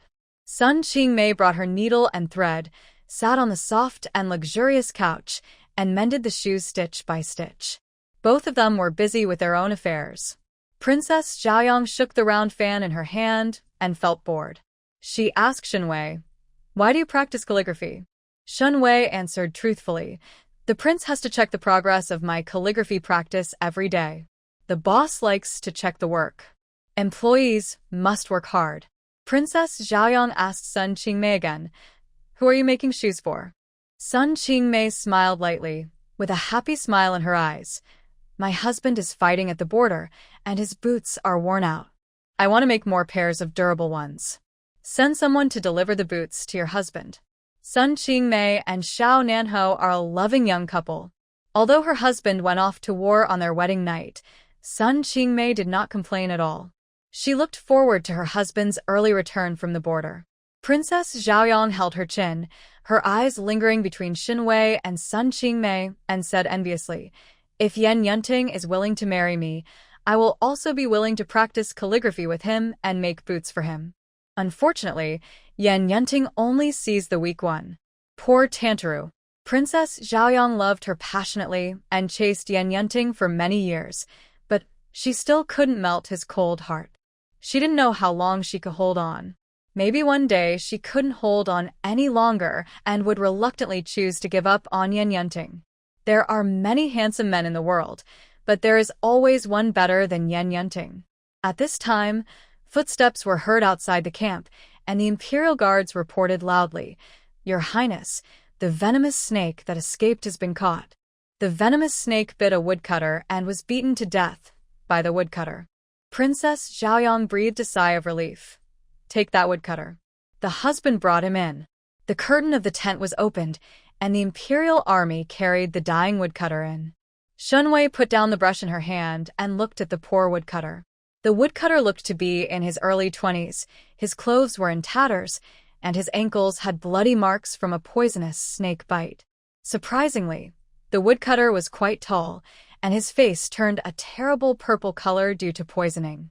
If the purple color on his face dissipates, he might look pretty good. Unfortunately, he died soon.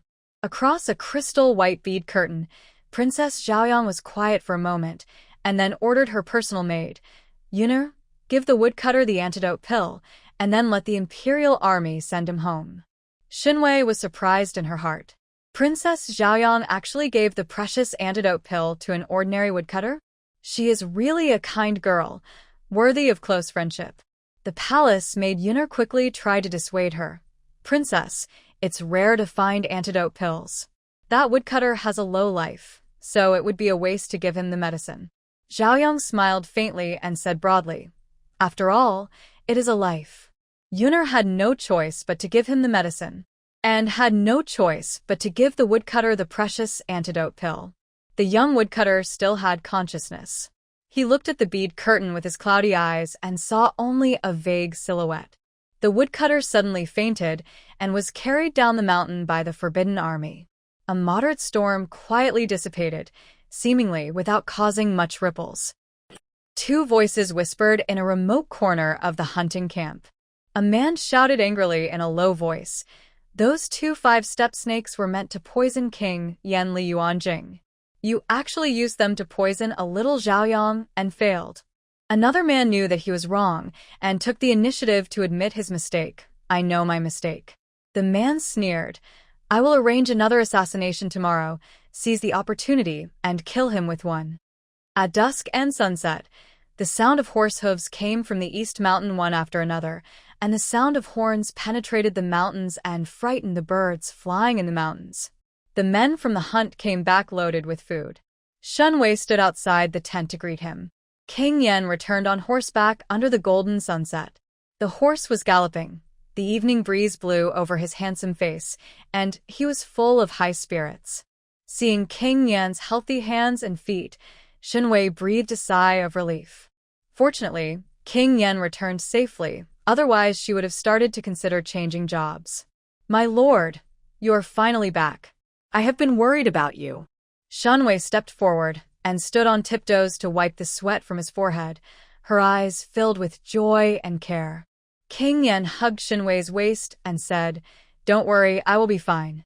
After practicing martial arts all year round, King Yan naturally returned with a full load. When Shen Wei saw the rows of pitiful hares, pheasants, and a few deer, she said with admiration, "Your Majesty is so powerful. I have never seen so many prey."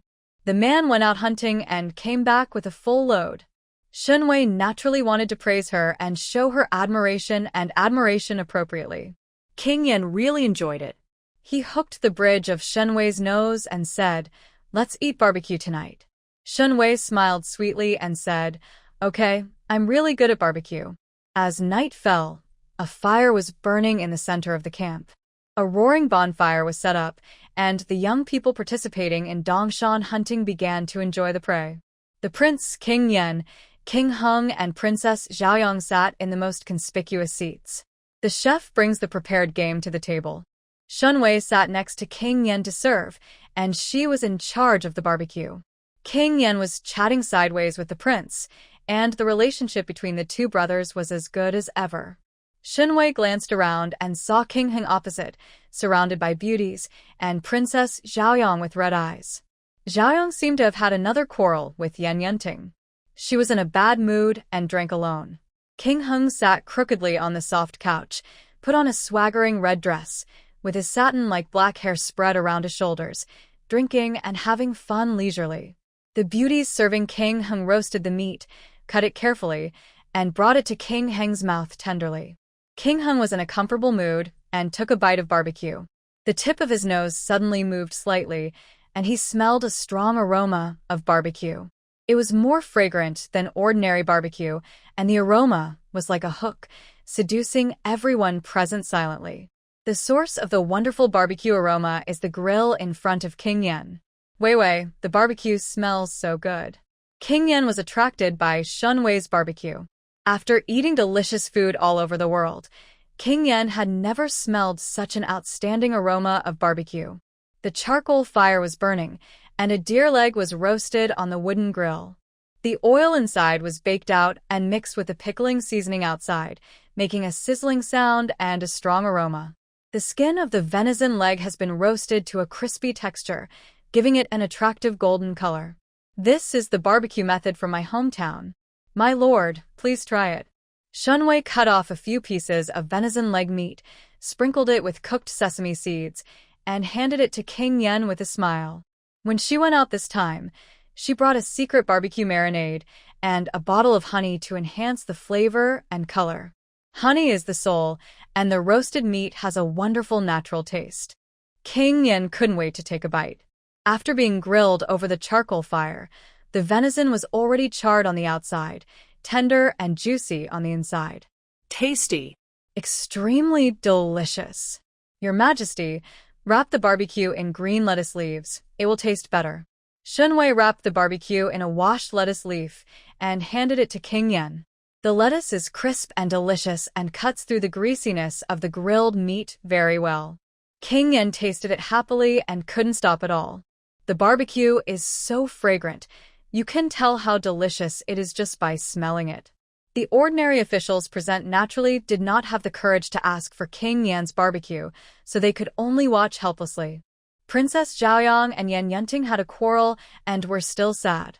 Smelling the fragrant barbecue smell, Zhaoyang swallowed his saliva with greed and immediately sent his maid to find Shen Wei and asked for a plate of barbecue. Kai Lian took action, cut a plate of barbecue, and sent it to Princess Zhaoyang. His Royal Highness the Prince who was in charge couldn't hold it back and reminded King Yen with a slight cough. Yuan Jing, look at this barbecue. It's really good. King Yen shook his head and said with a serious face, Brother, the imperial doctor said that your illness is not over yet. It's so complete. The food needs to be light and less greasy. Prince. But he really wants to take a bite. King Yen and Zhaoyang were enjoying the delicious food. King Hung, who was not far away, suddenly felt that the barbecue in his mouth was no longer fragrant. But King Hung was a thick-skinned person after all, so he sent someone to ask for a bowl of barbecue. Naturally, King Yen would not give it, and the person who asked for barbecue went back in despair. King Hung curled his lips and said sourly, It's just an ordinary barbecue, and I don't lack this one. Even so, the aroma of the barbecue is pervasive, enough to make the mouth water. King Hung couldn't help but sigh. Where did the second brother find his concubine? They also cook barbecue. Shen Wei swept the scene without trace and saw the greedy looks of the officials. Shen Wei, a little genius who makes money, began to think about opening another barbecue restaurant in Yanjing. After eating and drinking, King Yen went to the prince's tent to discuss official matters. Shen Wei took Xilian for a walk by the stream to eat, and after playing Bajuanjin for a while, she returned to the tent. After returning to the tent, Wanwang naturally would not rest immediately, and Shen Wei continued to practice calligraphy. When King Yen comes back, you can see her practicing calligraphy seriously at a glance. King Yen will definitely be very satisfied, because King Yen still thinks that Shen Wei is practicing calligraphy for him.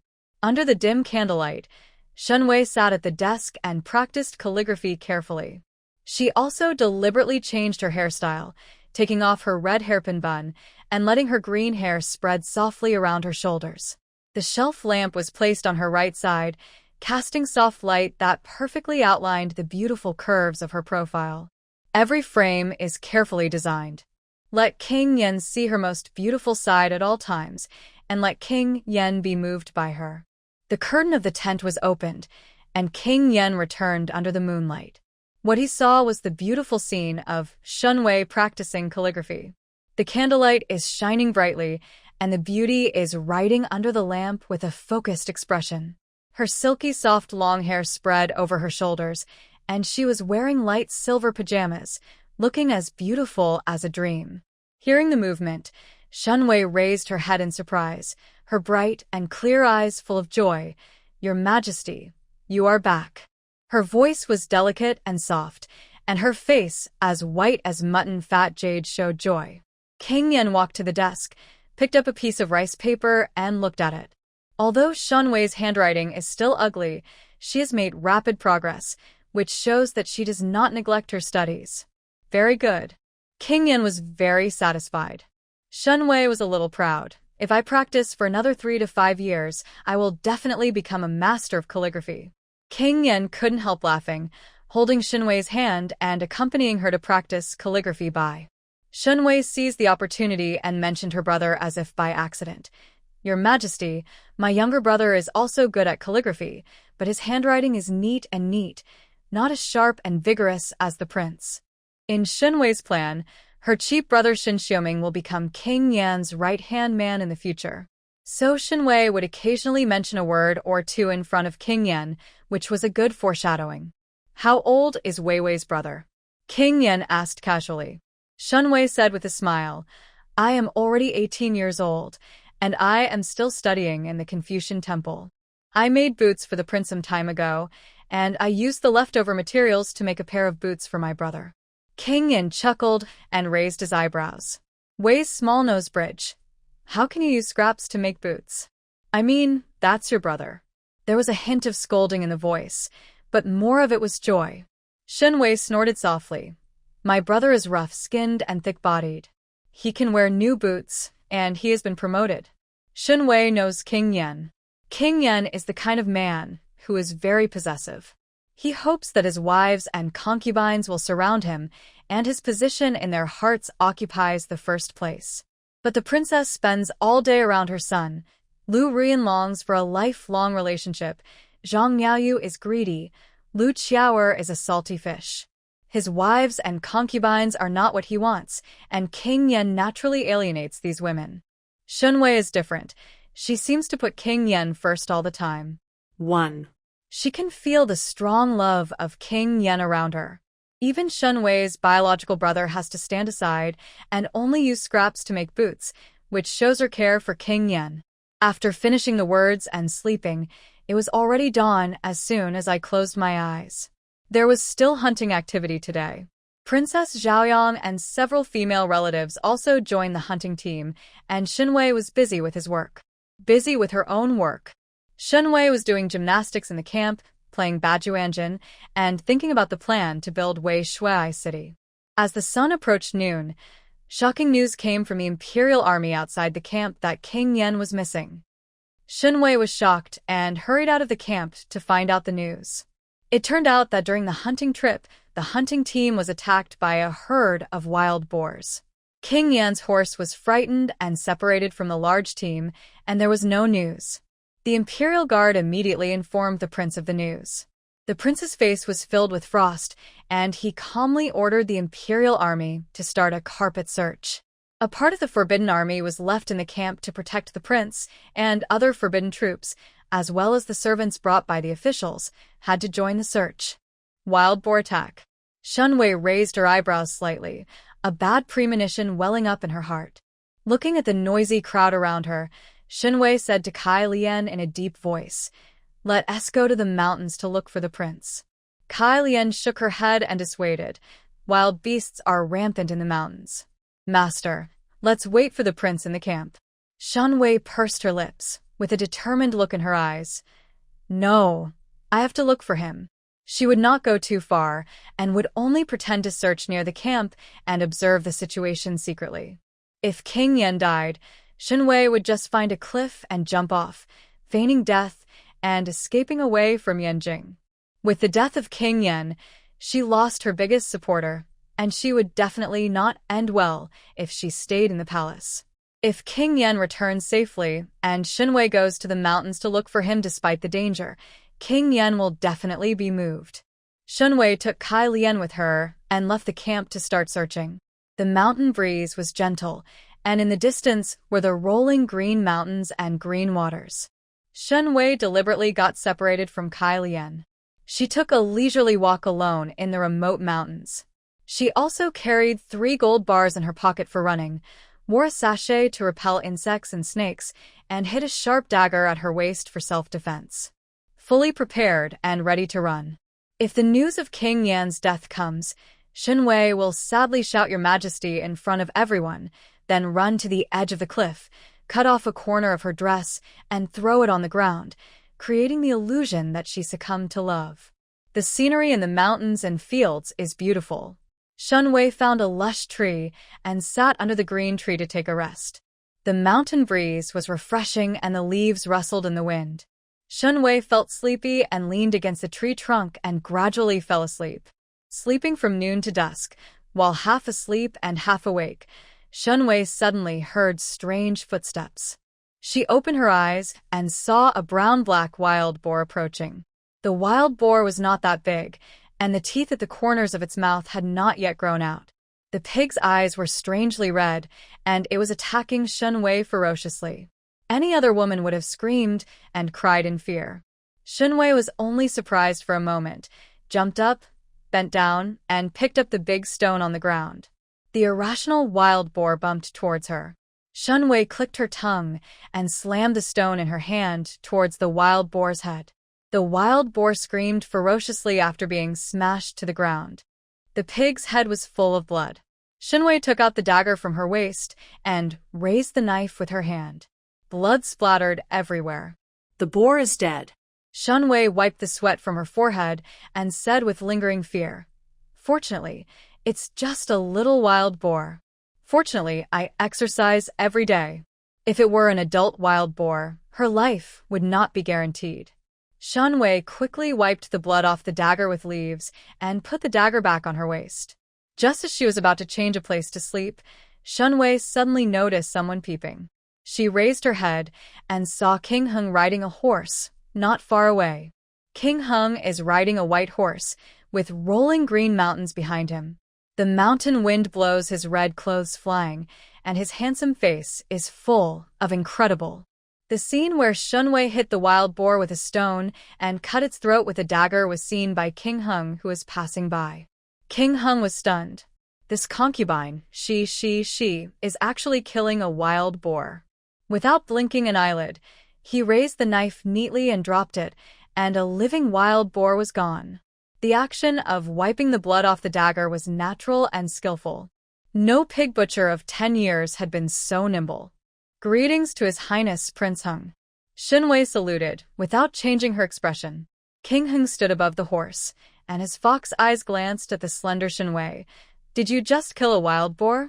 Shen Wei blinked and said with an innocent look, "His Royal Highness Hung, you are wrong, poor little one. The wild boar accidentally hit a tree and killed itself." "King Hung, do you think I am blind?" Prince Heng's lips slightly opened, and he spoke after a long while.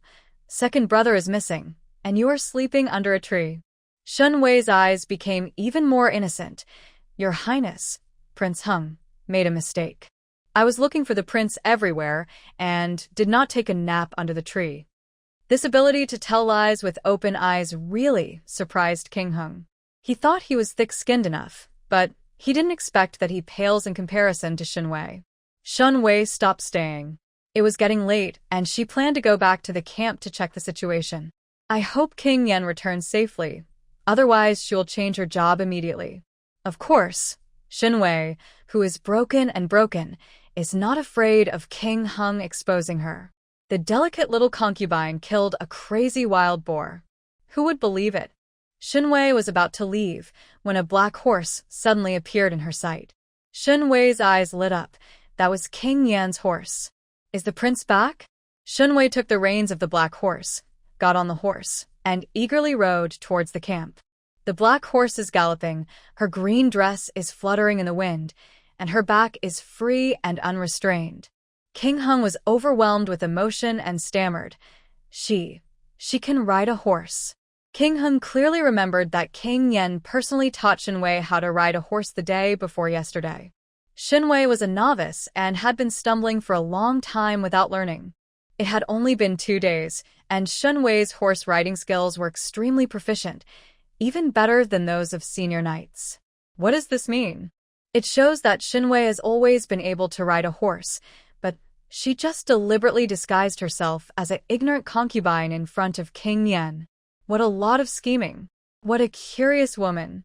He was used to seeing the docile and charming Ying Yan Yan, but suddenly Shen Wei, who was particularly good at disguise, appeared, and King Hung was quite surprised. King Hung seemed to have glimpsed a huge treasure. He never thought that he would be interested in a humble little concubine.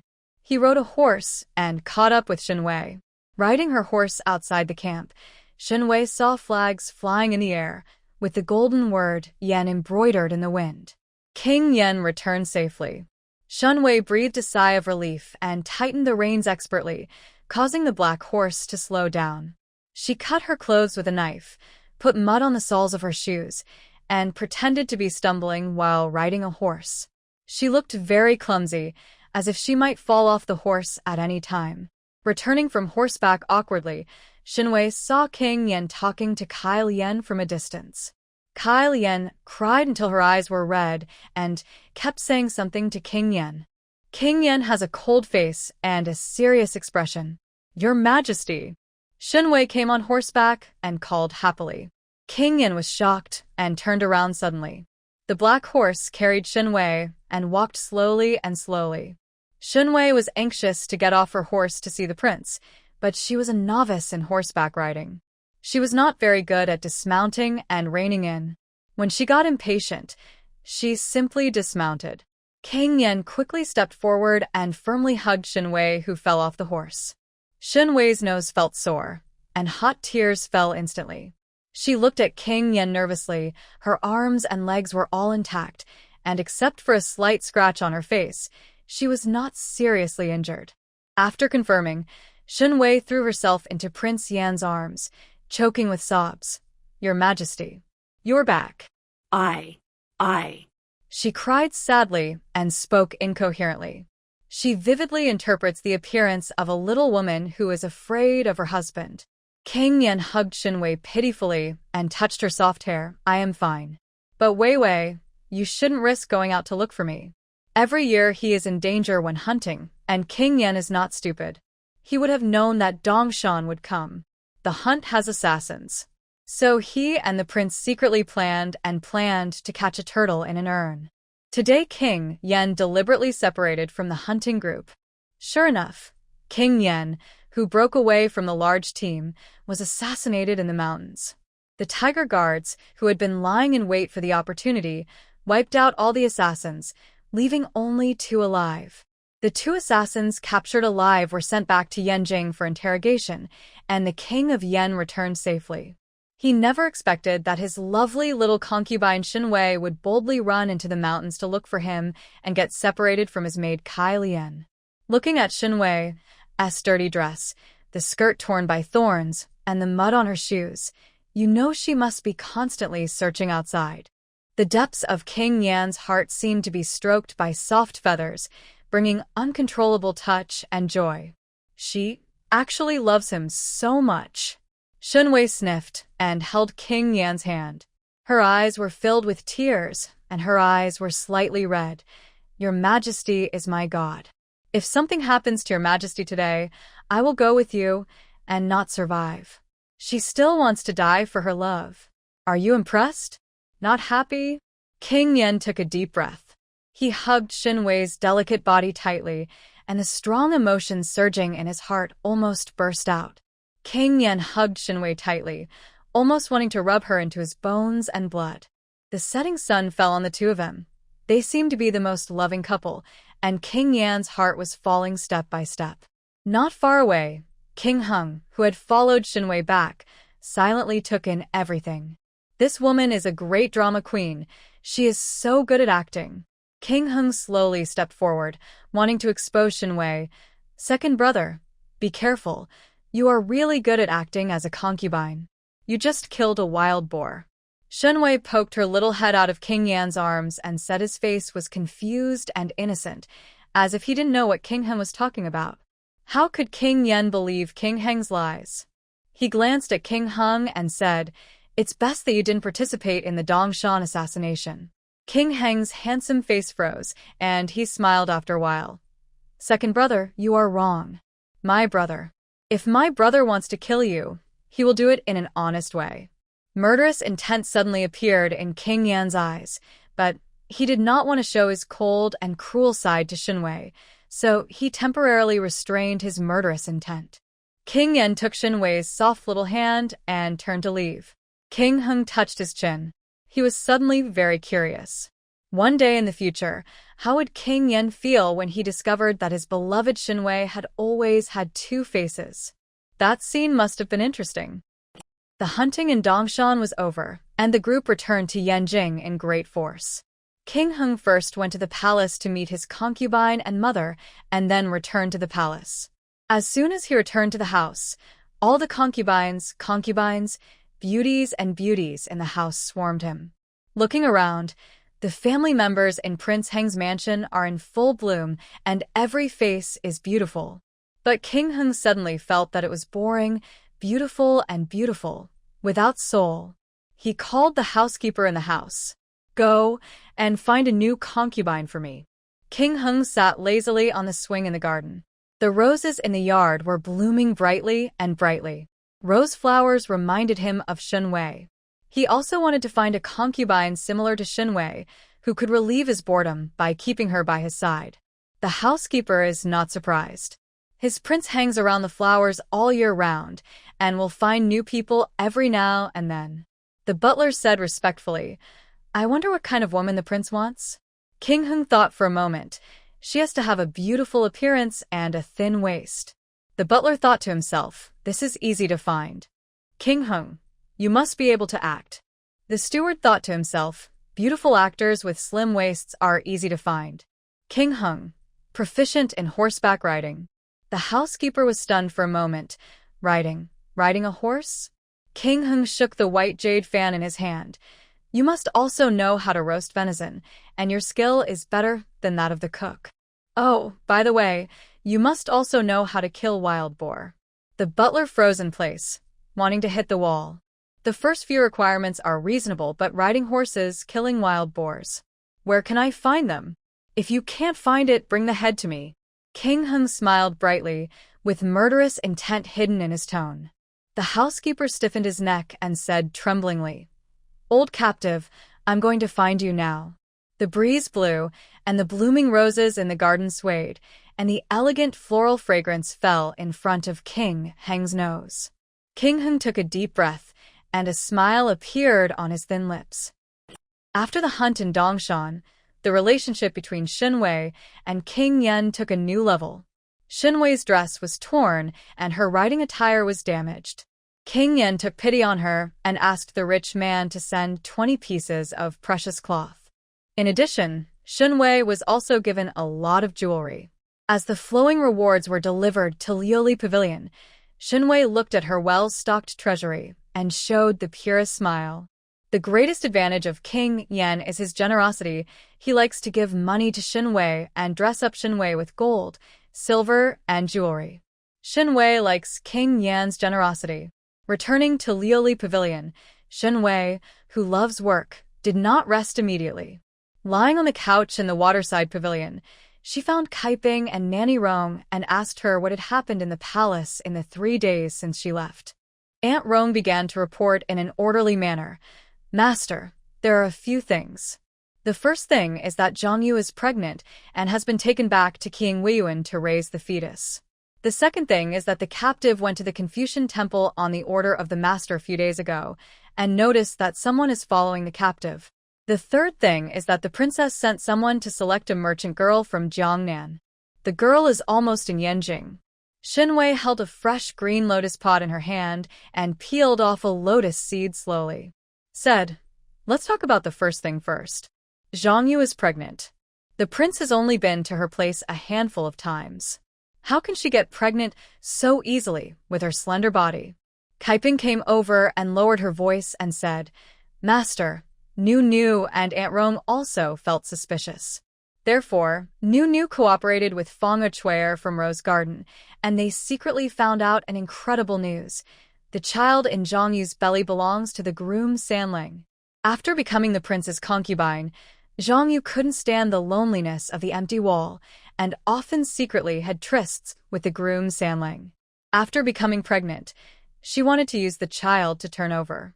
Master, if we expose this matter, Zhang Yu will never be able to turn around." Siping's eyes flashed with cruelty. Shen Wei peeled off the lotus pods and slowly shook her head. Now is not the time to expose her. Shen Wei was already preparing for pregnancy, so Zhang Yu, who is targeting her everywhere, must die. It's hard to guard against hypocrites, and even harder to guard against vicious villains. In order to ensure a safe pregnancy and the smooth delivery of her child, Shen Wei needed to make the most thorough preparations. Shen Wei continued to ask Aunt Rong, "Let's talk about the second thing. Aunt Rong, did you say someone followed you to the Confucian temple?" Aunt Rong nodded. "That day when I sent this captive to the Confucian temple, Master, your brother wrote a letter and asked this captive to deliver it to the master. When I took this letter, the carriage driver looked at me very wrong." Aunt Rong said, "Give Shen Xiuming's letter to Shen Wei." Shen Wei opened it and saw some words of concern inside. Shen Xiuming told Shen Wei to hold on, and he would study hard and try to save Shen Wei from the sea of fire. Between the lines, there is true love. Shen Wei held the letter and thought for a moment. "Aunt Rong, I will write a letter to my brother later. You go to the Confucian temple tomorrow to deliver the letter and see if anyone is following you." Aunt Rong, "Yes." Shen Wei, I ate 2 lotus seeds. The lotus seeds were not very tasty. They were wet, crunchy, and a little bitter. Shen Wei put down the lotus pod and started to talk about the third thing. "The princess has chosen a girl from Jiangnan. Do you have her detailed information?" The princess chose a merchant girl from Jiangnan, and the purpose is self-evident. Perhaps it was because Shen Wei had been favored for so long and she still wasn't pregnant, so the princess found a new person to share her favor with. In order to prevent newcomers from taking the throne, the princess deliberately selected merchant girls with the lowest social status. Shen Wei has never been afraid of competition. If new employees compete for performance, then come and work according to their abilities. During the hunting in Dongshan, Shen Wei had completely squeezed into King Yan's heart. But she will not slack off and never forget to struggle within herself. Cultivating had a good memory, and she chirped to Shen Wei, "Master, I asked you in detail. The merchant's name is Yi Qiushuang, and her family is in the silk business. Yi Qiushuang is actually quite pitiful. The family has declined. She ran the business all by herself, and she revived the dying business, making a profit every year. But her brother was addicted to gambling and lost all his family property. Yi Qiushuang is well known in Jiangnan and has a beautiful appearance. Her pipa skills are famous all over the world. For the sake of her family, she accepted the princess's invitation and came to the palace as a concubine. Master, if she came to the palace, she would definitely try her best to win favor." Cultivating was very worried.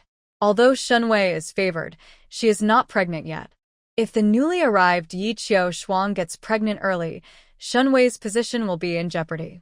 Shen Wei looked calm, threw the leftover lotus pods on the table, and grabbed the key words.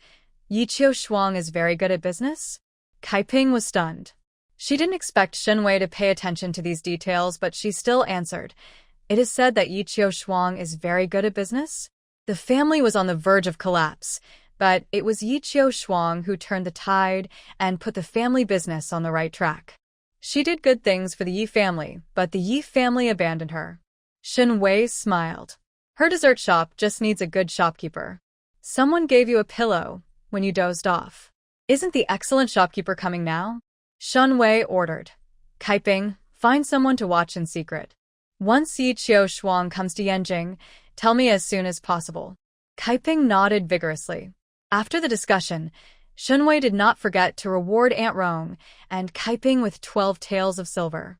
An excellent boss must be a generous boss who will reward employees appropriately to increase their enthusiasm. Kaiping and Rama Rong should be rewarded for their serious efforts to find out the information this time.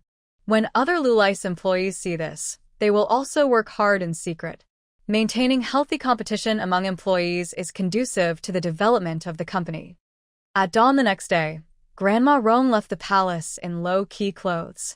She excused herself to go out on business and asked the palace groom to take her to the Confucian temple. The groom driving the carriage is Zhang Yu's lover Sanling. Sanling lowered his head and caught a glimpse of a letter in Grandma Rong's hand from the corner of his eye. The envelope read Xiao Ming personally expresses it. Sanling secretly sneered. It seemed that Shen Wei asked Aunt Rong to act as a messenger to deliver a message to her lover. The carriage drove through the deserted streets of Qingcheng and arrived at the Confucian temple on the outskirts of Beijing half an hour later. Grandma Rong walked into the Confucian temple and came out after less than a cup of tea. The letter in her hand disappeared. Aunt Rong returned to the palace in a low-key manner and specifically told the groom, Saburo, "Tomorrow morning, my master will go to the White Tiger Temple to offer incense. Remember to feed the horse tonight." Sanling's mind moved, and he pretended to be respectful and said, "Captive, I'm sure. I will feed the horses and drive the carriage for my master tomorrow." Aunt Rong stuffed a tael of silver into Sanling's hand and warned in a low voice, "It will be in your favor to drive the carriage for my master from now on." Sanling said, with gratitude, "Thank you, Grandma Rong." Grandma Rong turned and left. Saburo narrowed his eyes, and a strange smile appeared on his dark face. "Go to White Tiger Temple to offer incense? I'm afraid I'm not going to have a private meeting with my lover." Sanling put the money in his pocket and went to the remote rose garden of the palace to report the news. Passing outside Liuli Pavilion, Sanling suddenly saw the maid from Liuli Pavilion picking lotus and looking around furtively. Sanling's heart moved, and he followed secretly. Kai Lian walked to the corner, lit a few pieces of paper, and then left in a hurry. Sanling hurried forward to check. The paper had been burned to pieces, leaving only a small half of the unburned letter paper. Sanling roughly read a few large characters and recognized the words written on them. "I worry about you day and night, and I can't sleep with worry. I wish you peace from afar," and other words. Is it really a love letter written to Shen Wei? Sanling immediately put away the unburned letter and quickly headed to Rose Garden. King Weiyuan, Zhang Yu leaned on the bed, slowly drinking the bitter miscarriage medicine. She was irritable. When King Yan returned to the palace, he learned about her pregnancy for the first time. Zhang Yu originally thought that King Yan would be overjoyed, come to Rose Garden to visit, and give countless gold and silver rewards. But King Yan didn't show any expression at all, and didn't even send any reward. Only the princess took a little action. She was given miscarriage pills every day, and her daily meals were a little more refined. This is completely different from what Zhang Yu expected. "I'm pregnant. Why doesn't the prince favor me?" Zhang Yu was puzzled. Could it be that Shen Wei persuaded the prince to stop him from coming to see her? After all, after Zhang Yu became pregnant, Shen Wei was most threatened. Zhang Yu clenched the medicine bowl tightly. She must suppress Shen Wei. Only when Shen Wei fell out of favor did she have a chance to be favored by the prince. Zhang Yuezhen was drinking medicine when the window rang, and Sanling sneaked in through the window. Sanling told Zhang Yu everything about today. Zhang Yu was ecstatic when she saw the pieces of unburned letter paper. Shen Wei is so stupid. She thinks that by secretly burning the love letters, no one will know about the dirty things she did. Zhang Yu freshened up and couldn't wait to go to the princess's Kunyu pavilion to complain. At the same time, in Kunyuan in the early morning, the princess was burning incense religiously in the Buddhist hall. The semi-annual exam of the Imperial College is about to begin, and the princess hopes that her 2 children will come out on top and bring glory to her. Princess, Mrs. Zhang from Rose Garden is here. Nanny Lu walked into the small Buddhist hall and reminded softly. The princess lit 3 sticks of incense and said casually, "Let her go back to Rose Garden to raise the baby." Aunt Lu said.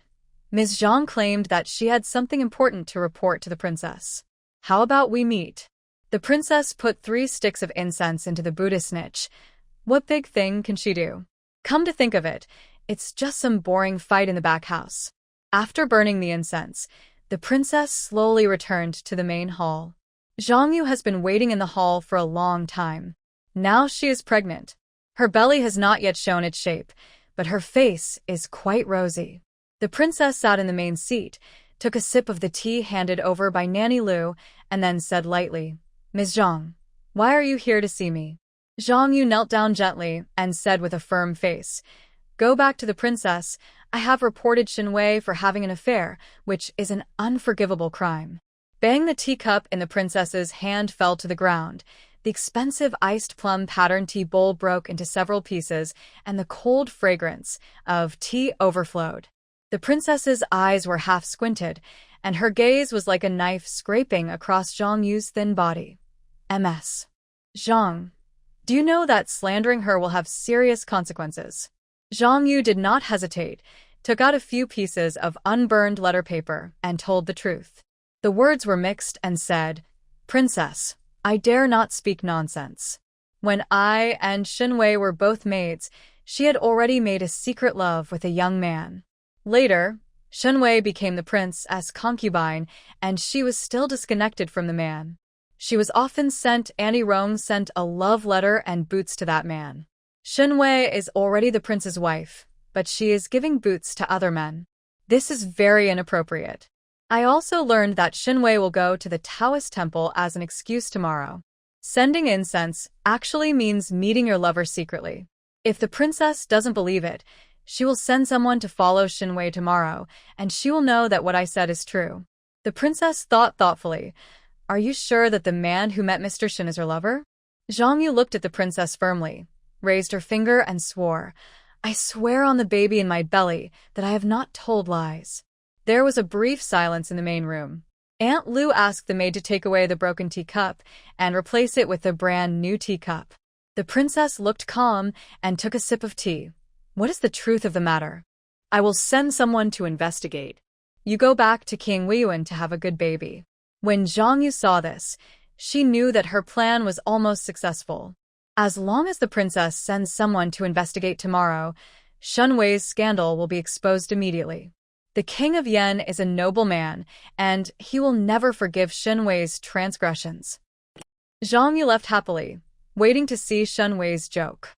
In the main room, the princess rubbed her temples tiredly, but as the mistress of the palace, she really didn't want to get involved in the boring struggle of the concubines. Even if you don't want to, you still have to take on the responsibility of being a mistress. "Mama Lu, do you think Mrs. Zhang's words are true or false?" The princess asked Nanny Lu, who was beside her. Nanny Lu replied, "If it is true or not, we will send someone to Bai Hu Watch tomorrow to find out.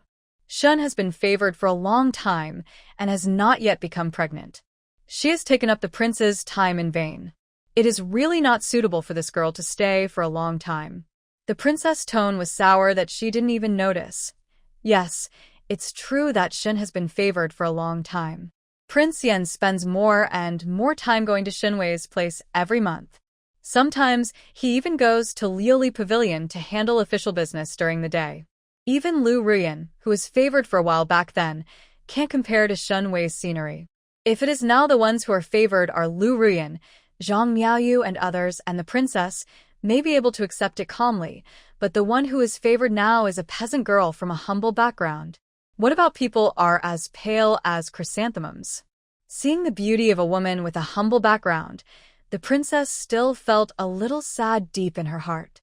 Deep in her heart, the princess secretly hoped that Shen Wei would never be pregnant and would never be favored. In the afternoon, Shen Wei came to Kunyu. Shen Wei spoke sincerely and told the princess that she hoped to leave the palace tomorrow and go to Baihu Temple to burn incense and pray for the prince. The princess hid the sarcasm in her eyes and happily agreed. Leaving Kunyu unhappily, she turned around and the fake smile on Shen Wei's face disappeared instantly. Master, Zhang Yu came to Kunyu this morning. Shen Wei touched her flat belly and chuckled.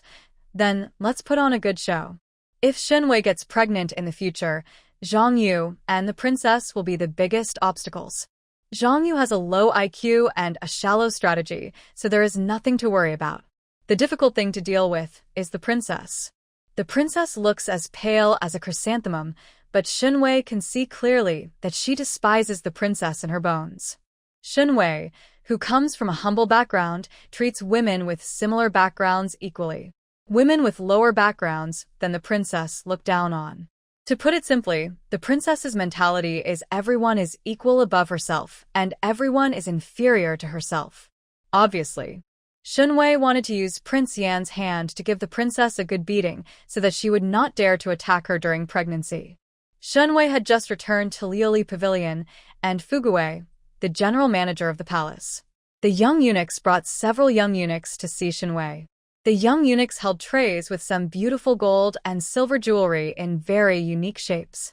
Fugui said respectfully, Master Shen, Princess Zhaoyang sent this specially. People gave you these things. Dongshan was attacked by poisonous snakes. Master Shen risked his own life to save him. The princess has nothing to offer in return. I will give you some ordinary things first. The princess will pay you a visit in person in a while. Shen Wei looked at the golden jewelry, and the corners of her lips were slightly raised. Friends who give money are all good friends.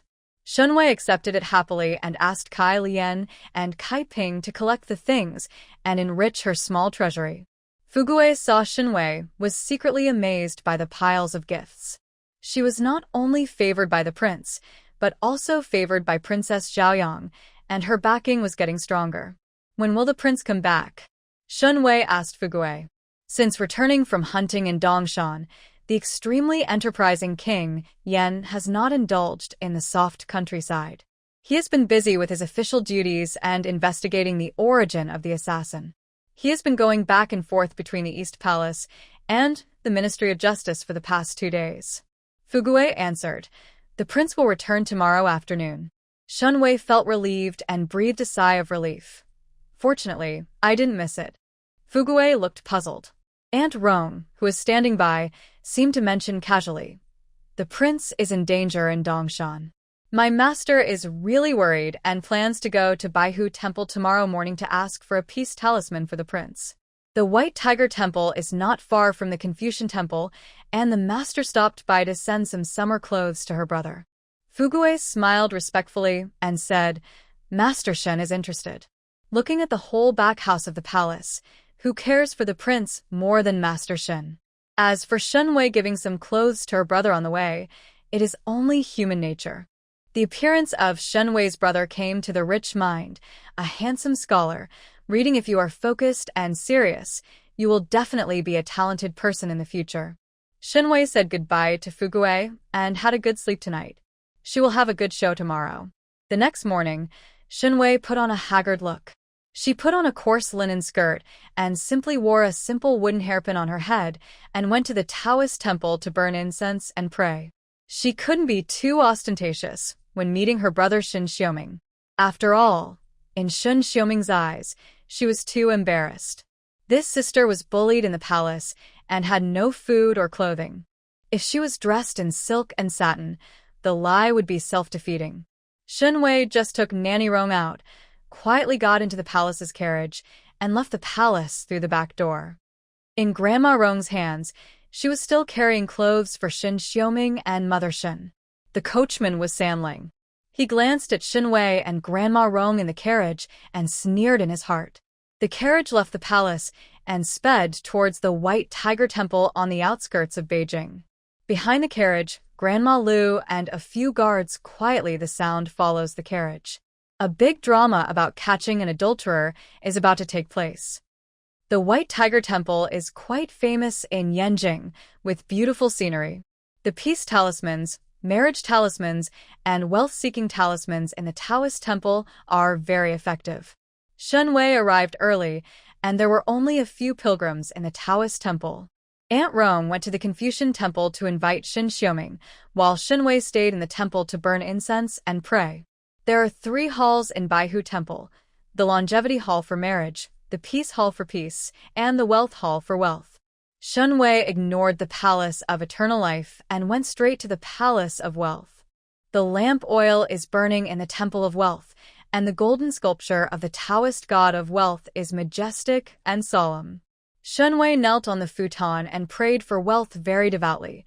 The sky is full of spirits, the earth is full of spirits, the ancestor of the god of wealth will appear soon, and bless the believer Shen Wei to have a successful career, a smooth retirement, and a lifetime of wealth.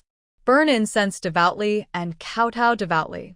Then, Shen Wei slowly went to the peace hall next door and prayed for a peace talisman piously. The sky is spirited, the earth is spirited, the Supreme Lord appears. May King Yen Li Yuanjing be safe and prosperous. I don't ask King Yen to live a long life, but at least I want to live until I retire. She devoutly donated some money to the merit box and put the peace charm she had asked for into the sachet. When leaving the peace hall, Grandma Rong also came with Shen Xiuming. Aunt Rong was at the door and said to Shen Xiuming in a bad voice, "If Mrs. Shen hadn't given me a month's worth of money, I wouldn't have brought you to see her. At most, I would take Mrs. Shen back for a stick of incense. Hurry up." Grandma Rong's expression was as ferocious as ever, and she acted like an unruly captive. Shen Xiuming seized the time and strode into the Taoist temple. I saw Shen Wei sitting in the small courtyard. She was wearing a coarse cloth dress, and her face looked haggard and tired. Third sister. Shen Xiuming strode forward, looked at Shen Wei's pale face, and choked up. Third sister, you have lost weight again, and your face is not good. Shen Wei forced a smile, and she took out the bag she carried with her. The package. Xiuming, the prince came to my place to spend the night in the past few days, and I barely got a little favor. The prince rewarded me with 2 pieces of cloth, and I made some clothes for you and my mother overnight. You can take them back. Shen Xiuming moved to tears. Even though the third sister was trapped in the palace, she still remembered him and her mother in her heart. He must never let down his sister's care. Shen Wei sighed softly, stood on tiptoes, and wiped Shen Xiuming's tears. Don't cry. Do the boots my sister made for you last time still fit? Shen Xiuming nodded and choked with sobs. They fit. I wear them every day. Shen Xiuming's feet were indeed wearing light black boots made for him by Shen Wei. There is very little dust on the surface of the boots, and they are not dirty either, which shows that he regularly maintains these boots. Shen Wei sighed softly. There are constant intrigues in the palace and back house. I took the risk to come out to give you clothes. I don't dare to delay for too long. Xiuming, you are already a grown man. You have to take good care of your mother and yourself. Do you understand? Shen Wei sighed softly. Xiuming wiped away his tears and nodded firmly. Shen Wei's eyes were full of nostalgia. She took out a small white handkerchief and gently wiped the tears on Shen Xiuming's cheeks. You have grown up. Why are you still crying like you were when you were a child? It doesn't matter if my sister suffers a little. I only hope that you will. It's so sensational that Shen Wei almost said the wrong line. Bang dang, the gate of Baihu Temple was knocked open. Aunt Lu came in with 3 guards. From the angle of Mammy Lu's sight, Shen Wei was actually stroking Shen Xiuming's face. Aunt Lu's eyes lit up with joy, and she instantly determined that Shen Wei was having an affair with her foreigner. Aunt Lu yelled loudly, "Miss Shen, you actually had an affair with your foreigner? Someone, stop the mouths of this couple and drag them back to the palace." The fierce-looking guard quickly stepped forward with a thick rope. Shen Xiuming's face was full of astonishment. He explained in a panic, "You have misunderstood. She is my sister." Before the word sister could be said, Shen Wei interrupted Shen Xiuming's words with an exclamation. Shen Wei was very anxious. Trouble. Oh. I should have known I shouldn't have ventured out today. As soon as he finished speaking, the guards had already Shen Xiuming and blocked his mouth with a smelly cloth. Shen Wei's condition was not much better. Her hands were tied, but her mouth was not blocked. Family scandals should not be made public, so Nanny Lu quickly escorted Shen Wei and Shen Xiuming to the carriage and drove all the way back to the palace. The two siblings were imprisoned in the woodshed by guards. Shen Xiuming's mouth was blocked, and he couldn't make any sound. He opened his eyes wide and looked at the smelly woodshed. "Brother, we have been framed." Shen Wei was not gagged. She leaned next to Shen Xiuming. Shen Xiuming, you. He had long heard that the wives and concubines in the large mansions of Yanjing were fighting cruelly, and it was not uncommon to frame each other. His sister's living environment in the palace was more terrifying than he imagined. He feels sorry for his sister. Creak, the sound of unlocking came from outside the woodshed door, accompanied by a loud clang, and dazzling sunlight shone in. Shen Xiuming was blinded by the sunlight and could vaguely see a woman wearing a dark purple double-breasted gown. The woman was born beautiful, powerful, and majestic. The princess glanced around the woodshed, and when she saw Shen Wei with a haggard face, a coldness flashed in her eyes. Mother Lu told the princess, "I followed you all the way and saw with my own eyes that Mrs. Shen was tugging with this person. The boots on this person's feet were also made by Mrs. Shen. Shen Xiuming's feet were also wearing shoes made by Shen Wei for him. Boots. The leather used to make the boots is of high quality and the workmanship is fine." The princess remembered that this leather was given to Shen Wei by King Yan, but Shen Wei actually turned it over to make boots for other men. "Dig your own grave," the princess said condescendingly. "Miss Shen, the evidence is conclusive. Do you have anything to say?" Shen Wei's eyes were red, and tears of grievance fell from her eyes. She choked and said, "Princess Mingjian, I only made a few things for Xiuming. Clothes and boots." Although Shen Wei was trying to explain, she also revealed the fact that she was making clothes for her husband. The princess laughed in her heart, this stupid and brainless woman. The princess calmly ordered Nanny Lu, "Prepare the white silk and poisonous wine, and wait for the prince to make a decision and send these two people on their way. All the maids and eunuchs in Liuli Pavilion are grounded." Shen Wei's face turned pale. Shen Xiuming's mouth was covered, and he made a whining sound. However, the princess had already turned around and was about to leave with the others. After taking just 2 steps, Shen Wei said with a tearful voice, "Princess, you have really misunderstood me. This person is my brother Shen Xiuming, and I have been framed by someone." The woodshed fell into dead silence. The princess's departure suddenly stopped. She turned back and looked at Shen Wei in disbelief. "Brother? Does Shen Wei have a younger brother?" The bridge of Shen Wei's nose was sore, and she was still trying to explain. "When I left the palace to visit my relatives, it was your own promise, princess.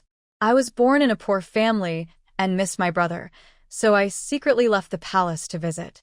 Who knows, but I was misunderstood." The princess looked at Nanny Lu, who was also shocked. About a month or 2 ago, Shen Wei did apply to the princess to leave the house to visit relatives. The princess's eyes were half squinted. "Miss Shen, are you serious about this?" Shen Wei's eyes were red. "I don't dare to lie." Shen Xiuming, who was next to him, kept making whining sounds. He wanted to open his mouth to defend his sister, but his mouth was tightly blocked and he could only watch his sister being bullied and framed. The princess's face looked uncertain. She carefully looked at the faces of Shen Wei and Shen Xiuming, and upon closer inspection, they found that their eyebrows were indeed somewhat similar. The princess had buzzed, and she vaguely realized that she had made a big mistake. The palace has been quiet for too long, and the wives and concubines have been living in harmony.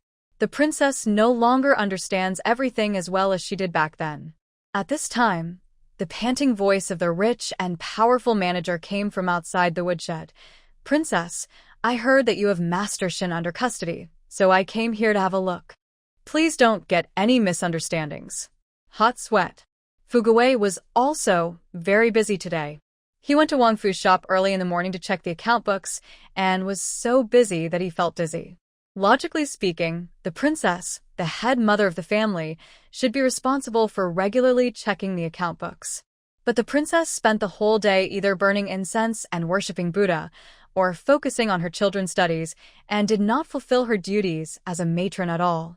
As the general manager of the palace, Fugui not only manages the servants of the palace and takes care of King Yan's daily life, but also has to do things for the princess, which is so tiring that his waist is almost disabled.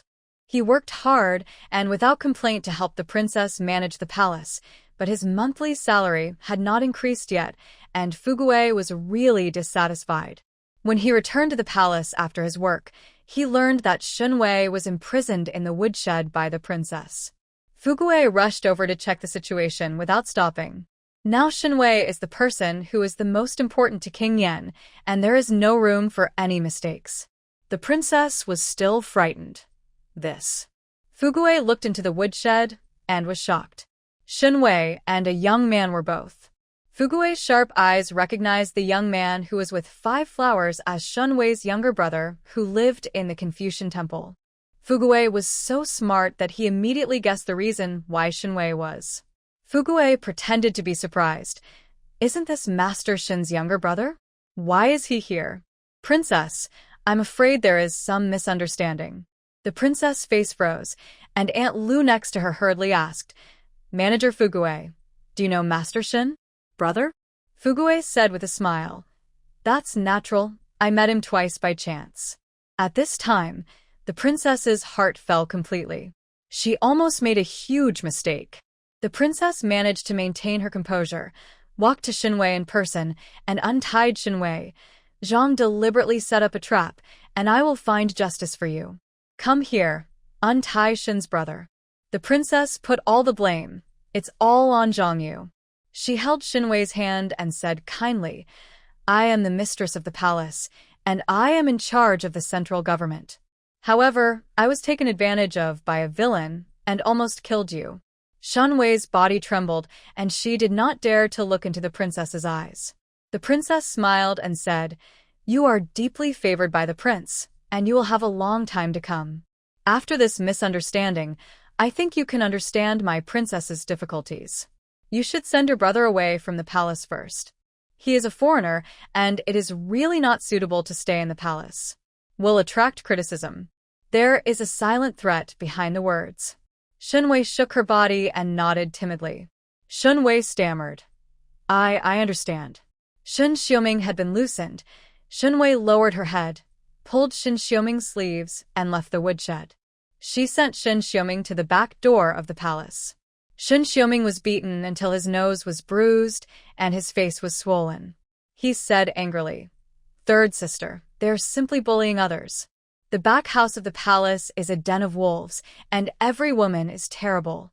Shen Xiuming looked at his thin sister, and his heart felt like a knife. How miserable must the third sister be in the palace? Shen Wei forced a smile, and she looked at Shen Xiuming sadly. Take care of yourself. My sister can no longer give you boots and clothes in the future. You go quickly, the princess's people still staring. Not far away, Grandma Lu was indeed staring at the moon cave door. Shen Xiuming clenched his fists. Third sister, I will go back to the Confucian temple to study hard. Next spring, I will definitely be your backer. Seeing the provocation method taking effect, Shen Wei smiled gently. Sister, I believe in you. Shen Xiuming and Shen Wei separate and leave with firm steps. He wants to study, and he wants to study harder. He wants to save his sister from the sea of suffering. Shen Wei sent Shen Xiuming away, put on a gloomy look, and returned to Liuli Pavilion melancholy. In the woodshed where he had been locked up for half a day, the palace was still calm, as if nothing had happened. In Liuli Pavilion, Kaiping found ointment and applied it to the rope scratches on Shen Wei's wrist. Kaiping was a little confused. Master, why did you take the initiative to reveal the identity of your brother? In Kaiping's idea, Shen Wei would not take the initiative to reveal Shen Xiuming's identity, and the princess would always keep Shen Wei and Shen Xiuming in custody. In the woodshed, wait for the prince to come back to make a decision. At that time, Shen Wei told King Yan about Shen Xiuming's identity. The prince will definitely be furious, severely punish Zhang Yu and the princess, and pity Shen Wei even more. But Kaiping didn't expect that Shen Wei took the initiative to inform Shen Xiuming of his identity. Shen Wei rubbed her sore wrist and curled her pink lips. The princess blocked my brother's mouth, not mine. If I deliberately concealed it, the princess would find out that I was plotting against her. She opened her mouth. You can tell the truth with your mouth, but you won't tell it. The prince will tell the truth only after he comes back. Isn't this a clear plan to plot against the princess? Shen Wei couldn't take risks. Currently, in the princess's heart, Shen Wei is a stupid woman with no beauty and is not enough to threaten the princess's status. But once the princess discovers Shen Wei's intentions, the princess will definitely become defensive. Shen Wei is currently just a lowly concubine. She is still young and cannot compete with the princess who has both children. Even if the princess kills Shen Wei today, King Yan will not divorce the princess for Shen Wei. He will punish the princess to copy 2 volumes of Buddhist scriptures at most. Kaiping said angrily, Master, you have been wrong today in vain. When the prince comes back, you must complain to the prince. Shen Wei held her chin and said slowly, I will not take the initiative to complain. Kaiping's face was full of doubts. If you don't file a complaint, wouldn't it be that today's performance was in vain and all the suffering was in vain? Shen Wei understood everything and said meaningfully, It's too deliberate to take the initiative to complain. It's better to let the prince notice by himself. Complaining is something that a villain would do. Shen Wei is gentle, sensible, and considerate. How could she take the initiative to complain? She would only expose some details, and when King Yan peeled off the cocoon, he found that she had suffered great grievances. As for Zhang Yu, who maliciously framed him, Shen Wei didn't need to deal with it herself. The princess would solve the problem. Everything is ready, just waiting for King Yan to come back. The Prince of Yan is still in the East Palace. After 2 days of investigation, the Prince of Yan and officials from the Ministry of Justice finally learned the origin of the real culprit from the 2 assassins who were captured alive. The assassins of the Prince of Yan came from the Kingdom of Yu. This group of people colluded with a mysterious force in the Kingdom of Qing, intending to kill the Prince of Yan and the Crown Prince. However, it is not yet clear whether the force in the Kingdom of Qing is related to the King of Heng. At the lunch table, the Crown Prince sighed and was exhausted. Except for the imperial concubine and the King of Heng, I really can't think of anyone who wants to kill us brothers. As he was speaking, the prince had another violent cough, and his throat was fishy and sweet. The Prince of Yan quickly stroked the prince's back and handed him a cup of tea. Brother, let me deal with the assassins. You take care of yourself first. The prince's illness became more and more serious. He coughed every night and barely stabilized his condition with the medicine from the imperial hospital. The Prince of Yan was very worried and had been sending people to find Dr. Mo in the rivers and lakes. But the whereabouts of this miracle doctor are erratic. It is said that he appeared in Yu State some time ago, but disappeared quickly. The prince drank some tea to moisten his throat, and the violent coughing was temporarily relieved. He said nonchalantly, It's a minor illness, nothing serious. Let's continue to eat. The lunch in the prince's mansion was naturally exquisite. The maid came forward and added 2 spoonfuls of fish soup to the prince's bowl.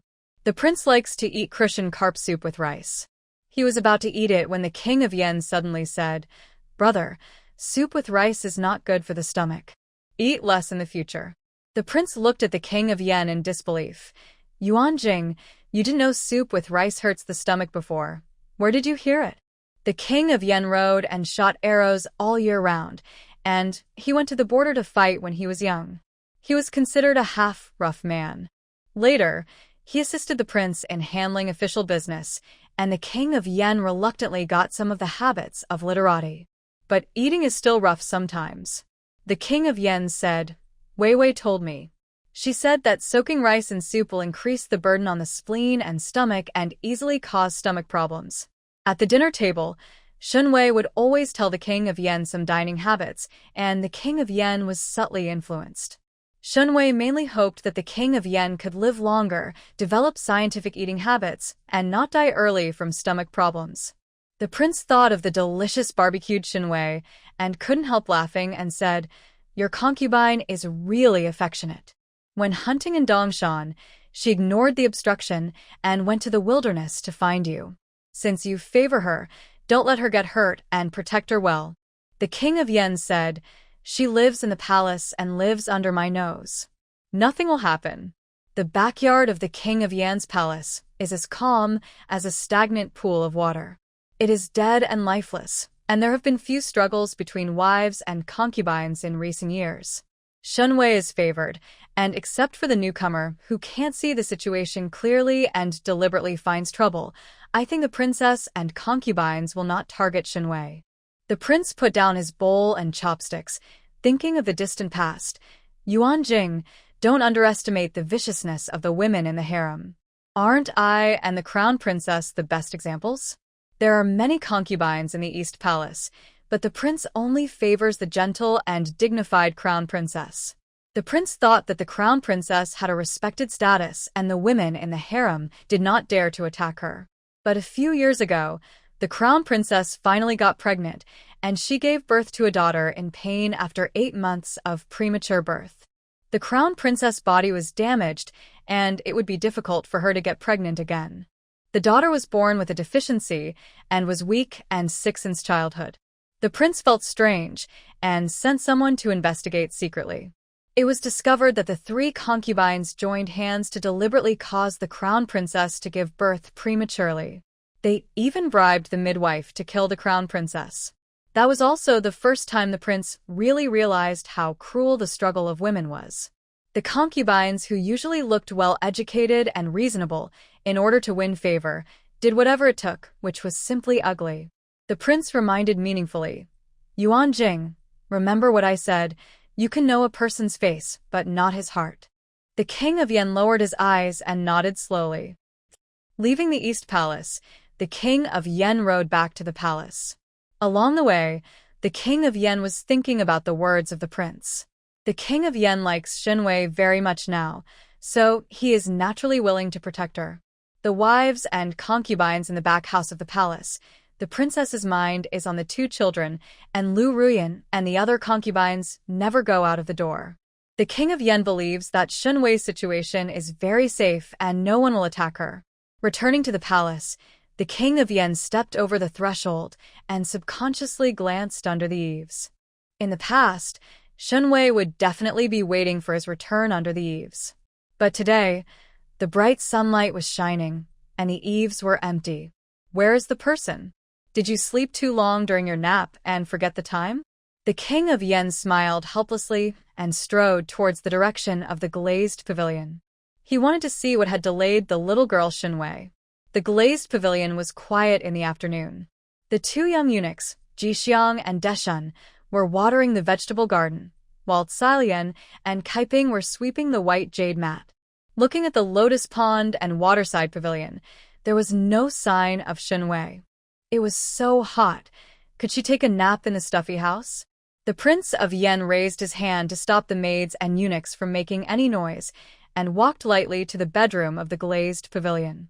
In summer, the clever and skillful Shen Wei decorated the bedroom very refreshingly and replaced all the curtains with emerald green bead curtains, which looked pleasing to the eye.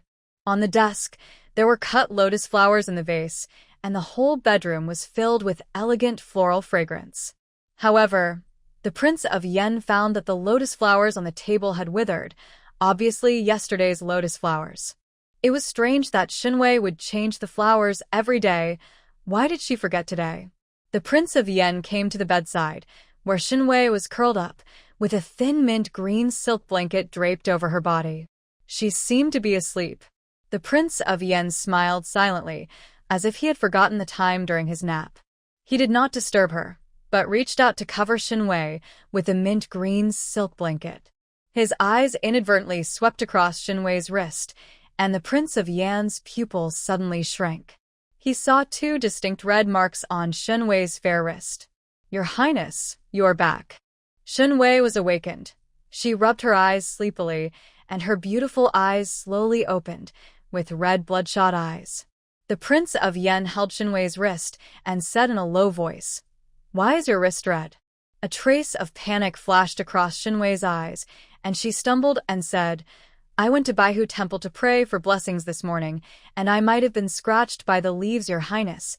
I asked for a peace amulet for you. Shen Wei deliberately changed the subject, very abruptly. The Prince of Yan's handsome eyes flickered.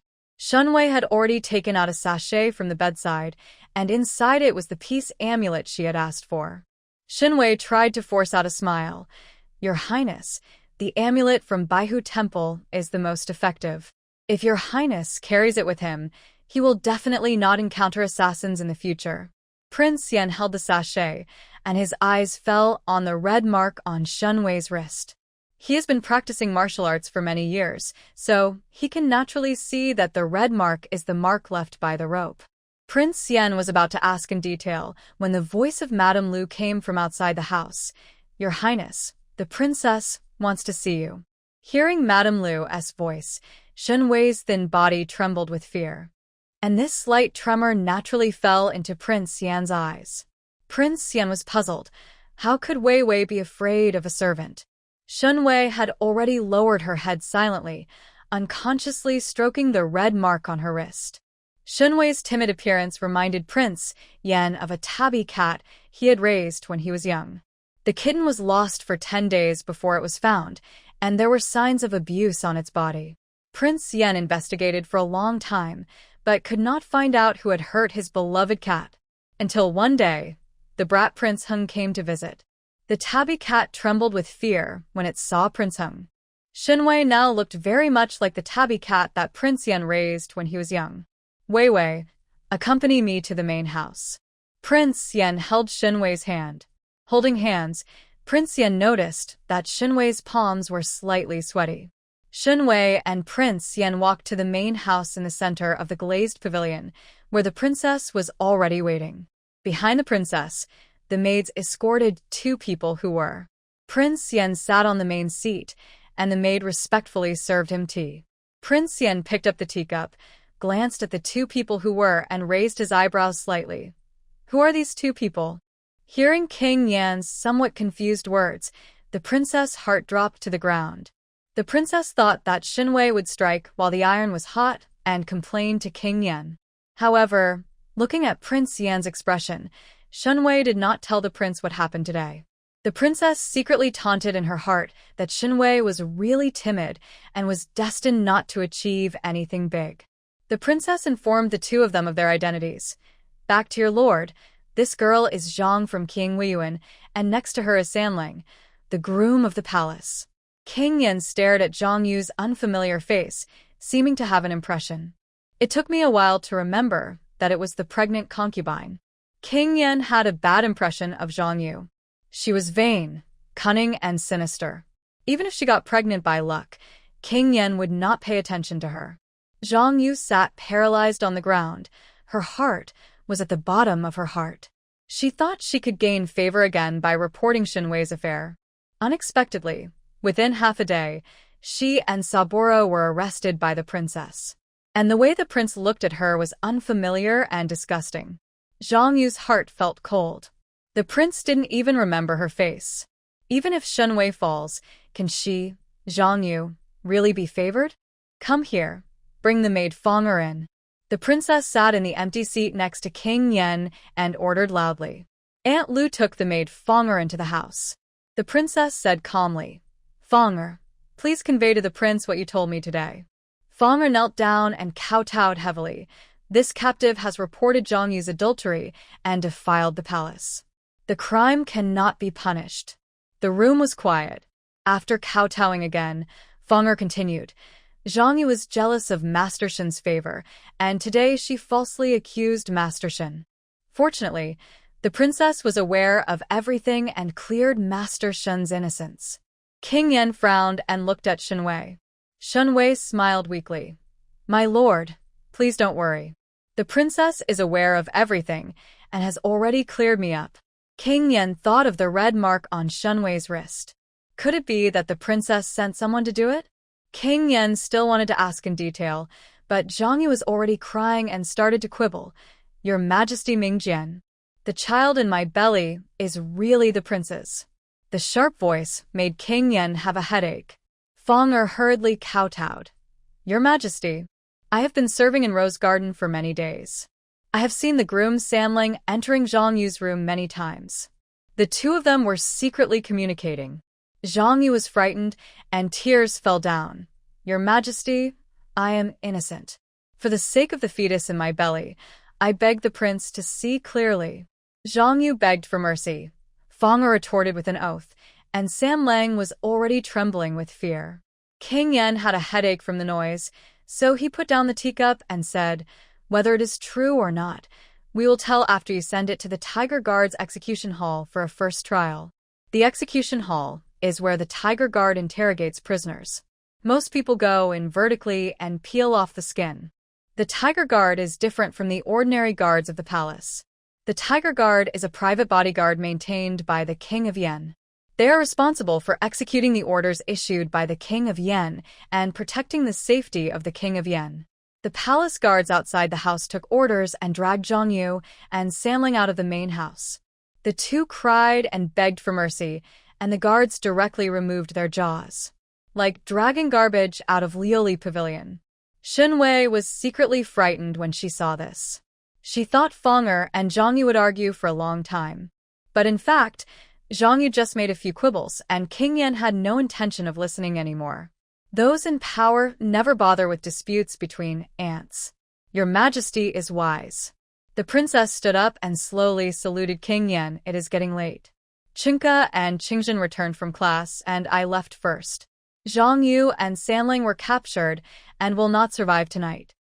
Since those two people were dead, Shen Wei did not dare to complain to King Yen, so the princess had no worries.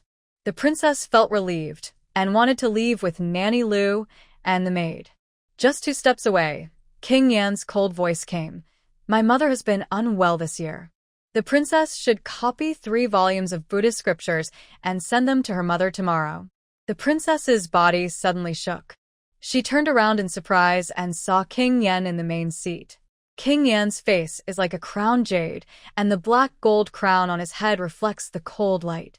He is solemn like a statue without emotion. Strange, alienated. The princess's heart clenched suddenly. King Yen must have guessed her plan with Zhang Yu, and also guessed that she was deliberately shirking responsibility. Copying 3 volumes of Buddhist scriptures was her punishment. She was punished as the mistress of the royal palace for treating her concubines harshly and not distinguishing right from wrong. I understand. The princess's knees became weak. Aunt Lu supported the princess and left Lioli Pavilion step by step. The sun was dazzling. Aunt Lu looked at the pale face of the princess and said worriedly, "Princess, the prince is giving you a warning. Could it be that Shen Wei deliberately instigated and complained secretly?" The princess shook her head. Then Shen Wei is short-sighted. Why? With this ability. Your Majesty, he just hates me. The husband and wife are separated and hate each other. When King Yen doesn't love someone, she even breathes wrongly. I was careless this time. The princess rubbed her temples tiredly. Don't interfere with Lulai's affairs anymore. Shen Wei comes from a humble background. Even if she gets pregnant and gives birth to a child, she will never threaten my status. In fact, if you think about it carefully, she has 2 sons and a daughter and the support of the Tantai family behind her. Shen Wei, an ordinary peasant girl, cannot threaten her. It's just that. The clasped hands of Prince Yen and Shen Wei appeared in the princess's mind, and she still felt a little sour in her heart. She still cared about the love between the prince and other women. Once upon a time, she was as young as a flower. She had just married into the royal palace, and she and Prince Yen also had a wonderful time of love as husband and wife. She naively thought that the two of them could be in love forever. It's a pity that time has been ruthless, and her beauty has faded with her old age. King Yan's heart was attracted by those newcomers who were like flowers. She tried hard to save it, but to no avail. In the end, she was completely disappointed with King Yen and devoted all her efforts to her children. After the princess left, Shen Weiqiang worked hard to accompany King Yen to finish dinner. She was so exhausted after suffering this misfortune today that she fell asleep early at night. Didn't even practice calligraphy. King Yen opened the dark blue bed curtain and looked at Shen Wei, who was sleeping lightly on the bed. Her little face was pale, and even when she fell asleep she was very restless, like a frightened kitten. King Yen couldn't help but think of what the prince told him.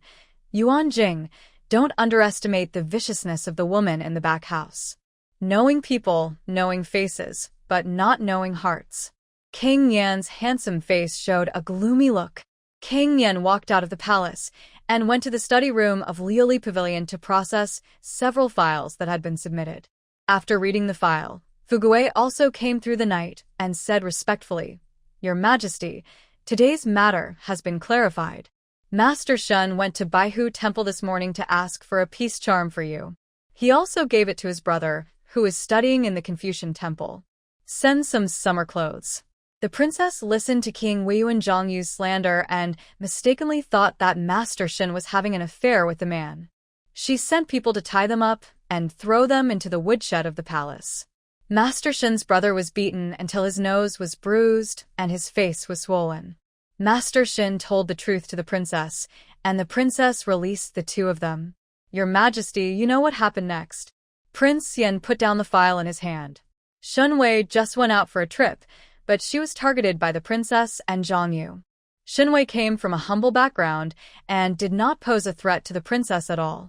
The princess did not have the magnanimity of a matron and deliberately targeted a concubine. When the matter was revealed, the princess shifted all the responsibilities to a little concubine, trying to get rid of herself. King Yen became more and more disappointed with the princess.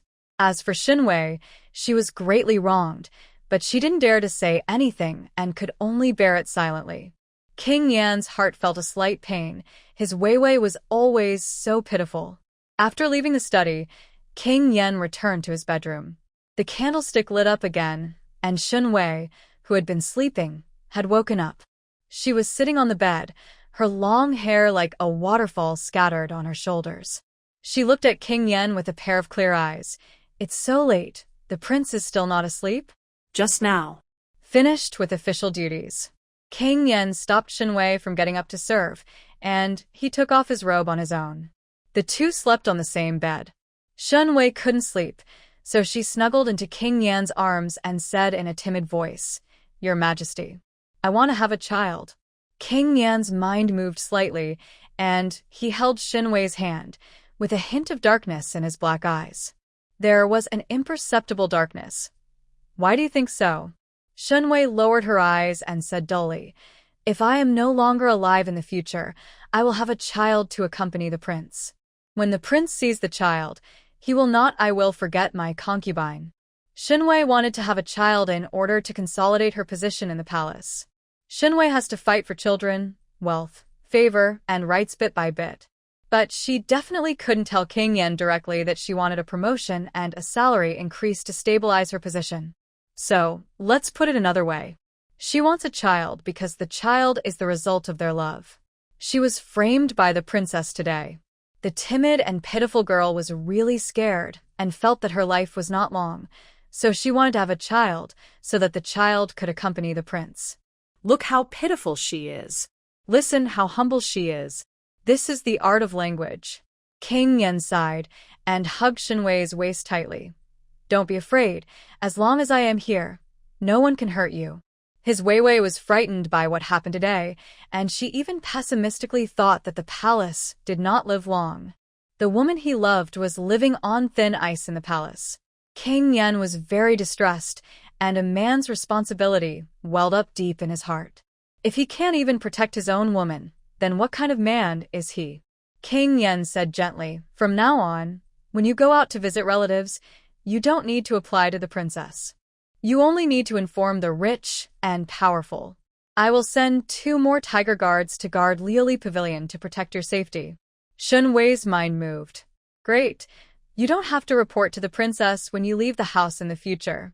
Liu Pavilion also has 2 more highly skilled security guards. Your Majesty. Shen Wei hugged King Yan's neck in emotion. Meeting Your Majesty is a blessing from my previous life. She took the initiative to lean over and kiss the corner of King Yan's lips. There is a cool ice mirror in the bedroom. The faint fragrance of mint and mugwort is diffused. The warm fragrance of soft jade is in the arms, and the eyes of King Yen are filled with tears. He grabbed Shen Wei's waist and said, "One child is not enough, just have a few more." Shen Wei smiled modestly and shyly. The fragrant and sweat-stained shark's gauze is slightly exposed several times. The bed curtains were swaying, and the night was still long.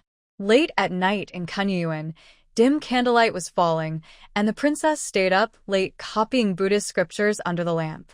The two children, Chinka and Qingzhen, were also forced to memorize at the desk next to them. The two children's eyelids were fighting, and they were drowsy. Concubine. The baby is so sleepy.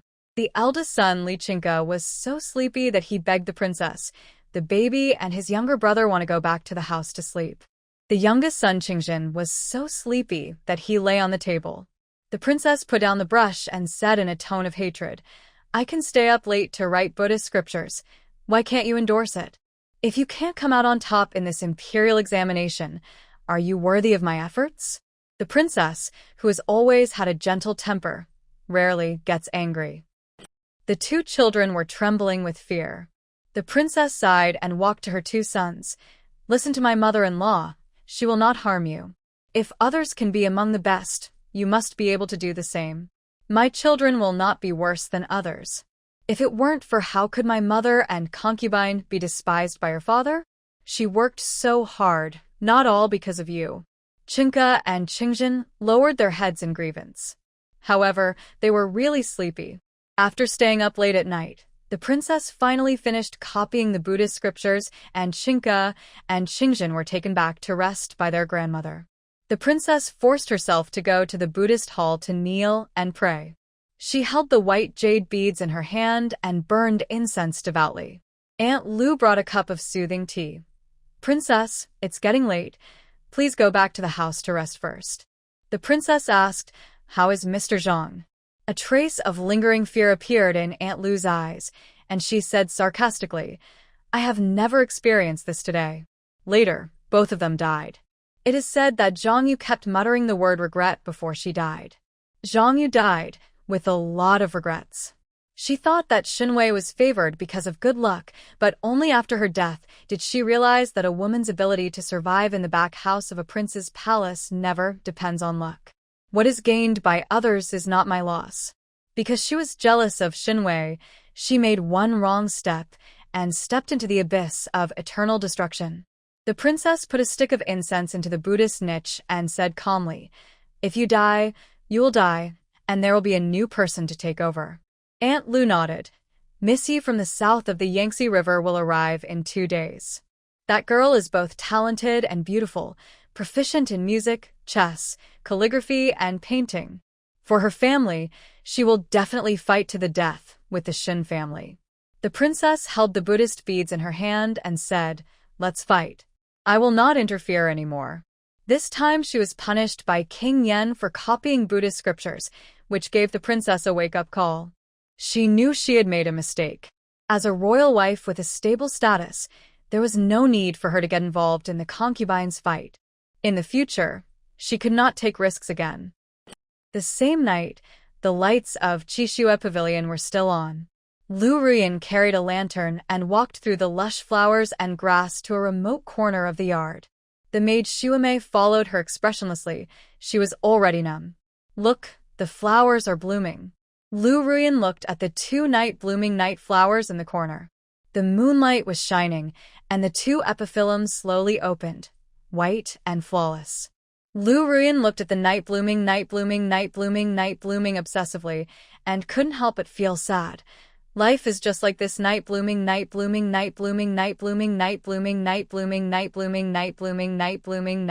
flower. It blooms for a moment and mourns for half the life. Look at the dead Zhang Yu. Wasn't her life just an epiphyllum blooming night?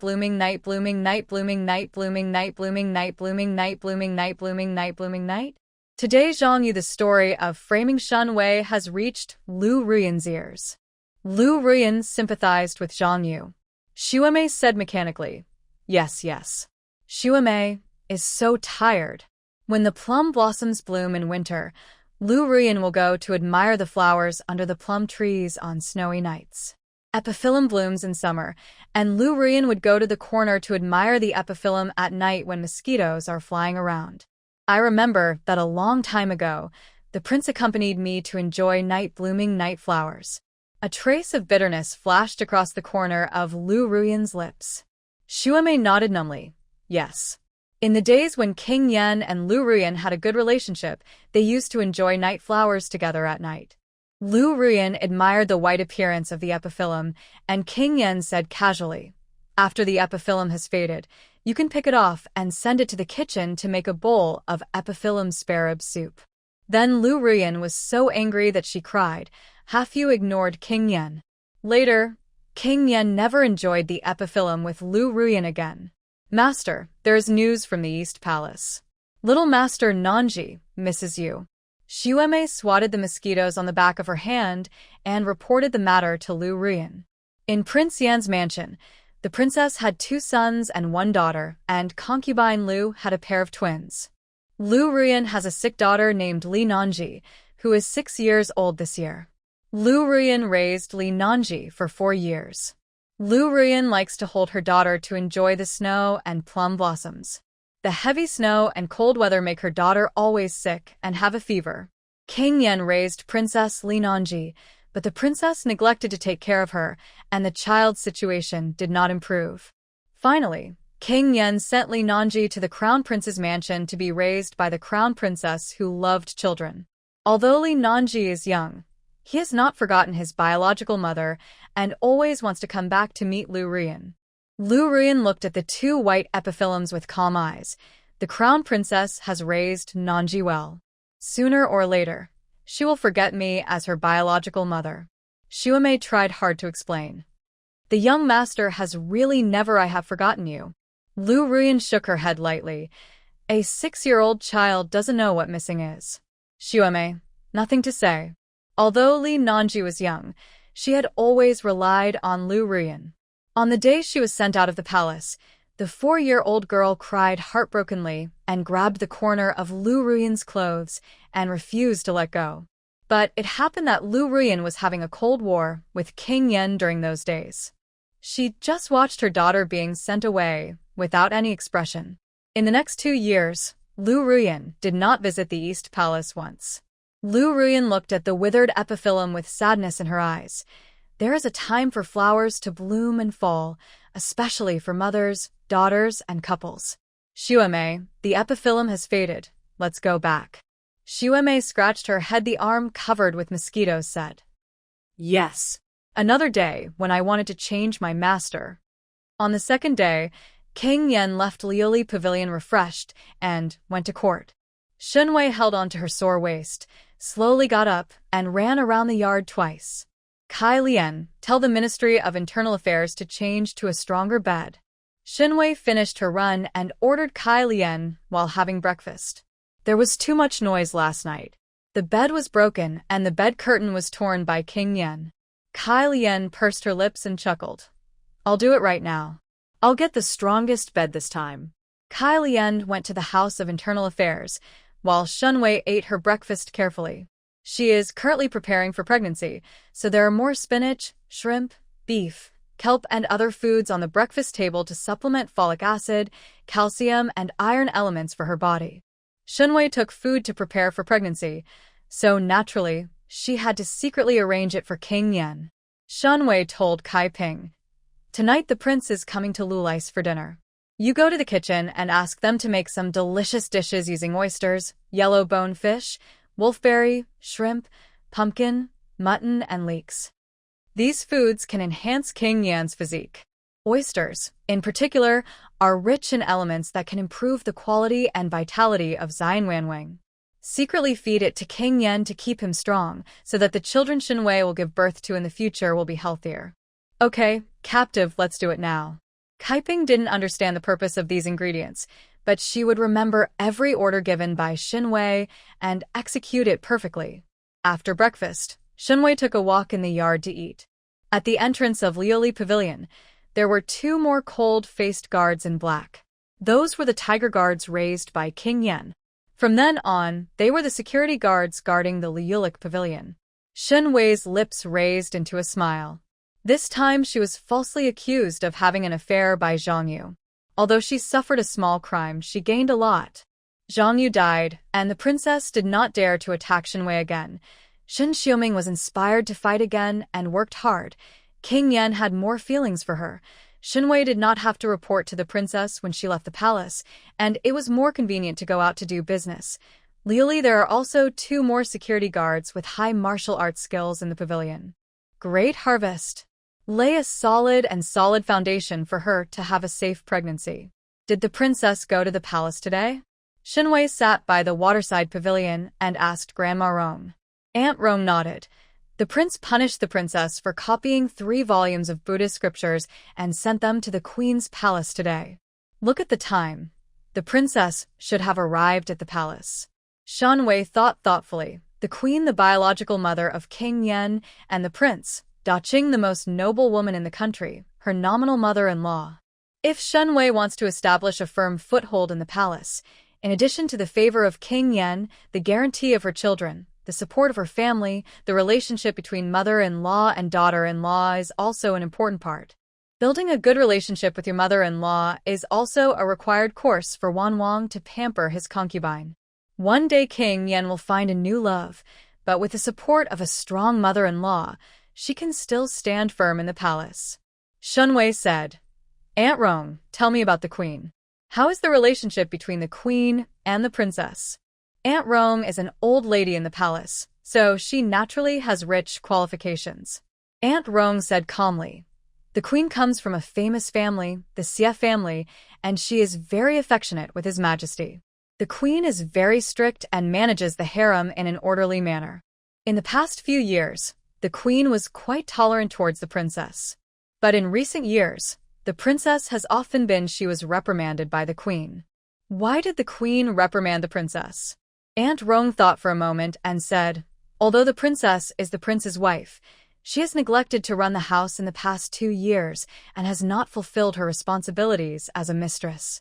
Wei fell into deep thought, and her intuition told herself that maybe there was something hidden in it. Da Qing Palace, Cunning Palace. The princess respectfully presented the 3 volumes of Buddhist scriptures and placed them in front of the queen's desk. The queen is nearly 50 years old, with gray hair growing on her temples. Her once elegant face has been eroded by time, and there are fine lines at the corners of her eyes that cannot be concealed. The queen rubbed her temples, unable to hide the fatigue on her face. The queen did not read the Buddhist scriptures. She took a sip of tea and glanced at the princess with a knife-like gaze. Kneel down. The princess' body trembled slightly, and she looked at the queen in disbelief. Mother. The queen said in a majestic voice, Tan Tai Shuya, kneel down. The princess' knees softened, and she knelt on the ground. She was full of grievances. Every time she came to the queen, the princess could always feel a huge pressure. She didn't understand why the queen always treated her harshly. In the past few years, the queen treated her kindly, but in the past 2 years, the queen had no good face every time she saw her.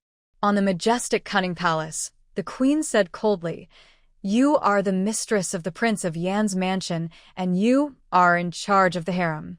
A concubine had an affair with a groom under your nose and got pregnant. Do you want to ridicule the Prince of Yan in the capital of Yan?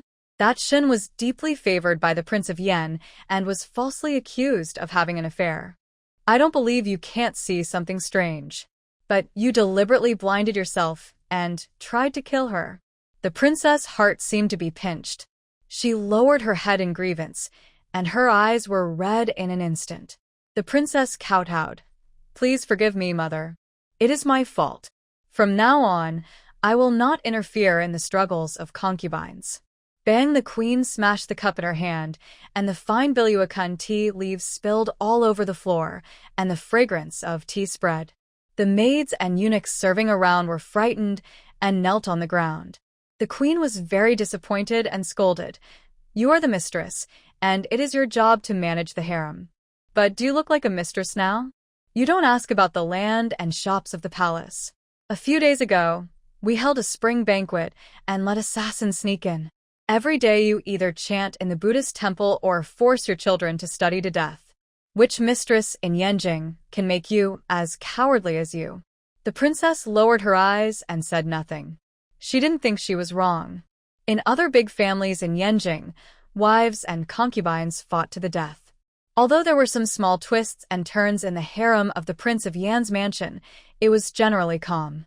The wives and concubines were in harmony on the surface. Isn't that good? The queen was so angry that her chest was heaving. She pointed at the princess and cursed. You can't even manage a small Yanwang mansion.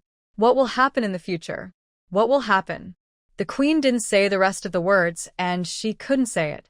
The princess was full of grievances and defended herself. Mother, I did not manage the palace well, but I raised Xingke and Xingjin very well. It would be fine if she didn't mention the two children. As soon as she mentioned Xingke and Xingjin, the queen was even more angry. The children get up before dawn to study, recite books late at night, and get sick every now and then at such a young age. Is this what you call raising them well? Tan Taishuya, you will harm the two children sooner or later. The princess clenched her sleeves. The two children started to learn early and were among the best in the imperial college. The princess didn't think she was wrong. The queen didn't want to see the princess's stupid face and ordered, "You go to the outer hall and kneel down. Think about where you went wrong. Kneel until noon before you can return to the palace." The princess left the main hall with tears in her eyes and bitterly. In the palace, the old nanny who served the queen presented a bowl of medicine soup. After the queen drank the bitter medicine soup, she sighed. Back then, I shouldn't have chosen Tan Taishuya as Yuan Jing's wife. The old nanny comforted her. My queen, this is not your fault. You arranged everything for the prince and the king of Yan, but you didn't expect the prince's health. The queen raised her two sons in different ways. For the prince Li Yuanchang, the queen cultivated him as the future crown prince and devoted all her efforts to him. She forced the prince to study hard and learn to handle family and national affairs since childhood. For the second son, Li Yuanjing, the queen cultivated him as the prince's arm and devoted less care to the king of Yan.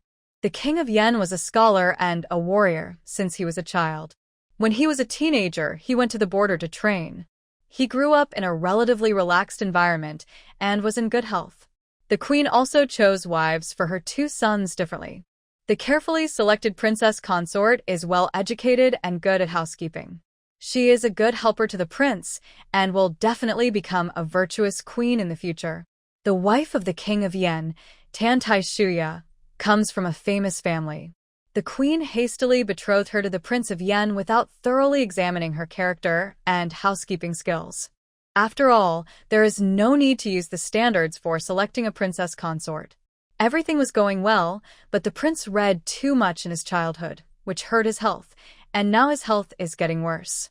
The imperial physician said that the prince has at most 3 years to live. The prince is weak and cannot consummate his marriage with his wives and concubines, resulting in the fact that there is no boy in the East Palace so far. Therefore, the only one who can inherit the throne of Daqing in the future is the Prince of Yan. The more the queen thought about it, the more headache she had. Look at Tan Taishuya's character. She doesn't care about big things, doesn't care about small things, and forces her children to study to death. She pretends to be as indifferent as a chrysanthemum, but even the concubines are jealous of her in private. If she becomes the queen in the future, can she manage the harem? Can she handle the conflicts between the previous dynasty and the harem? Of course not. To enjoy the honor of the queen, you must fulfill the corresponding responsibilities. Any woman who becomes the queen cannot have a character of being a salted fish and rotten. In your position, you should plan your politics.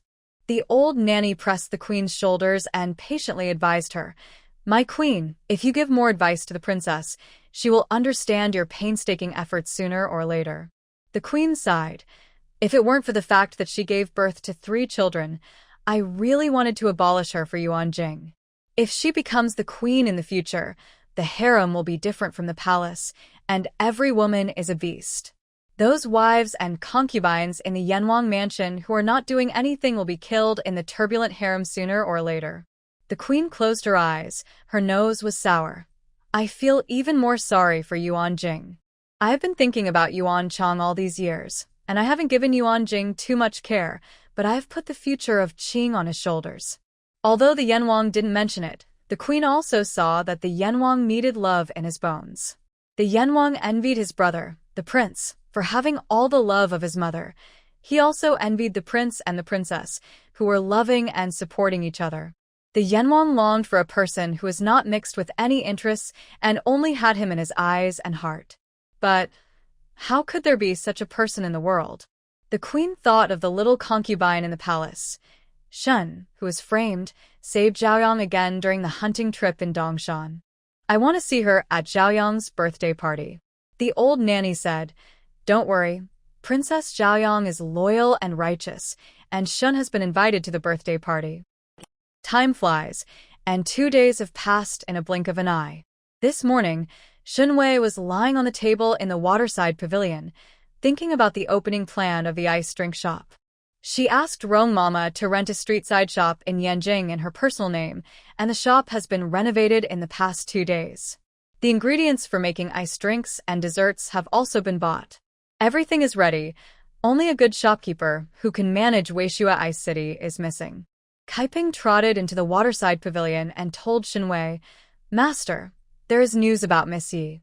She arrived in Yanjing last night and is now temporarily staying at Wangshuan." The gossipy little genius Kaiping has established a news network in the palace and even bribed the maids around the princess. There is nothing in this world that money can't do. As long as the money is enough, the emperor can find out what color his autumn johns are tonight. Very good.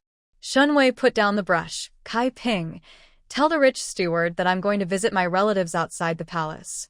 Kaiping, okay. Shen Wei put on a white veil to cover her face and got on the carriage in a low-key manner. After a circle in Yanjing City, she came to the most lively Wangshu Inn in Yanjing. Wangshu Inn has many guests coming and going every day, and the entrance is crowded with carriages. There are too many carriages, and Shen Wei's carriage cannot stop.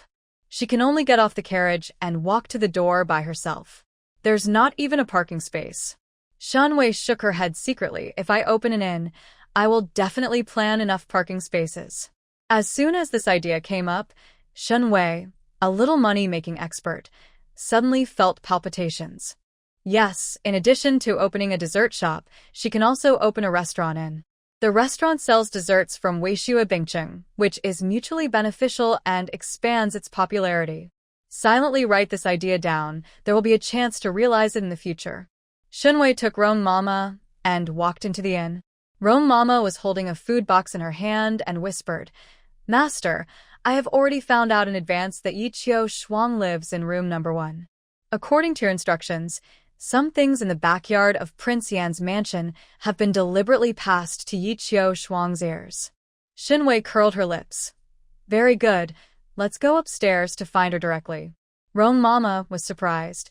"Go directly to her house?" Shen Wei chuckled. "Yes, you must be sincere when recruiting new employees." Wangshu Inn, private room on the 3rd floor. The cool fragrance of tea permeates the air, filling the entire room with the fragrance of tea. Yi Qiushuang is dressed in green, holding a cup of Jiangnan specialty white tea. The tea soup is clear, and a few tender green tea leaves like phoenix feathers lie in the teacup. Yi Qiushuang sighed. "I don't know if I can have the chance to drink tea from my hometown after entering the palace." The maid knelt beside her, her eyes full of worry. "Miss, the Princess of Yen has concealed a lot of things from us. I have inquired about it. The Prince of Yen is cold-hearted. He loves every woman he sees, and no concubine in the harem can be favored for a long time. Just a few days ago, a concubine made a mistake and was beaten to death by the Prince of Yan's orders. The Prince of Yan's palace is simply a devil's den." Yi Qiushuang looked at the celadon teacup and showed a bitter smile. "I know that the Princess of Yan has impure intentions, but I am already an abandoned child of the Yi family, and there is no way out. Born in the south of the Yangtze River, bathed in the spring breeze of freedom since childhood, Yi Qiushuang thought sadly that she would probably be trapped within the high walls of the palace for the rest of her life. She would never be free.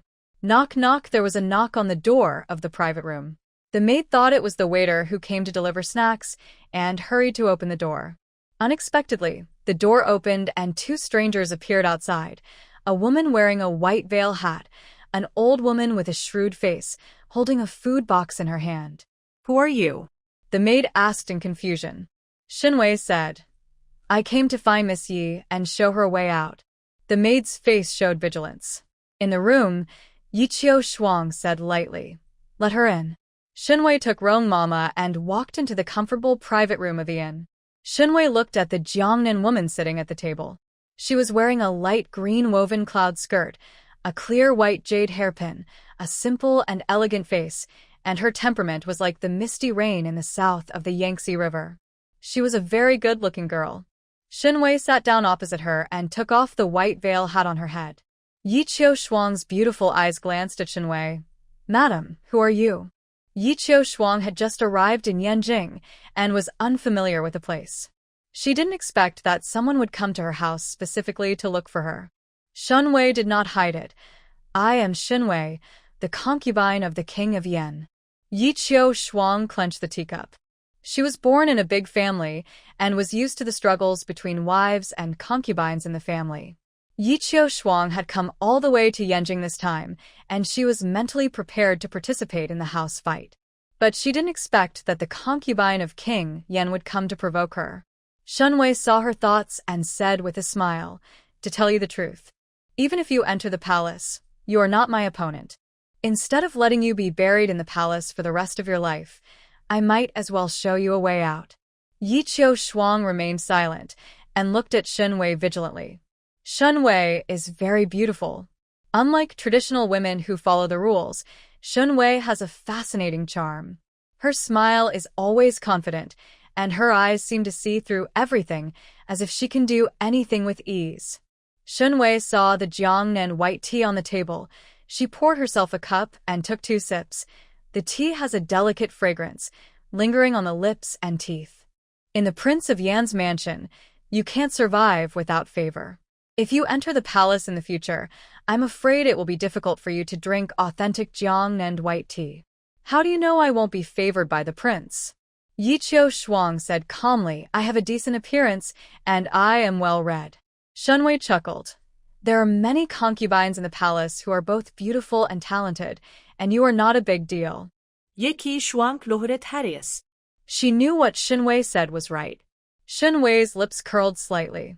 In her previous life, she opened a company and poached employees everywhere. She trained her eloquence and successfully poached excellent employees to work for her. Yiqiu Shuang, this excellent employee, must be used for her own benefit. Shen Wei began her therapeutic speech. You went to Prince Yan's mansion to be a concubine. To put it nicely, it was to find a way out for the family. But in fact, you knew very well that you were an abandoned child of the Yi family, and there was no place for you in the Yi family anymore. Ms. Yi, I heard that you are quite good at business and revitalized the dying family business. The Yi family is getting rid of you and saying that women can't do business. They have taken over the shop you worked so hard to run. Are you willing to accept that? Yiqiu Shuang clenched the teacup. Her heart ached at the thought of the shop she had worked so hard to run being snatched away. Tears welled up in Yiqiu Shuang's eyes. She smiled bitterly. Yes, I am very unwilling, but what can I do? Just because I am a woman, I cannot do business? Shen Wei knocked on the table. Yanjing is prosperous, and there are many female merchants. Why don't you open a shop in Yanjing? Yiqiu Shuang lowered her eyes. How can it be so easy? Yanjing is very expensive, and I have no money. Shen Wei was waiting for this sentence. Shen Wei took out the plan of Weishua Ice City from her sleeve and handed it to Yiqiu Shuang. Shen Wei said calmly, I rented a dessert shop in Yanjing. The materials and the storefront are all ready. I just need a shopkeeper to manage the shop. You'll be the shopkeeper, recruit employees, and coordinate the planning. I will give you 5 taels of silver as salary every month, in addition to dividends. When the shop becomes bigger and stronger, I will open branches and restaurants. By then, you will no longer be trapped in the backyard of the palace, and you can live happily and freely. Yiqiu Shuang frowned slightly. She thought Shen Wei was here to cause trouble for her, but she didn't expect that she was here to ask her to be the shopkeeper. Yi Qiu Shuang opened the plan for Weishui Ice City. What an ugly handwriting. Shen Wei blushed and coughed slightly in embarrassment. The beauty or ugliness of the words is not important. What is important is the content. Yi Qiu Shuang quickly read the plan at a glance. She had never seen such a clear plan before. The store's profit methods, employees' clothing, publicity methods, and pros and cons analysis were all clearly explained. In the hot summer, cool desserts can really attract customers. Aunt Rong, take out the mint sago jelly and brown sugar jelly, and give it to Missy to try. Shen Wei ordered. Grandma Rong opened the food box. There were ice cubes in the food box to cool down, and the 2 bowls of desserts were still at a cool temperature. Yi Qiu Shuang looked at the 2 bowls of delicious-looking desserts, but did not dare to taste them for fear of being poisonous. Shen Wei chuckled. Don't worry, I didn't poison. Yi Qiu Shuang took a few bites with a small porcelain spoon, and her eyes widened suddenly. Tasty. Yi Qiu Shuang had never seen such a strange dessert, and her brain began to analyze sharply. If this dessert spreads, it will definitely gain a huge market. Especially for female customers, this dessert will definitely become a regular dessert in the boudoir. Yi Qiu Shuang is very excited. Being a shopkeeper, doing business, and making money are her favorite lifestyle. The Yi family always said that women should not be involved in business, and that women would be unlucky in business. Yi Qiu Shuang just wants to prove that women can make money like men. Shen Wei was good at tempting. You can come to the store to be the shopkeeper for a month first. If you choose to give up after a month, you can still return to the palace to be a concubine.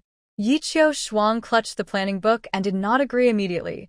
You allow me to consider it. One day, after thinking about it, I will send someone to send you a message. Shen Wei took out a shop key and put it on the table. This is the key to the dessert shop. You can check it today. Free, you can open the store with confidence. Yi Qiu Shuang didn't pick it up immediately after putting the key on the table. Yi Qiu Shuang looked at Shen Wei suspiciously. You. Where did you get the money to do business? Shen Wei blinked and did not hide anything. The King of Yen rewarded me.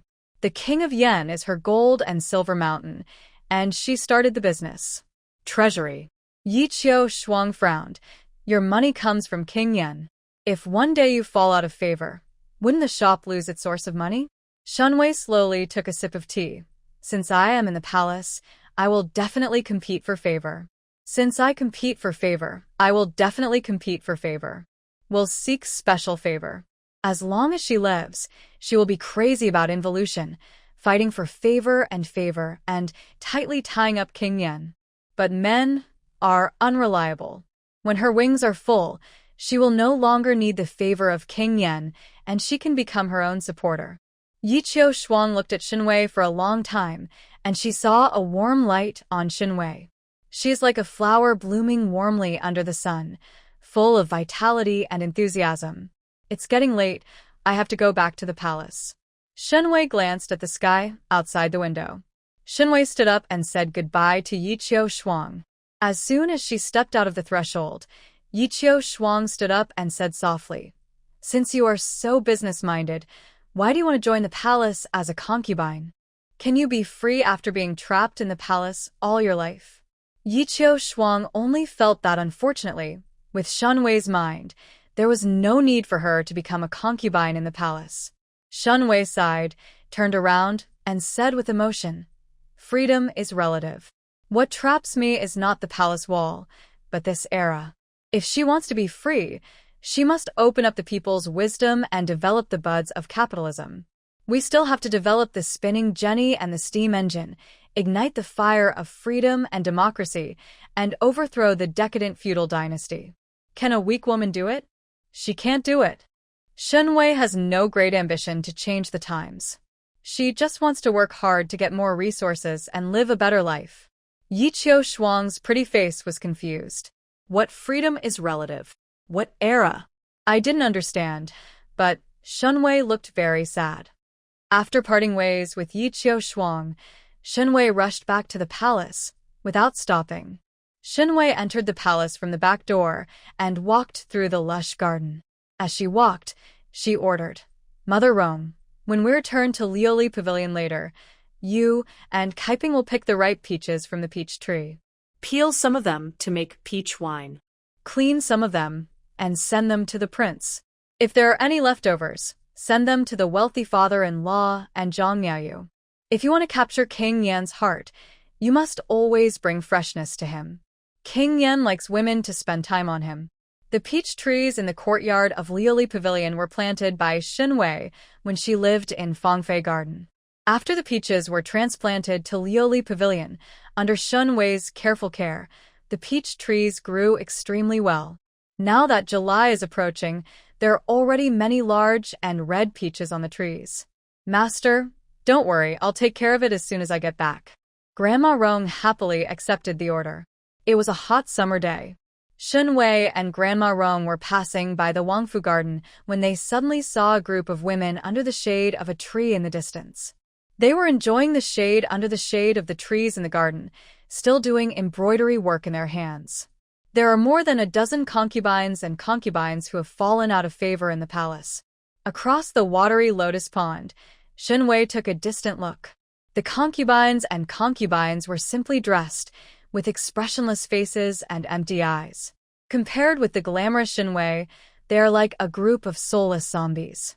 Aunt Rong whispered to Shen Wei, "The weather is sultry, and there is no ice in their house, so they have to go out to find a cool place."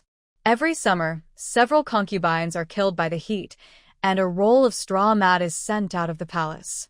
The concubines were mostly merchant girls and peasant girls with no family background. They were selected as concubines by the princess because of their outstanding appearance. After a while, they withered like an epiphyllum. There is no maid to serve him, Yuan is still withheld, and he lives in a lonely courtyard like a tomb, barely making ends meet by weaving and embroidery. Shen Wei looked at the poor concubines and concubines, most of whom were 20 years old, and sighed inwardly. If there is an opportunity in the future, we can find ways to help them. A group of women who are good at weaving and embroidery may not be unable to develop into her employees. Shen Wei returned to Lioli Pavilion. She did not take a nap immediately, but first played Bajuanjin in the pavilion and Waterside Pavilion for a while, and then returned to the study to continue practicing calligraphy. Her calligraphy skills have improved significantly. Shen Wei clutched her brush and began to think. She had already used methods such as growing vegetables, practicing calligraphy, and riding horses, and the results were very good. Next, she needs to develop other skills. How about singing? But Shen Wei had never sung before, so she called Kai Lian and Kai Ping in. Shen Wei said, "I will sing a piece of music. How would you rate my singing skills?" Kai Lian and Kai Ping nodded happily. The two maids always felt that Shen Wei's voice was sweet and clear, as soft as the spring water in March. If Shen Wei opened her mouth to sing, her singing voice would definitely be like the sounds of nature. Shen Wei cleared her throat and sang a piece of Kunku opera A Dream in the Garden. This was what she listened to stage actors singing every day when she was working part-time at the Kunku Opera Academy in the city when she was in college. Shen Wei spoke confidently. What a wonderful time, beautiful scenery, whose home can enjoy at Kai Lian and Kai Ping. The two maids had a look of horror on their faces. Shen Wei's singing is like the gurgling spring water in March, but it is suddenly polluted by dung. It is like the lotus blooming in the pond in summer, and its petals are bitten by toads. It is like the birds on the branches in autumn preparing to fly south, which are snapped by the hunter shot him dead with one arrow. The red plum blossoms were still blooming in winter, and the whole tree was weighed down by heavy snow and would never grow. Mountains are cracked by earthquakes, rivers burst their banks by heavy rains, thunderbolts are heard in sunny skies, the sky is torn apart and ghosts cry and wolves howl. After singing more than a dozen lines, Shen Wei stopped her singing confidently, her big eyes bright and bright. "Does it sound good?" Kai Lian and Kai Ping both fell silent. How to tactfully remind the master that her singing voice is unpleasant. At this time, Aunt Rong hurried in, holding an unpeeled peach in her hand. Aunt Rong shouted anxiously, "Are there rats in the house? Why did I hear the master howl in fear?" This time it was Shen Wei's turn to be silent. Nothing is difficult in the world, as long as you are willing to give up. But Shen Wei didn't want to give up. She couldn't sing the difficult kunku opera, but she could learn some simple tunes. You don't have to be proficient, but you must at least be able to do it. As long as she keeps practicing, her singing level will definitely improve. Not only singing, Shen Wei also needs to continue learning piano, chess, calligraphy, and painting, learn palace rules and etiquette, and understand the customs of this world. As she lives and learns, she is always making progress. By the way, where will the prince stay tonight? Shen Wei asked Aunt Rong. Aunt Rong replied, I heard from the rich manager that the prince is going to have dinner with the princess tonight. The princess is the official wife of King Yan. King Yan will go to the princess several times every month to give the princess the dignity she deserves. If King Yan had stayed with Shen Wei, King Yan would probably have a bad reputation as someone who spoils his concubines and destroys his wife, and Shen Wei would also become the target of public criticism. If King Yan doesn't come to her place, Shen Wei can finally sleep well tonight. Shen Wei stretched and told Aunt Rong, Tell the kitchen that I want to eat stir-fried spinach, shrimp and kelp soup, and braised chicken with mushrooms tonight. The treatment for Concubine is that she can eat whatever she wants. The royal chef never dared to deprive her of her food, and sent all the delicious food to Shen Wei. Her treatment was only slightly worse than that of the princess. At night, Shen Wei enjoyed delicious food in Liulik Pavilion. King Yan returned through the night. He was so busy today that he was worried about the war at the border, floods in the south, and corruption broke out in the Ministry of Rights. The prince was in poor health, so King Yan had no choice but to help the prince handle many busy official affairs. He was so busy that he didn't return home until dark, and his stomach was growling with hunger. Coupled with the muggy weather, King Yan felt even more depressed. King Yan is going to the princess's courtyard for dinner. Although he has no feelings for the princess, he is his married wife after all, so King Yan will still give her the dignity she deserves. Your Majesty, these are the fresh-cut peaches sent by Master Shen. Master Shen said that the weather today is sultry and iced peaches can relieve the heat. Fugui went up to him and took out the ice bowl from the food box. In the bowl were 3 fresh peach pieces, peeled and toothpicks inserted. King Yan took a bite and found that the peach pieces were crispy and sweet. After being chilled, the taste is excellent. King Yan's irritable mood finally eased a bit. Fugui looked at the delicious peaches. It would be so happy to eat a peach in the hot summer. It's a pity that he is not qualified to eat it. Hey. Go to Liuli Pavilion and tell Wei Wei that I will accompany her tomorrow. The king of Yan ordered Fugui. King Yan entered the Kunyu courtyard. A strong scent of sandalwood from the Buddhist altar spread out, a bit fuzzy.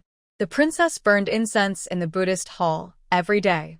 Over time, the entire courtyard was suffused with the strong scent of incense candles. It was a hot day. Yes, the smell is really annoying.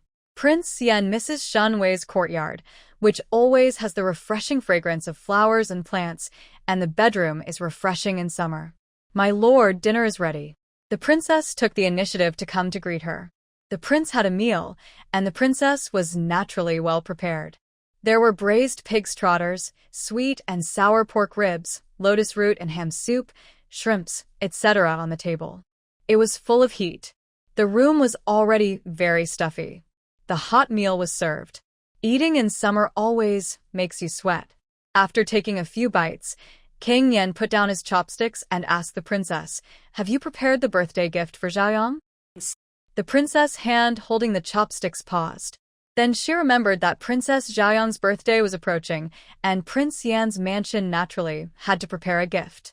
But in recent days, the princess was busy supervising her children's studies and forgot about it. But she couldn't show her negligence, so the princess forced a smile and said perfunctorily, My lord, please rest assured, I am already making preparations and will definitely give Xiaoyang a gift that she is satisfied with. Gifts to the princess are nothing more than some gold, silver, and jade articles. There are a lot of gold, silver, and jewelry in the palace's warehouse. It doesn't take much time to just go to the warehouse and pick a few pieces. King Yan didn't bother much and continued to have dinner. He likes sweet and sour food very much. After eating 5 or 6 pieces of pork ribs, I still haven't stopped eating. The royal family has rules for eating, and they should not eat a dish frequently. However, King Yen has been busy all day, and his physical strength is extremely exhausted, so he is hungry. The speed was very fast. Maybe it was because she often disciplined children, but the princess liked to discipline others. When she saw that King Yen was not eating properly, she couldn't help but remind her softly, "Your Majesty, eating too much meat will cause stomach bloating, so it is better to eat more. Green vegetables. You should chew your meat and vegetables carefully. Come on. Please take off the sweet and sour pork ribs." As she said that, the princess used her spare chopsticks to pick up 2 fried vegetables and put them in front of King Yen. King Yen became even more angry. He put down his chopsticks and said, "I don't need the princess to teach me how to eat." The princess' body froze, and there was a bit of grievance in her eyes. She was only considering the health of King Yen, but she didn't expect that the prince would not listen to her good advice. The princess said bitterly, "Your Majesty, I am here for you." Since ancient times, loyal advice is helpful to the deeds. The king of Yen was too lazy to listen to her noisy words, and the words made people's heads buzz. King Yen took care of the princess's dignity, and even though he doted on Shen Wei, he would come to the princess several times a month. But Every time he came, the princess's every word, every move, all hit his mark. King Yen could not stay any longer, so he left Kunyu courtyard. The clear moonlight fell, and there was no more Buddhist temple in the air. With the strong smell of fireworks and incense, King Yen let out a long sigh of relief. Go to Liuli Pavilion. The king of Yen looked at the Liuli Pavilion. Shen Wei hung several beautiful carp lanterns on the eaves of the second floor of the Liuli Pavilion, which were very eye-catching in the night. In the lifeless palace, only the Liuli Pavilion was alive. Yen the king left again, and the princess put down the chopsticks in her hands. The table was full of delicious food, which she had prepared in the kitchen with good intentions. However, the prince didn't eat much and didn't give her any face. people. The corners of the princess's eyes were wet, and her heart felt like a knife. The wealthy father-in-law came into the room and said respectfully, "Princess, the prince has another message. Please prepare Zhaoyang's birthday gift and do not increase the academic burden of the 2 young masters. There is also the palace's field revenue in the spring.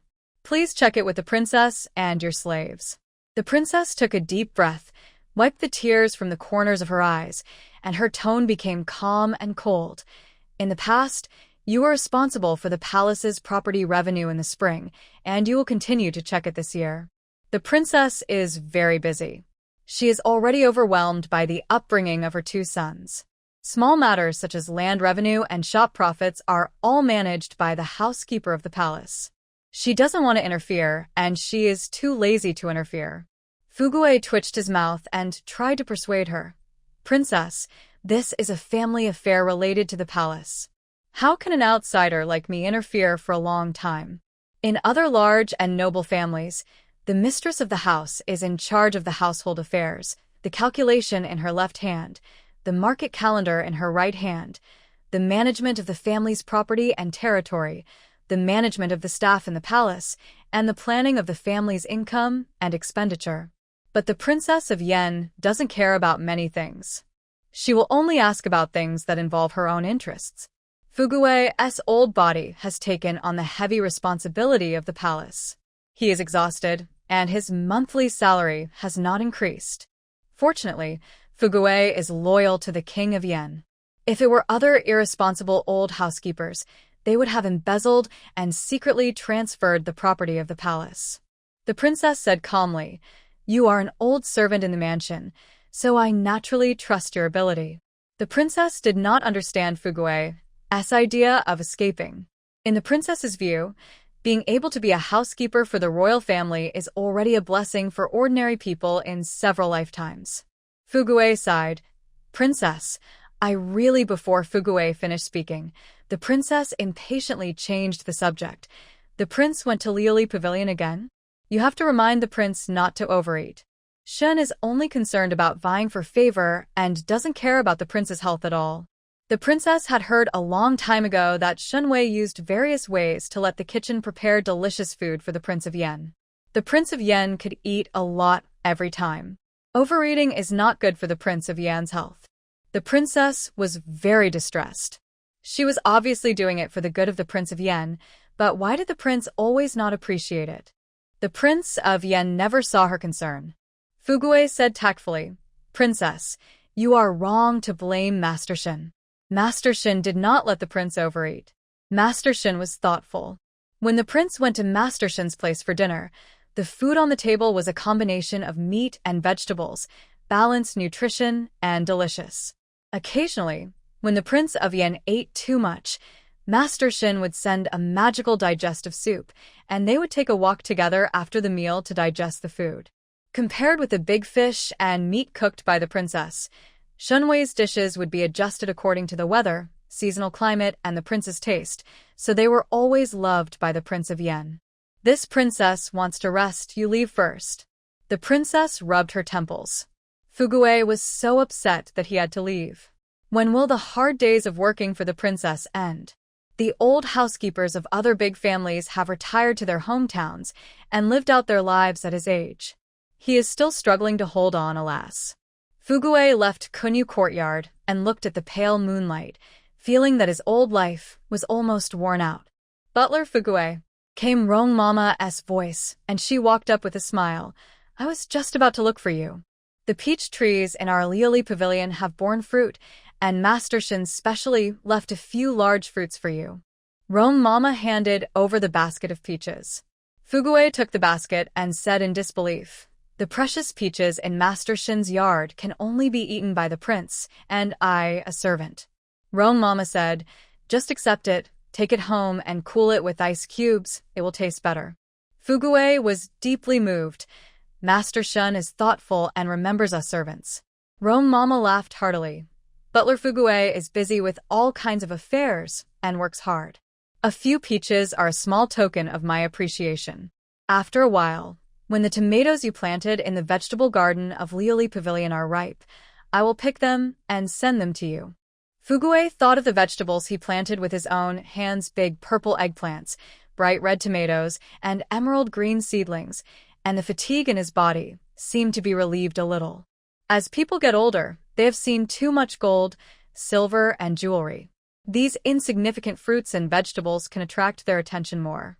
There are many courtyards in the backyard of the palace, but only the Liuli Pavilion gives Fugui a natural sense of closeness. A few ordinary peaches make Fugui's favor for the Liuli Pavilion double. Darkness and dawn, a night passed. Prince Yen stayed at Shen Wei's place last night and got up refreshed in the morning. Shen Wei forced herself to have breakfast with Prince Yen.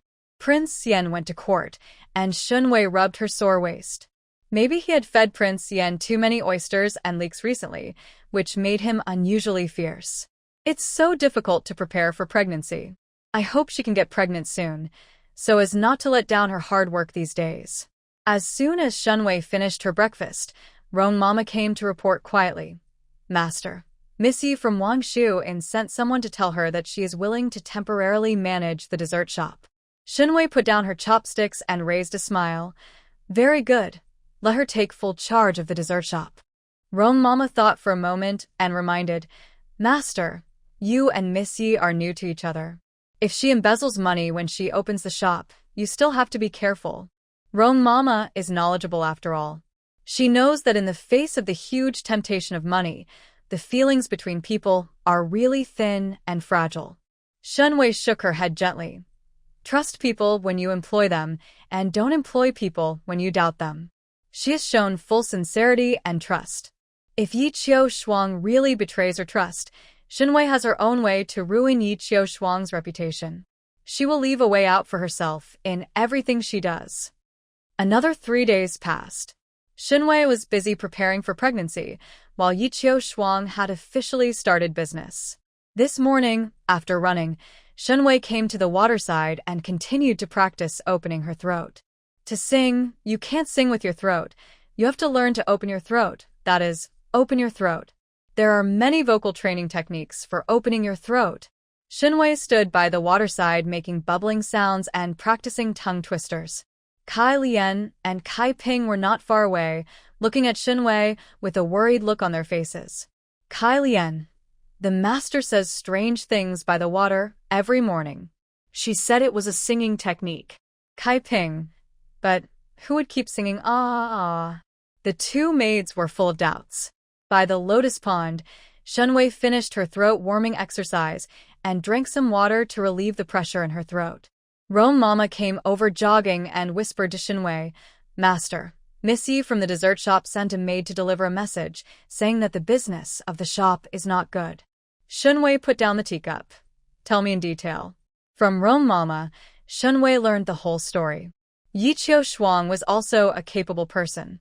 She personally recruited 2 employees to complete all aspects of the store's opening. However, after the store opened, business was sparse. The reason was simple: the price of brown sugar jelly and mint sago jelly was expensive. For customers, this was a strange new dessert, and everyone didn't want to spend a high price to try it. But the raw materials for making desserts are expensive, and it is impossible to sell them at a discount. The dessert shop was open for 3 days, and only a few orders were made. The materials in the back kitchen were piled up, and some of them had begun to rot. Yiqiu Shuang was not a girl who gave up halfway. After much thought, she wanted to give up selling brown sugar jelly and mint tapioca pearls and sell other cheap desserts instead to stop losses in time. But Shen Wei was the boss behind the shop, and changing the products required her consent. "We can't give up these 2 desserts." Shen Wei shook her head slowly. Yanjing is the capital of Qing Kingdom. There are many dessert shops, and the desserts and pastries sold are all the same, without any novelty. Brown sugar jelly and mint tapioca pearls are delicious and special. As long as they can open up the market, the prospects are definitely broad. So the question is, how to open up the market? At this time, Kai Ping came running over to report, "Master, Yuner from Princess Xiaoyang's side came to deliver a message that the princess will visit the palace tomorrow." Shen Wei smiled. "I know. The advertising ambassador to open up the dessert shop market is here." Shen Wei told Rong Mama, "Go tell Yiqiu Shuang that we will open for business tomorrow and clean up the gate. I will bring a distinguished guest to Wei Shuebing City." Rong Mama nodded. "Yes, I will tell her right away." In the afternoon of the second day, Shen Wei was practicing calligraphy in the room when news came from Kaiping that Princess Xiaoyang had arrived at Prince Yan's mansion, and Princess Yan personally received her. Today, Xiaoyang is in Princess Yan's Kunyu courtyard. Although Shen Wei was favored, she was just a concubine with a humble status, with no children, no daughter, and no supporter.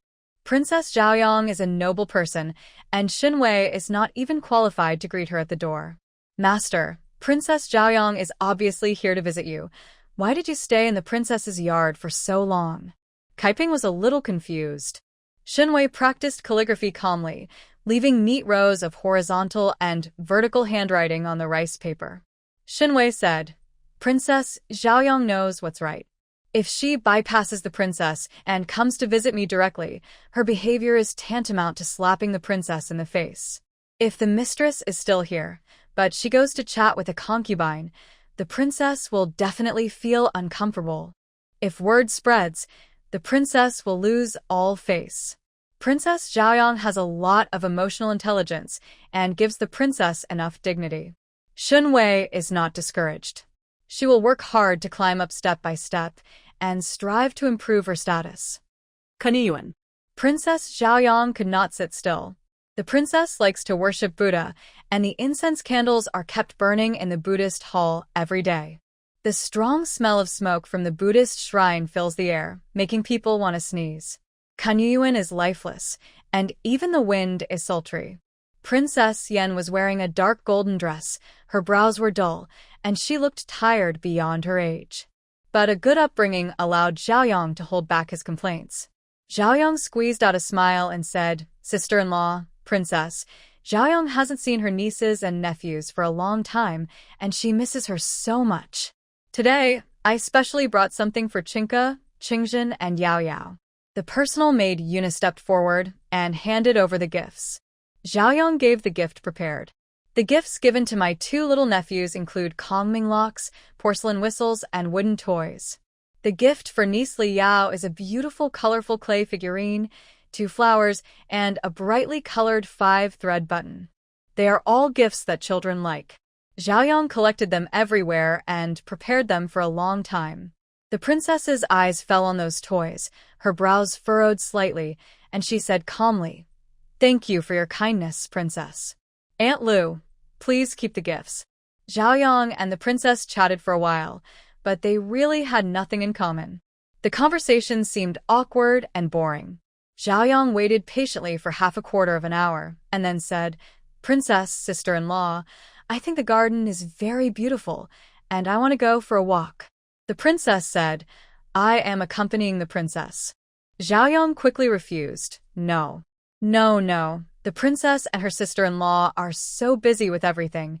Xiaoyang dares to let you accompany her. "I will take a walk with Yun'er and leave soon."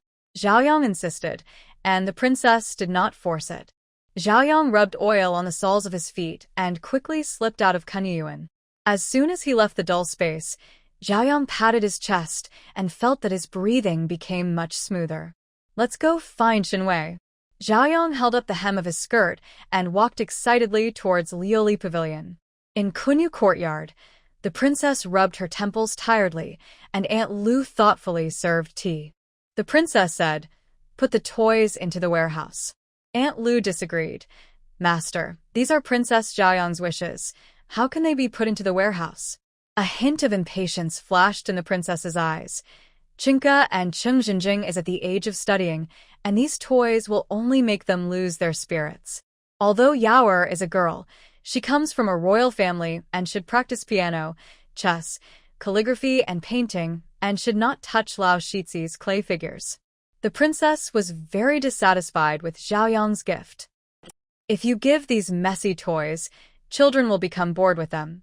Grandma Lu thought about the direction Princess Xiaoyang left and reminded the princess, "Master, the princess seems to have a relationship with a Shen family from Liulik Pavilion." The princess smiled lightly and didn't take it seriously. What kind of friendship can there be? It's just a casual acquaintance. One is the beloved daughter of the emperor, with golden branches and jade leaves. The other is a concubine of the royal family, born into poverty. Is it possible that the 2 of them can become close friends? On the other side, Xiaoyang came to Liuli Pavilion happily. The first thing that caught his eye were 2 guards in gray clothes at the door. Xiaoyang couldn't help but take a second look. These 2 guards are full of energy, sharp eyebrows, and have a temperament very similar to that of the imperial guards. Is this really an ordinary guard of the palace? Before Xiaoyang could think about it, Shen Wei had already brought the maids and eunuchs to the door to greet him. It was a hot summer day. Shen Wei was wearing a refreshing green skirt with 2 crisp and translucent emerald hairpins in her hair. She looked fresh, bright, and generous.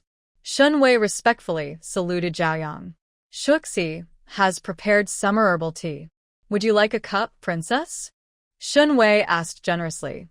Xiaoyang nodded. "I happen to be thirsty. I want a big drink." She walked into Shen Wei's Liuli Pavilion with her bright yellow skirt in hand. "As soon as I stepped into the moon gate, I was greeted by the cool wind, and the elegant fragrance of a lotus lingered on my nose." Xiaoyang glanced around in surprise. She saw the lush and green trees, the pink roses in bloom, the exquisite swing frame under the tree, and the green vegetable garden. A winding stone path is paved in the yard with marble, and the green grass is like a thin green blanket. Lotus flowers are in full bloom in the distant pond, with green lotus leaves stretching out. There is also a beautiful waterside pavilion by the water. "Wow, what a beautiful garden!" Xiaoyang's eyes showed appreciation. The whole yard was full of life, and every decoration was just right. Compared with the lifeless Kunyuan of the princess, it is simply a fairyland. No wonder King Yan dotes on Shen Wei. Just because of this courtyard, King Yan is willing to come more often. Xiaoyang went to the vegetable garden and saw big purple eggplants and bright red tomatoes. One of the tomatoes was large and red, obviously ripe, and exuded a strong tomato aroma. Xiaoyang has been pampered since she was a child. She has never seen tomatoes growing on branches. She is quite curious. Shen Wei, are these the vegetables you grow? This tomato looks so delicious. I want to try this.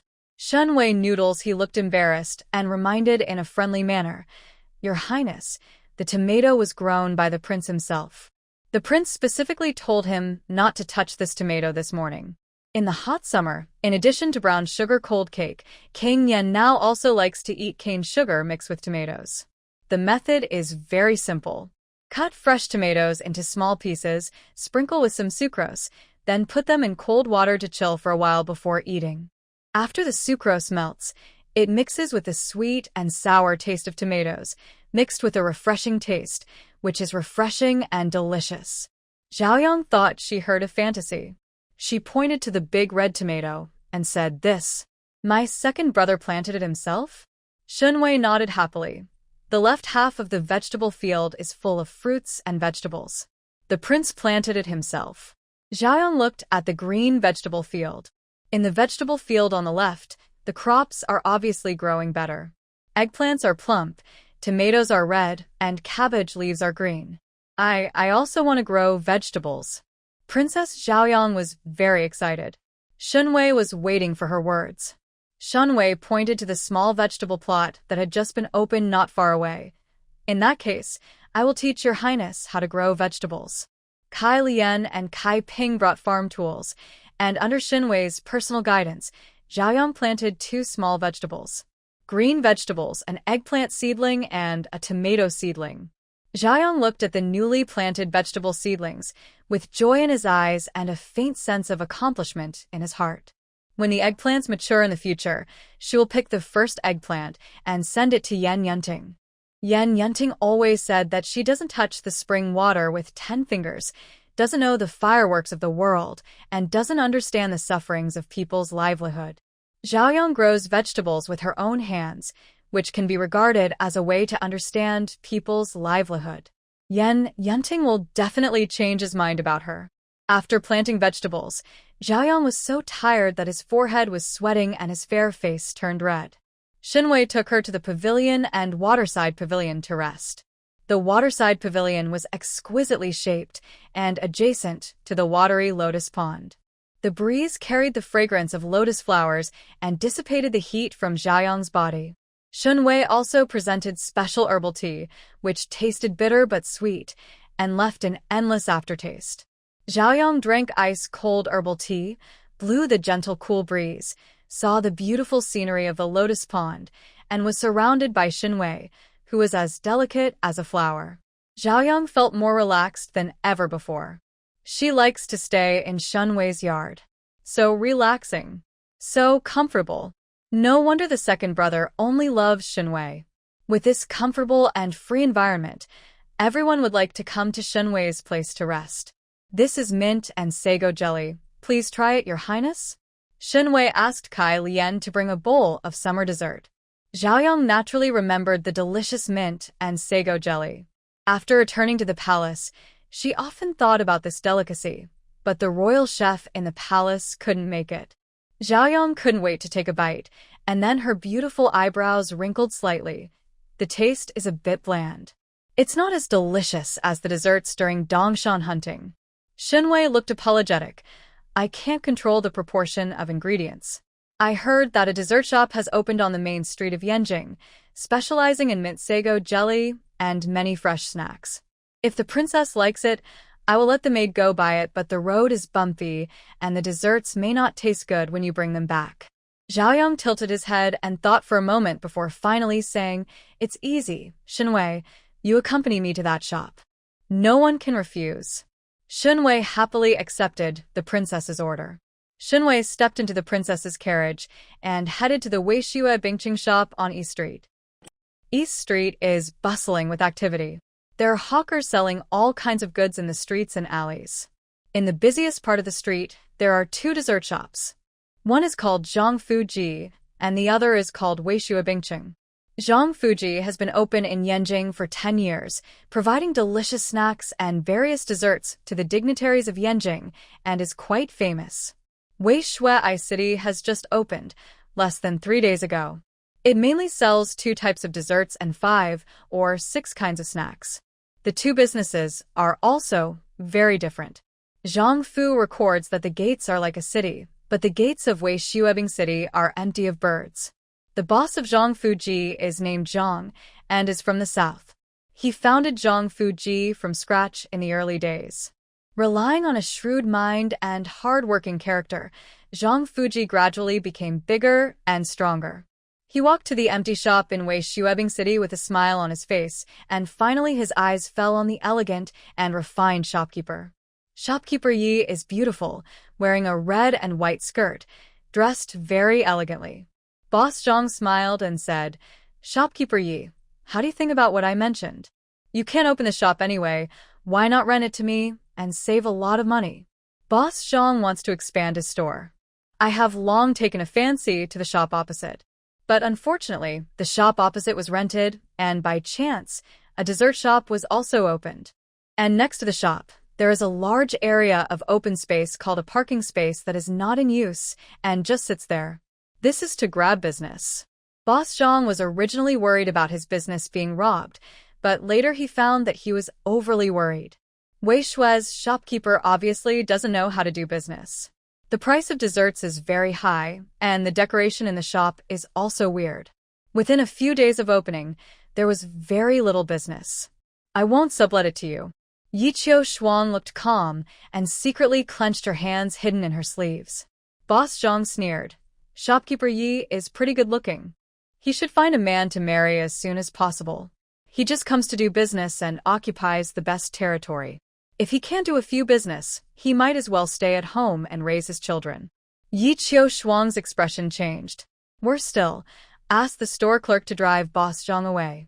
Boss Zhang smiled and said, "I bet that your shop will be closed down in less than a month. Women should have children at home and take care of their menus. When there are distinguished guests in my shop, I won't chat with shopkeeper Yi." At the door of Zhang Fuji, a luxurious carriage stopped. There is a sign with the character Yen on the carriage. This is the carriage of the famous Yen family in Yanjing. The silk curtain of the carriage was opened, and Yan Yunting, the handsome minister of etiquette, stepped out of the carriage. He was wearing a moon-white gown today. He was elegant, easygoing, and handsome. He stretched out his hand and gently helped the woman in the carriage to get out of the carriage. "Brother Yunting, is this Zhang Fuji? It's such a big shop." Tantaru timidly looked at the shiny signboard of Zhang Fuji, with novelty in his eyes. Yan Yunting said gently, "You have always liked Yanjing's pastries and desserts. Today is your birthday. Whatever you want, just ask and I will buy it for you."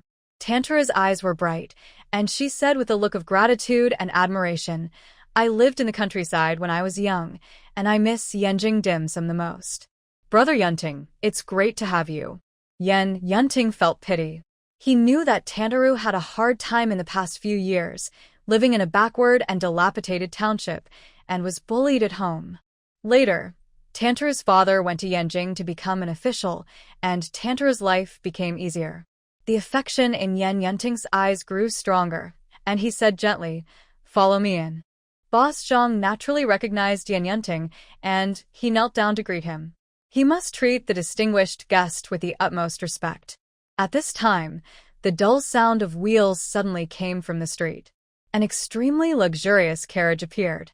The carriage is entirely luxurious red, with gilt edges and slightly swaying vermilion silk. 2 white horses pull the carriage. There are 2 palace ladies in front of and behind the car, and 1 guard with a knife on each side of the car. Pedestrians quickly dispersed. The carriage is engraved with the words Zhaoyang. This is Princess Zhaoyang's treasured carriage. The carriage stopped at the door of Zhang Fuji. Boss Zhang was overjoyed. He didn't expect that his shop would be known to Princess Zhaoyang. Princess Zhaoyang is here, and the flowers are shining brightly. From now on, his store will definitely become more famous. Brother Yunting. At this moment, Tantai Ro's delicate little face was as white as snow, and she looked at Yan Yunting beside her nervously. Why did Princess Zhaoyang come to Zhang Fuji today? The answer is self-evident. Zhaoyang must know that today is Tantai Ro's birthday, and also knows that Yan Yunting brought her to Zhang Fuji. Therefore, Zhaoyang deliberately blocked time and wanted to ruin the solitude of Yan Yunting and Tantai Rou. Yan Yunting's handsome eyebrows frowned slightly, and his lips pursed into a straight line. He knew Zhaoyang's feelings for him, but Zhaoyang's love was really suffocating. The only person in his heart is Tantai Rou. The more the princess destroys her, the more determined he is to marry Tantai Rou. As long as I'm here, she doesn't dare to do anything to you. Yan Yunting comforted Tantara softly. Tantara lowered her head timidly, like a pitiful kitten, which always aroused a man's protective desire. The princess's carriage stopped. The maid Yuno opened the long vermilion silk curtain, and Shen Wei got off the carriage first. Shen Wei quickly glanced around and saw Yan Yunting and Tantaru with strange expressions not far away. Shen Wei's face fell instantly. Why are these two great enemies here? Shen Wei's mind was spinning rapidly. She couldn't let Zhaoyang see the two of them and delay her plan. At this time, Zhaoyang had already stepped out of the carriage holding Yun'er's hand. Shen Wei quickly took Zhaoyang's hand and asked her to face Yan Yunting and Tantai Rou. Your Highness, look at the clerks in the shop. Their clothes are so weird. Shen Wei deliberately changed the subject, holding Princess Zhaoyang's hand, and quickly walked into the Weishuai city shop. Princess Zhaoyang's eyes were indeed attracted by the strange decoration of the store. She happily walked into the store without noticing the two people at the door of the store opposite. Yan Yunting's tense mood suddenly disappeared. He watched Zhaoyang's slender figure leaving, his eyebrows slightly twisted. Zhaoyang, didn't you come here for him? For some reason, this clear understanding was like small needles pricking his heart densely, and Yan Yunting frowned in discomfort. Brother Yunting, I want to eat lotus cake, let's go in. Tantaru called softly. Yan Yunting suppressed the strange emotions in his heart and forced a smile. Okay. Without Zhaoyang's troubles, he should have been happy. But why is there no joy in my heart? The overall color of Wei Shuebingqing's store is red and white. The store sign is very big, dyed in a bright red color, and the words Wei Shuebingqing are written in white paint, with a white kitten drawn next to it. In the shop, the clothes worn by the guys are red bunts and white belts. The female shopkeeper also wore a red skirt, a white belt, and a red coral pin in her hair. She looked very energetic.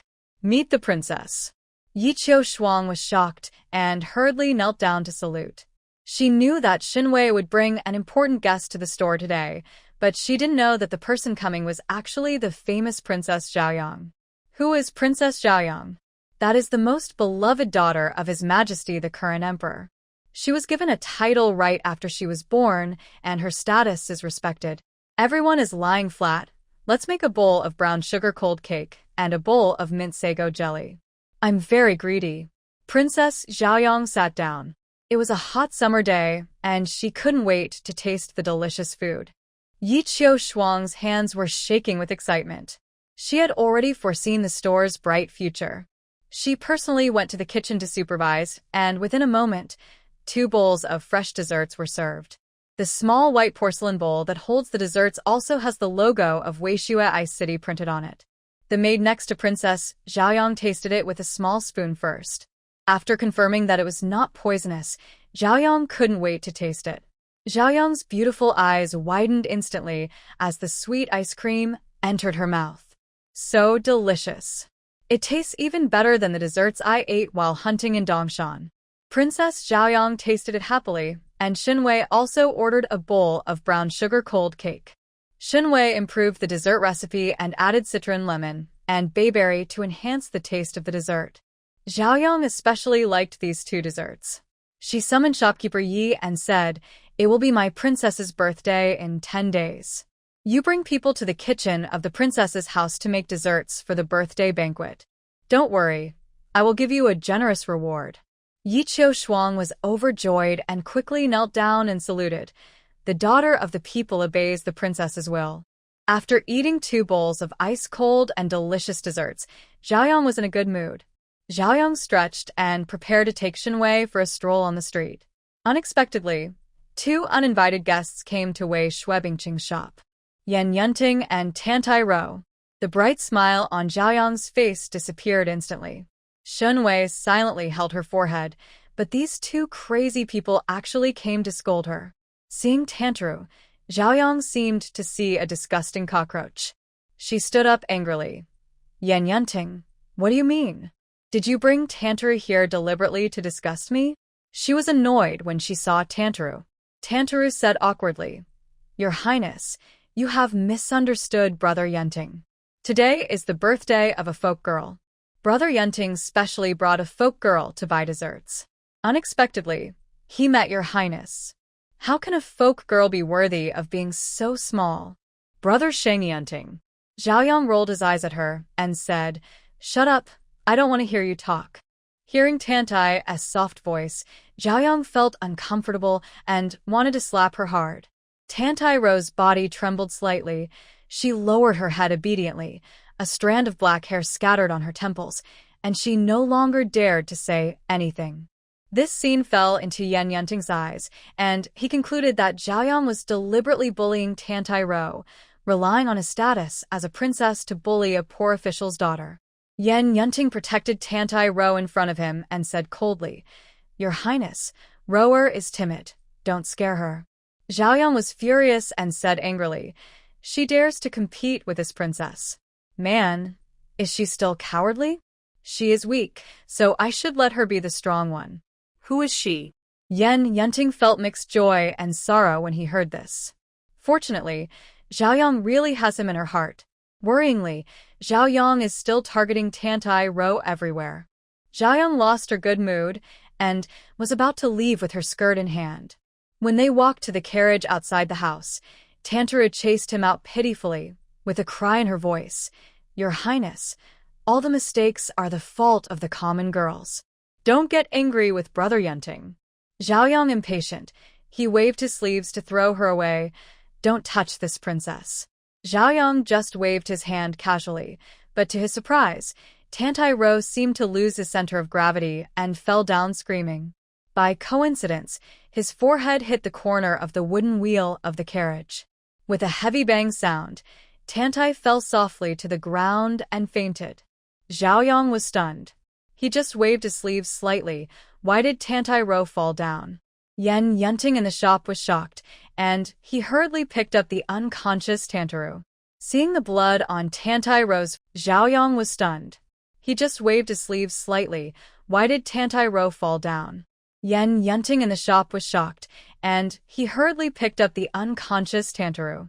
Seeing the blood on Tantai's forehead, Yan Yunting was heartbroken. He looked up, his eyes full of disappointment. Your Highness, you targeted her like this. Do you want to kill Rower in the street? Zhaoyang froze in place for a moment, tears slowly filling his eyes. It was really beneath her dignity to cry in public. Zhaoyang walked into the luxurious carriage of Princess Mansion with his face hidden and sat in a daze in the main seat. Shen Wei followed closely and sat next to her. The luxurious carriage drove slowly, and the interior of the carriage shook gently. The princess's carriage was a gift from the emperor, and the interior was naturally extremely luxurious. The carpets paved with white tiger skins, and the mats made of white jade all oozed luxury. Your Highness, let's have a cup of tea. Shen Wei offered a cup of tea. Zhaoyang held the white jade teacup tightly. The corners of her eyes were moist, and her delicate little face looked confused. Zhaoyang seemed to be talking to himself, but also seemed to be talking to Shen Wei. I know. I'm ridiculous.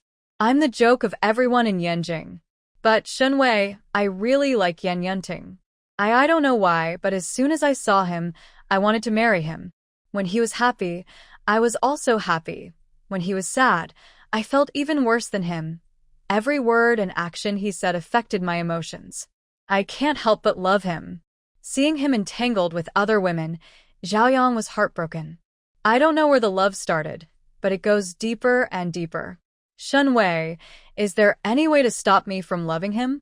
Zhaoyang held Shen Wei's hand and asked gently. If it were the previous Shen Wei, she probably wouldn't have given advice to Zhaoyang. After all, the status of the two of them was very different. She, a concubine of the royal palace, rashly gave advice to the noble princess. This was an act that crossed the line and would be criticized. But after experiencing several incidents, The relationship between Shen Wei and the princess took a further step, and they could barely be considered friends. As a friend, some words can naturally be said. Shen Wei thought for a moment. Princess, you may be weak and have kidney failure. Zhaoyang just wanted to ask, but Shen Wei actually gave the answer. What? Kidney/deficiency? How could she, a woman, have such a problem? Shen Wei slowly said, if you are weak, please ask for mercy. If you have a weak kidney or a weak spleen, you can get rid of this self-regardless feeling by strengthening your body and eating healthily. Shen Wei did not tell lies. Princess Zhaoyang's illness is the standard. The love brain. The reason for the love brain is too much thinking, lack of coordination in the heart and lungs, and insufficient qi and blood. If you are obsessed with a man and crazily want to marry him and have children, it means there is something wrong with your body and you should take care of yourself. Exercise, eat 3 healthy meals, and have balanced nutrition to replenish the missing energy and blood in the body, and the terrible love brain will naturally disappear slowly. Does it work to keep fit and eat healthily? Princess Zhaoyang's beautiful eyes were filled with doubts. Shen Wei nodded. It's somewhat effective. I'll go back and make a plan for healthy eating and physical fitness. If Her Royal Highness the Princess eats and exercises according to the plan, it will naturally be effective. Anyway, Shen Wei is not a love brain, nor does she understand love brains. Brain circuits. In her previous life, there was a female employee in her company who cried her heart out in the office after her breakup. No one tried to persuade her, but it was of no use. So, Shen Wei directly turned off the air conditioner in the office. Some people have every day, and they will be honest if the air conditioner is turned off. They will be honest if the rent increases. They will be honest if the daily takeaway coupons do not increase. They will be honest if they have too much homework. But to treat Zhaoyang's love brain, there is no air conditioner to turn off, so Shen Wei can only find another way: healthcare. Zhaoyang seemed to understand but still had doubts in his heart. Zhaoyang pursed her red lips lightly and said hesitantly, I love Yan Yanting, and my love may never change in my life. He is very good, and he is perfect. Shen Wei raised her eyebrows and said unreasonably, no matter how flawless he is, the of such a man will not smell good. Zhaoyang. Shen Wei. If one day Yan Yanting falls into a manure pit and his mouth is full of dirt, will you still risk your life to save him? Are you willing to kiss him? Zhaoyang. Imagining that scene, Zhaoyang suddenly felt that his love was not so indestructible. As the luxurious princess palace carriage drove by, Shen Wei looked at Zhaoyang, who was frequently distracted, and sighed silently in her heart, feeling that iron could not become steel. You are the most noble princess, but you are still bullied by a small official woman? That Tantai Ro is just a little green tea with poor means. If Shen Wei were a princess, she could crush Tantai Ro to death with one finger, and he would never die again. It can only be said that the authorities are obsessed with it. Because of his feelings for Yan Yanting, Zhaoyang became hesitant and cautious. Love makes people humble. Fortunately, Shen Wei doesn't want pure love. She just wants pure gold. The princess's carriage slowly left, and in a short period of time, news of Princess Zhaoyang's visit to the Weishue Ice City shop spread like a tide. The dessert that Princess Zhaoyang likes to taste, how delicious it is. All of a sudden, customers came in droves. After tasting the unique brown sugar cold cake and mint sago jelly, customers were amazed that there could be such unique delicacies in the world. Tasty. There are more customers, and there are more carriages parked in Weishuebing City. The street is only so wide, and if too many carriages are squeezed together, it stands to reason that it will be blocked. But at this time, the parking area next to the dessert shop comes into play. Under the command of the store clerk, the carriages parked in the parking area in an orderly manner without causing congestion on the street. Boss Zhang, they all went to the shop opposite, and we have lost most of our customers. Zhang Fuji's old man was jealous. Who would have thought that Weishuebing City, which was empty and on the verge of bankruptcy a few days ago, would become so famous today? It is said that Weishuebing Cheng was also responsible for making the desserts for Princess Zhaoyang's birthday party. This is a great honor. Boss Zhang clenched his fists, and the situation was changing. He never expected that he would be in such a situation. He looked at the shop opposite and told the waiter, "You also go and buy a bowl of dessert. I want to try it. How delicious it is. Sago frozen, bring it back." Boss Zhang stared at the green round mint, tiny sago, and snow-white milk in the bowl. They were such strange dessert ingredients that he had never heard of them before. Boss Zhang took a tentative taste, and his eyes widened instantly. So delicious. Boss Zhang studied the ingredients carefully and could taste the mint flavor, but the ingredients of the small white round rice grains were hard to guess. Competition among peers was fierce, and businessmen in Yanjing were cannibalizing each other. Naturally, he couldn't just watch shopkeeper Ye's business boom. Boss Zhang looked back at his shop. There were more than a dozen old men, including those who cleaned tables, those who swept the floors, and the chef with gray hair on the temples in the back kitchen who was busy working non-stop. Some of their hair has turned gray, and some have left because of old age, but their sons continue to work in the shop. Zhang Fuji has been in business for 10 years, and more than a dozen of the store's clerks have stayed in the store since its inception. Everyone is a friend of Boss Zhang. If Zhang Fuji fails, how will the guys make a living? How can the young children in his family continue to have enough food and clothing? Boss Zhang gritted his teeth and came up with a plan in his mind. Business in Weishua Bingcheng is booming, and all the ingredients stored in the kitchen are sold out. When it closes after dark, Yiqiu Shuang is happily fiddling with his abacus. According to this sales trend, sooner or later the shop will become the #1 dessert shop in Yanjing. While she was settling her accounts, she was planning to recruit 2 new employees, as well as purchase and produce materials. Knock knock, there was a knock on the back door, and Grandma Rong walked in through the night. Yiqiu Shuang smiled and said, "You're here just in time. Please tell the boss that today, after deducting the cost, I made a full 25 taels of silver." Shen Wei is really amazing. With the golden signboard of Princess Zhaoyang, the store's popularity, it started at once. Aunt Rong's face was calm. "Master asked me to tell you, be careful in everything." Yiqiu Shuang poured a cup of tea for Aunt Rong, and the corners of her lips curled up. "Please rest assured, boss. Yiqiu Shuang, have been helping the family take care of business since I was a child. I have seen too many intrigues among businessmen."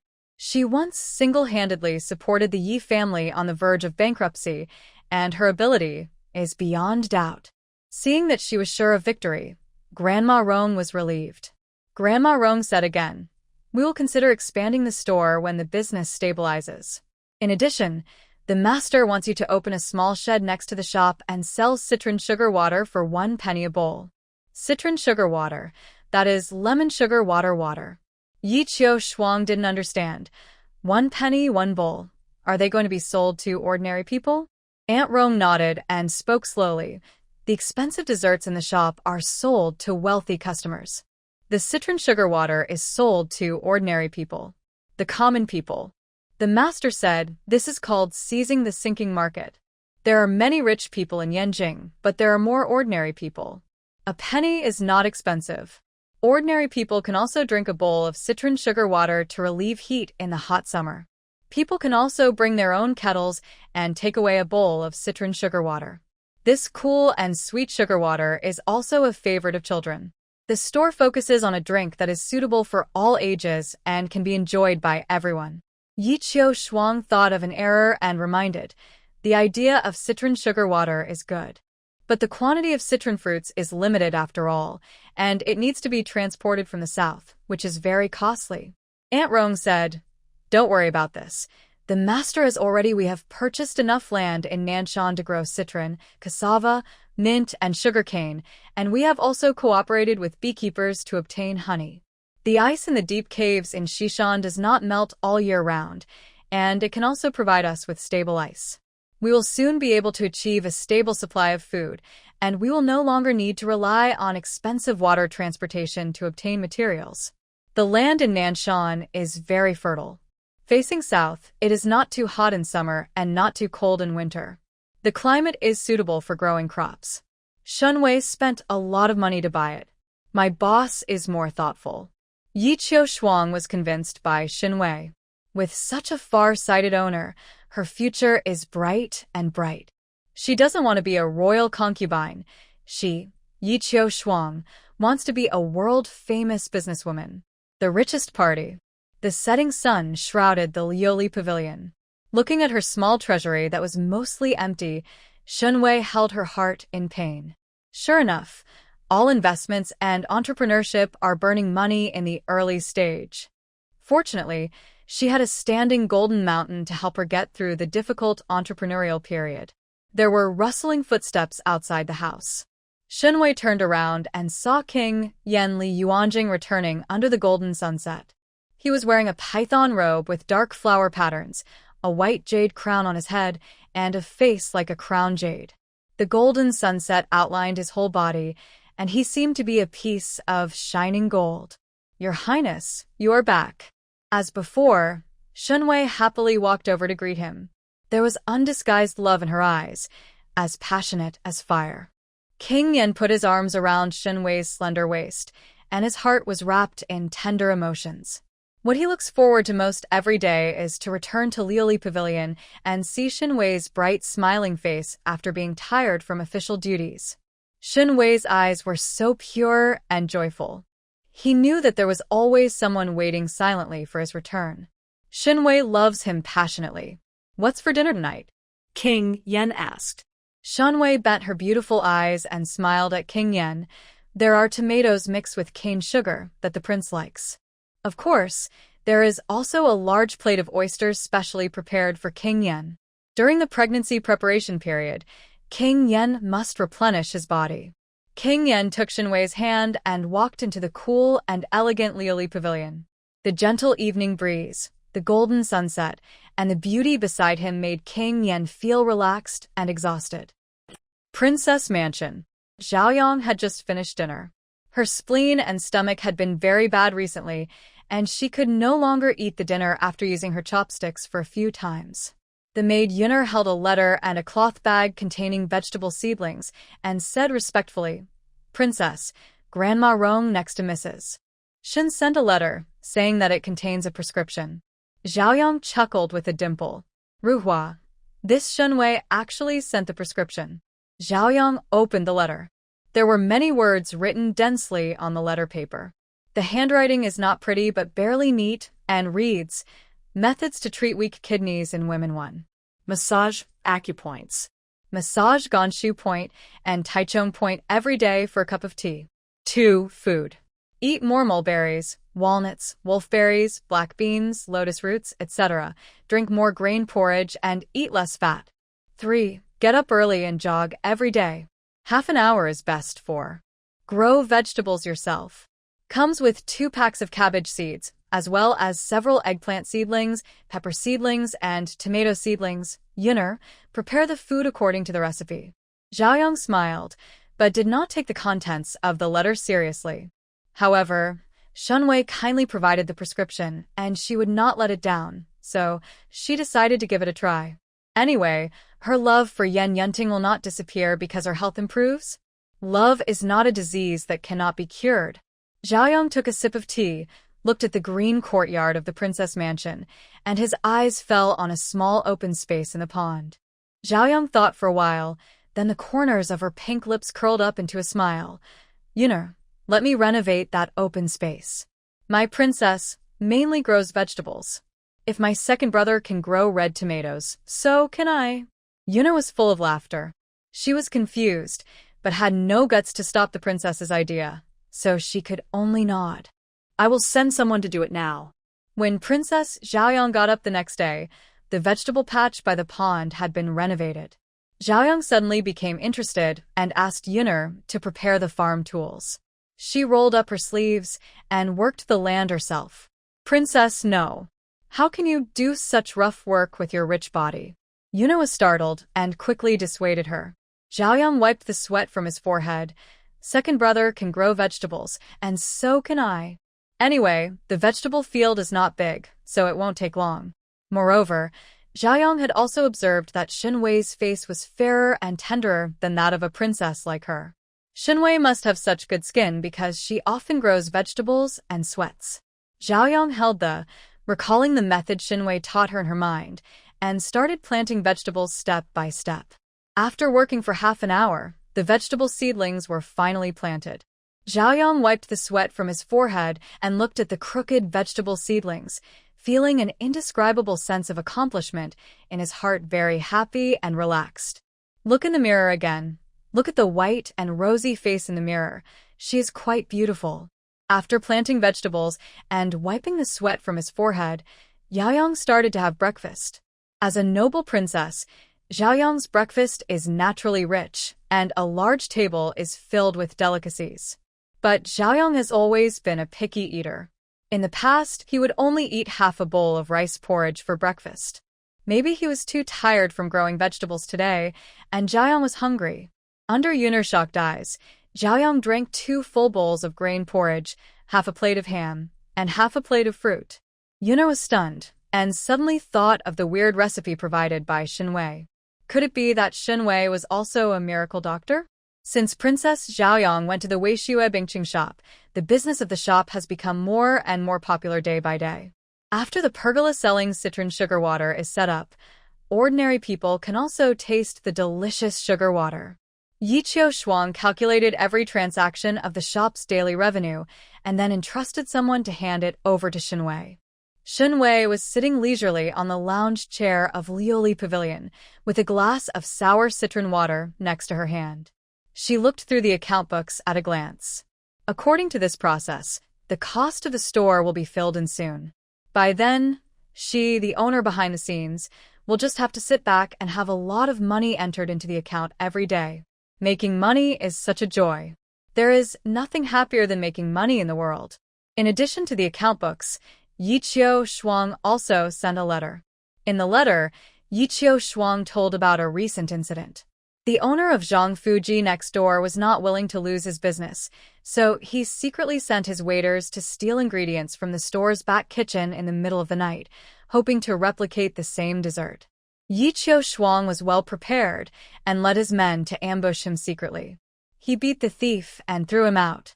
Boss Zhang was still unwilling to give up and secretly bribed a customer to pretend to have food poisoning in order to create fake news that the desserts in shopkeeper Ye's shop were poisonous.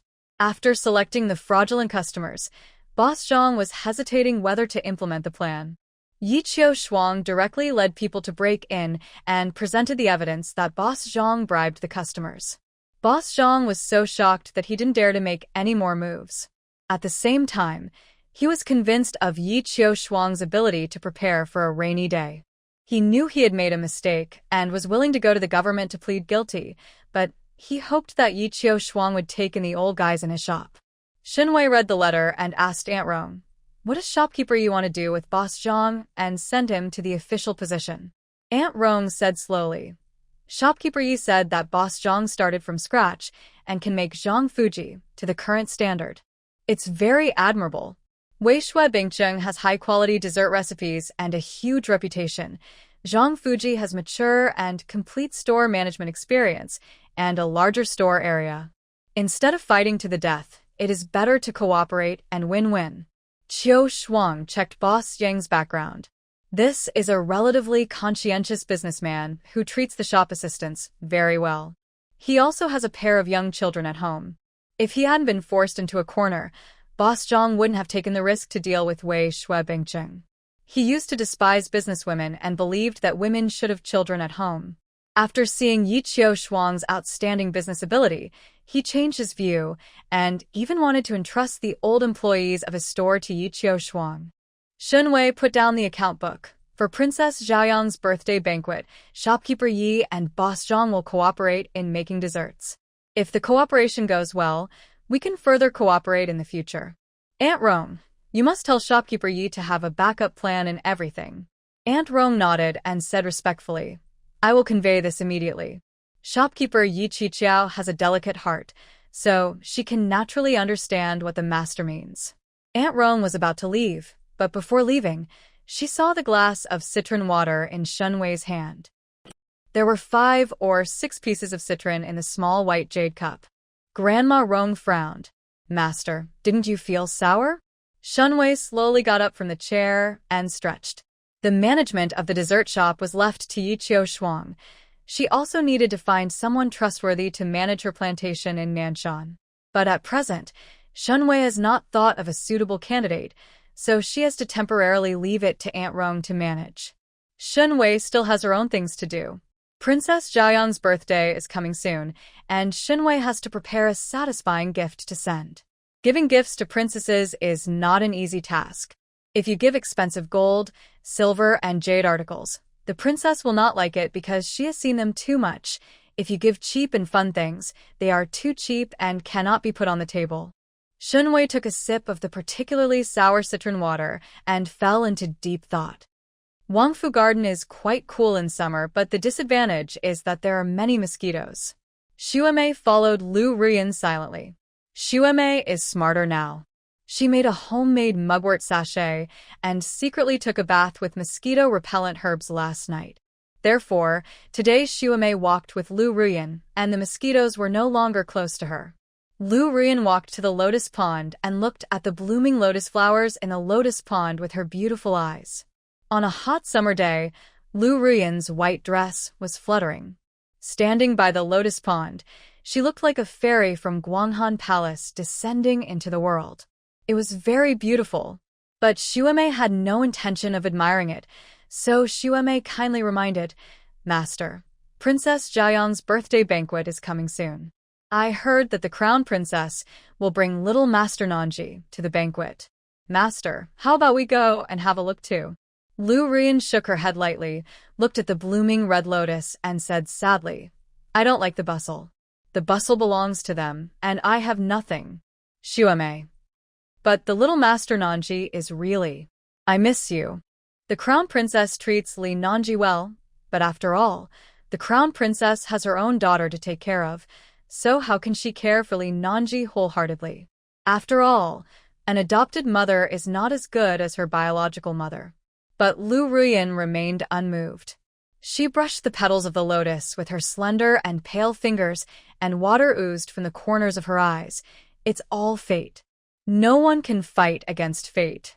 It's better for Nanji to follow the princess than to follow me, a good-for-nothing mother. Dear. Xuemei lowered her head silently and sighed helplessly. The poor little mistress of Nanji, who is kind and lovely, happened to fall in love with Lu Ruyan, a woman who is addicted to grief and sadness. Summer is flowing quietly, and Princess Jiayang's 18th birthday party is coming. On the day of the princess's birthday, it was dawn, and Shen Wei got up early to freshen up. Logically speaking, Shen Wei, a humble little concubine, was not qualified to attend the princess's birthday party. But Shen Wei saved Jiayang, and the queen personally issued an order to give Shen Wei the qualification to participate in the banquet.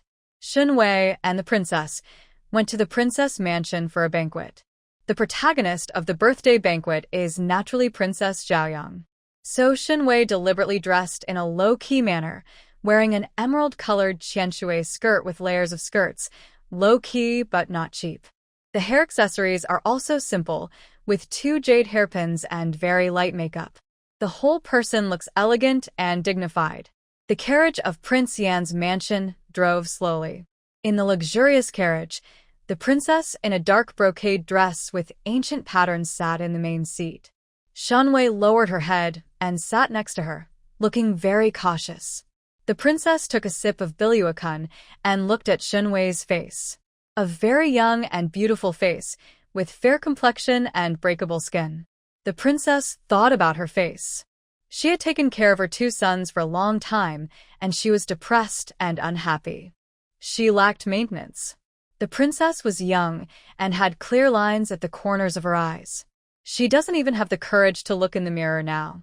The princess glanced at Shen Wei in the corner and said coldly, "Miss Shen, when you arrive at the princess's residence, you must not lose your etiquette." Shen Wei's petite body trembled, and her voice was like a mosquito. "Yes." Looking at Shen Wei's timid and cowardly appearance, the princess's depressed mood was relieved. Shen Wei was a farmer's daughter from a humble background and did not understand etiquette. She was lucky enough to be favored by the prince, so she was not really an enemy. The carriage of Prince Yan's mansion drove smoothly and finally stopped at the gate of Princess Mansion. Shen Wei and the princess got out of the car. There is only such a princess in Daqing Kingdom, so she is naturally loved by thousands of people.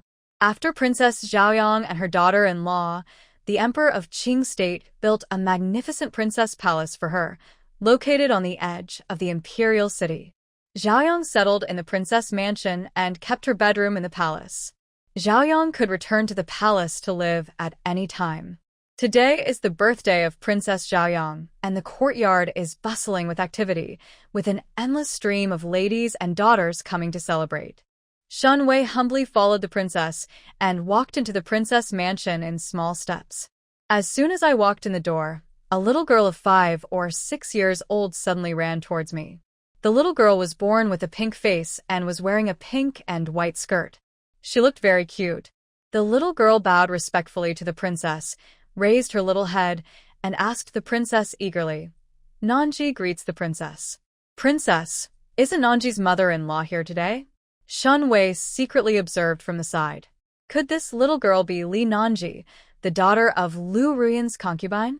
It is said that he was given to the crown princess to be raised in the first 2 years.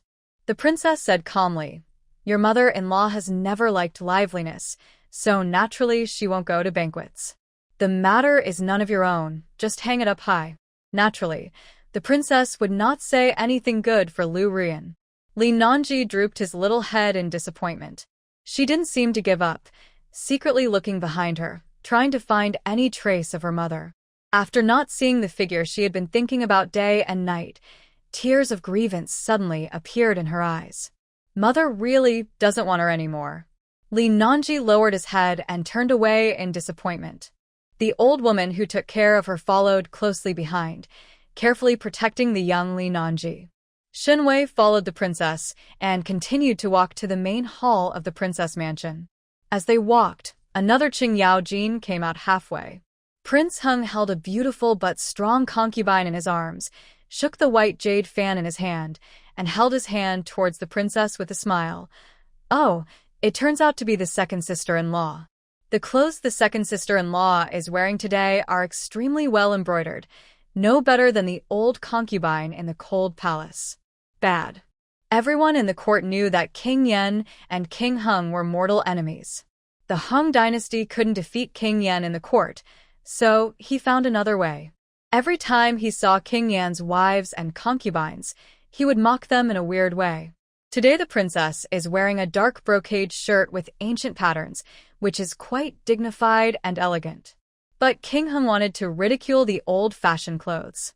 The princess spoke calmly. Prince Heng will not joke with the concubines of Lung Palace. They are also your elders. Prince Heng clicked his tongue. His exquisite peach blossom eyes slid to Shen Wei behind the princess. Today, Shen Wei is dressed plainly and elegantly, with her head lowered timidly. She looks particularly timid, as if she has never seen a big scene. However, King Heng had seen the brutal scene of Shen Wei knife wild boar and did not believe that Shen Wei was a woman as timid as a mouse. It's all pretend. This woman is so good at pretending. Judging from the silly way in which the princess thinks she's aloof, I'm afraid she hasn't noticed Shen Wei's dirty tricks yet. Shen Wei did not raise her head from beginning to end and followed the princess nervously towards the main banquet hall. She could sense that King Heng's eyes had been falling on her back.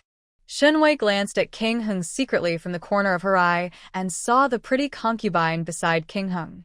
The concubine was pretty good-looking, but she looked a bit strong, especially those strong biceps, which can't be blocked by thin sleeves.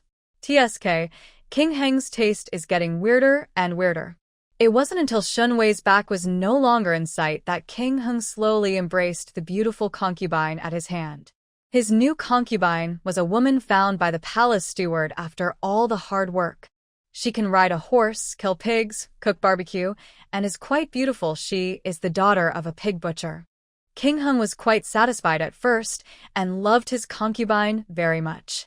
But now that he saw Shen Wei, the balance in King Heng's heart was unbalanced. He found that he could not find a suitable substitute. Shen Wei's clever and cunning spirit cannot be imitated by any substitute. Shen Wei didn't have strong biceps either. Forget it. Let the butler find a new one later. King Hung shook his white jade fan, held his concubine's waist, and walked slowly into the birthday banquet. Life is boring, and having an interesting little concubine can add a bit of joy to the boring days. Shen Wei's status was low, so naturally she couldn't sit in the front row, so the maid arranged for Shen Wei to sit in the seat at the end. Shen Wei played the role of an obedient little concubine of the royal palace throughout the whole process, sitting quietly without being in the limelight or looking around. The little eunuch at the door shouted, "The Minister of Rights, Yan Yunting, is here." Shen Wei took a breath and secretly raised her eyelids. Today is the birthday of Princess Zhaoyang. If Yan Yunting was in his right mind, he would not bring Tantara here. Under the guidance of the eunuch of the princess mansion, the young Minister of Rights, Yan Yunting, slowly walked in. He was wearing a black brocade robe, his steps were steady, and his elegant scholarly aura came to his face. There was only a young man in green clothes behind him. Shen Wei looked at the boy and was relieved after confirming that he was not a Tantai girl disguised as a man. Yan Yunting still had some sense and didn't bring Tantai Ro. Yan Yunting.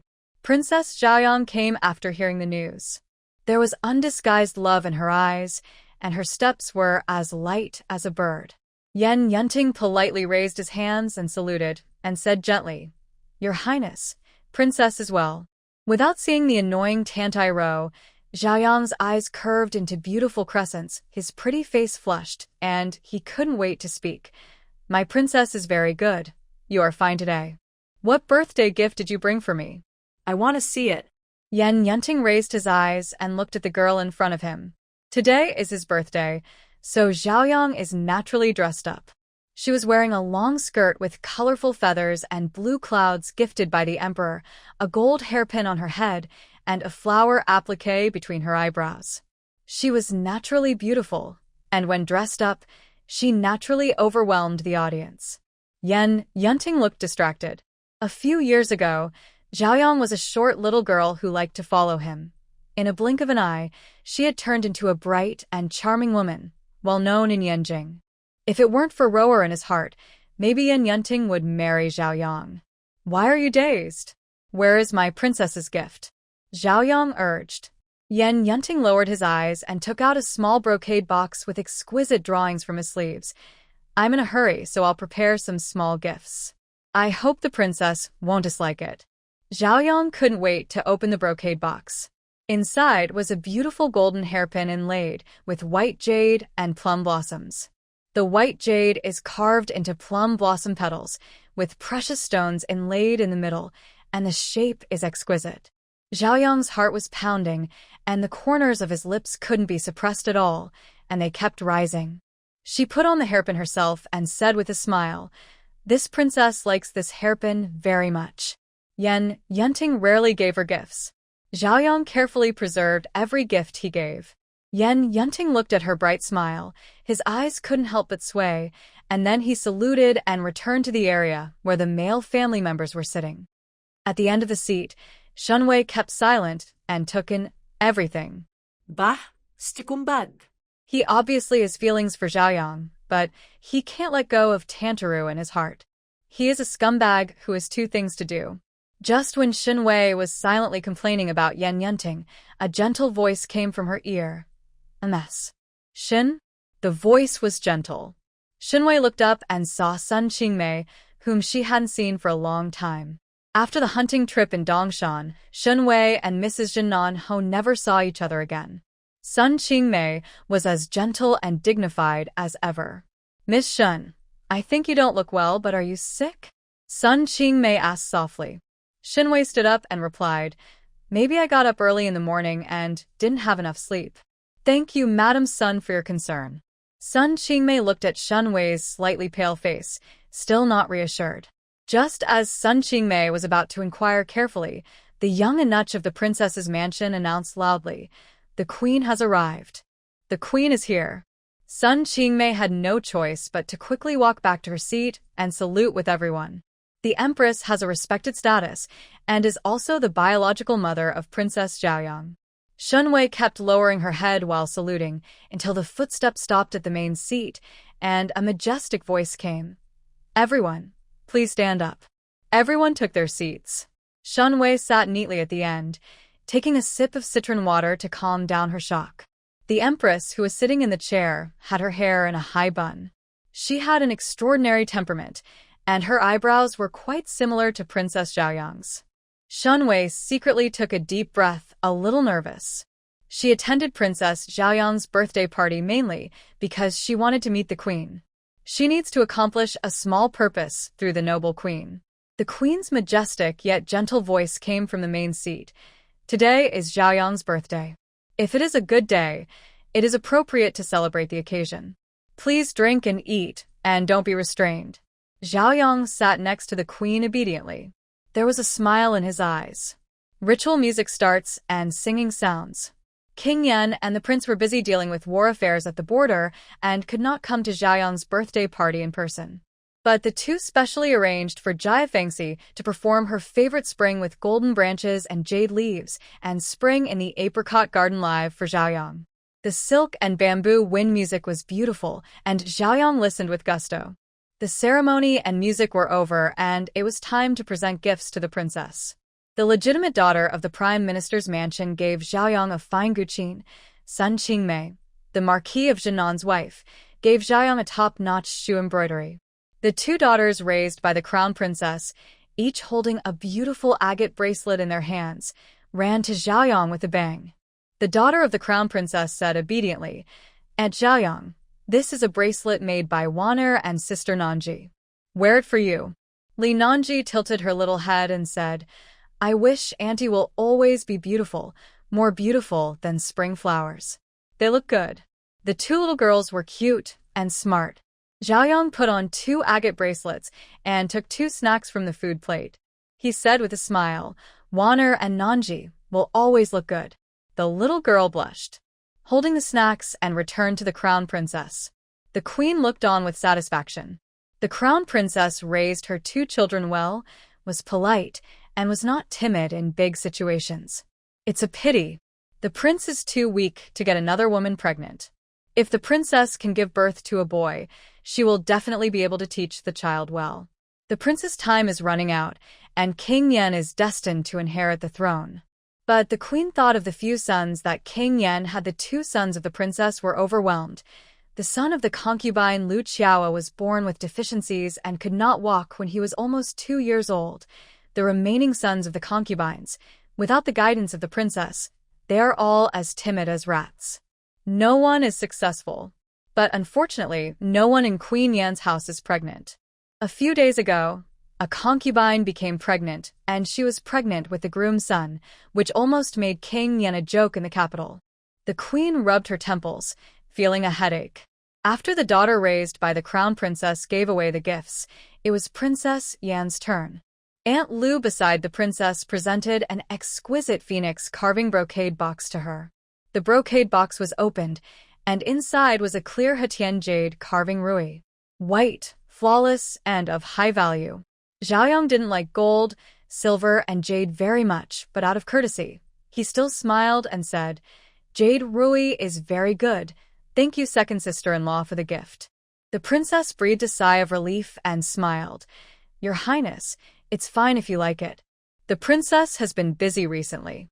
In addition to their children's studies, they also have to worship Buddha and burn incense. Last night, I asked Aunt Lu to go to the warehouse and pick out an expensive gift as a birthday gift for the princess. Zhaoyang and the princess both thought there was no problem. There were several elderly officials and family members at the scene. Their expressions were slightly surprised, but no one said anything. When the queen in charge saw the jade rui, her face instantly became livid. The queen glanced at the princess without any trace and clenched the silk handkerchief in her hand. This Tantai Shia definitely didn't take Zhaoyang's birthday to heart and actually chose this jade rui. The gifts given by other officials' female relatives were carefully selected and full of sincerity. Only this princess, Yan, was perfunctory. In public, the queen couldn't help but suppress her anger. After Princess Yan gave the gifts, it was King Heng's turn. King Heng waved lazily, and the boy next to him carried up a large box, which was full of popular dialect books in Yanjing. King Heng has always been free and easy, and he dared to joke on such occasions. He shook the white jade fan in his hand and said lazily, "Zhaoyang, the third brother gave you some interesting words. If you don't like it, the third brother will give it to you another day. Send a few good-looking actors to perform for you in the princess's mansion every day." The queen's face turned cold. Yen Yunting, who was sitting in the men's area, frowned slightly. King Hung can say it and he can do it. King Hung could do the ridiculous thing of sending several male actors to Zhaoyang. Even if the emperor knew about it, he would only give a few words of verbal reprimand and would not go into details. The emperor was always very tolerant towards King Hung. The emperor gave King Hung military power and allowed King Hung to form cliques. Zhaoyang knew the temper of the third brother, so he was not angry at all. He still had a sweet smile on his face. The storybook is very good. Zhaoyang can read it to pass the time in his free time. It is also very good. Thank you, third brother. King Hung smiled. Laughing, the conversation suddenly changed. Zhaoyang, I heard that there was a concubine in the second brother's house who saved you. She is also at the birthday party today. I wonder, what birthday gift did the concubine prepare for Zhaoyang? Shen Wei, who was drinking water. When people sit at home, trouble comes from the sky. Shen Wei knew that King Hung was deliberately targeting her. But this scene fell into the eyes of outsiders, and everyone believed that King Hung was pushing 1,000 pounds by suppressing a small concubine to damage King Yan's face. After all, no one would think that the majestic King Hung would deliberately target a little concubine. Zhaoyang is simple-minded, so he doesn't know what King Hung is planning. She beamed. Shen Wei, what birthday gift have you prepared for me? The princess spoke in person, and Shen Wei had to stand up. She lowered her head and cautiously walked to the center of the main hall. Shen Wei's salute gestures were very standard, but her voice was trembling slightly when she spoke. I am Shen Wei. Please give my regards to the queen. Please give my regards to Her Royal Highness the Princess. She pretended to be a concubine who had never seen the world. Incisively and vividly. King Hung not far away snorted. Pretend, you continue to pretend. Prince Heng's eyes were like those of a bright mirror, and he could see clearly Shen Wei's head was lowered on purpose, and her body was trembling on purpose, but in fact her heart was extremely stable. Looking at the standard salute, you can't find any mistakes. The Queen's phoenix eyes were half squinted and her voice was calm. Mr. Shen from Prince Yan's palace, I heard something and raised my head. Shen Wei raised her head cautiously, looking down, not daring to look directly at the Queen. The Queen was quite satisfied when she saw that Shen Wei was dressed elegantly, and her words and deeds were very well behaved. She really has a refined appearance and an indescribable temperament about her. No wonder King Yan likes her. It's a pity that De Chong is still not pregnant after several months. The princess frowned deeply and secretly cursed King Hung for picking on a little concubine. The gifts given by Shen Wei are a test of quality. They cannot be too expensive and luxurious, exceeding the level of gifts given by other officials and family members, which is disrespectful, but they cannot be too cheap, which will damage the face of Prince Yan's palace. The most important thing is that they must be liked by the princess. It is quite difficult to make the princess like her from the bottom of her heart. The princess really couldn't think of what to give. King Hung shook the white jade fan in his hand and narrowed his peach blossom eyes teasingly, waiting to see this cunning little fox deflate. Shen Wei's throat moved slightly nervously. She took out a letter from her sleeve and said in a hoarse voice, Go back to your highness, princess. I am from a humble background and cannot afford an expensive gift. After much thought, I am willing. Give the treasured beauty formula to the princess and wish her a beautiful face and beautiful flowers every year. Giving cheap gifts is disrespectful. It would be better to give her a treasured beauty mask recipe, which is not cheap and will be greatly used by the princess. There is no woman who does not love beauty, and princesses are no exception. Zhaoyang said happily. Quickly, bring this recipe. Princess Zhaoyang always felt that Shen Wei's skin was particularly fair and could be broken by a. It turns out that my skin is so good because of my treasured beauty formula. The young female relatives at the birthday banquet looked over with curiosity one by one. After seeing Shen Wei's fair skin, they all had a bit of envy in their eyes. They also want prescriptions for beauty and beauty. Zhaoyang likes this gift very much, and Shen Wei also perfectly resolves her dilemma. The princess secretly breathed a sigh of relief. Shen was lucky to have escaped the disaster by some combination of circumstances. King Hung closed the white jade fan with a snap. His peach blossom eyes half squinted dangerously. This woman's brain was really bright, and she escaped another disaster. Second brother is so lucky. Where did he find this wonderful person? He also wanted to find a similar concubine to keep at home to relieve his boredom. The queen smiled broadly, and she couldn't help but look at Shen Wei again. When giving gifts, I actually thought of giving beauty prescriptions. This was not a random mistake. It must have been carefully considered.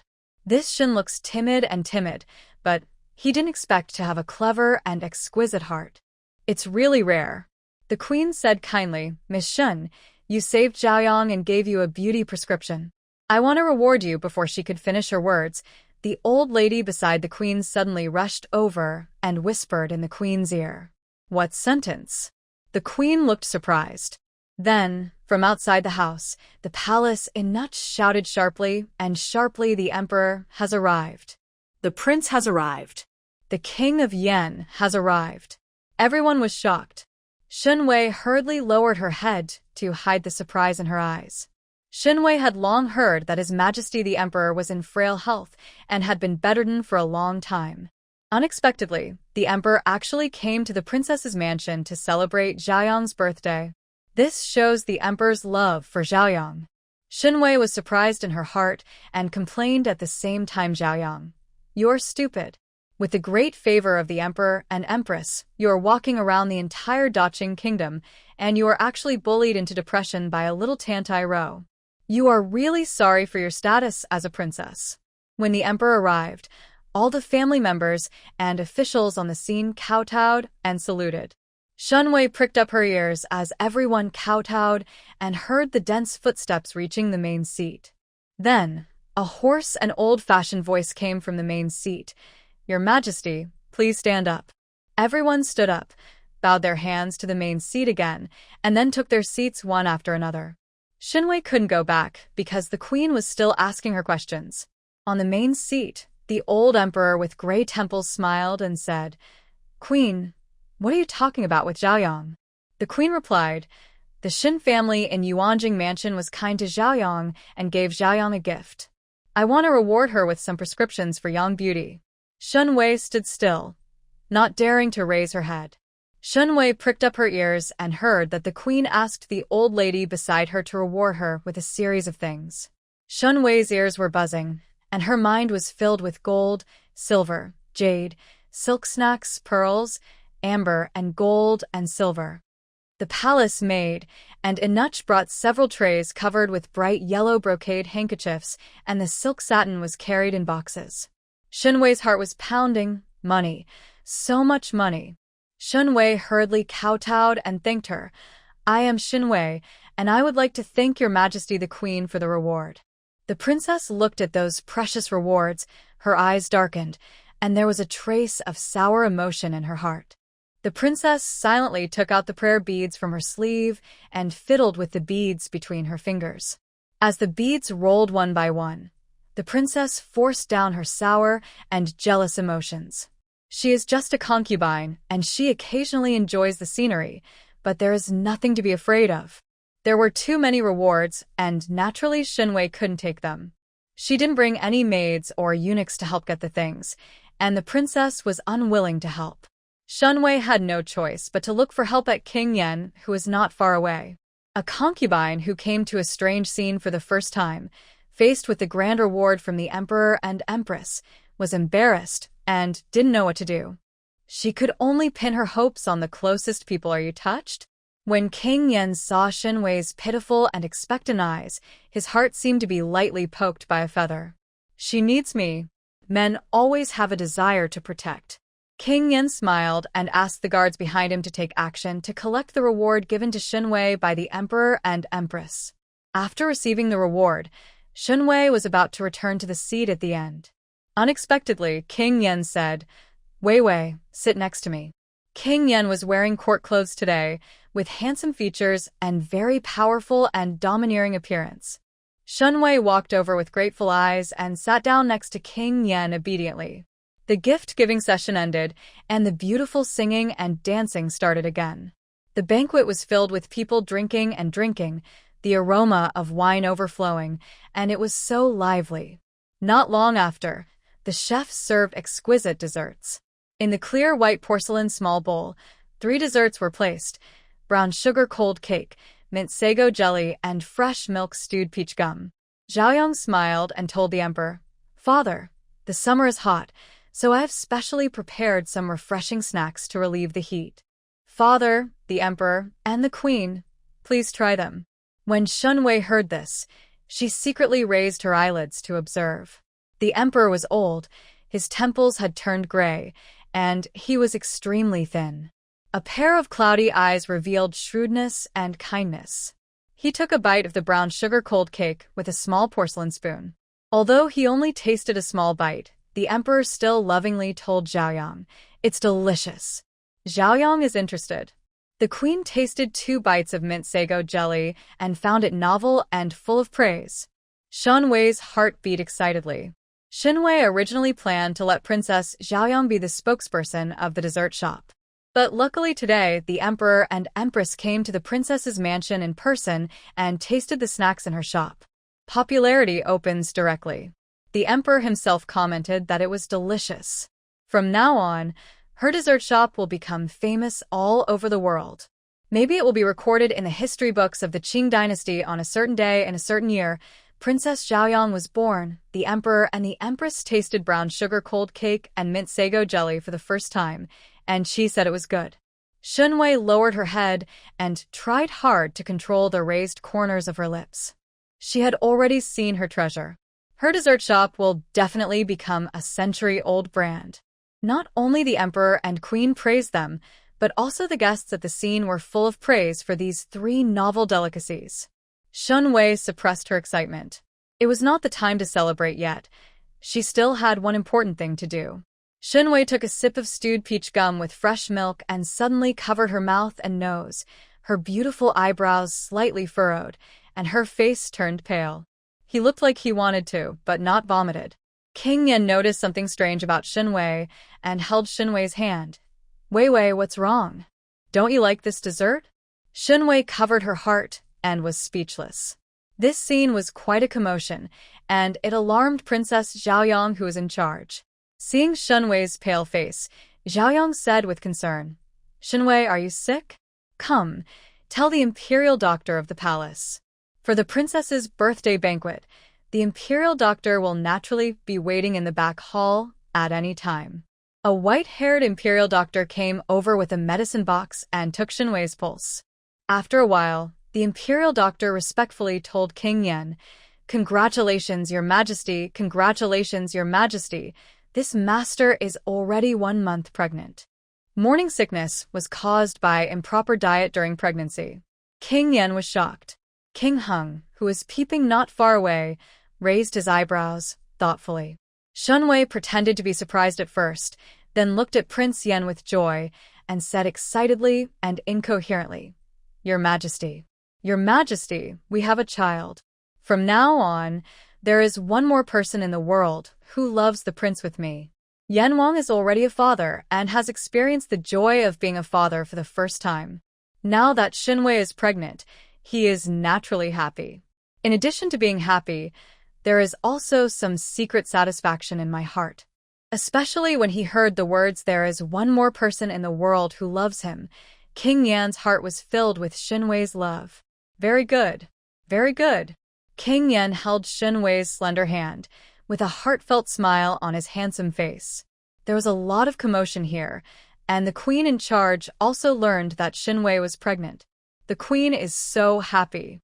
In the back house of Prince Yen, no children have been born in the past 2 years, and the queen has been worried. Now Shen has a child in her belly. If a boy is born in the future, the queen's worries will be relieved. While the queen was overjoyed, her probing eyes fell on Princess Yen. Princess Yen was seen sitting upright in her seat, with a charming face that seemed calm, but in fact she was secretly pinching the Buddhist beads in her hand several times. As both women, the queen could never guess what the princess was thinking. The queen secretly decided to go back and give the princess a good beating so that the child in Shen Wei's belly could be born safely. Shen Wei lowered her head and sat next to King Yen, with the joy of becoming a mother on her face, and she breathed a sigh of relief. In fact, Shen Wei knew she was pregnant a few days ago when she vomited while eating and liked to eat sour foods. With her and King Yen having so frequently every night, it was inevitable that she would get pregnant. But when announcing pregnancy, you also have to pay attention to time, place, and occasion. If Shen Wei is found to be pregnant in Prince Yan's mansion, the scope of the spread of the news was limited to Prince Yan's mansion. After all, the outside world would not care that a concubine in the palace was pregnant. There are many pregnant women in Yanjing, including Shen Wei. It would be easy for the princess to cause Shen Wei to miscarry. In the end, the princess made random excuses, such as Shen Wei accidentally fell down, hurt her fetus while eating, etc. She just brushed it off and no one would dig into it. But if the matter of Shen Wei's pregnancy goes to Datian and the noble queen and emperor know about it, then the situation will be different. Shen Wei has an extra layer of protection. Even if the princess wants to harm her, she must consider the queen. If the child in Shen Wei's belly was gone, if the queen or even the emperor inquired about it, the princess would have to bear the blame. Out of fear for the queen and emperor, the princess would never dare to attack Shen Wei. Therefore, after some planning and thinking, Shen Wei decided to use Princess Xiaoyang's birthday party to confess her pregnancy to the queen. Shen Wei's original plan was to announce the news of her pregnancy by deliberately pretending to when the queen summoned her. But he didn't expect the emperor to come. Shen Wei changed her mind temporarily and sat next to King Yen to suffer from morning sickness again. After all, having morning sickness in front of the most noble emperor and empress of Daqing is really disrespectful and offensive to Tianyan. Second brother, women are fragile when they are pregnant. Maybe one day your concubine will fall down and the child will be dead. King Heng said coolly and glanced at Shen Wei with his shrewd eyes. King Heng can guarantee that Shen Wei was found to be pregnant today because it was her plan. Everything this little fox does has a purpose. King Yan's face turned cold and his eyes were as sharp as knives. Take care of yourself. King Heng shrugged and said lazily, Second brother, I'm just kindly reminding you, don't be so cruel. No one dared to say anything. The conflict between King Yan and King Heng was obvious to all, and no one dared to get involved. Finally, the emperor who was sitting in the main seat spoke. Today is Xiaoyang's birthday. You two brothers, don't go too far. King Yan and King Heng didn't say anything more, and King Yan lowered his head and took a sip of wine. The emperor looked at King Heng again, with a scolding tone that was doting on him. Yuanli, you have a lot of wives and concubines in your backyard. Why don't you see a child being born? I have to learn from your second brother, who mostly contributes to the royal family. Shen Wei, who pricked up her ears to eavesdrop, was a little surprised. Prince Heng had many wives and concubines, and he was very romantic, but he didn't have any children? Could it be that King Heng can't do it? He only heard King Heng's reply with little interest. Father, the child is destined to be a loner, it's fate. This was very disrespectful. A loner seemed to imply that King Heng wanted to be an emperor. But the emperor did not blame him. He just smiled helplessly, with a kind and helpless look on his face. It was as if he really doted on King Heng and tolerated everything King Heng said and did. The birthday party is coming to an end. After drinking for 3 rounds, the emperor slowly put down his wine glass and said lovingly, Xiaoyang, you are not young now. Today is your birthday. If you ask for anything you want, my father will definitely grant it. Everyone was quiet. There is something in the emperor's words. Deliberately mentioning you are not young now actually implies that it is time to get married when you are old enough. The emperor only had a daughter like Xiaoyang, so he naturally held her in his hands and doted on her. As long as Xiaoyang asks for marriage today, the emperor will definitely agree immediately. Xiaoyang's beautiful eyes were as bright as stars. Once my father opens his golden mouth, it's hard to catch up with a gentleman's promise. Yan Yunting held the finger of the white porcelain wine glass and paused suddenly. He knew that Zhaoyang liked him from the beginning. The whole city of Yanjing knew that Zhaoyang liked the son of the Yan family. If Princess Zhaoyang proposed to the emperor to marry Yan Yunting at the birthday banquet today, Yan Yunting could only accept it helplessly. He had no room to resist. To disobey the order would be to play with the lives of the entire family. A trace of sadness flashed through Yan Yunting's heart. He still had Rower, and he wanted to marry Rower. Under the pressure of imperial power, he could only let down the gentle girl. Zhaoyang, Zhaoyang, why can't you let me go? A forced melon is not sweet. Even if they become husband and wife, they will only bear sour and bitter fruits.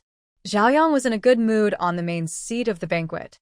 She knew that as long as she asked her father for a marriage today, her father would definitely fulfill her wish. Zhaoyang looked happily at Yan Yunting, who was sitting in the distance. The smile on Zhaoyang's face froze. Yan Yunting, a noble son from aristocratic family, was as beautiful as a lily and a jade tree, but now he looked very depressed and helpless. Zhaoyang's heart felt like it was pricked by a tiny needle, and it hurt so much. Zhaoyang pursed his lips slightly and tried to force a smile. "Father, my wish is that you and the queen live a long life, and that the country of Qing is peaceful and prosperous." The emperor was stunned for a moment, and then he was very pleased. "My son has lofty ambitions. Very good." After a pause, the emperor said lovingly, "Girls will get married eventually. If you like a boy, just tell your father, and he will help you get married." Zhaoyang said obediently, "Father, don't worry. If I have a lover, I will definitely ask you to grant the marriage." The storm of arranged marriage passed quietly. Yan Yunting's tense nerves suddenly stopped, and he breathed a long sigh of relief. But after he breathed a sigh of relief, he felt a little unhappy. Why didn't Zhaoyang ask His Majesty for an arranged marriage? Could it be that her heart belonged to someone else? An unknown jealousy spread in his heart, and Yan Yunting's hand holding the teacup tightened again, as if it were an ant gnawing at his heart. In the afternoon, the birthday banquet was over, and the guests left one after another. Prince Yan and the prince still had official business to discuss, so Prince Yan sent 2 guards to send Shen Wei back to the palace. The princess was called by the queen for questioning, and she might not be able to return to the palace until dark. When Shen Wei walked out of the princess's mansion and was about to get on the carriage, Sun Qingmei walked towards her. Sun Qingmei stepped forward and said with a smile, "Madam Shen, congratulations. Now that you are pregnant, you must eat carefully and don't hurt your liver or get angry." Today, Sun Qingmei had noticed Shen Wei's pale face and thought she was sick, but she was pregnant. Sun Qingmei was very envious. If her husband had not gone to the border before the wedding night, maybe she would have a child now. There were frequent battles at the border, and Sun Qingmei was worried at home, praying for her husband's safety every day. "Thank you for your concern, Madam Sunday. You are in charge of the Marquis's mansion, but you should also take care of your body." Shen Wei had a good impression of Sun Qingmei, a kind mistress of the Marquis's mansion, who never despised Shen Wei's background. Sun Qingmei said gently, "There are many people in the palace, and there are often scandals of mistresses forcing concubines. You must be careful." Sun Qingmei wanted to give a few more instructions, but the carriage of the Jinan Marquis's mansion had arrived at the door. The unfriendly old nanny got off the car, and her tone was very rude. "Madam, the old lady is angry at home. There were too few ice cubes sent to escape the heat in the summer, and the old lady was very dissatisfied, so she sent an old servant to take you back to take charge." The old nanny's attitude was very bad. Sun Qingmei seemed to be accustomed to it. She patted Shen Wei's hand soothingly, turned around and quickly walked onto the carriage of the Marquis of Jinan Mansion. She had just got on the carriage and hadn't sat down yet, and the carriage of the Marquis Mansion had already started moving. Sun Qingmei almost stumbled and fell. Shen Wei watched the carriage of the Marquis Mansion leave, frowning secretly. Madame Sun was kind and thoughtful, but good people were bullied, and her days in the Marquis of Jinan mansion did not seem to be satisfactory. Every family has its own problems.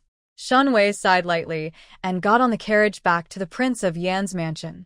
As soon as she returned to the glazed pavilion, Kai Lian, Kai Ping, Rong Mama, Ji Xiang, and Deshun all came forward to congratulate. Shen Wei was in a good mood and rewarded everyone with silver. And Shen Wei also planned to raise the wages of the employees of the glazed pavilion next. She worked hard during her pregnancy, and the maids and eunuchs who served her would only work harder. In the workplace, it is useless to talk about friendship with employees. Raising wages is the best way to make employees work seriously. She drank a cup of tea, was about to check the things that the queen had rewarded her. There was a notification outside the house, and the head nanny beside the queen was here. Shen Wei almost broke her teacup. How could the nanny beside the queen come to her yard? Suppressing the doubts in her heart, Shen Wei hurriedly took the maid to the door to greet her. The head nanny's surname was Qian, and her hair was gray. Nanny Qian had always served the queen and had a high status in the palace. Shen Wei saluted with the maids. Behind Nanny Qian were 4 big eunuchs, each holding a heavy tray in their hands. Nanny Qian, at the order of the queen, came to deliver things to Shun from the Prince of Yan's mansion. It was also the first time for Nanny Qian to come to the courtyard of the concubine of the prince's mansion. She thought the decoration of the courtyard was ordinary, but when her eyes swept across the glazed pavilion, it was full of crisp green, pavilions, birds, and flowers, giving people a comfortable feeling. Nanny Qian was secretly shocked. This Shin was actually a very romantic woman. No wonder she was favored by the Prince of Yan for several months. The Empress said that the gold, silver, and jade items sent to you today are of little use, so she sent an old servant to bring you some supplements. Madame Qian clapped her hands, and 4 eunuchs presented a tray. On the tray were precious supplements such as birds' nests, fish maws, sea cucumbers, and snow clam, which are quite beneficial for pregnant women. Shen Wei was surprised. She was of humble origins, and her rank was just that of an ordinary concubine. Even though she had saved Zhaoyong twice and was pregnant, she should not have received so much care from the Empress. It was really unreasonable. Shen Wei suppressed her doubts and repeatedly expressed her gratitude to the Empress. After receiving the supplements sent by the Empress, Shen Wei gave Xilian a look imperceptibly. Xilian understood and smiled as she handed Madame Qian a heavy purse. "Oh, Master Shen, this is not allowed." Madame Qian pretended to refuse, but her hands had already skillfully taken the money bag, and she changed her address to Shen Wei from Mrs. Shen to Master Shen. Shen Wei said sincerely, "Madame Qian has worked hard along the way, and this little bit of thought is just for tea money. But I come from a humble background, and I am really terrified to receive the care of the Empress." Madame Qian was willing to give Shen Wei a few words of advice after receiving the money. "Master Shen, don't worry. The Prince of Yan has not had a child in the harem for 2 years, so the Empress naturally values the baby in your belly. If Master Shen can seize the opportunity, you'll be successful in the near future." Shen Wei felt relieved. The queen currently values her, so Shen Wei cannot do nothing. She needs to give the queen some return to win the queen's favor. By improving the relationship between mother-in-law and daughter-in-law, and finding ways to make the queen one of her supports, she can stand more firmly in the palace, and her little treasury can be more substantial. After thinking about it, Shen Wei told Aunt Qian with a moved face, "The queen has been so kind, and I can't repay you for it. I also have a beauty prescription called Yurong powder, which is effective in removing wrinkles and anti-aging. I would like to give the effect of improving beauty to the queen." Shen Wei secretly observed today that there are faint fine lines at the corners of the queen's eyes, and the skin on her face is also loose. If you give her a recipe for skincare, the queen will definitely accept it. There is no woman who does not love beauty, and the queen is no exception. Shen Wei handed the recipe of Yurong powder to Aunt Qian, with a pure and simple look on her face. "This is a recipe passed down in my hometown. It is quite miraculous." Aunt Qian took a deep look at Shen Wei. There was a hint of appreciation in her voice.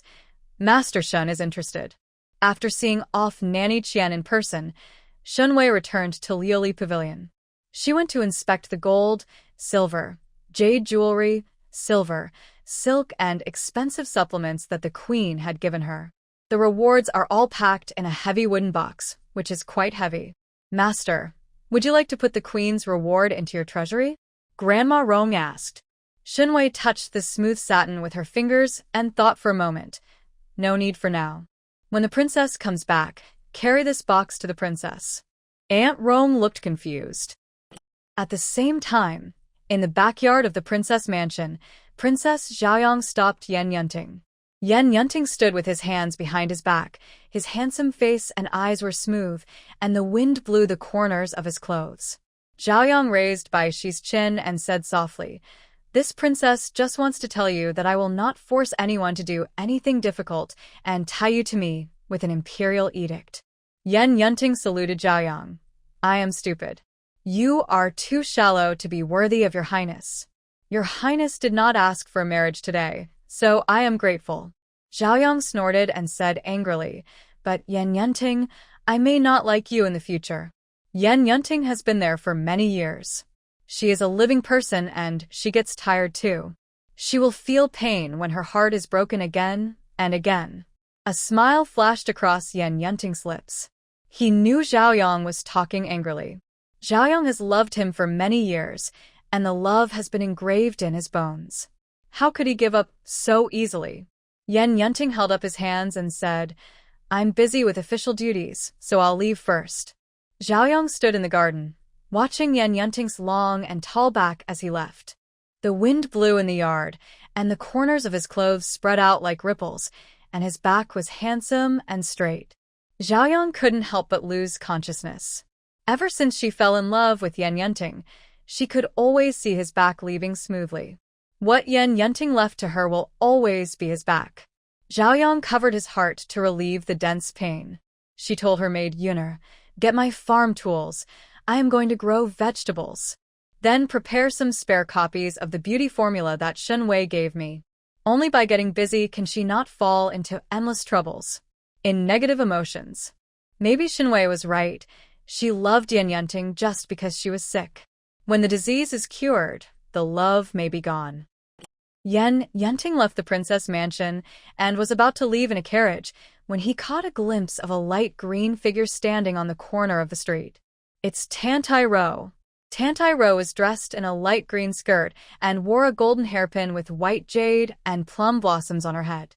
She was swaying precariously in the wind blowing at the corner of the street, looking so delicate that she seemed about to faint at any moment. "Rower, why are you here?" Yan Yunting hurriedly stepped forward and noticed the package of medicinal materials in Tantaru's hand. "Are you sick?" Tantaru forced a smile and looked at Yan Yunting deeply with her beautiful eyes. There were clear tears in her eyes. "Father caught a cold last night, so I went to the hospital on the street to buy some cold medicine. I happened to pass by the princess's mansion." At the entrance of the princess's mansion, luxury carriages were parked and dignitaries were flocking in. Tantaru said enviously, "Brother Yunting, the princess's birthday banquet must be very lively." Yan Yunting said, "Your Majesty and the Empress are here in person. It is definitely lively." Tantaru lowered his head, with a wry smile on the corners of his pale lips. "It's really nice. When I was young, I lived with my father and spent my birthdays alone." Yan Yunting felt pity. Yes, Princess Zhaoyang is a beautiful woman, and the emperor and queen will be there to celebrate her birthday. Tantaru was not from a high birth, and no one celebrated her birthday, so she grew up alone. "Don't worry, I will spend every birthday with Rower in the future," Yan Yunting promised gently. Tantai's soft eyes were filled with emotion. She gently grabbed Yan Yunting's sleeves with her slender fingers and said softly, "Brother Yunting, it's great to have you." He looked delicate and pitiful, with red eyes, and I felt like pity. Yan Yunting took her into his arms with pity. He will not let down such a gentle and affectionate woman. After the princess's birthday banquet, the queen sent someone to invite Princess Yan into Cunning Palace. The attendants retreated, and in the huge main hall, there were only the queen in the main seat, the old nun serving beside her, and the princess kneeling on the ground. The queen took a sip of herbal tea and said calmly, "Tantai Shuya, do you know your mistake?"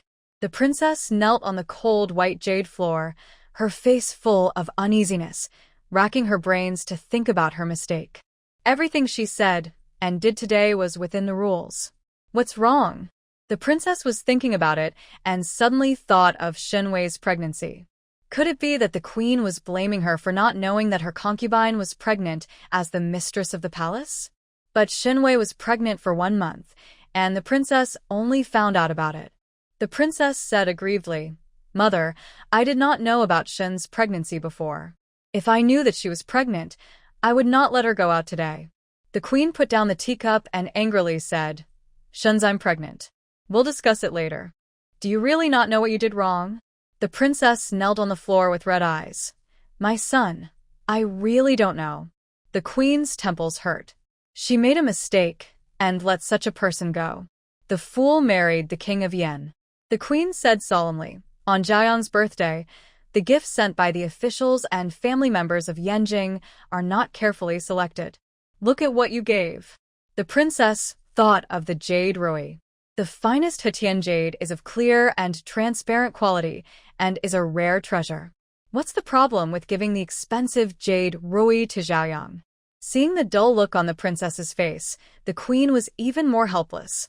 When you were pregnant for the first time, you couldn't eat well due to the hot summer. I asked the Ministry of Internal Affairs to make a jade rui for childbirth and nourishment, and worshipped it in the Guanyin Buddhist hall for 2 days. Bring it to you again. Touch the cold jade rui in summer, relieve the heat and relieve fatigue. The inside of the jade rui is also engraved with the auspicious blessing of peach blossoms are auspicious, flowers bloom together. The jade rui that has been enshrined in front of Guanyin can naturally only be given to married women or newlyweds. Zhaoyang Yunying is not married, so he gives her a handful of remaining jade rui. What does this mean? Is this appropriate? The princess was stunned for a while before she remembered the past. When the princess just married King Yen, the queen treated her very well and often gave her rewards. The queen has received many rewards. The princess has been tired of taking care of her children these years. How could she remember the jade rui she received 10 years ago? Mother, I know my fault. The princess felt aggrieved. She, the mistress, had to bear the mistakes made by the servants due to negligence. The queen exposed her. You keep saying you are admitting your mistake, but in your heart you are probably still blaming me. Tantai Shuya, as long as you pay a little more attention and look through the records in the warehouse before giving the gift, there will be no omissions. But it happened. The princess didn't take Zhaoyang's birthday gift to heart at all. The princess lowered her head deeply and held the string of Buddhist beads hidden in her sleeve. The old mama brought a new cup of herbal tea, and the queen drank more than half of the cup before suppressing the anger in her heart. The queen changed the topic and mentioned Shen Wei's pregnancy. She warned the princess, "If something goes wrong with Shen's child, you are the only one I have to ask questions about." The princess pursed her lips slightly and thought unwillingly. After all, the queen would she called Cunning Palace because of Shen Wei's pregnancy. How could a concubine with a humble background attract the queen's attention? Is Shen Wei worthy? The queen said coldly, "Take all your thoughts away. I know very well why Lu Qiaoer has difficulty in giving birth, why Zhang Miaoyu has gained weight, why Lu Ruyan is so cold that it is difficult to conceive, and why the sons of those concubines are timid and cowardly." The princess looked horrified, as if a basin of cold water had been poured from head to toe, making her numb from the cold. There was only one voice in my heart. Mother, mother, she actually knew everything. The queen said disgustedly, "Go and kneel in the courtyard of Cunning Palace. You will not leave until dark. If something happens to the child in Shen's belly, I can take your place as princess and take you on Jing as place." The princess stood up numbly and left the main hall in despair. It's a hot summer day, but it's still very hot in the courtyard of Cunning Palace. The princess knelt in front of the door unwillingly. The queen still took care of the princess's dignity and asked the maid and Inuch to leave the courtyard. But even though there were no eunuchs or maids around to watch, the princess felt that her pride had been trampled under her feet. The princess asked herself, She had indeed made many mistakes in the house fight. But that was her way of protecting herself. If she didn't take action, others would harm her and her children. But the Queen Mother could not see her difficulties and would only blame her for being jealous and cruel. The princess gradually became resentful of the queen. The sun was scorching hot, and hot sweat broke out on the princess's forehead. She numbly clenched the beads in her sleeves. One by one, I pinched the beads, trying to dispel the surging hatred in my heart. In Cunning Palace, after the queen reprimanded the princess, the nun in charge sent over the accounts of Xia Qingguo's harem. As the master of the harem, the queen is in charge of the harem, so she naturally has very little free time. The queen had to accept greetings from the concubines in the early morning, then serve the emperor, greet the queen mother, review the accounts of daily expenses in the harem, manage the palace people, and preside over palace celebrations during holidays. Every day was really busy. That's why the queen was more worried about Princess Yan. In the future, when King Yan ascends the throne as emperor, with Princess Yan's temperament, the harem will definitely be managed in a mess. When the time comes when the beloved concubine ascends the throne and the power falls, will Tantai Shi's position as queen be secure? The queen rubbed her eyebrows tiredly, and her fingertips touched the wrinkles between her eyebrows. She works hard every day and is so exhausted that she has no time to take care of herself. Sometimes when the queen looks in the mirror, she can see the wrinkles at the corners of her eyes and brows, as well as the unobstructed white hair. Fortunately, the emperor and the queen had a deep love for each other. The emperor knew the queen's hard work in managing the harem and did not dislike the queen's aging appearance. The queen touched her face and thought of King Heng's biological mother, Concubine Qian.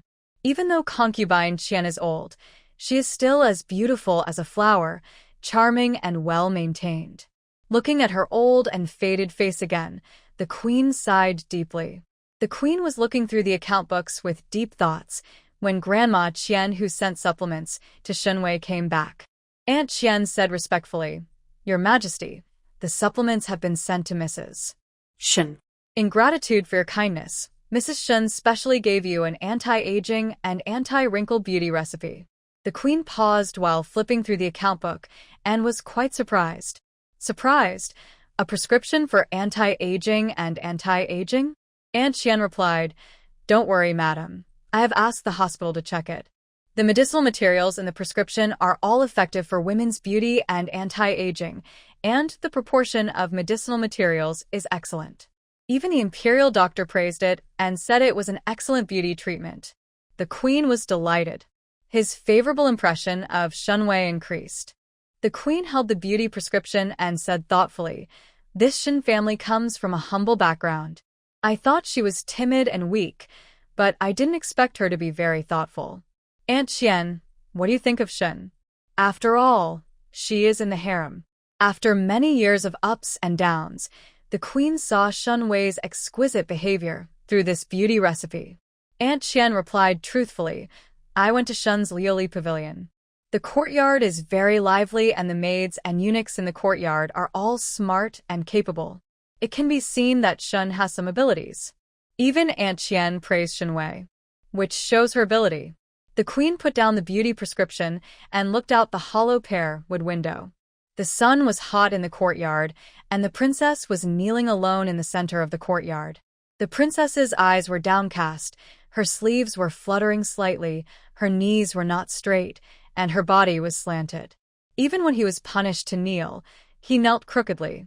It can be seen that deep down in the heart of the princess, she still has resentment and dissatisfaction with the queen. The queen was disappointed and shook her head slowly. "We'll wait and see for a few more years. Tantai Shi is useless, and I will naturally support a new person to replace her. Only when the harem is peaceful can the former dynasty be peaceful. The beloved son of his parents has far-reaching plans."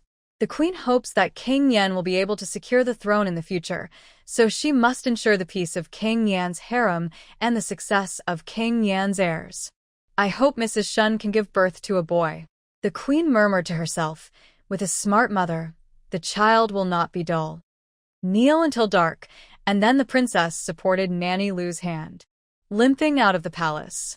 The carriage of Prince Yan's mansion drove slowly. In the carriage, Grandma Lu gave the medicine to the princess distressfully. "Master, it's all the old captive's fault. I didn't check Yu Rui's records carefully, which caused the master to suffer an unreasonable disaster." The princess's knees were bruised and swollen. The princess's eyes were red, and tears of resentment appeared in her eyes. "I don't blame you. The Queen Mother tried every means to find my faults, and I couldn't prevent them." The princess really couldn't understand why the once kind and dignified queen had changed in just a few years. Gotta be snarky. Treat her harshly, scold, and insult her. After all, she is also the second daughter of the Tantai family. She is pampered, loved by her parents, and has always been carefree. Who would have thought that as a married woman, she would encounter a cold and heartless husband and a mean mother-in-law? Fortunately, she still has 3 children. As long as her son is promising in the future and can inherit the palace, the hardship she is experiencing now will not be considered hardship. Aunt Lu reminded the princess, "Master, Mrs. Shen is pregnant now, and she is under the care of the queen. If she gives birth to a boy in the future, we have to guard against it."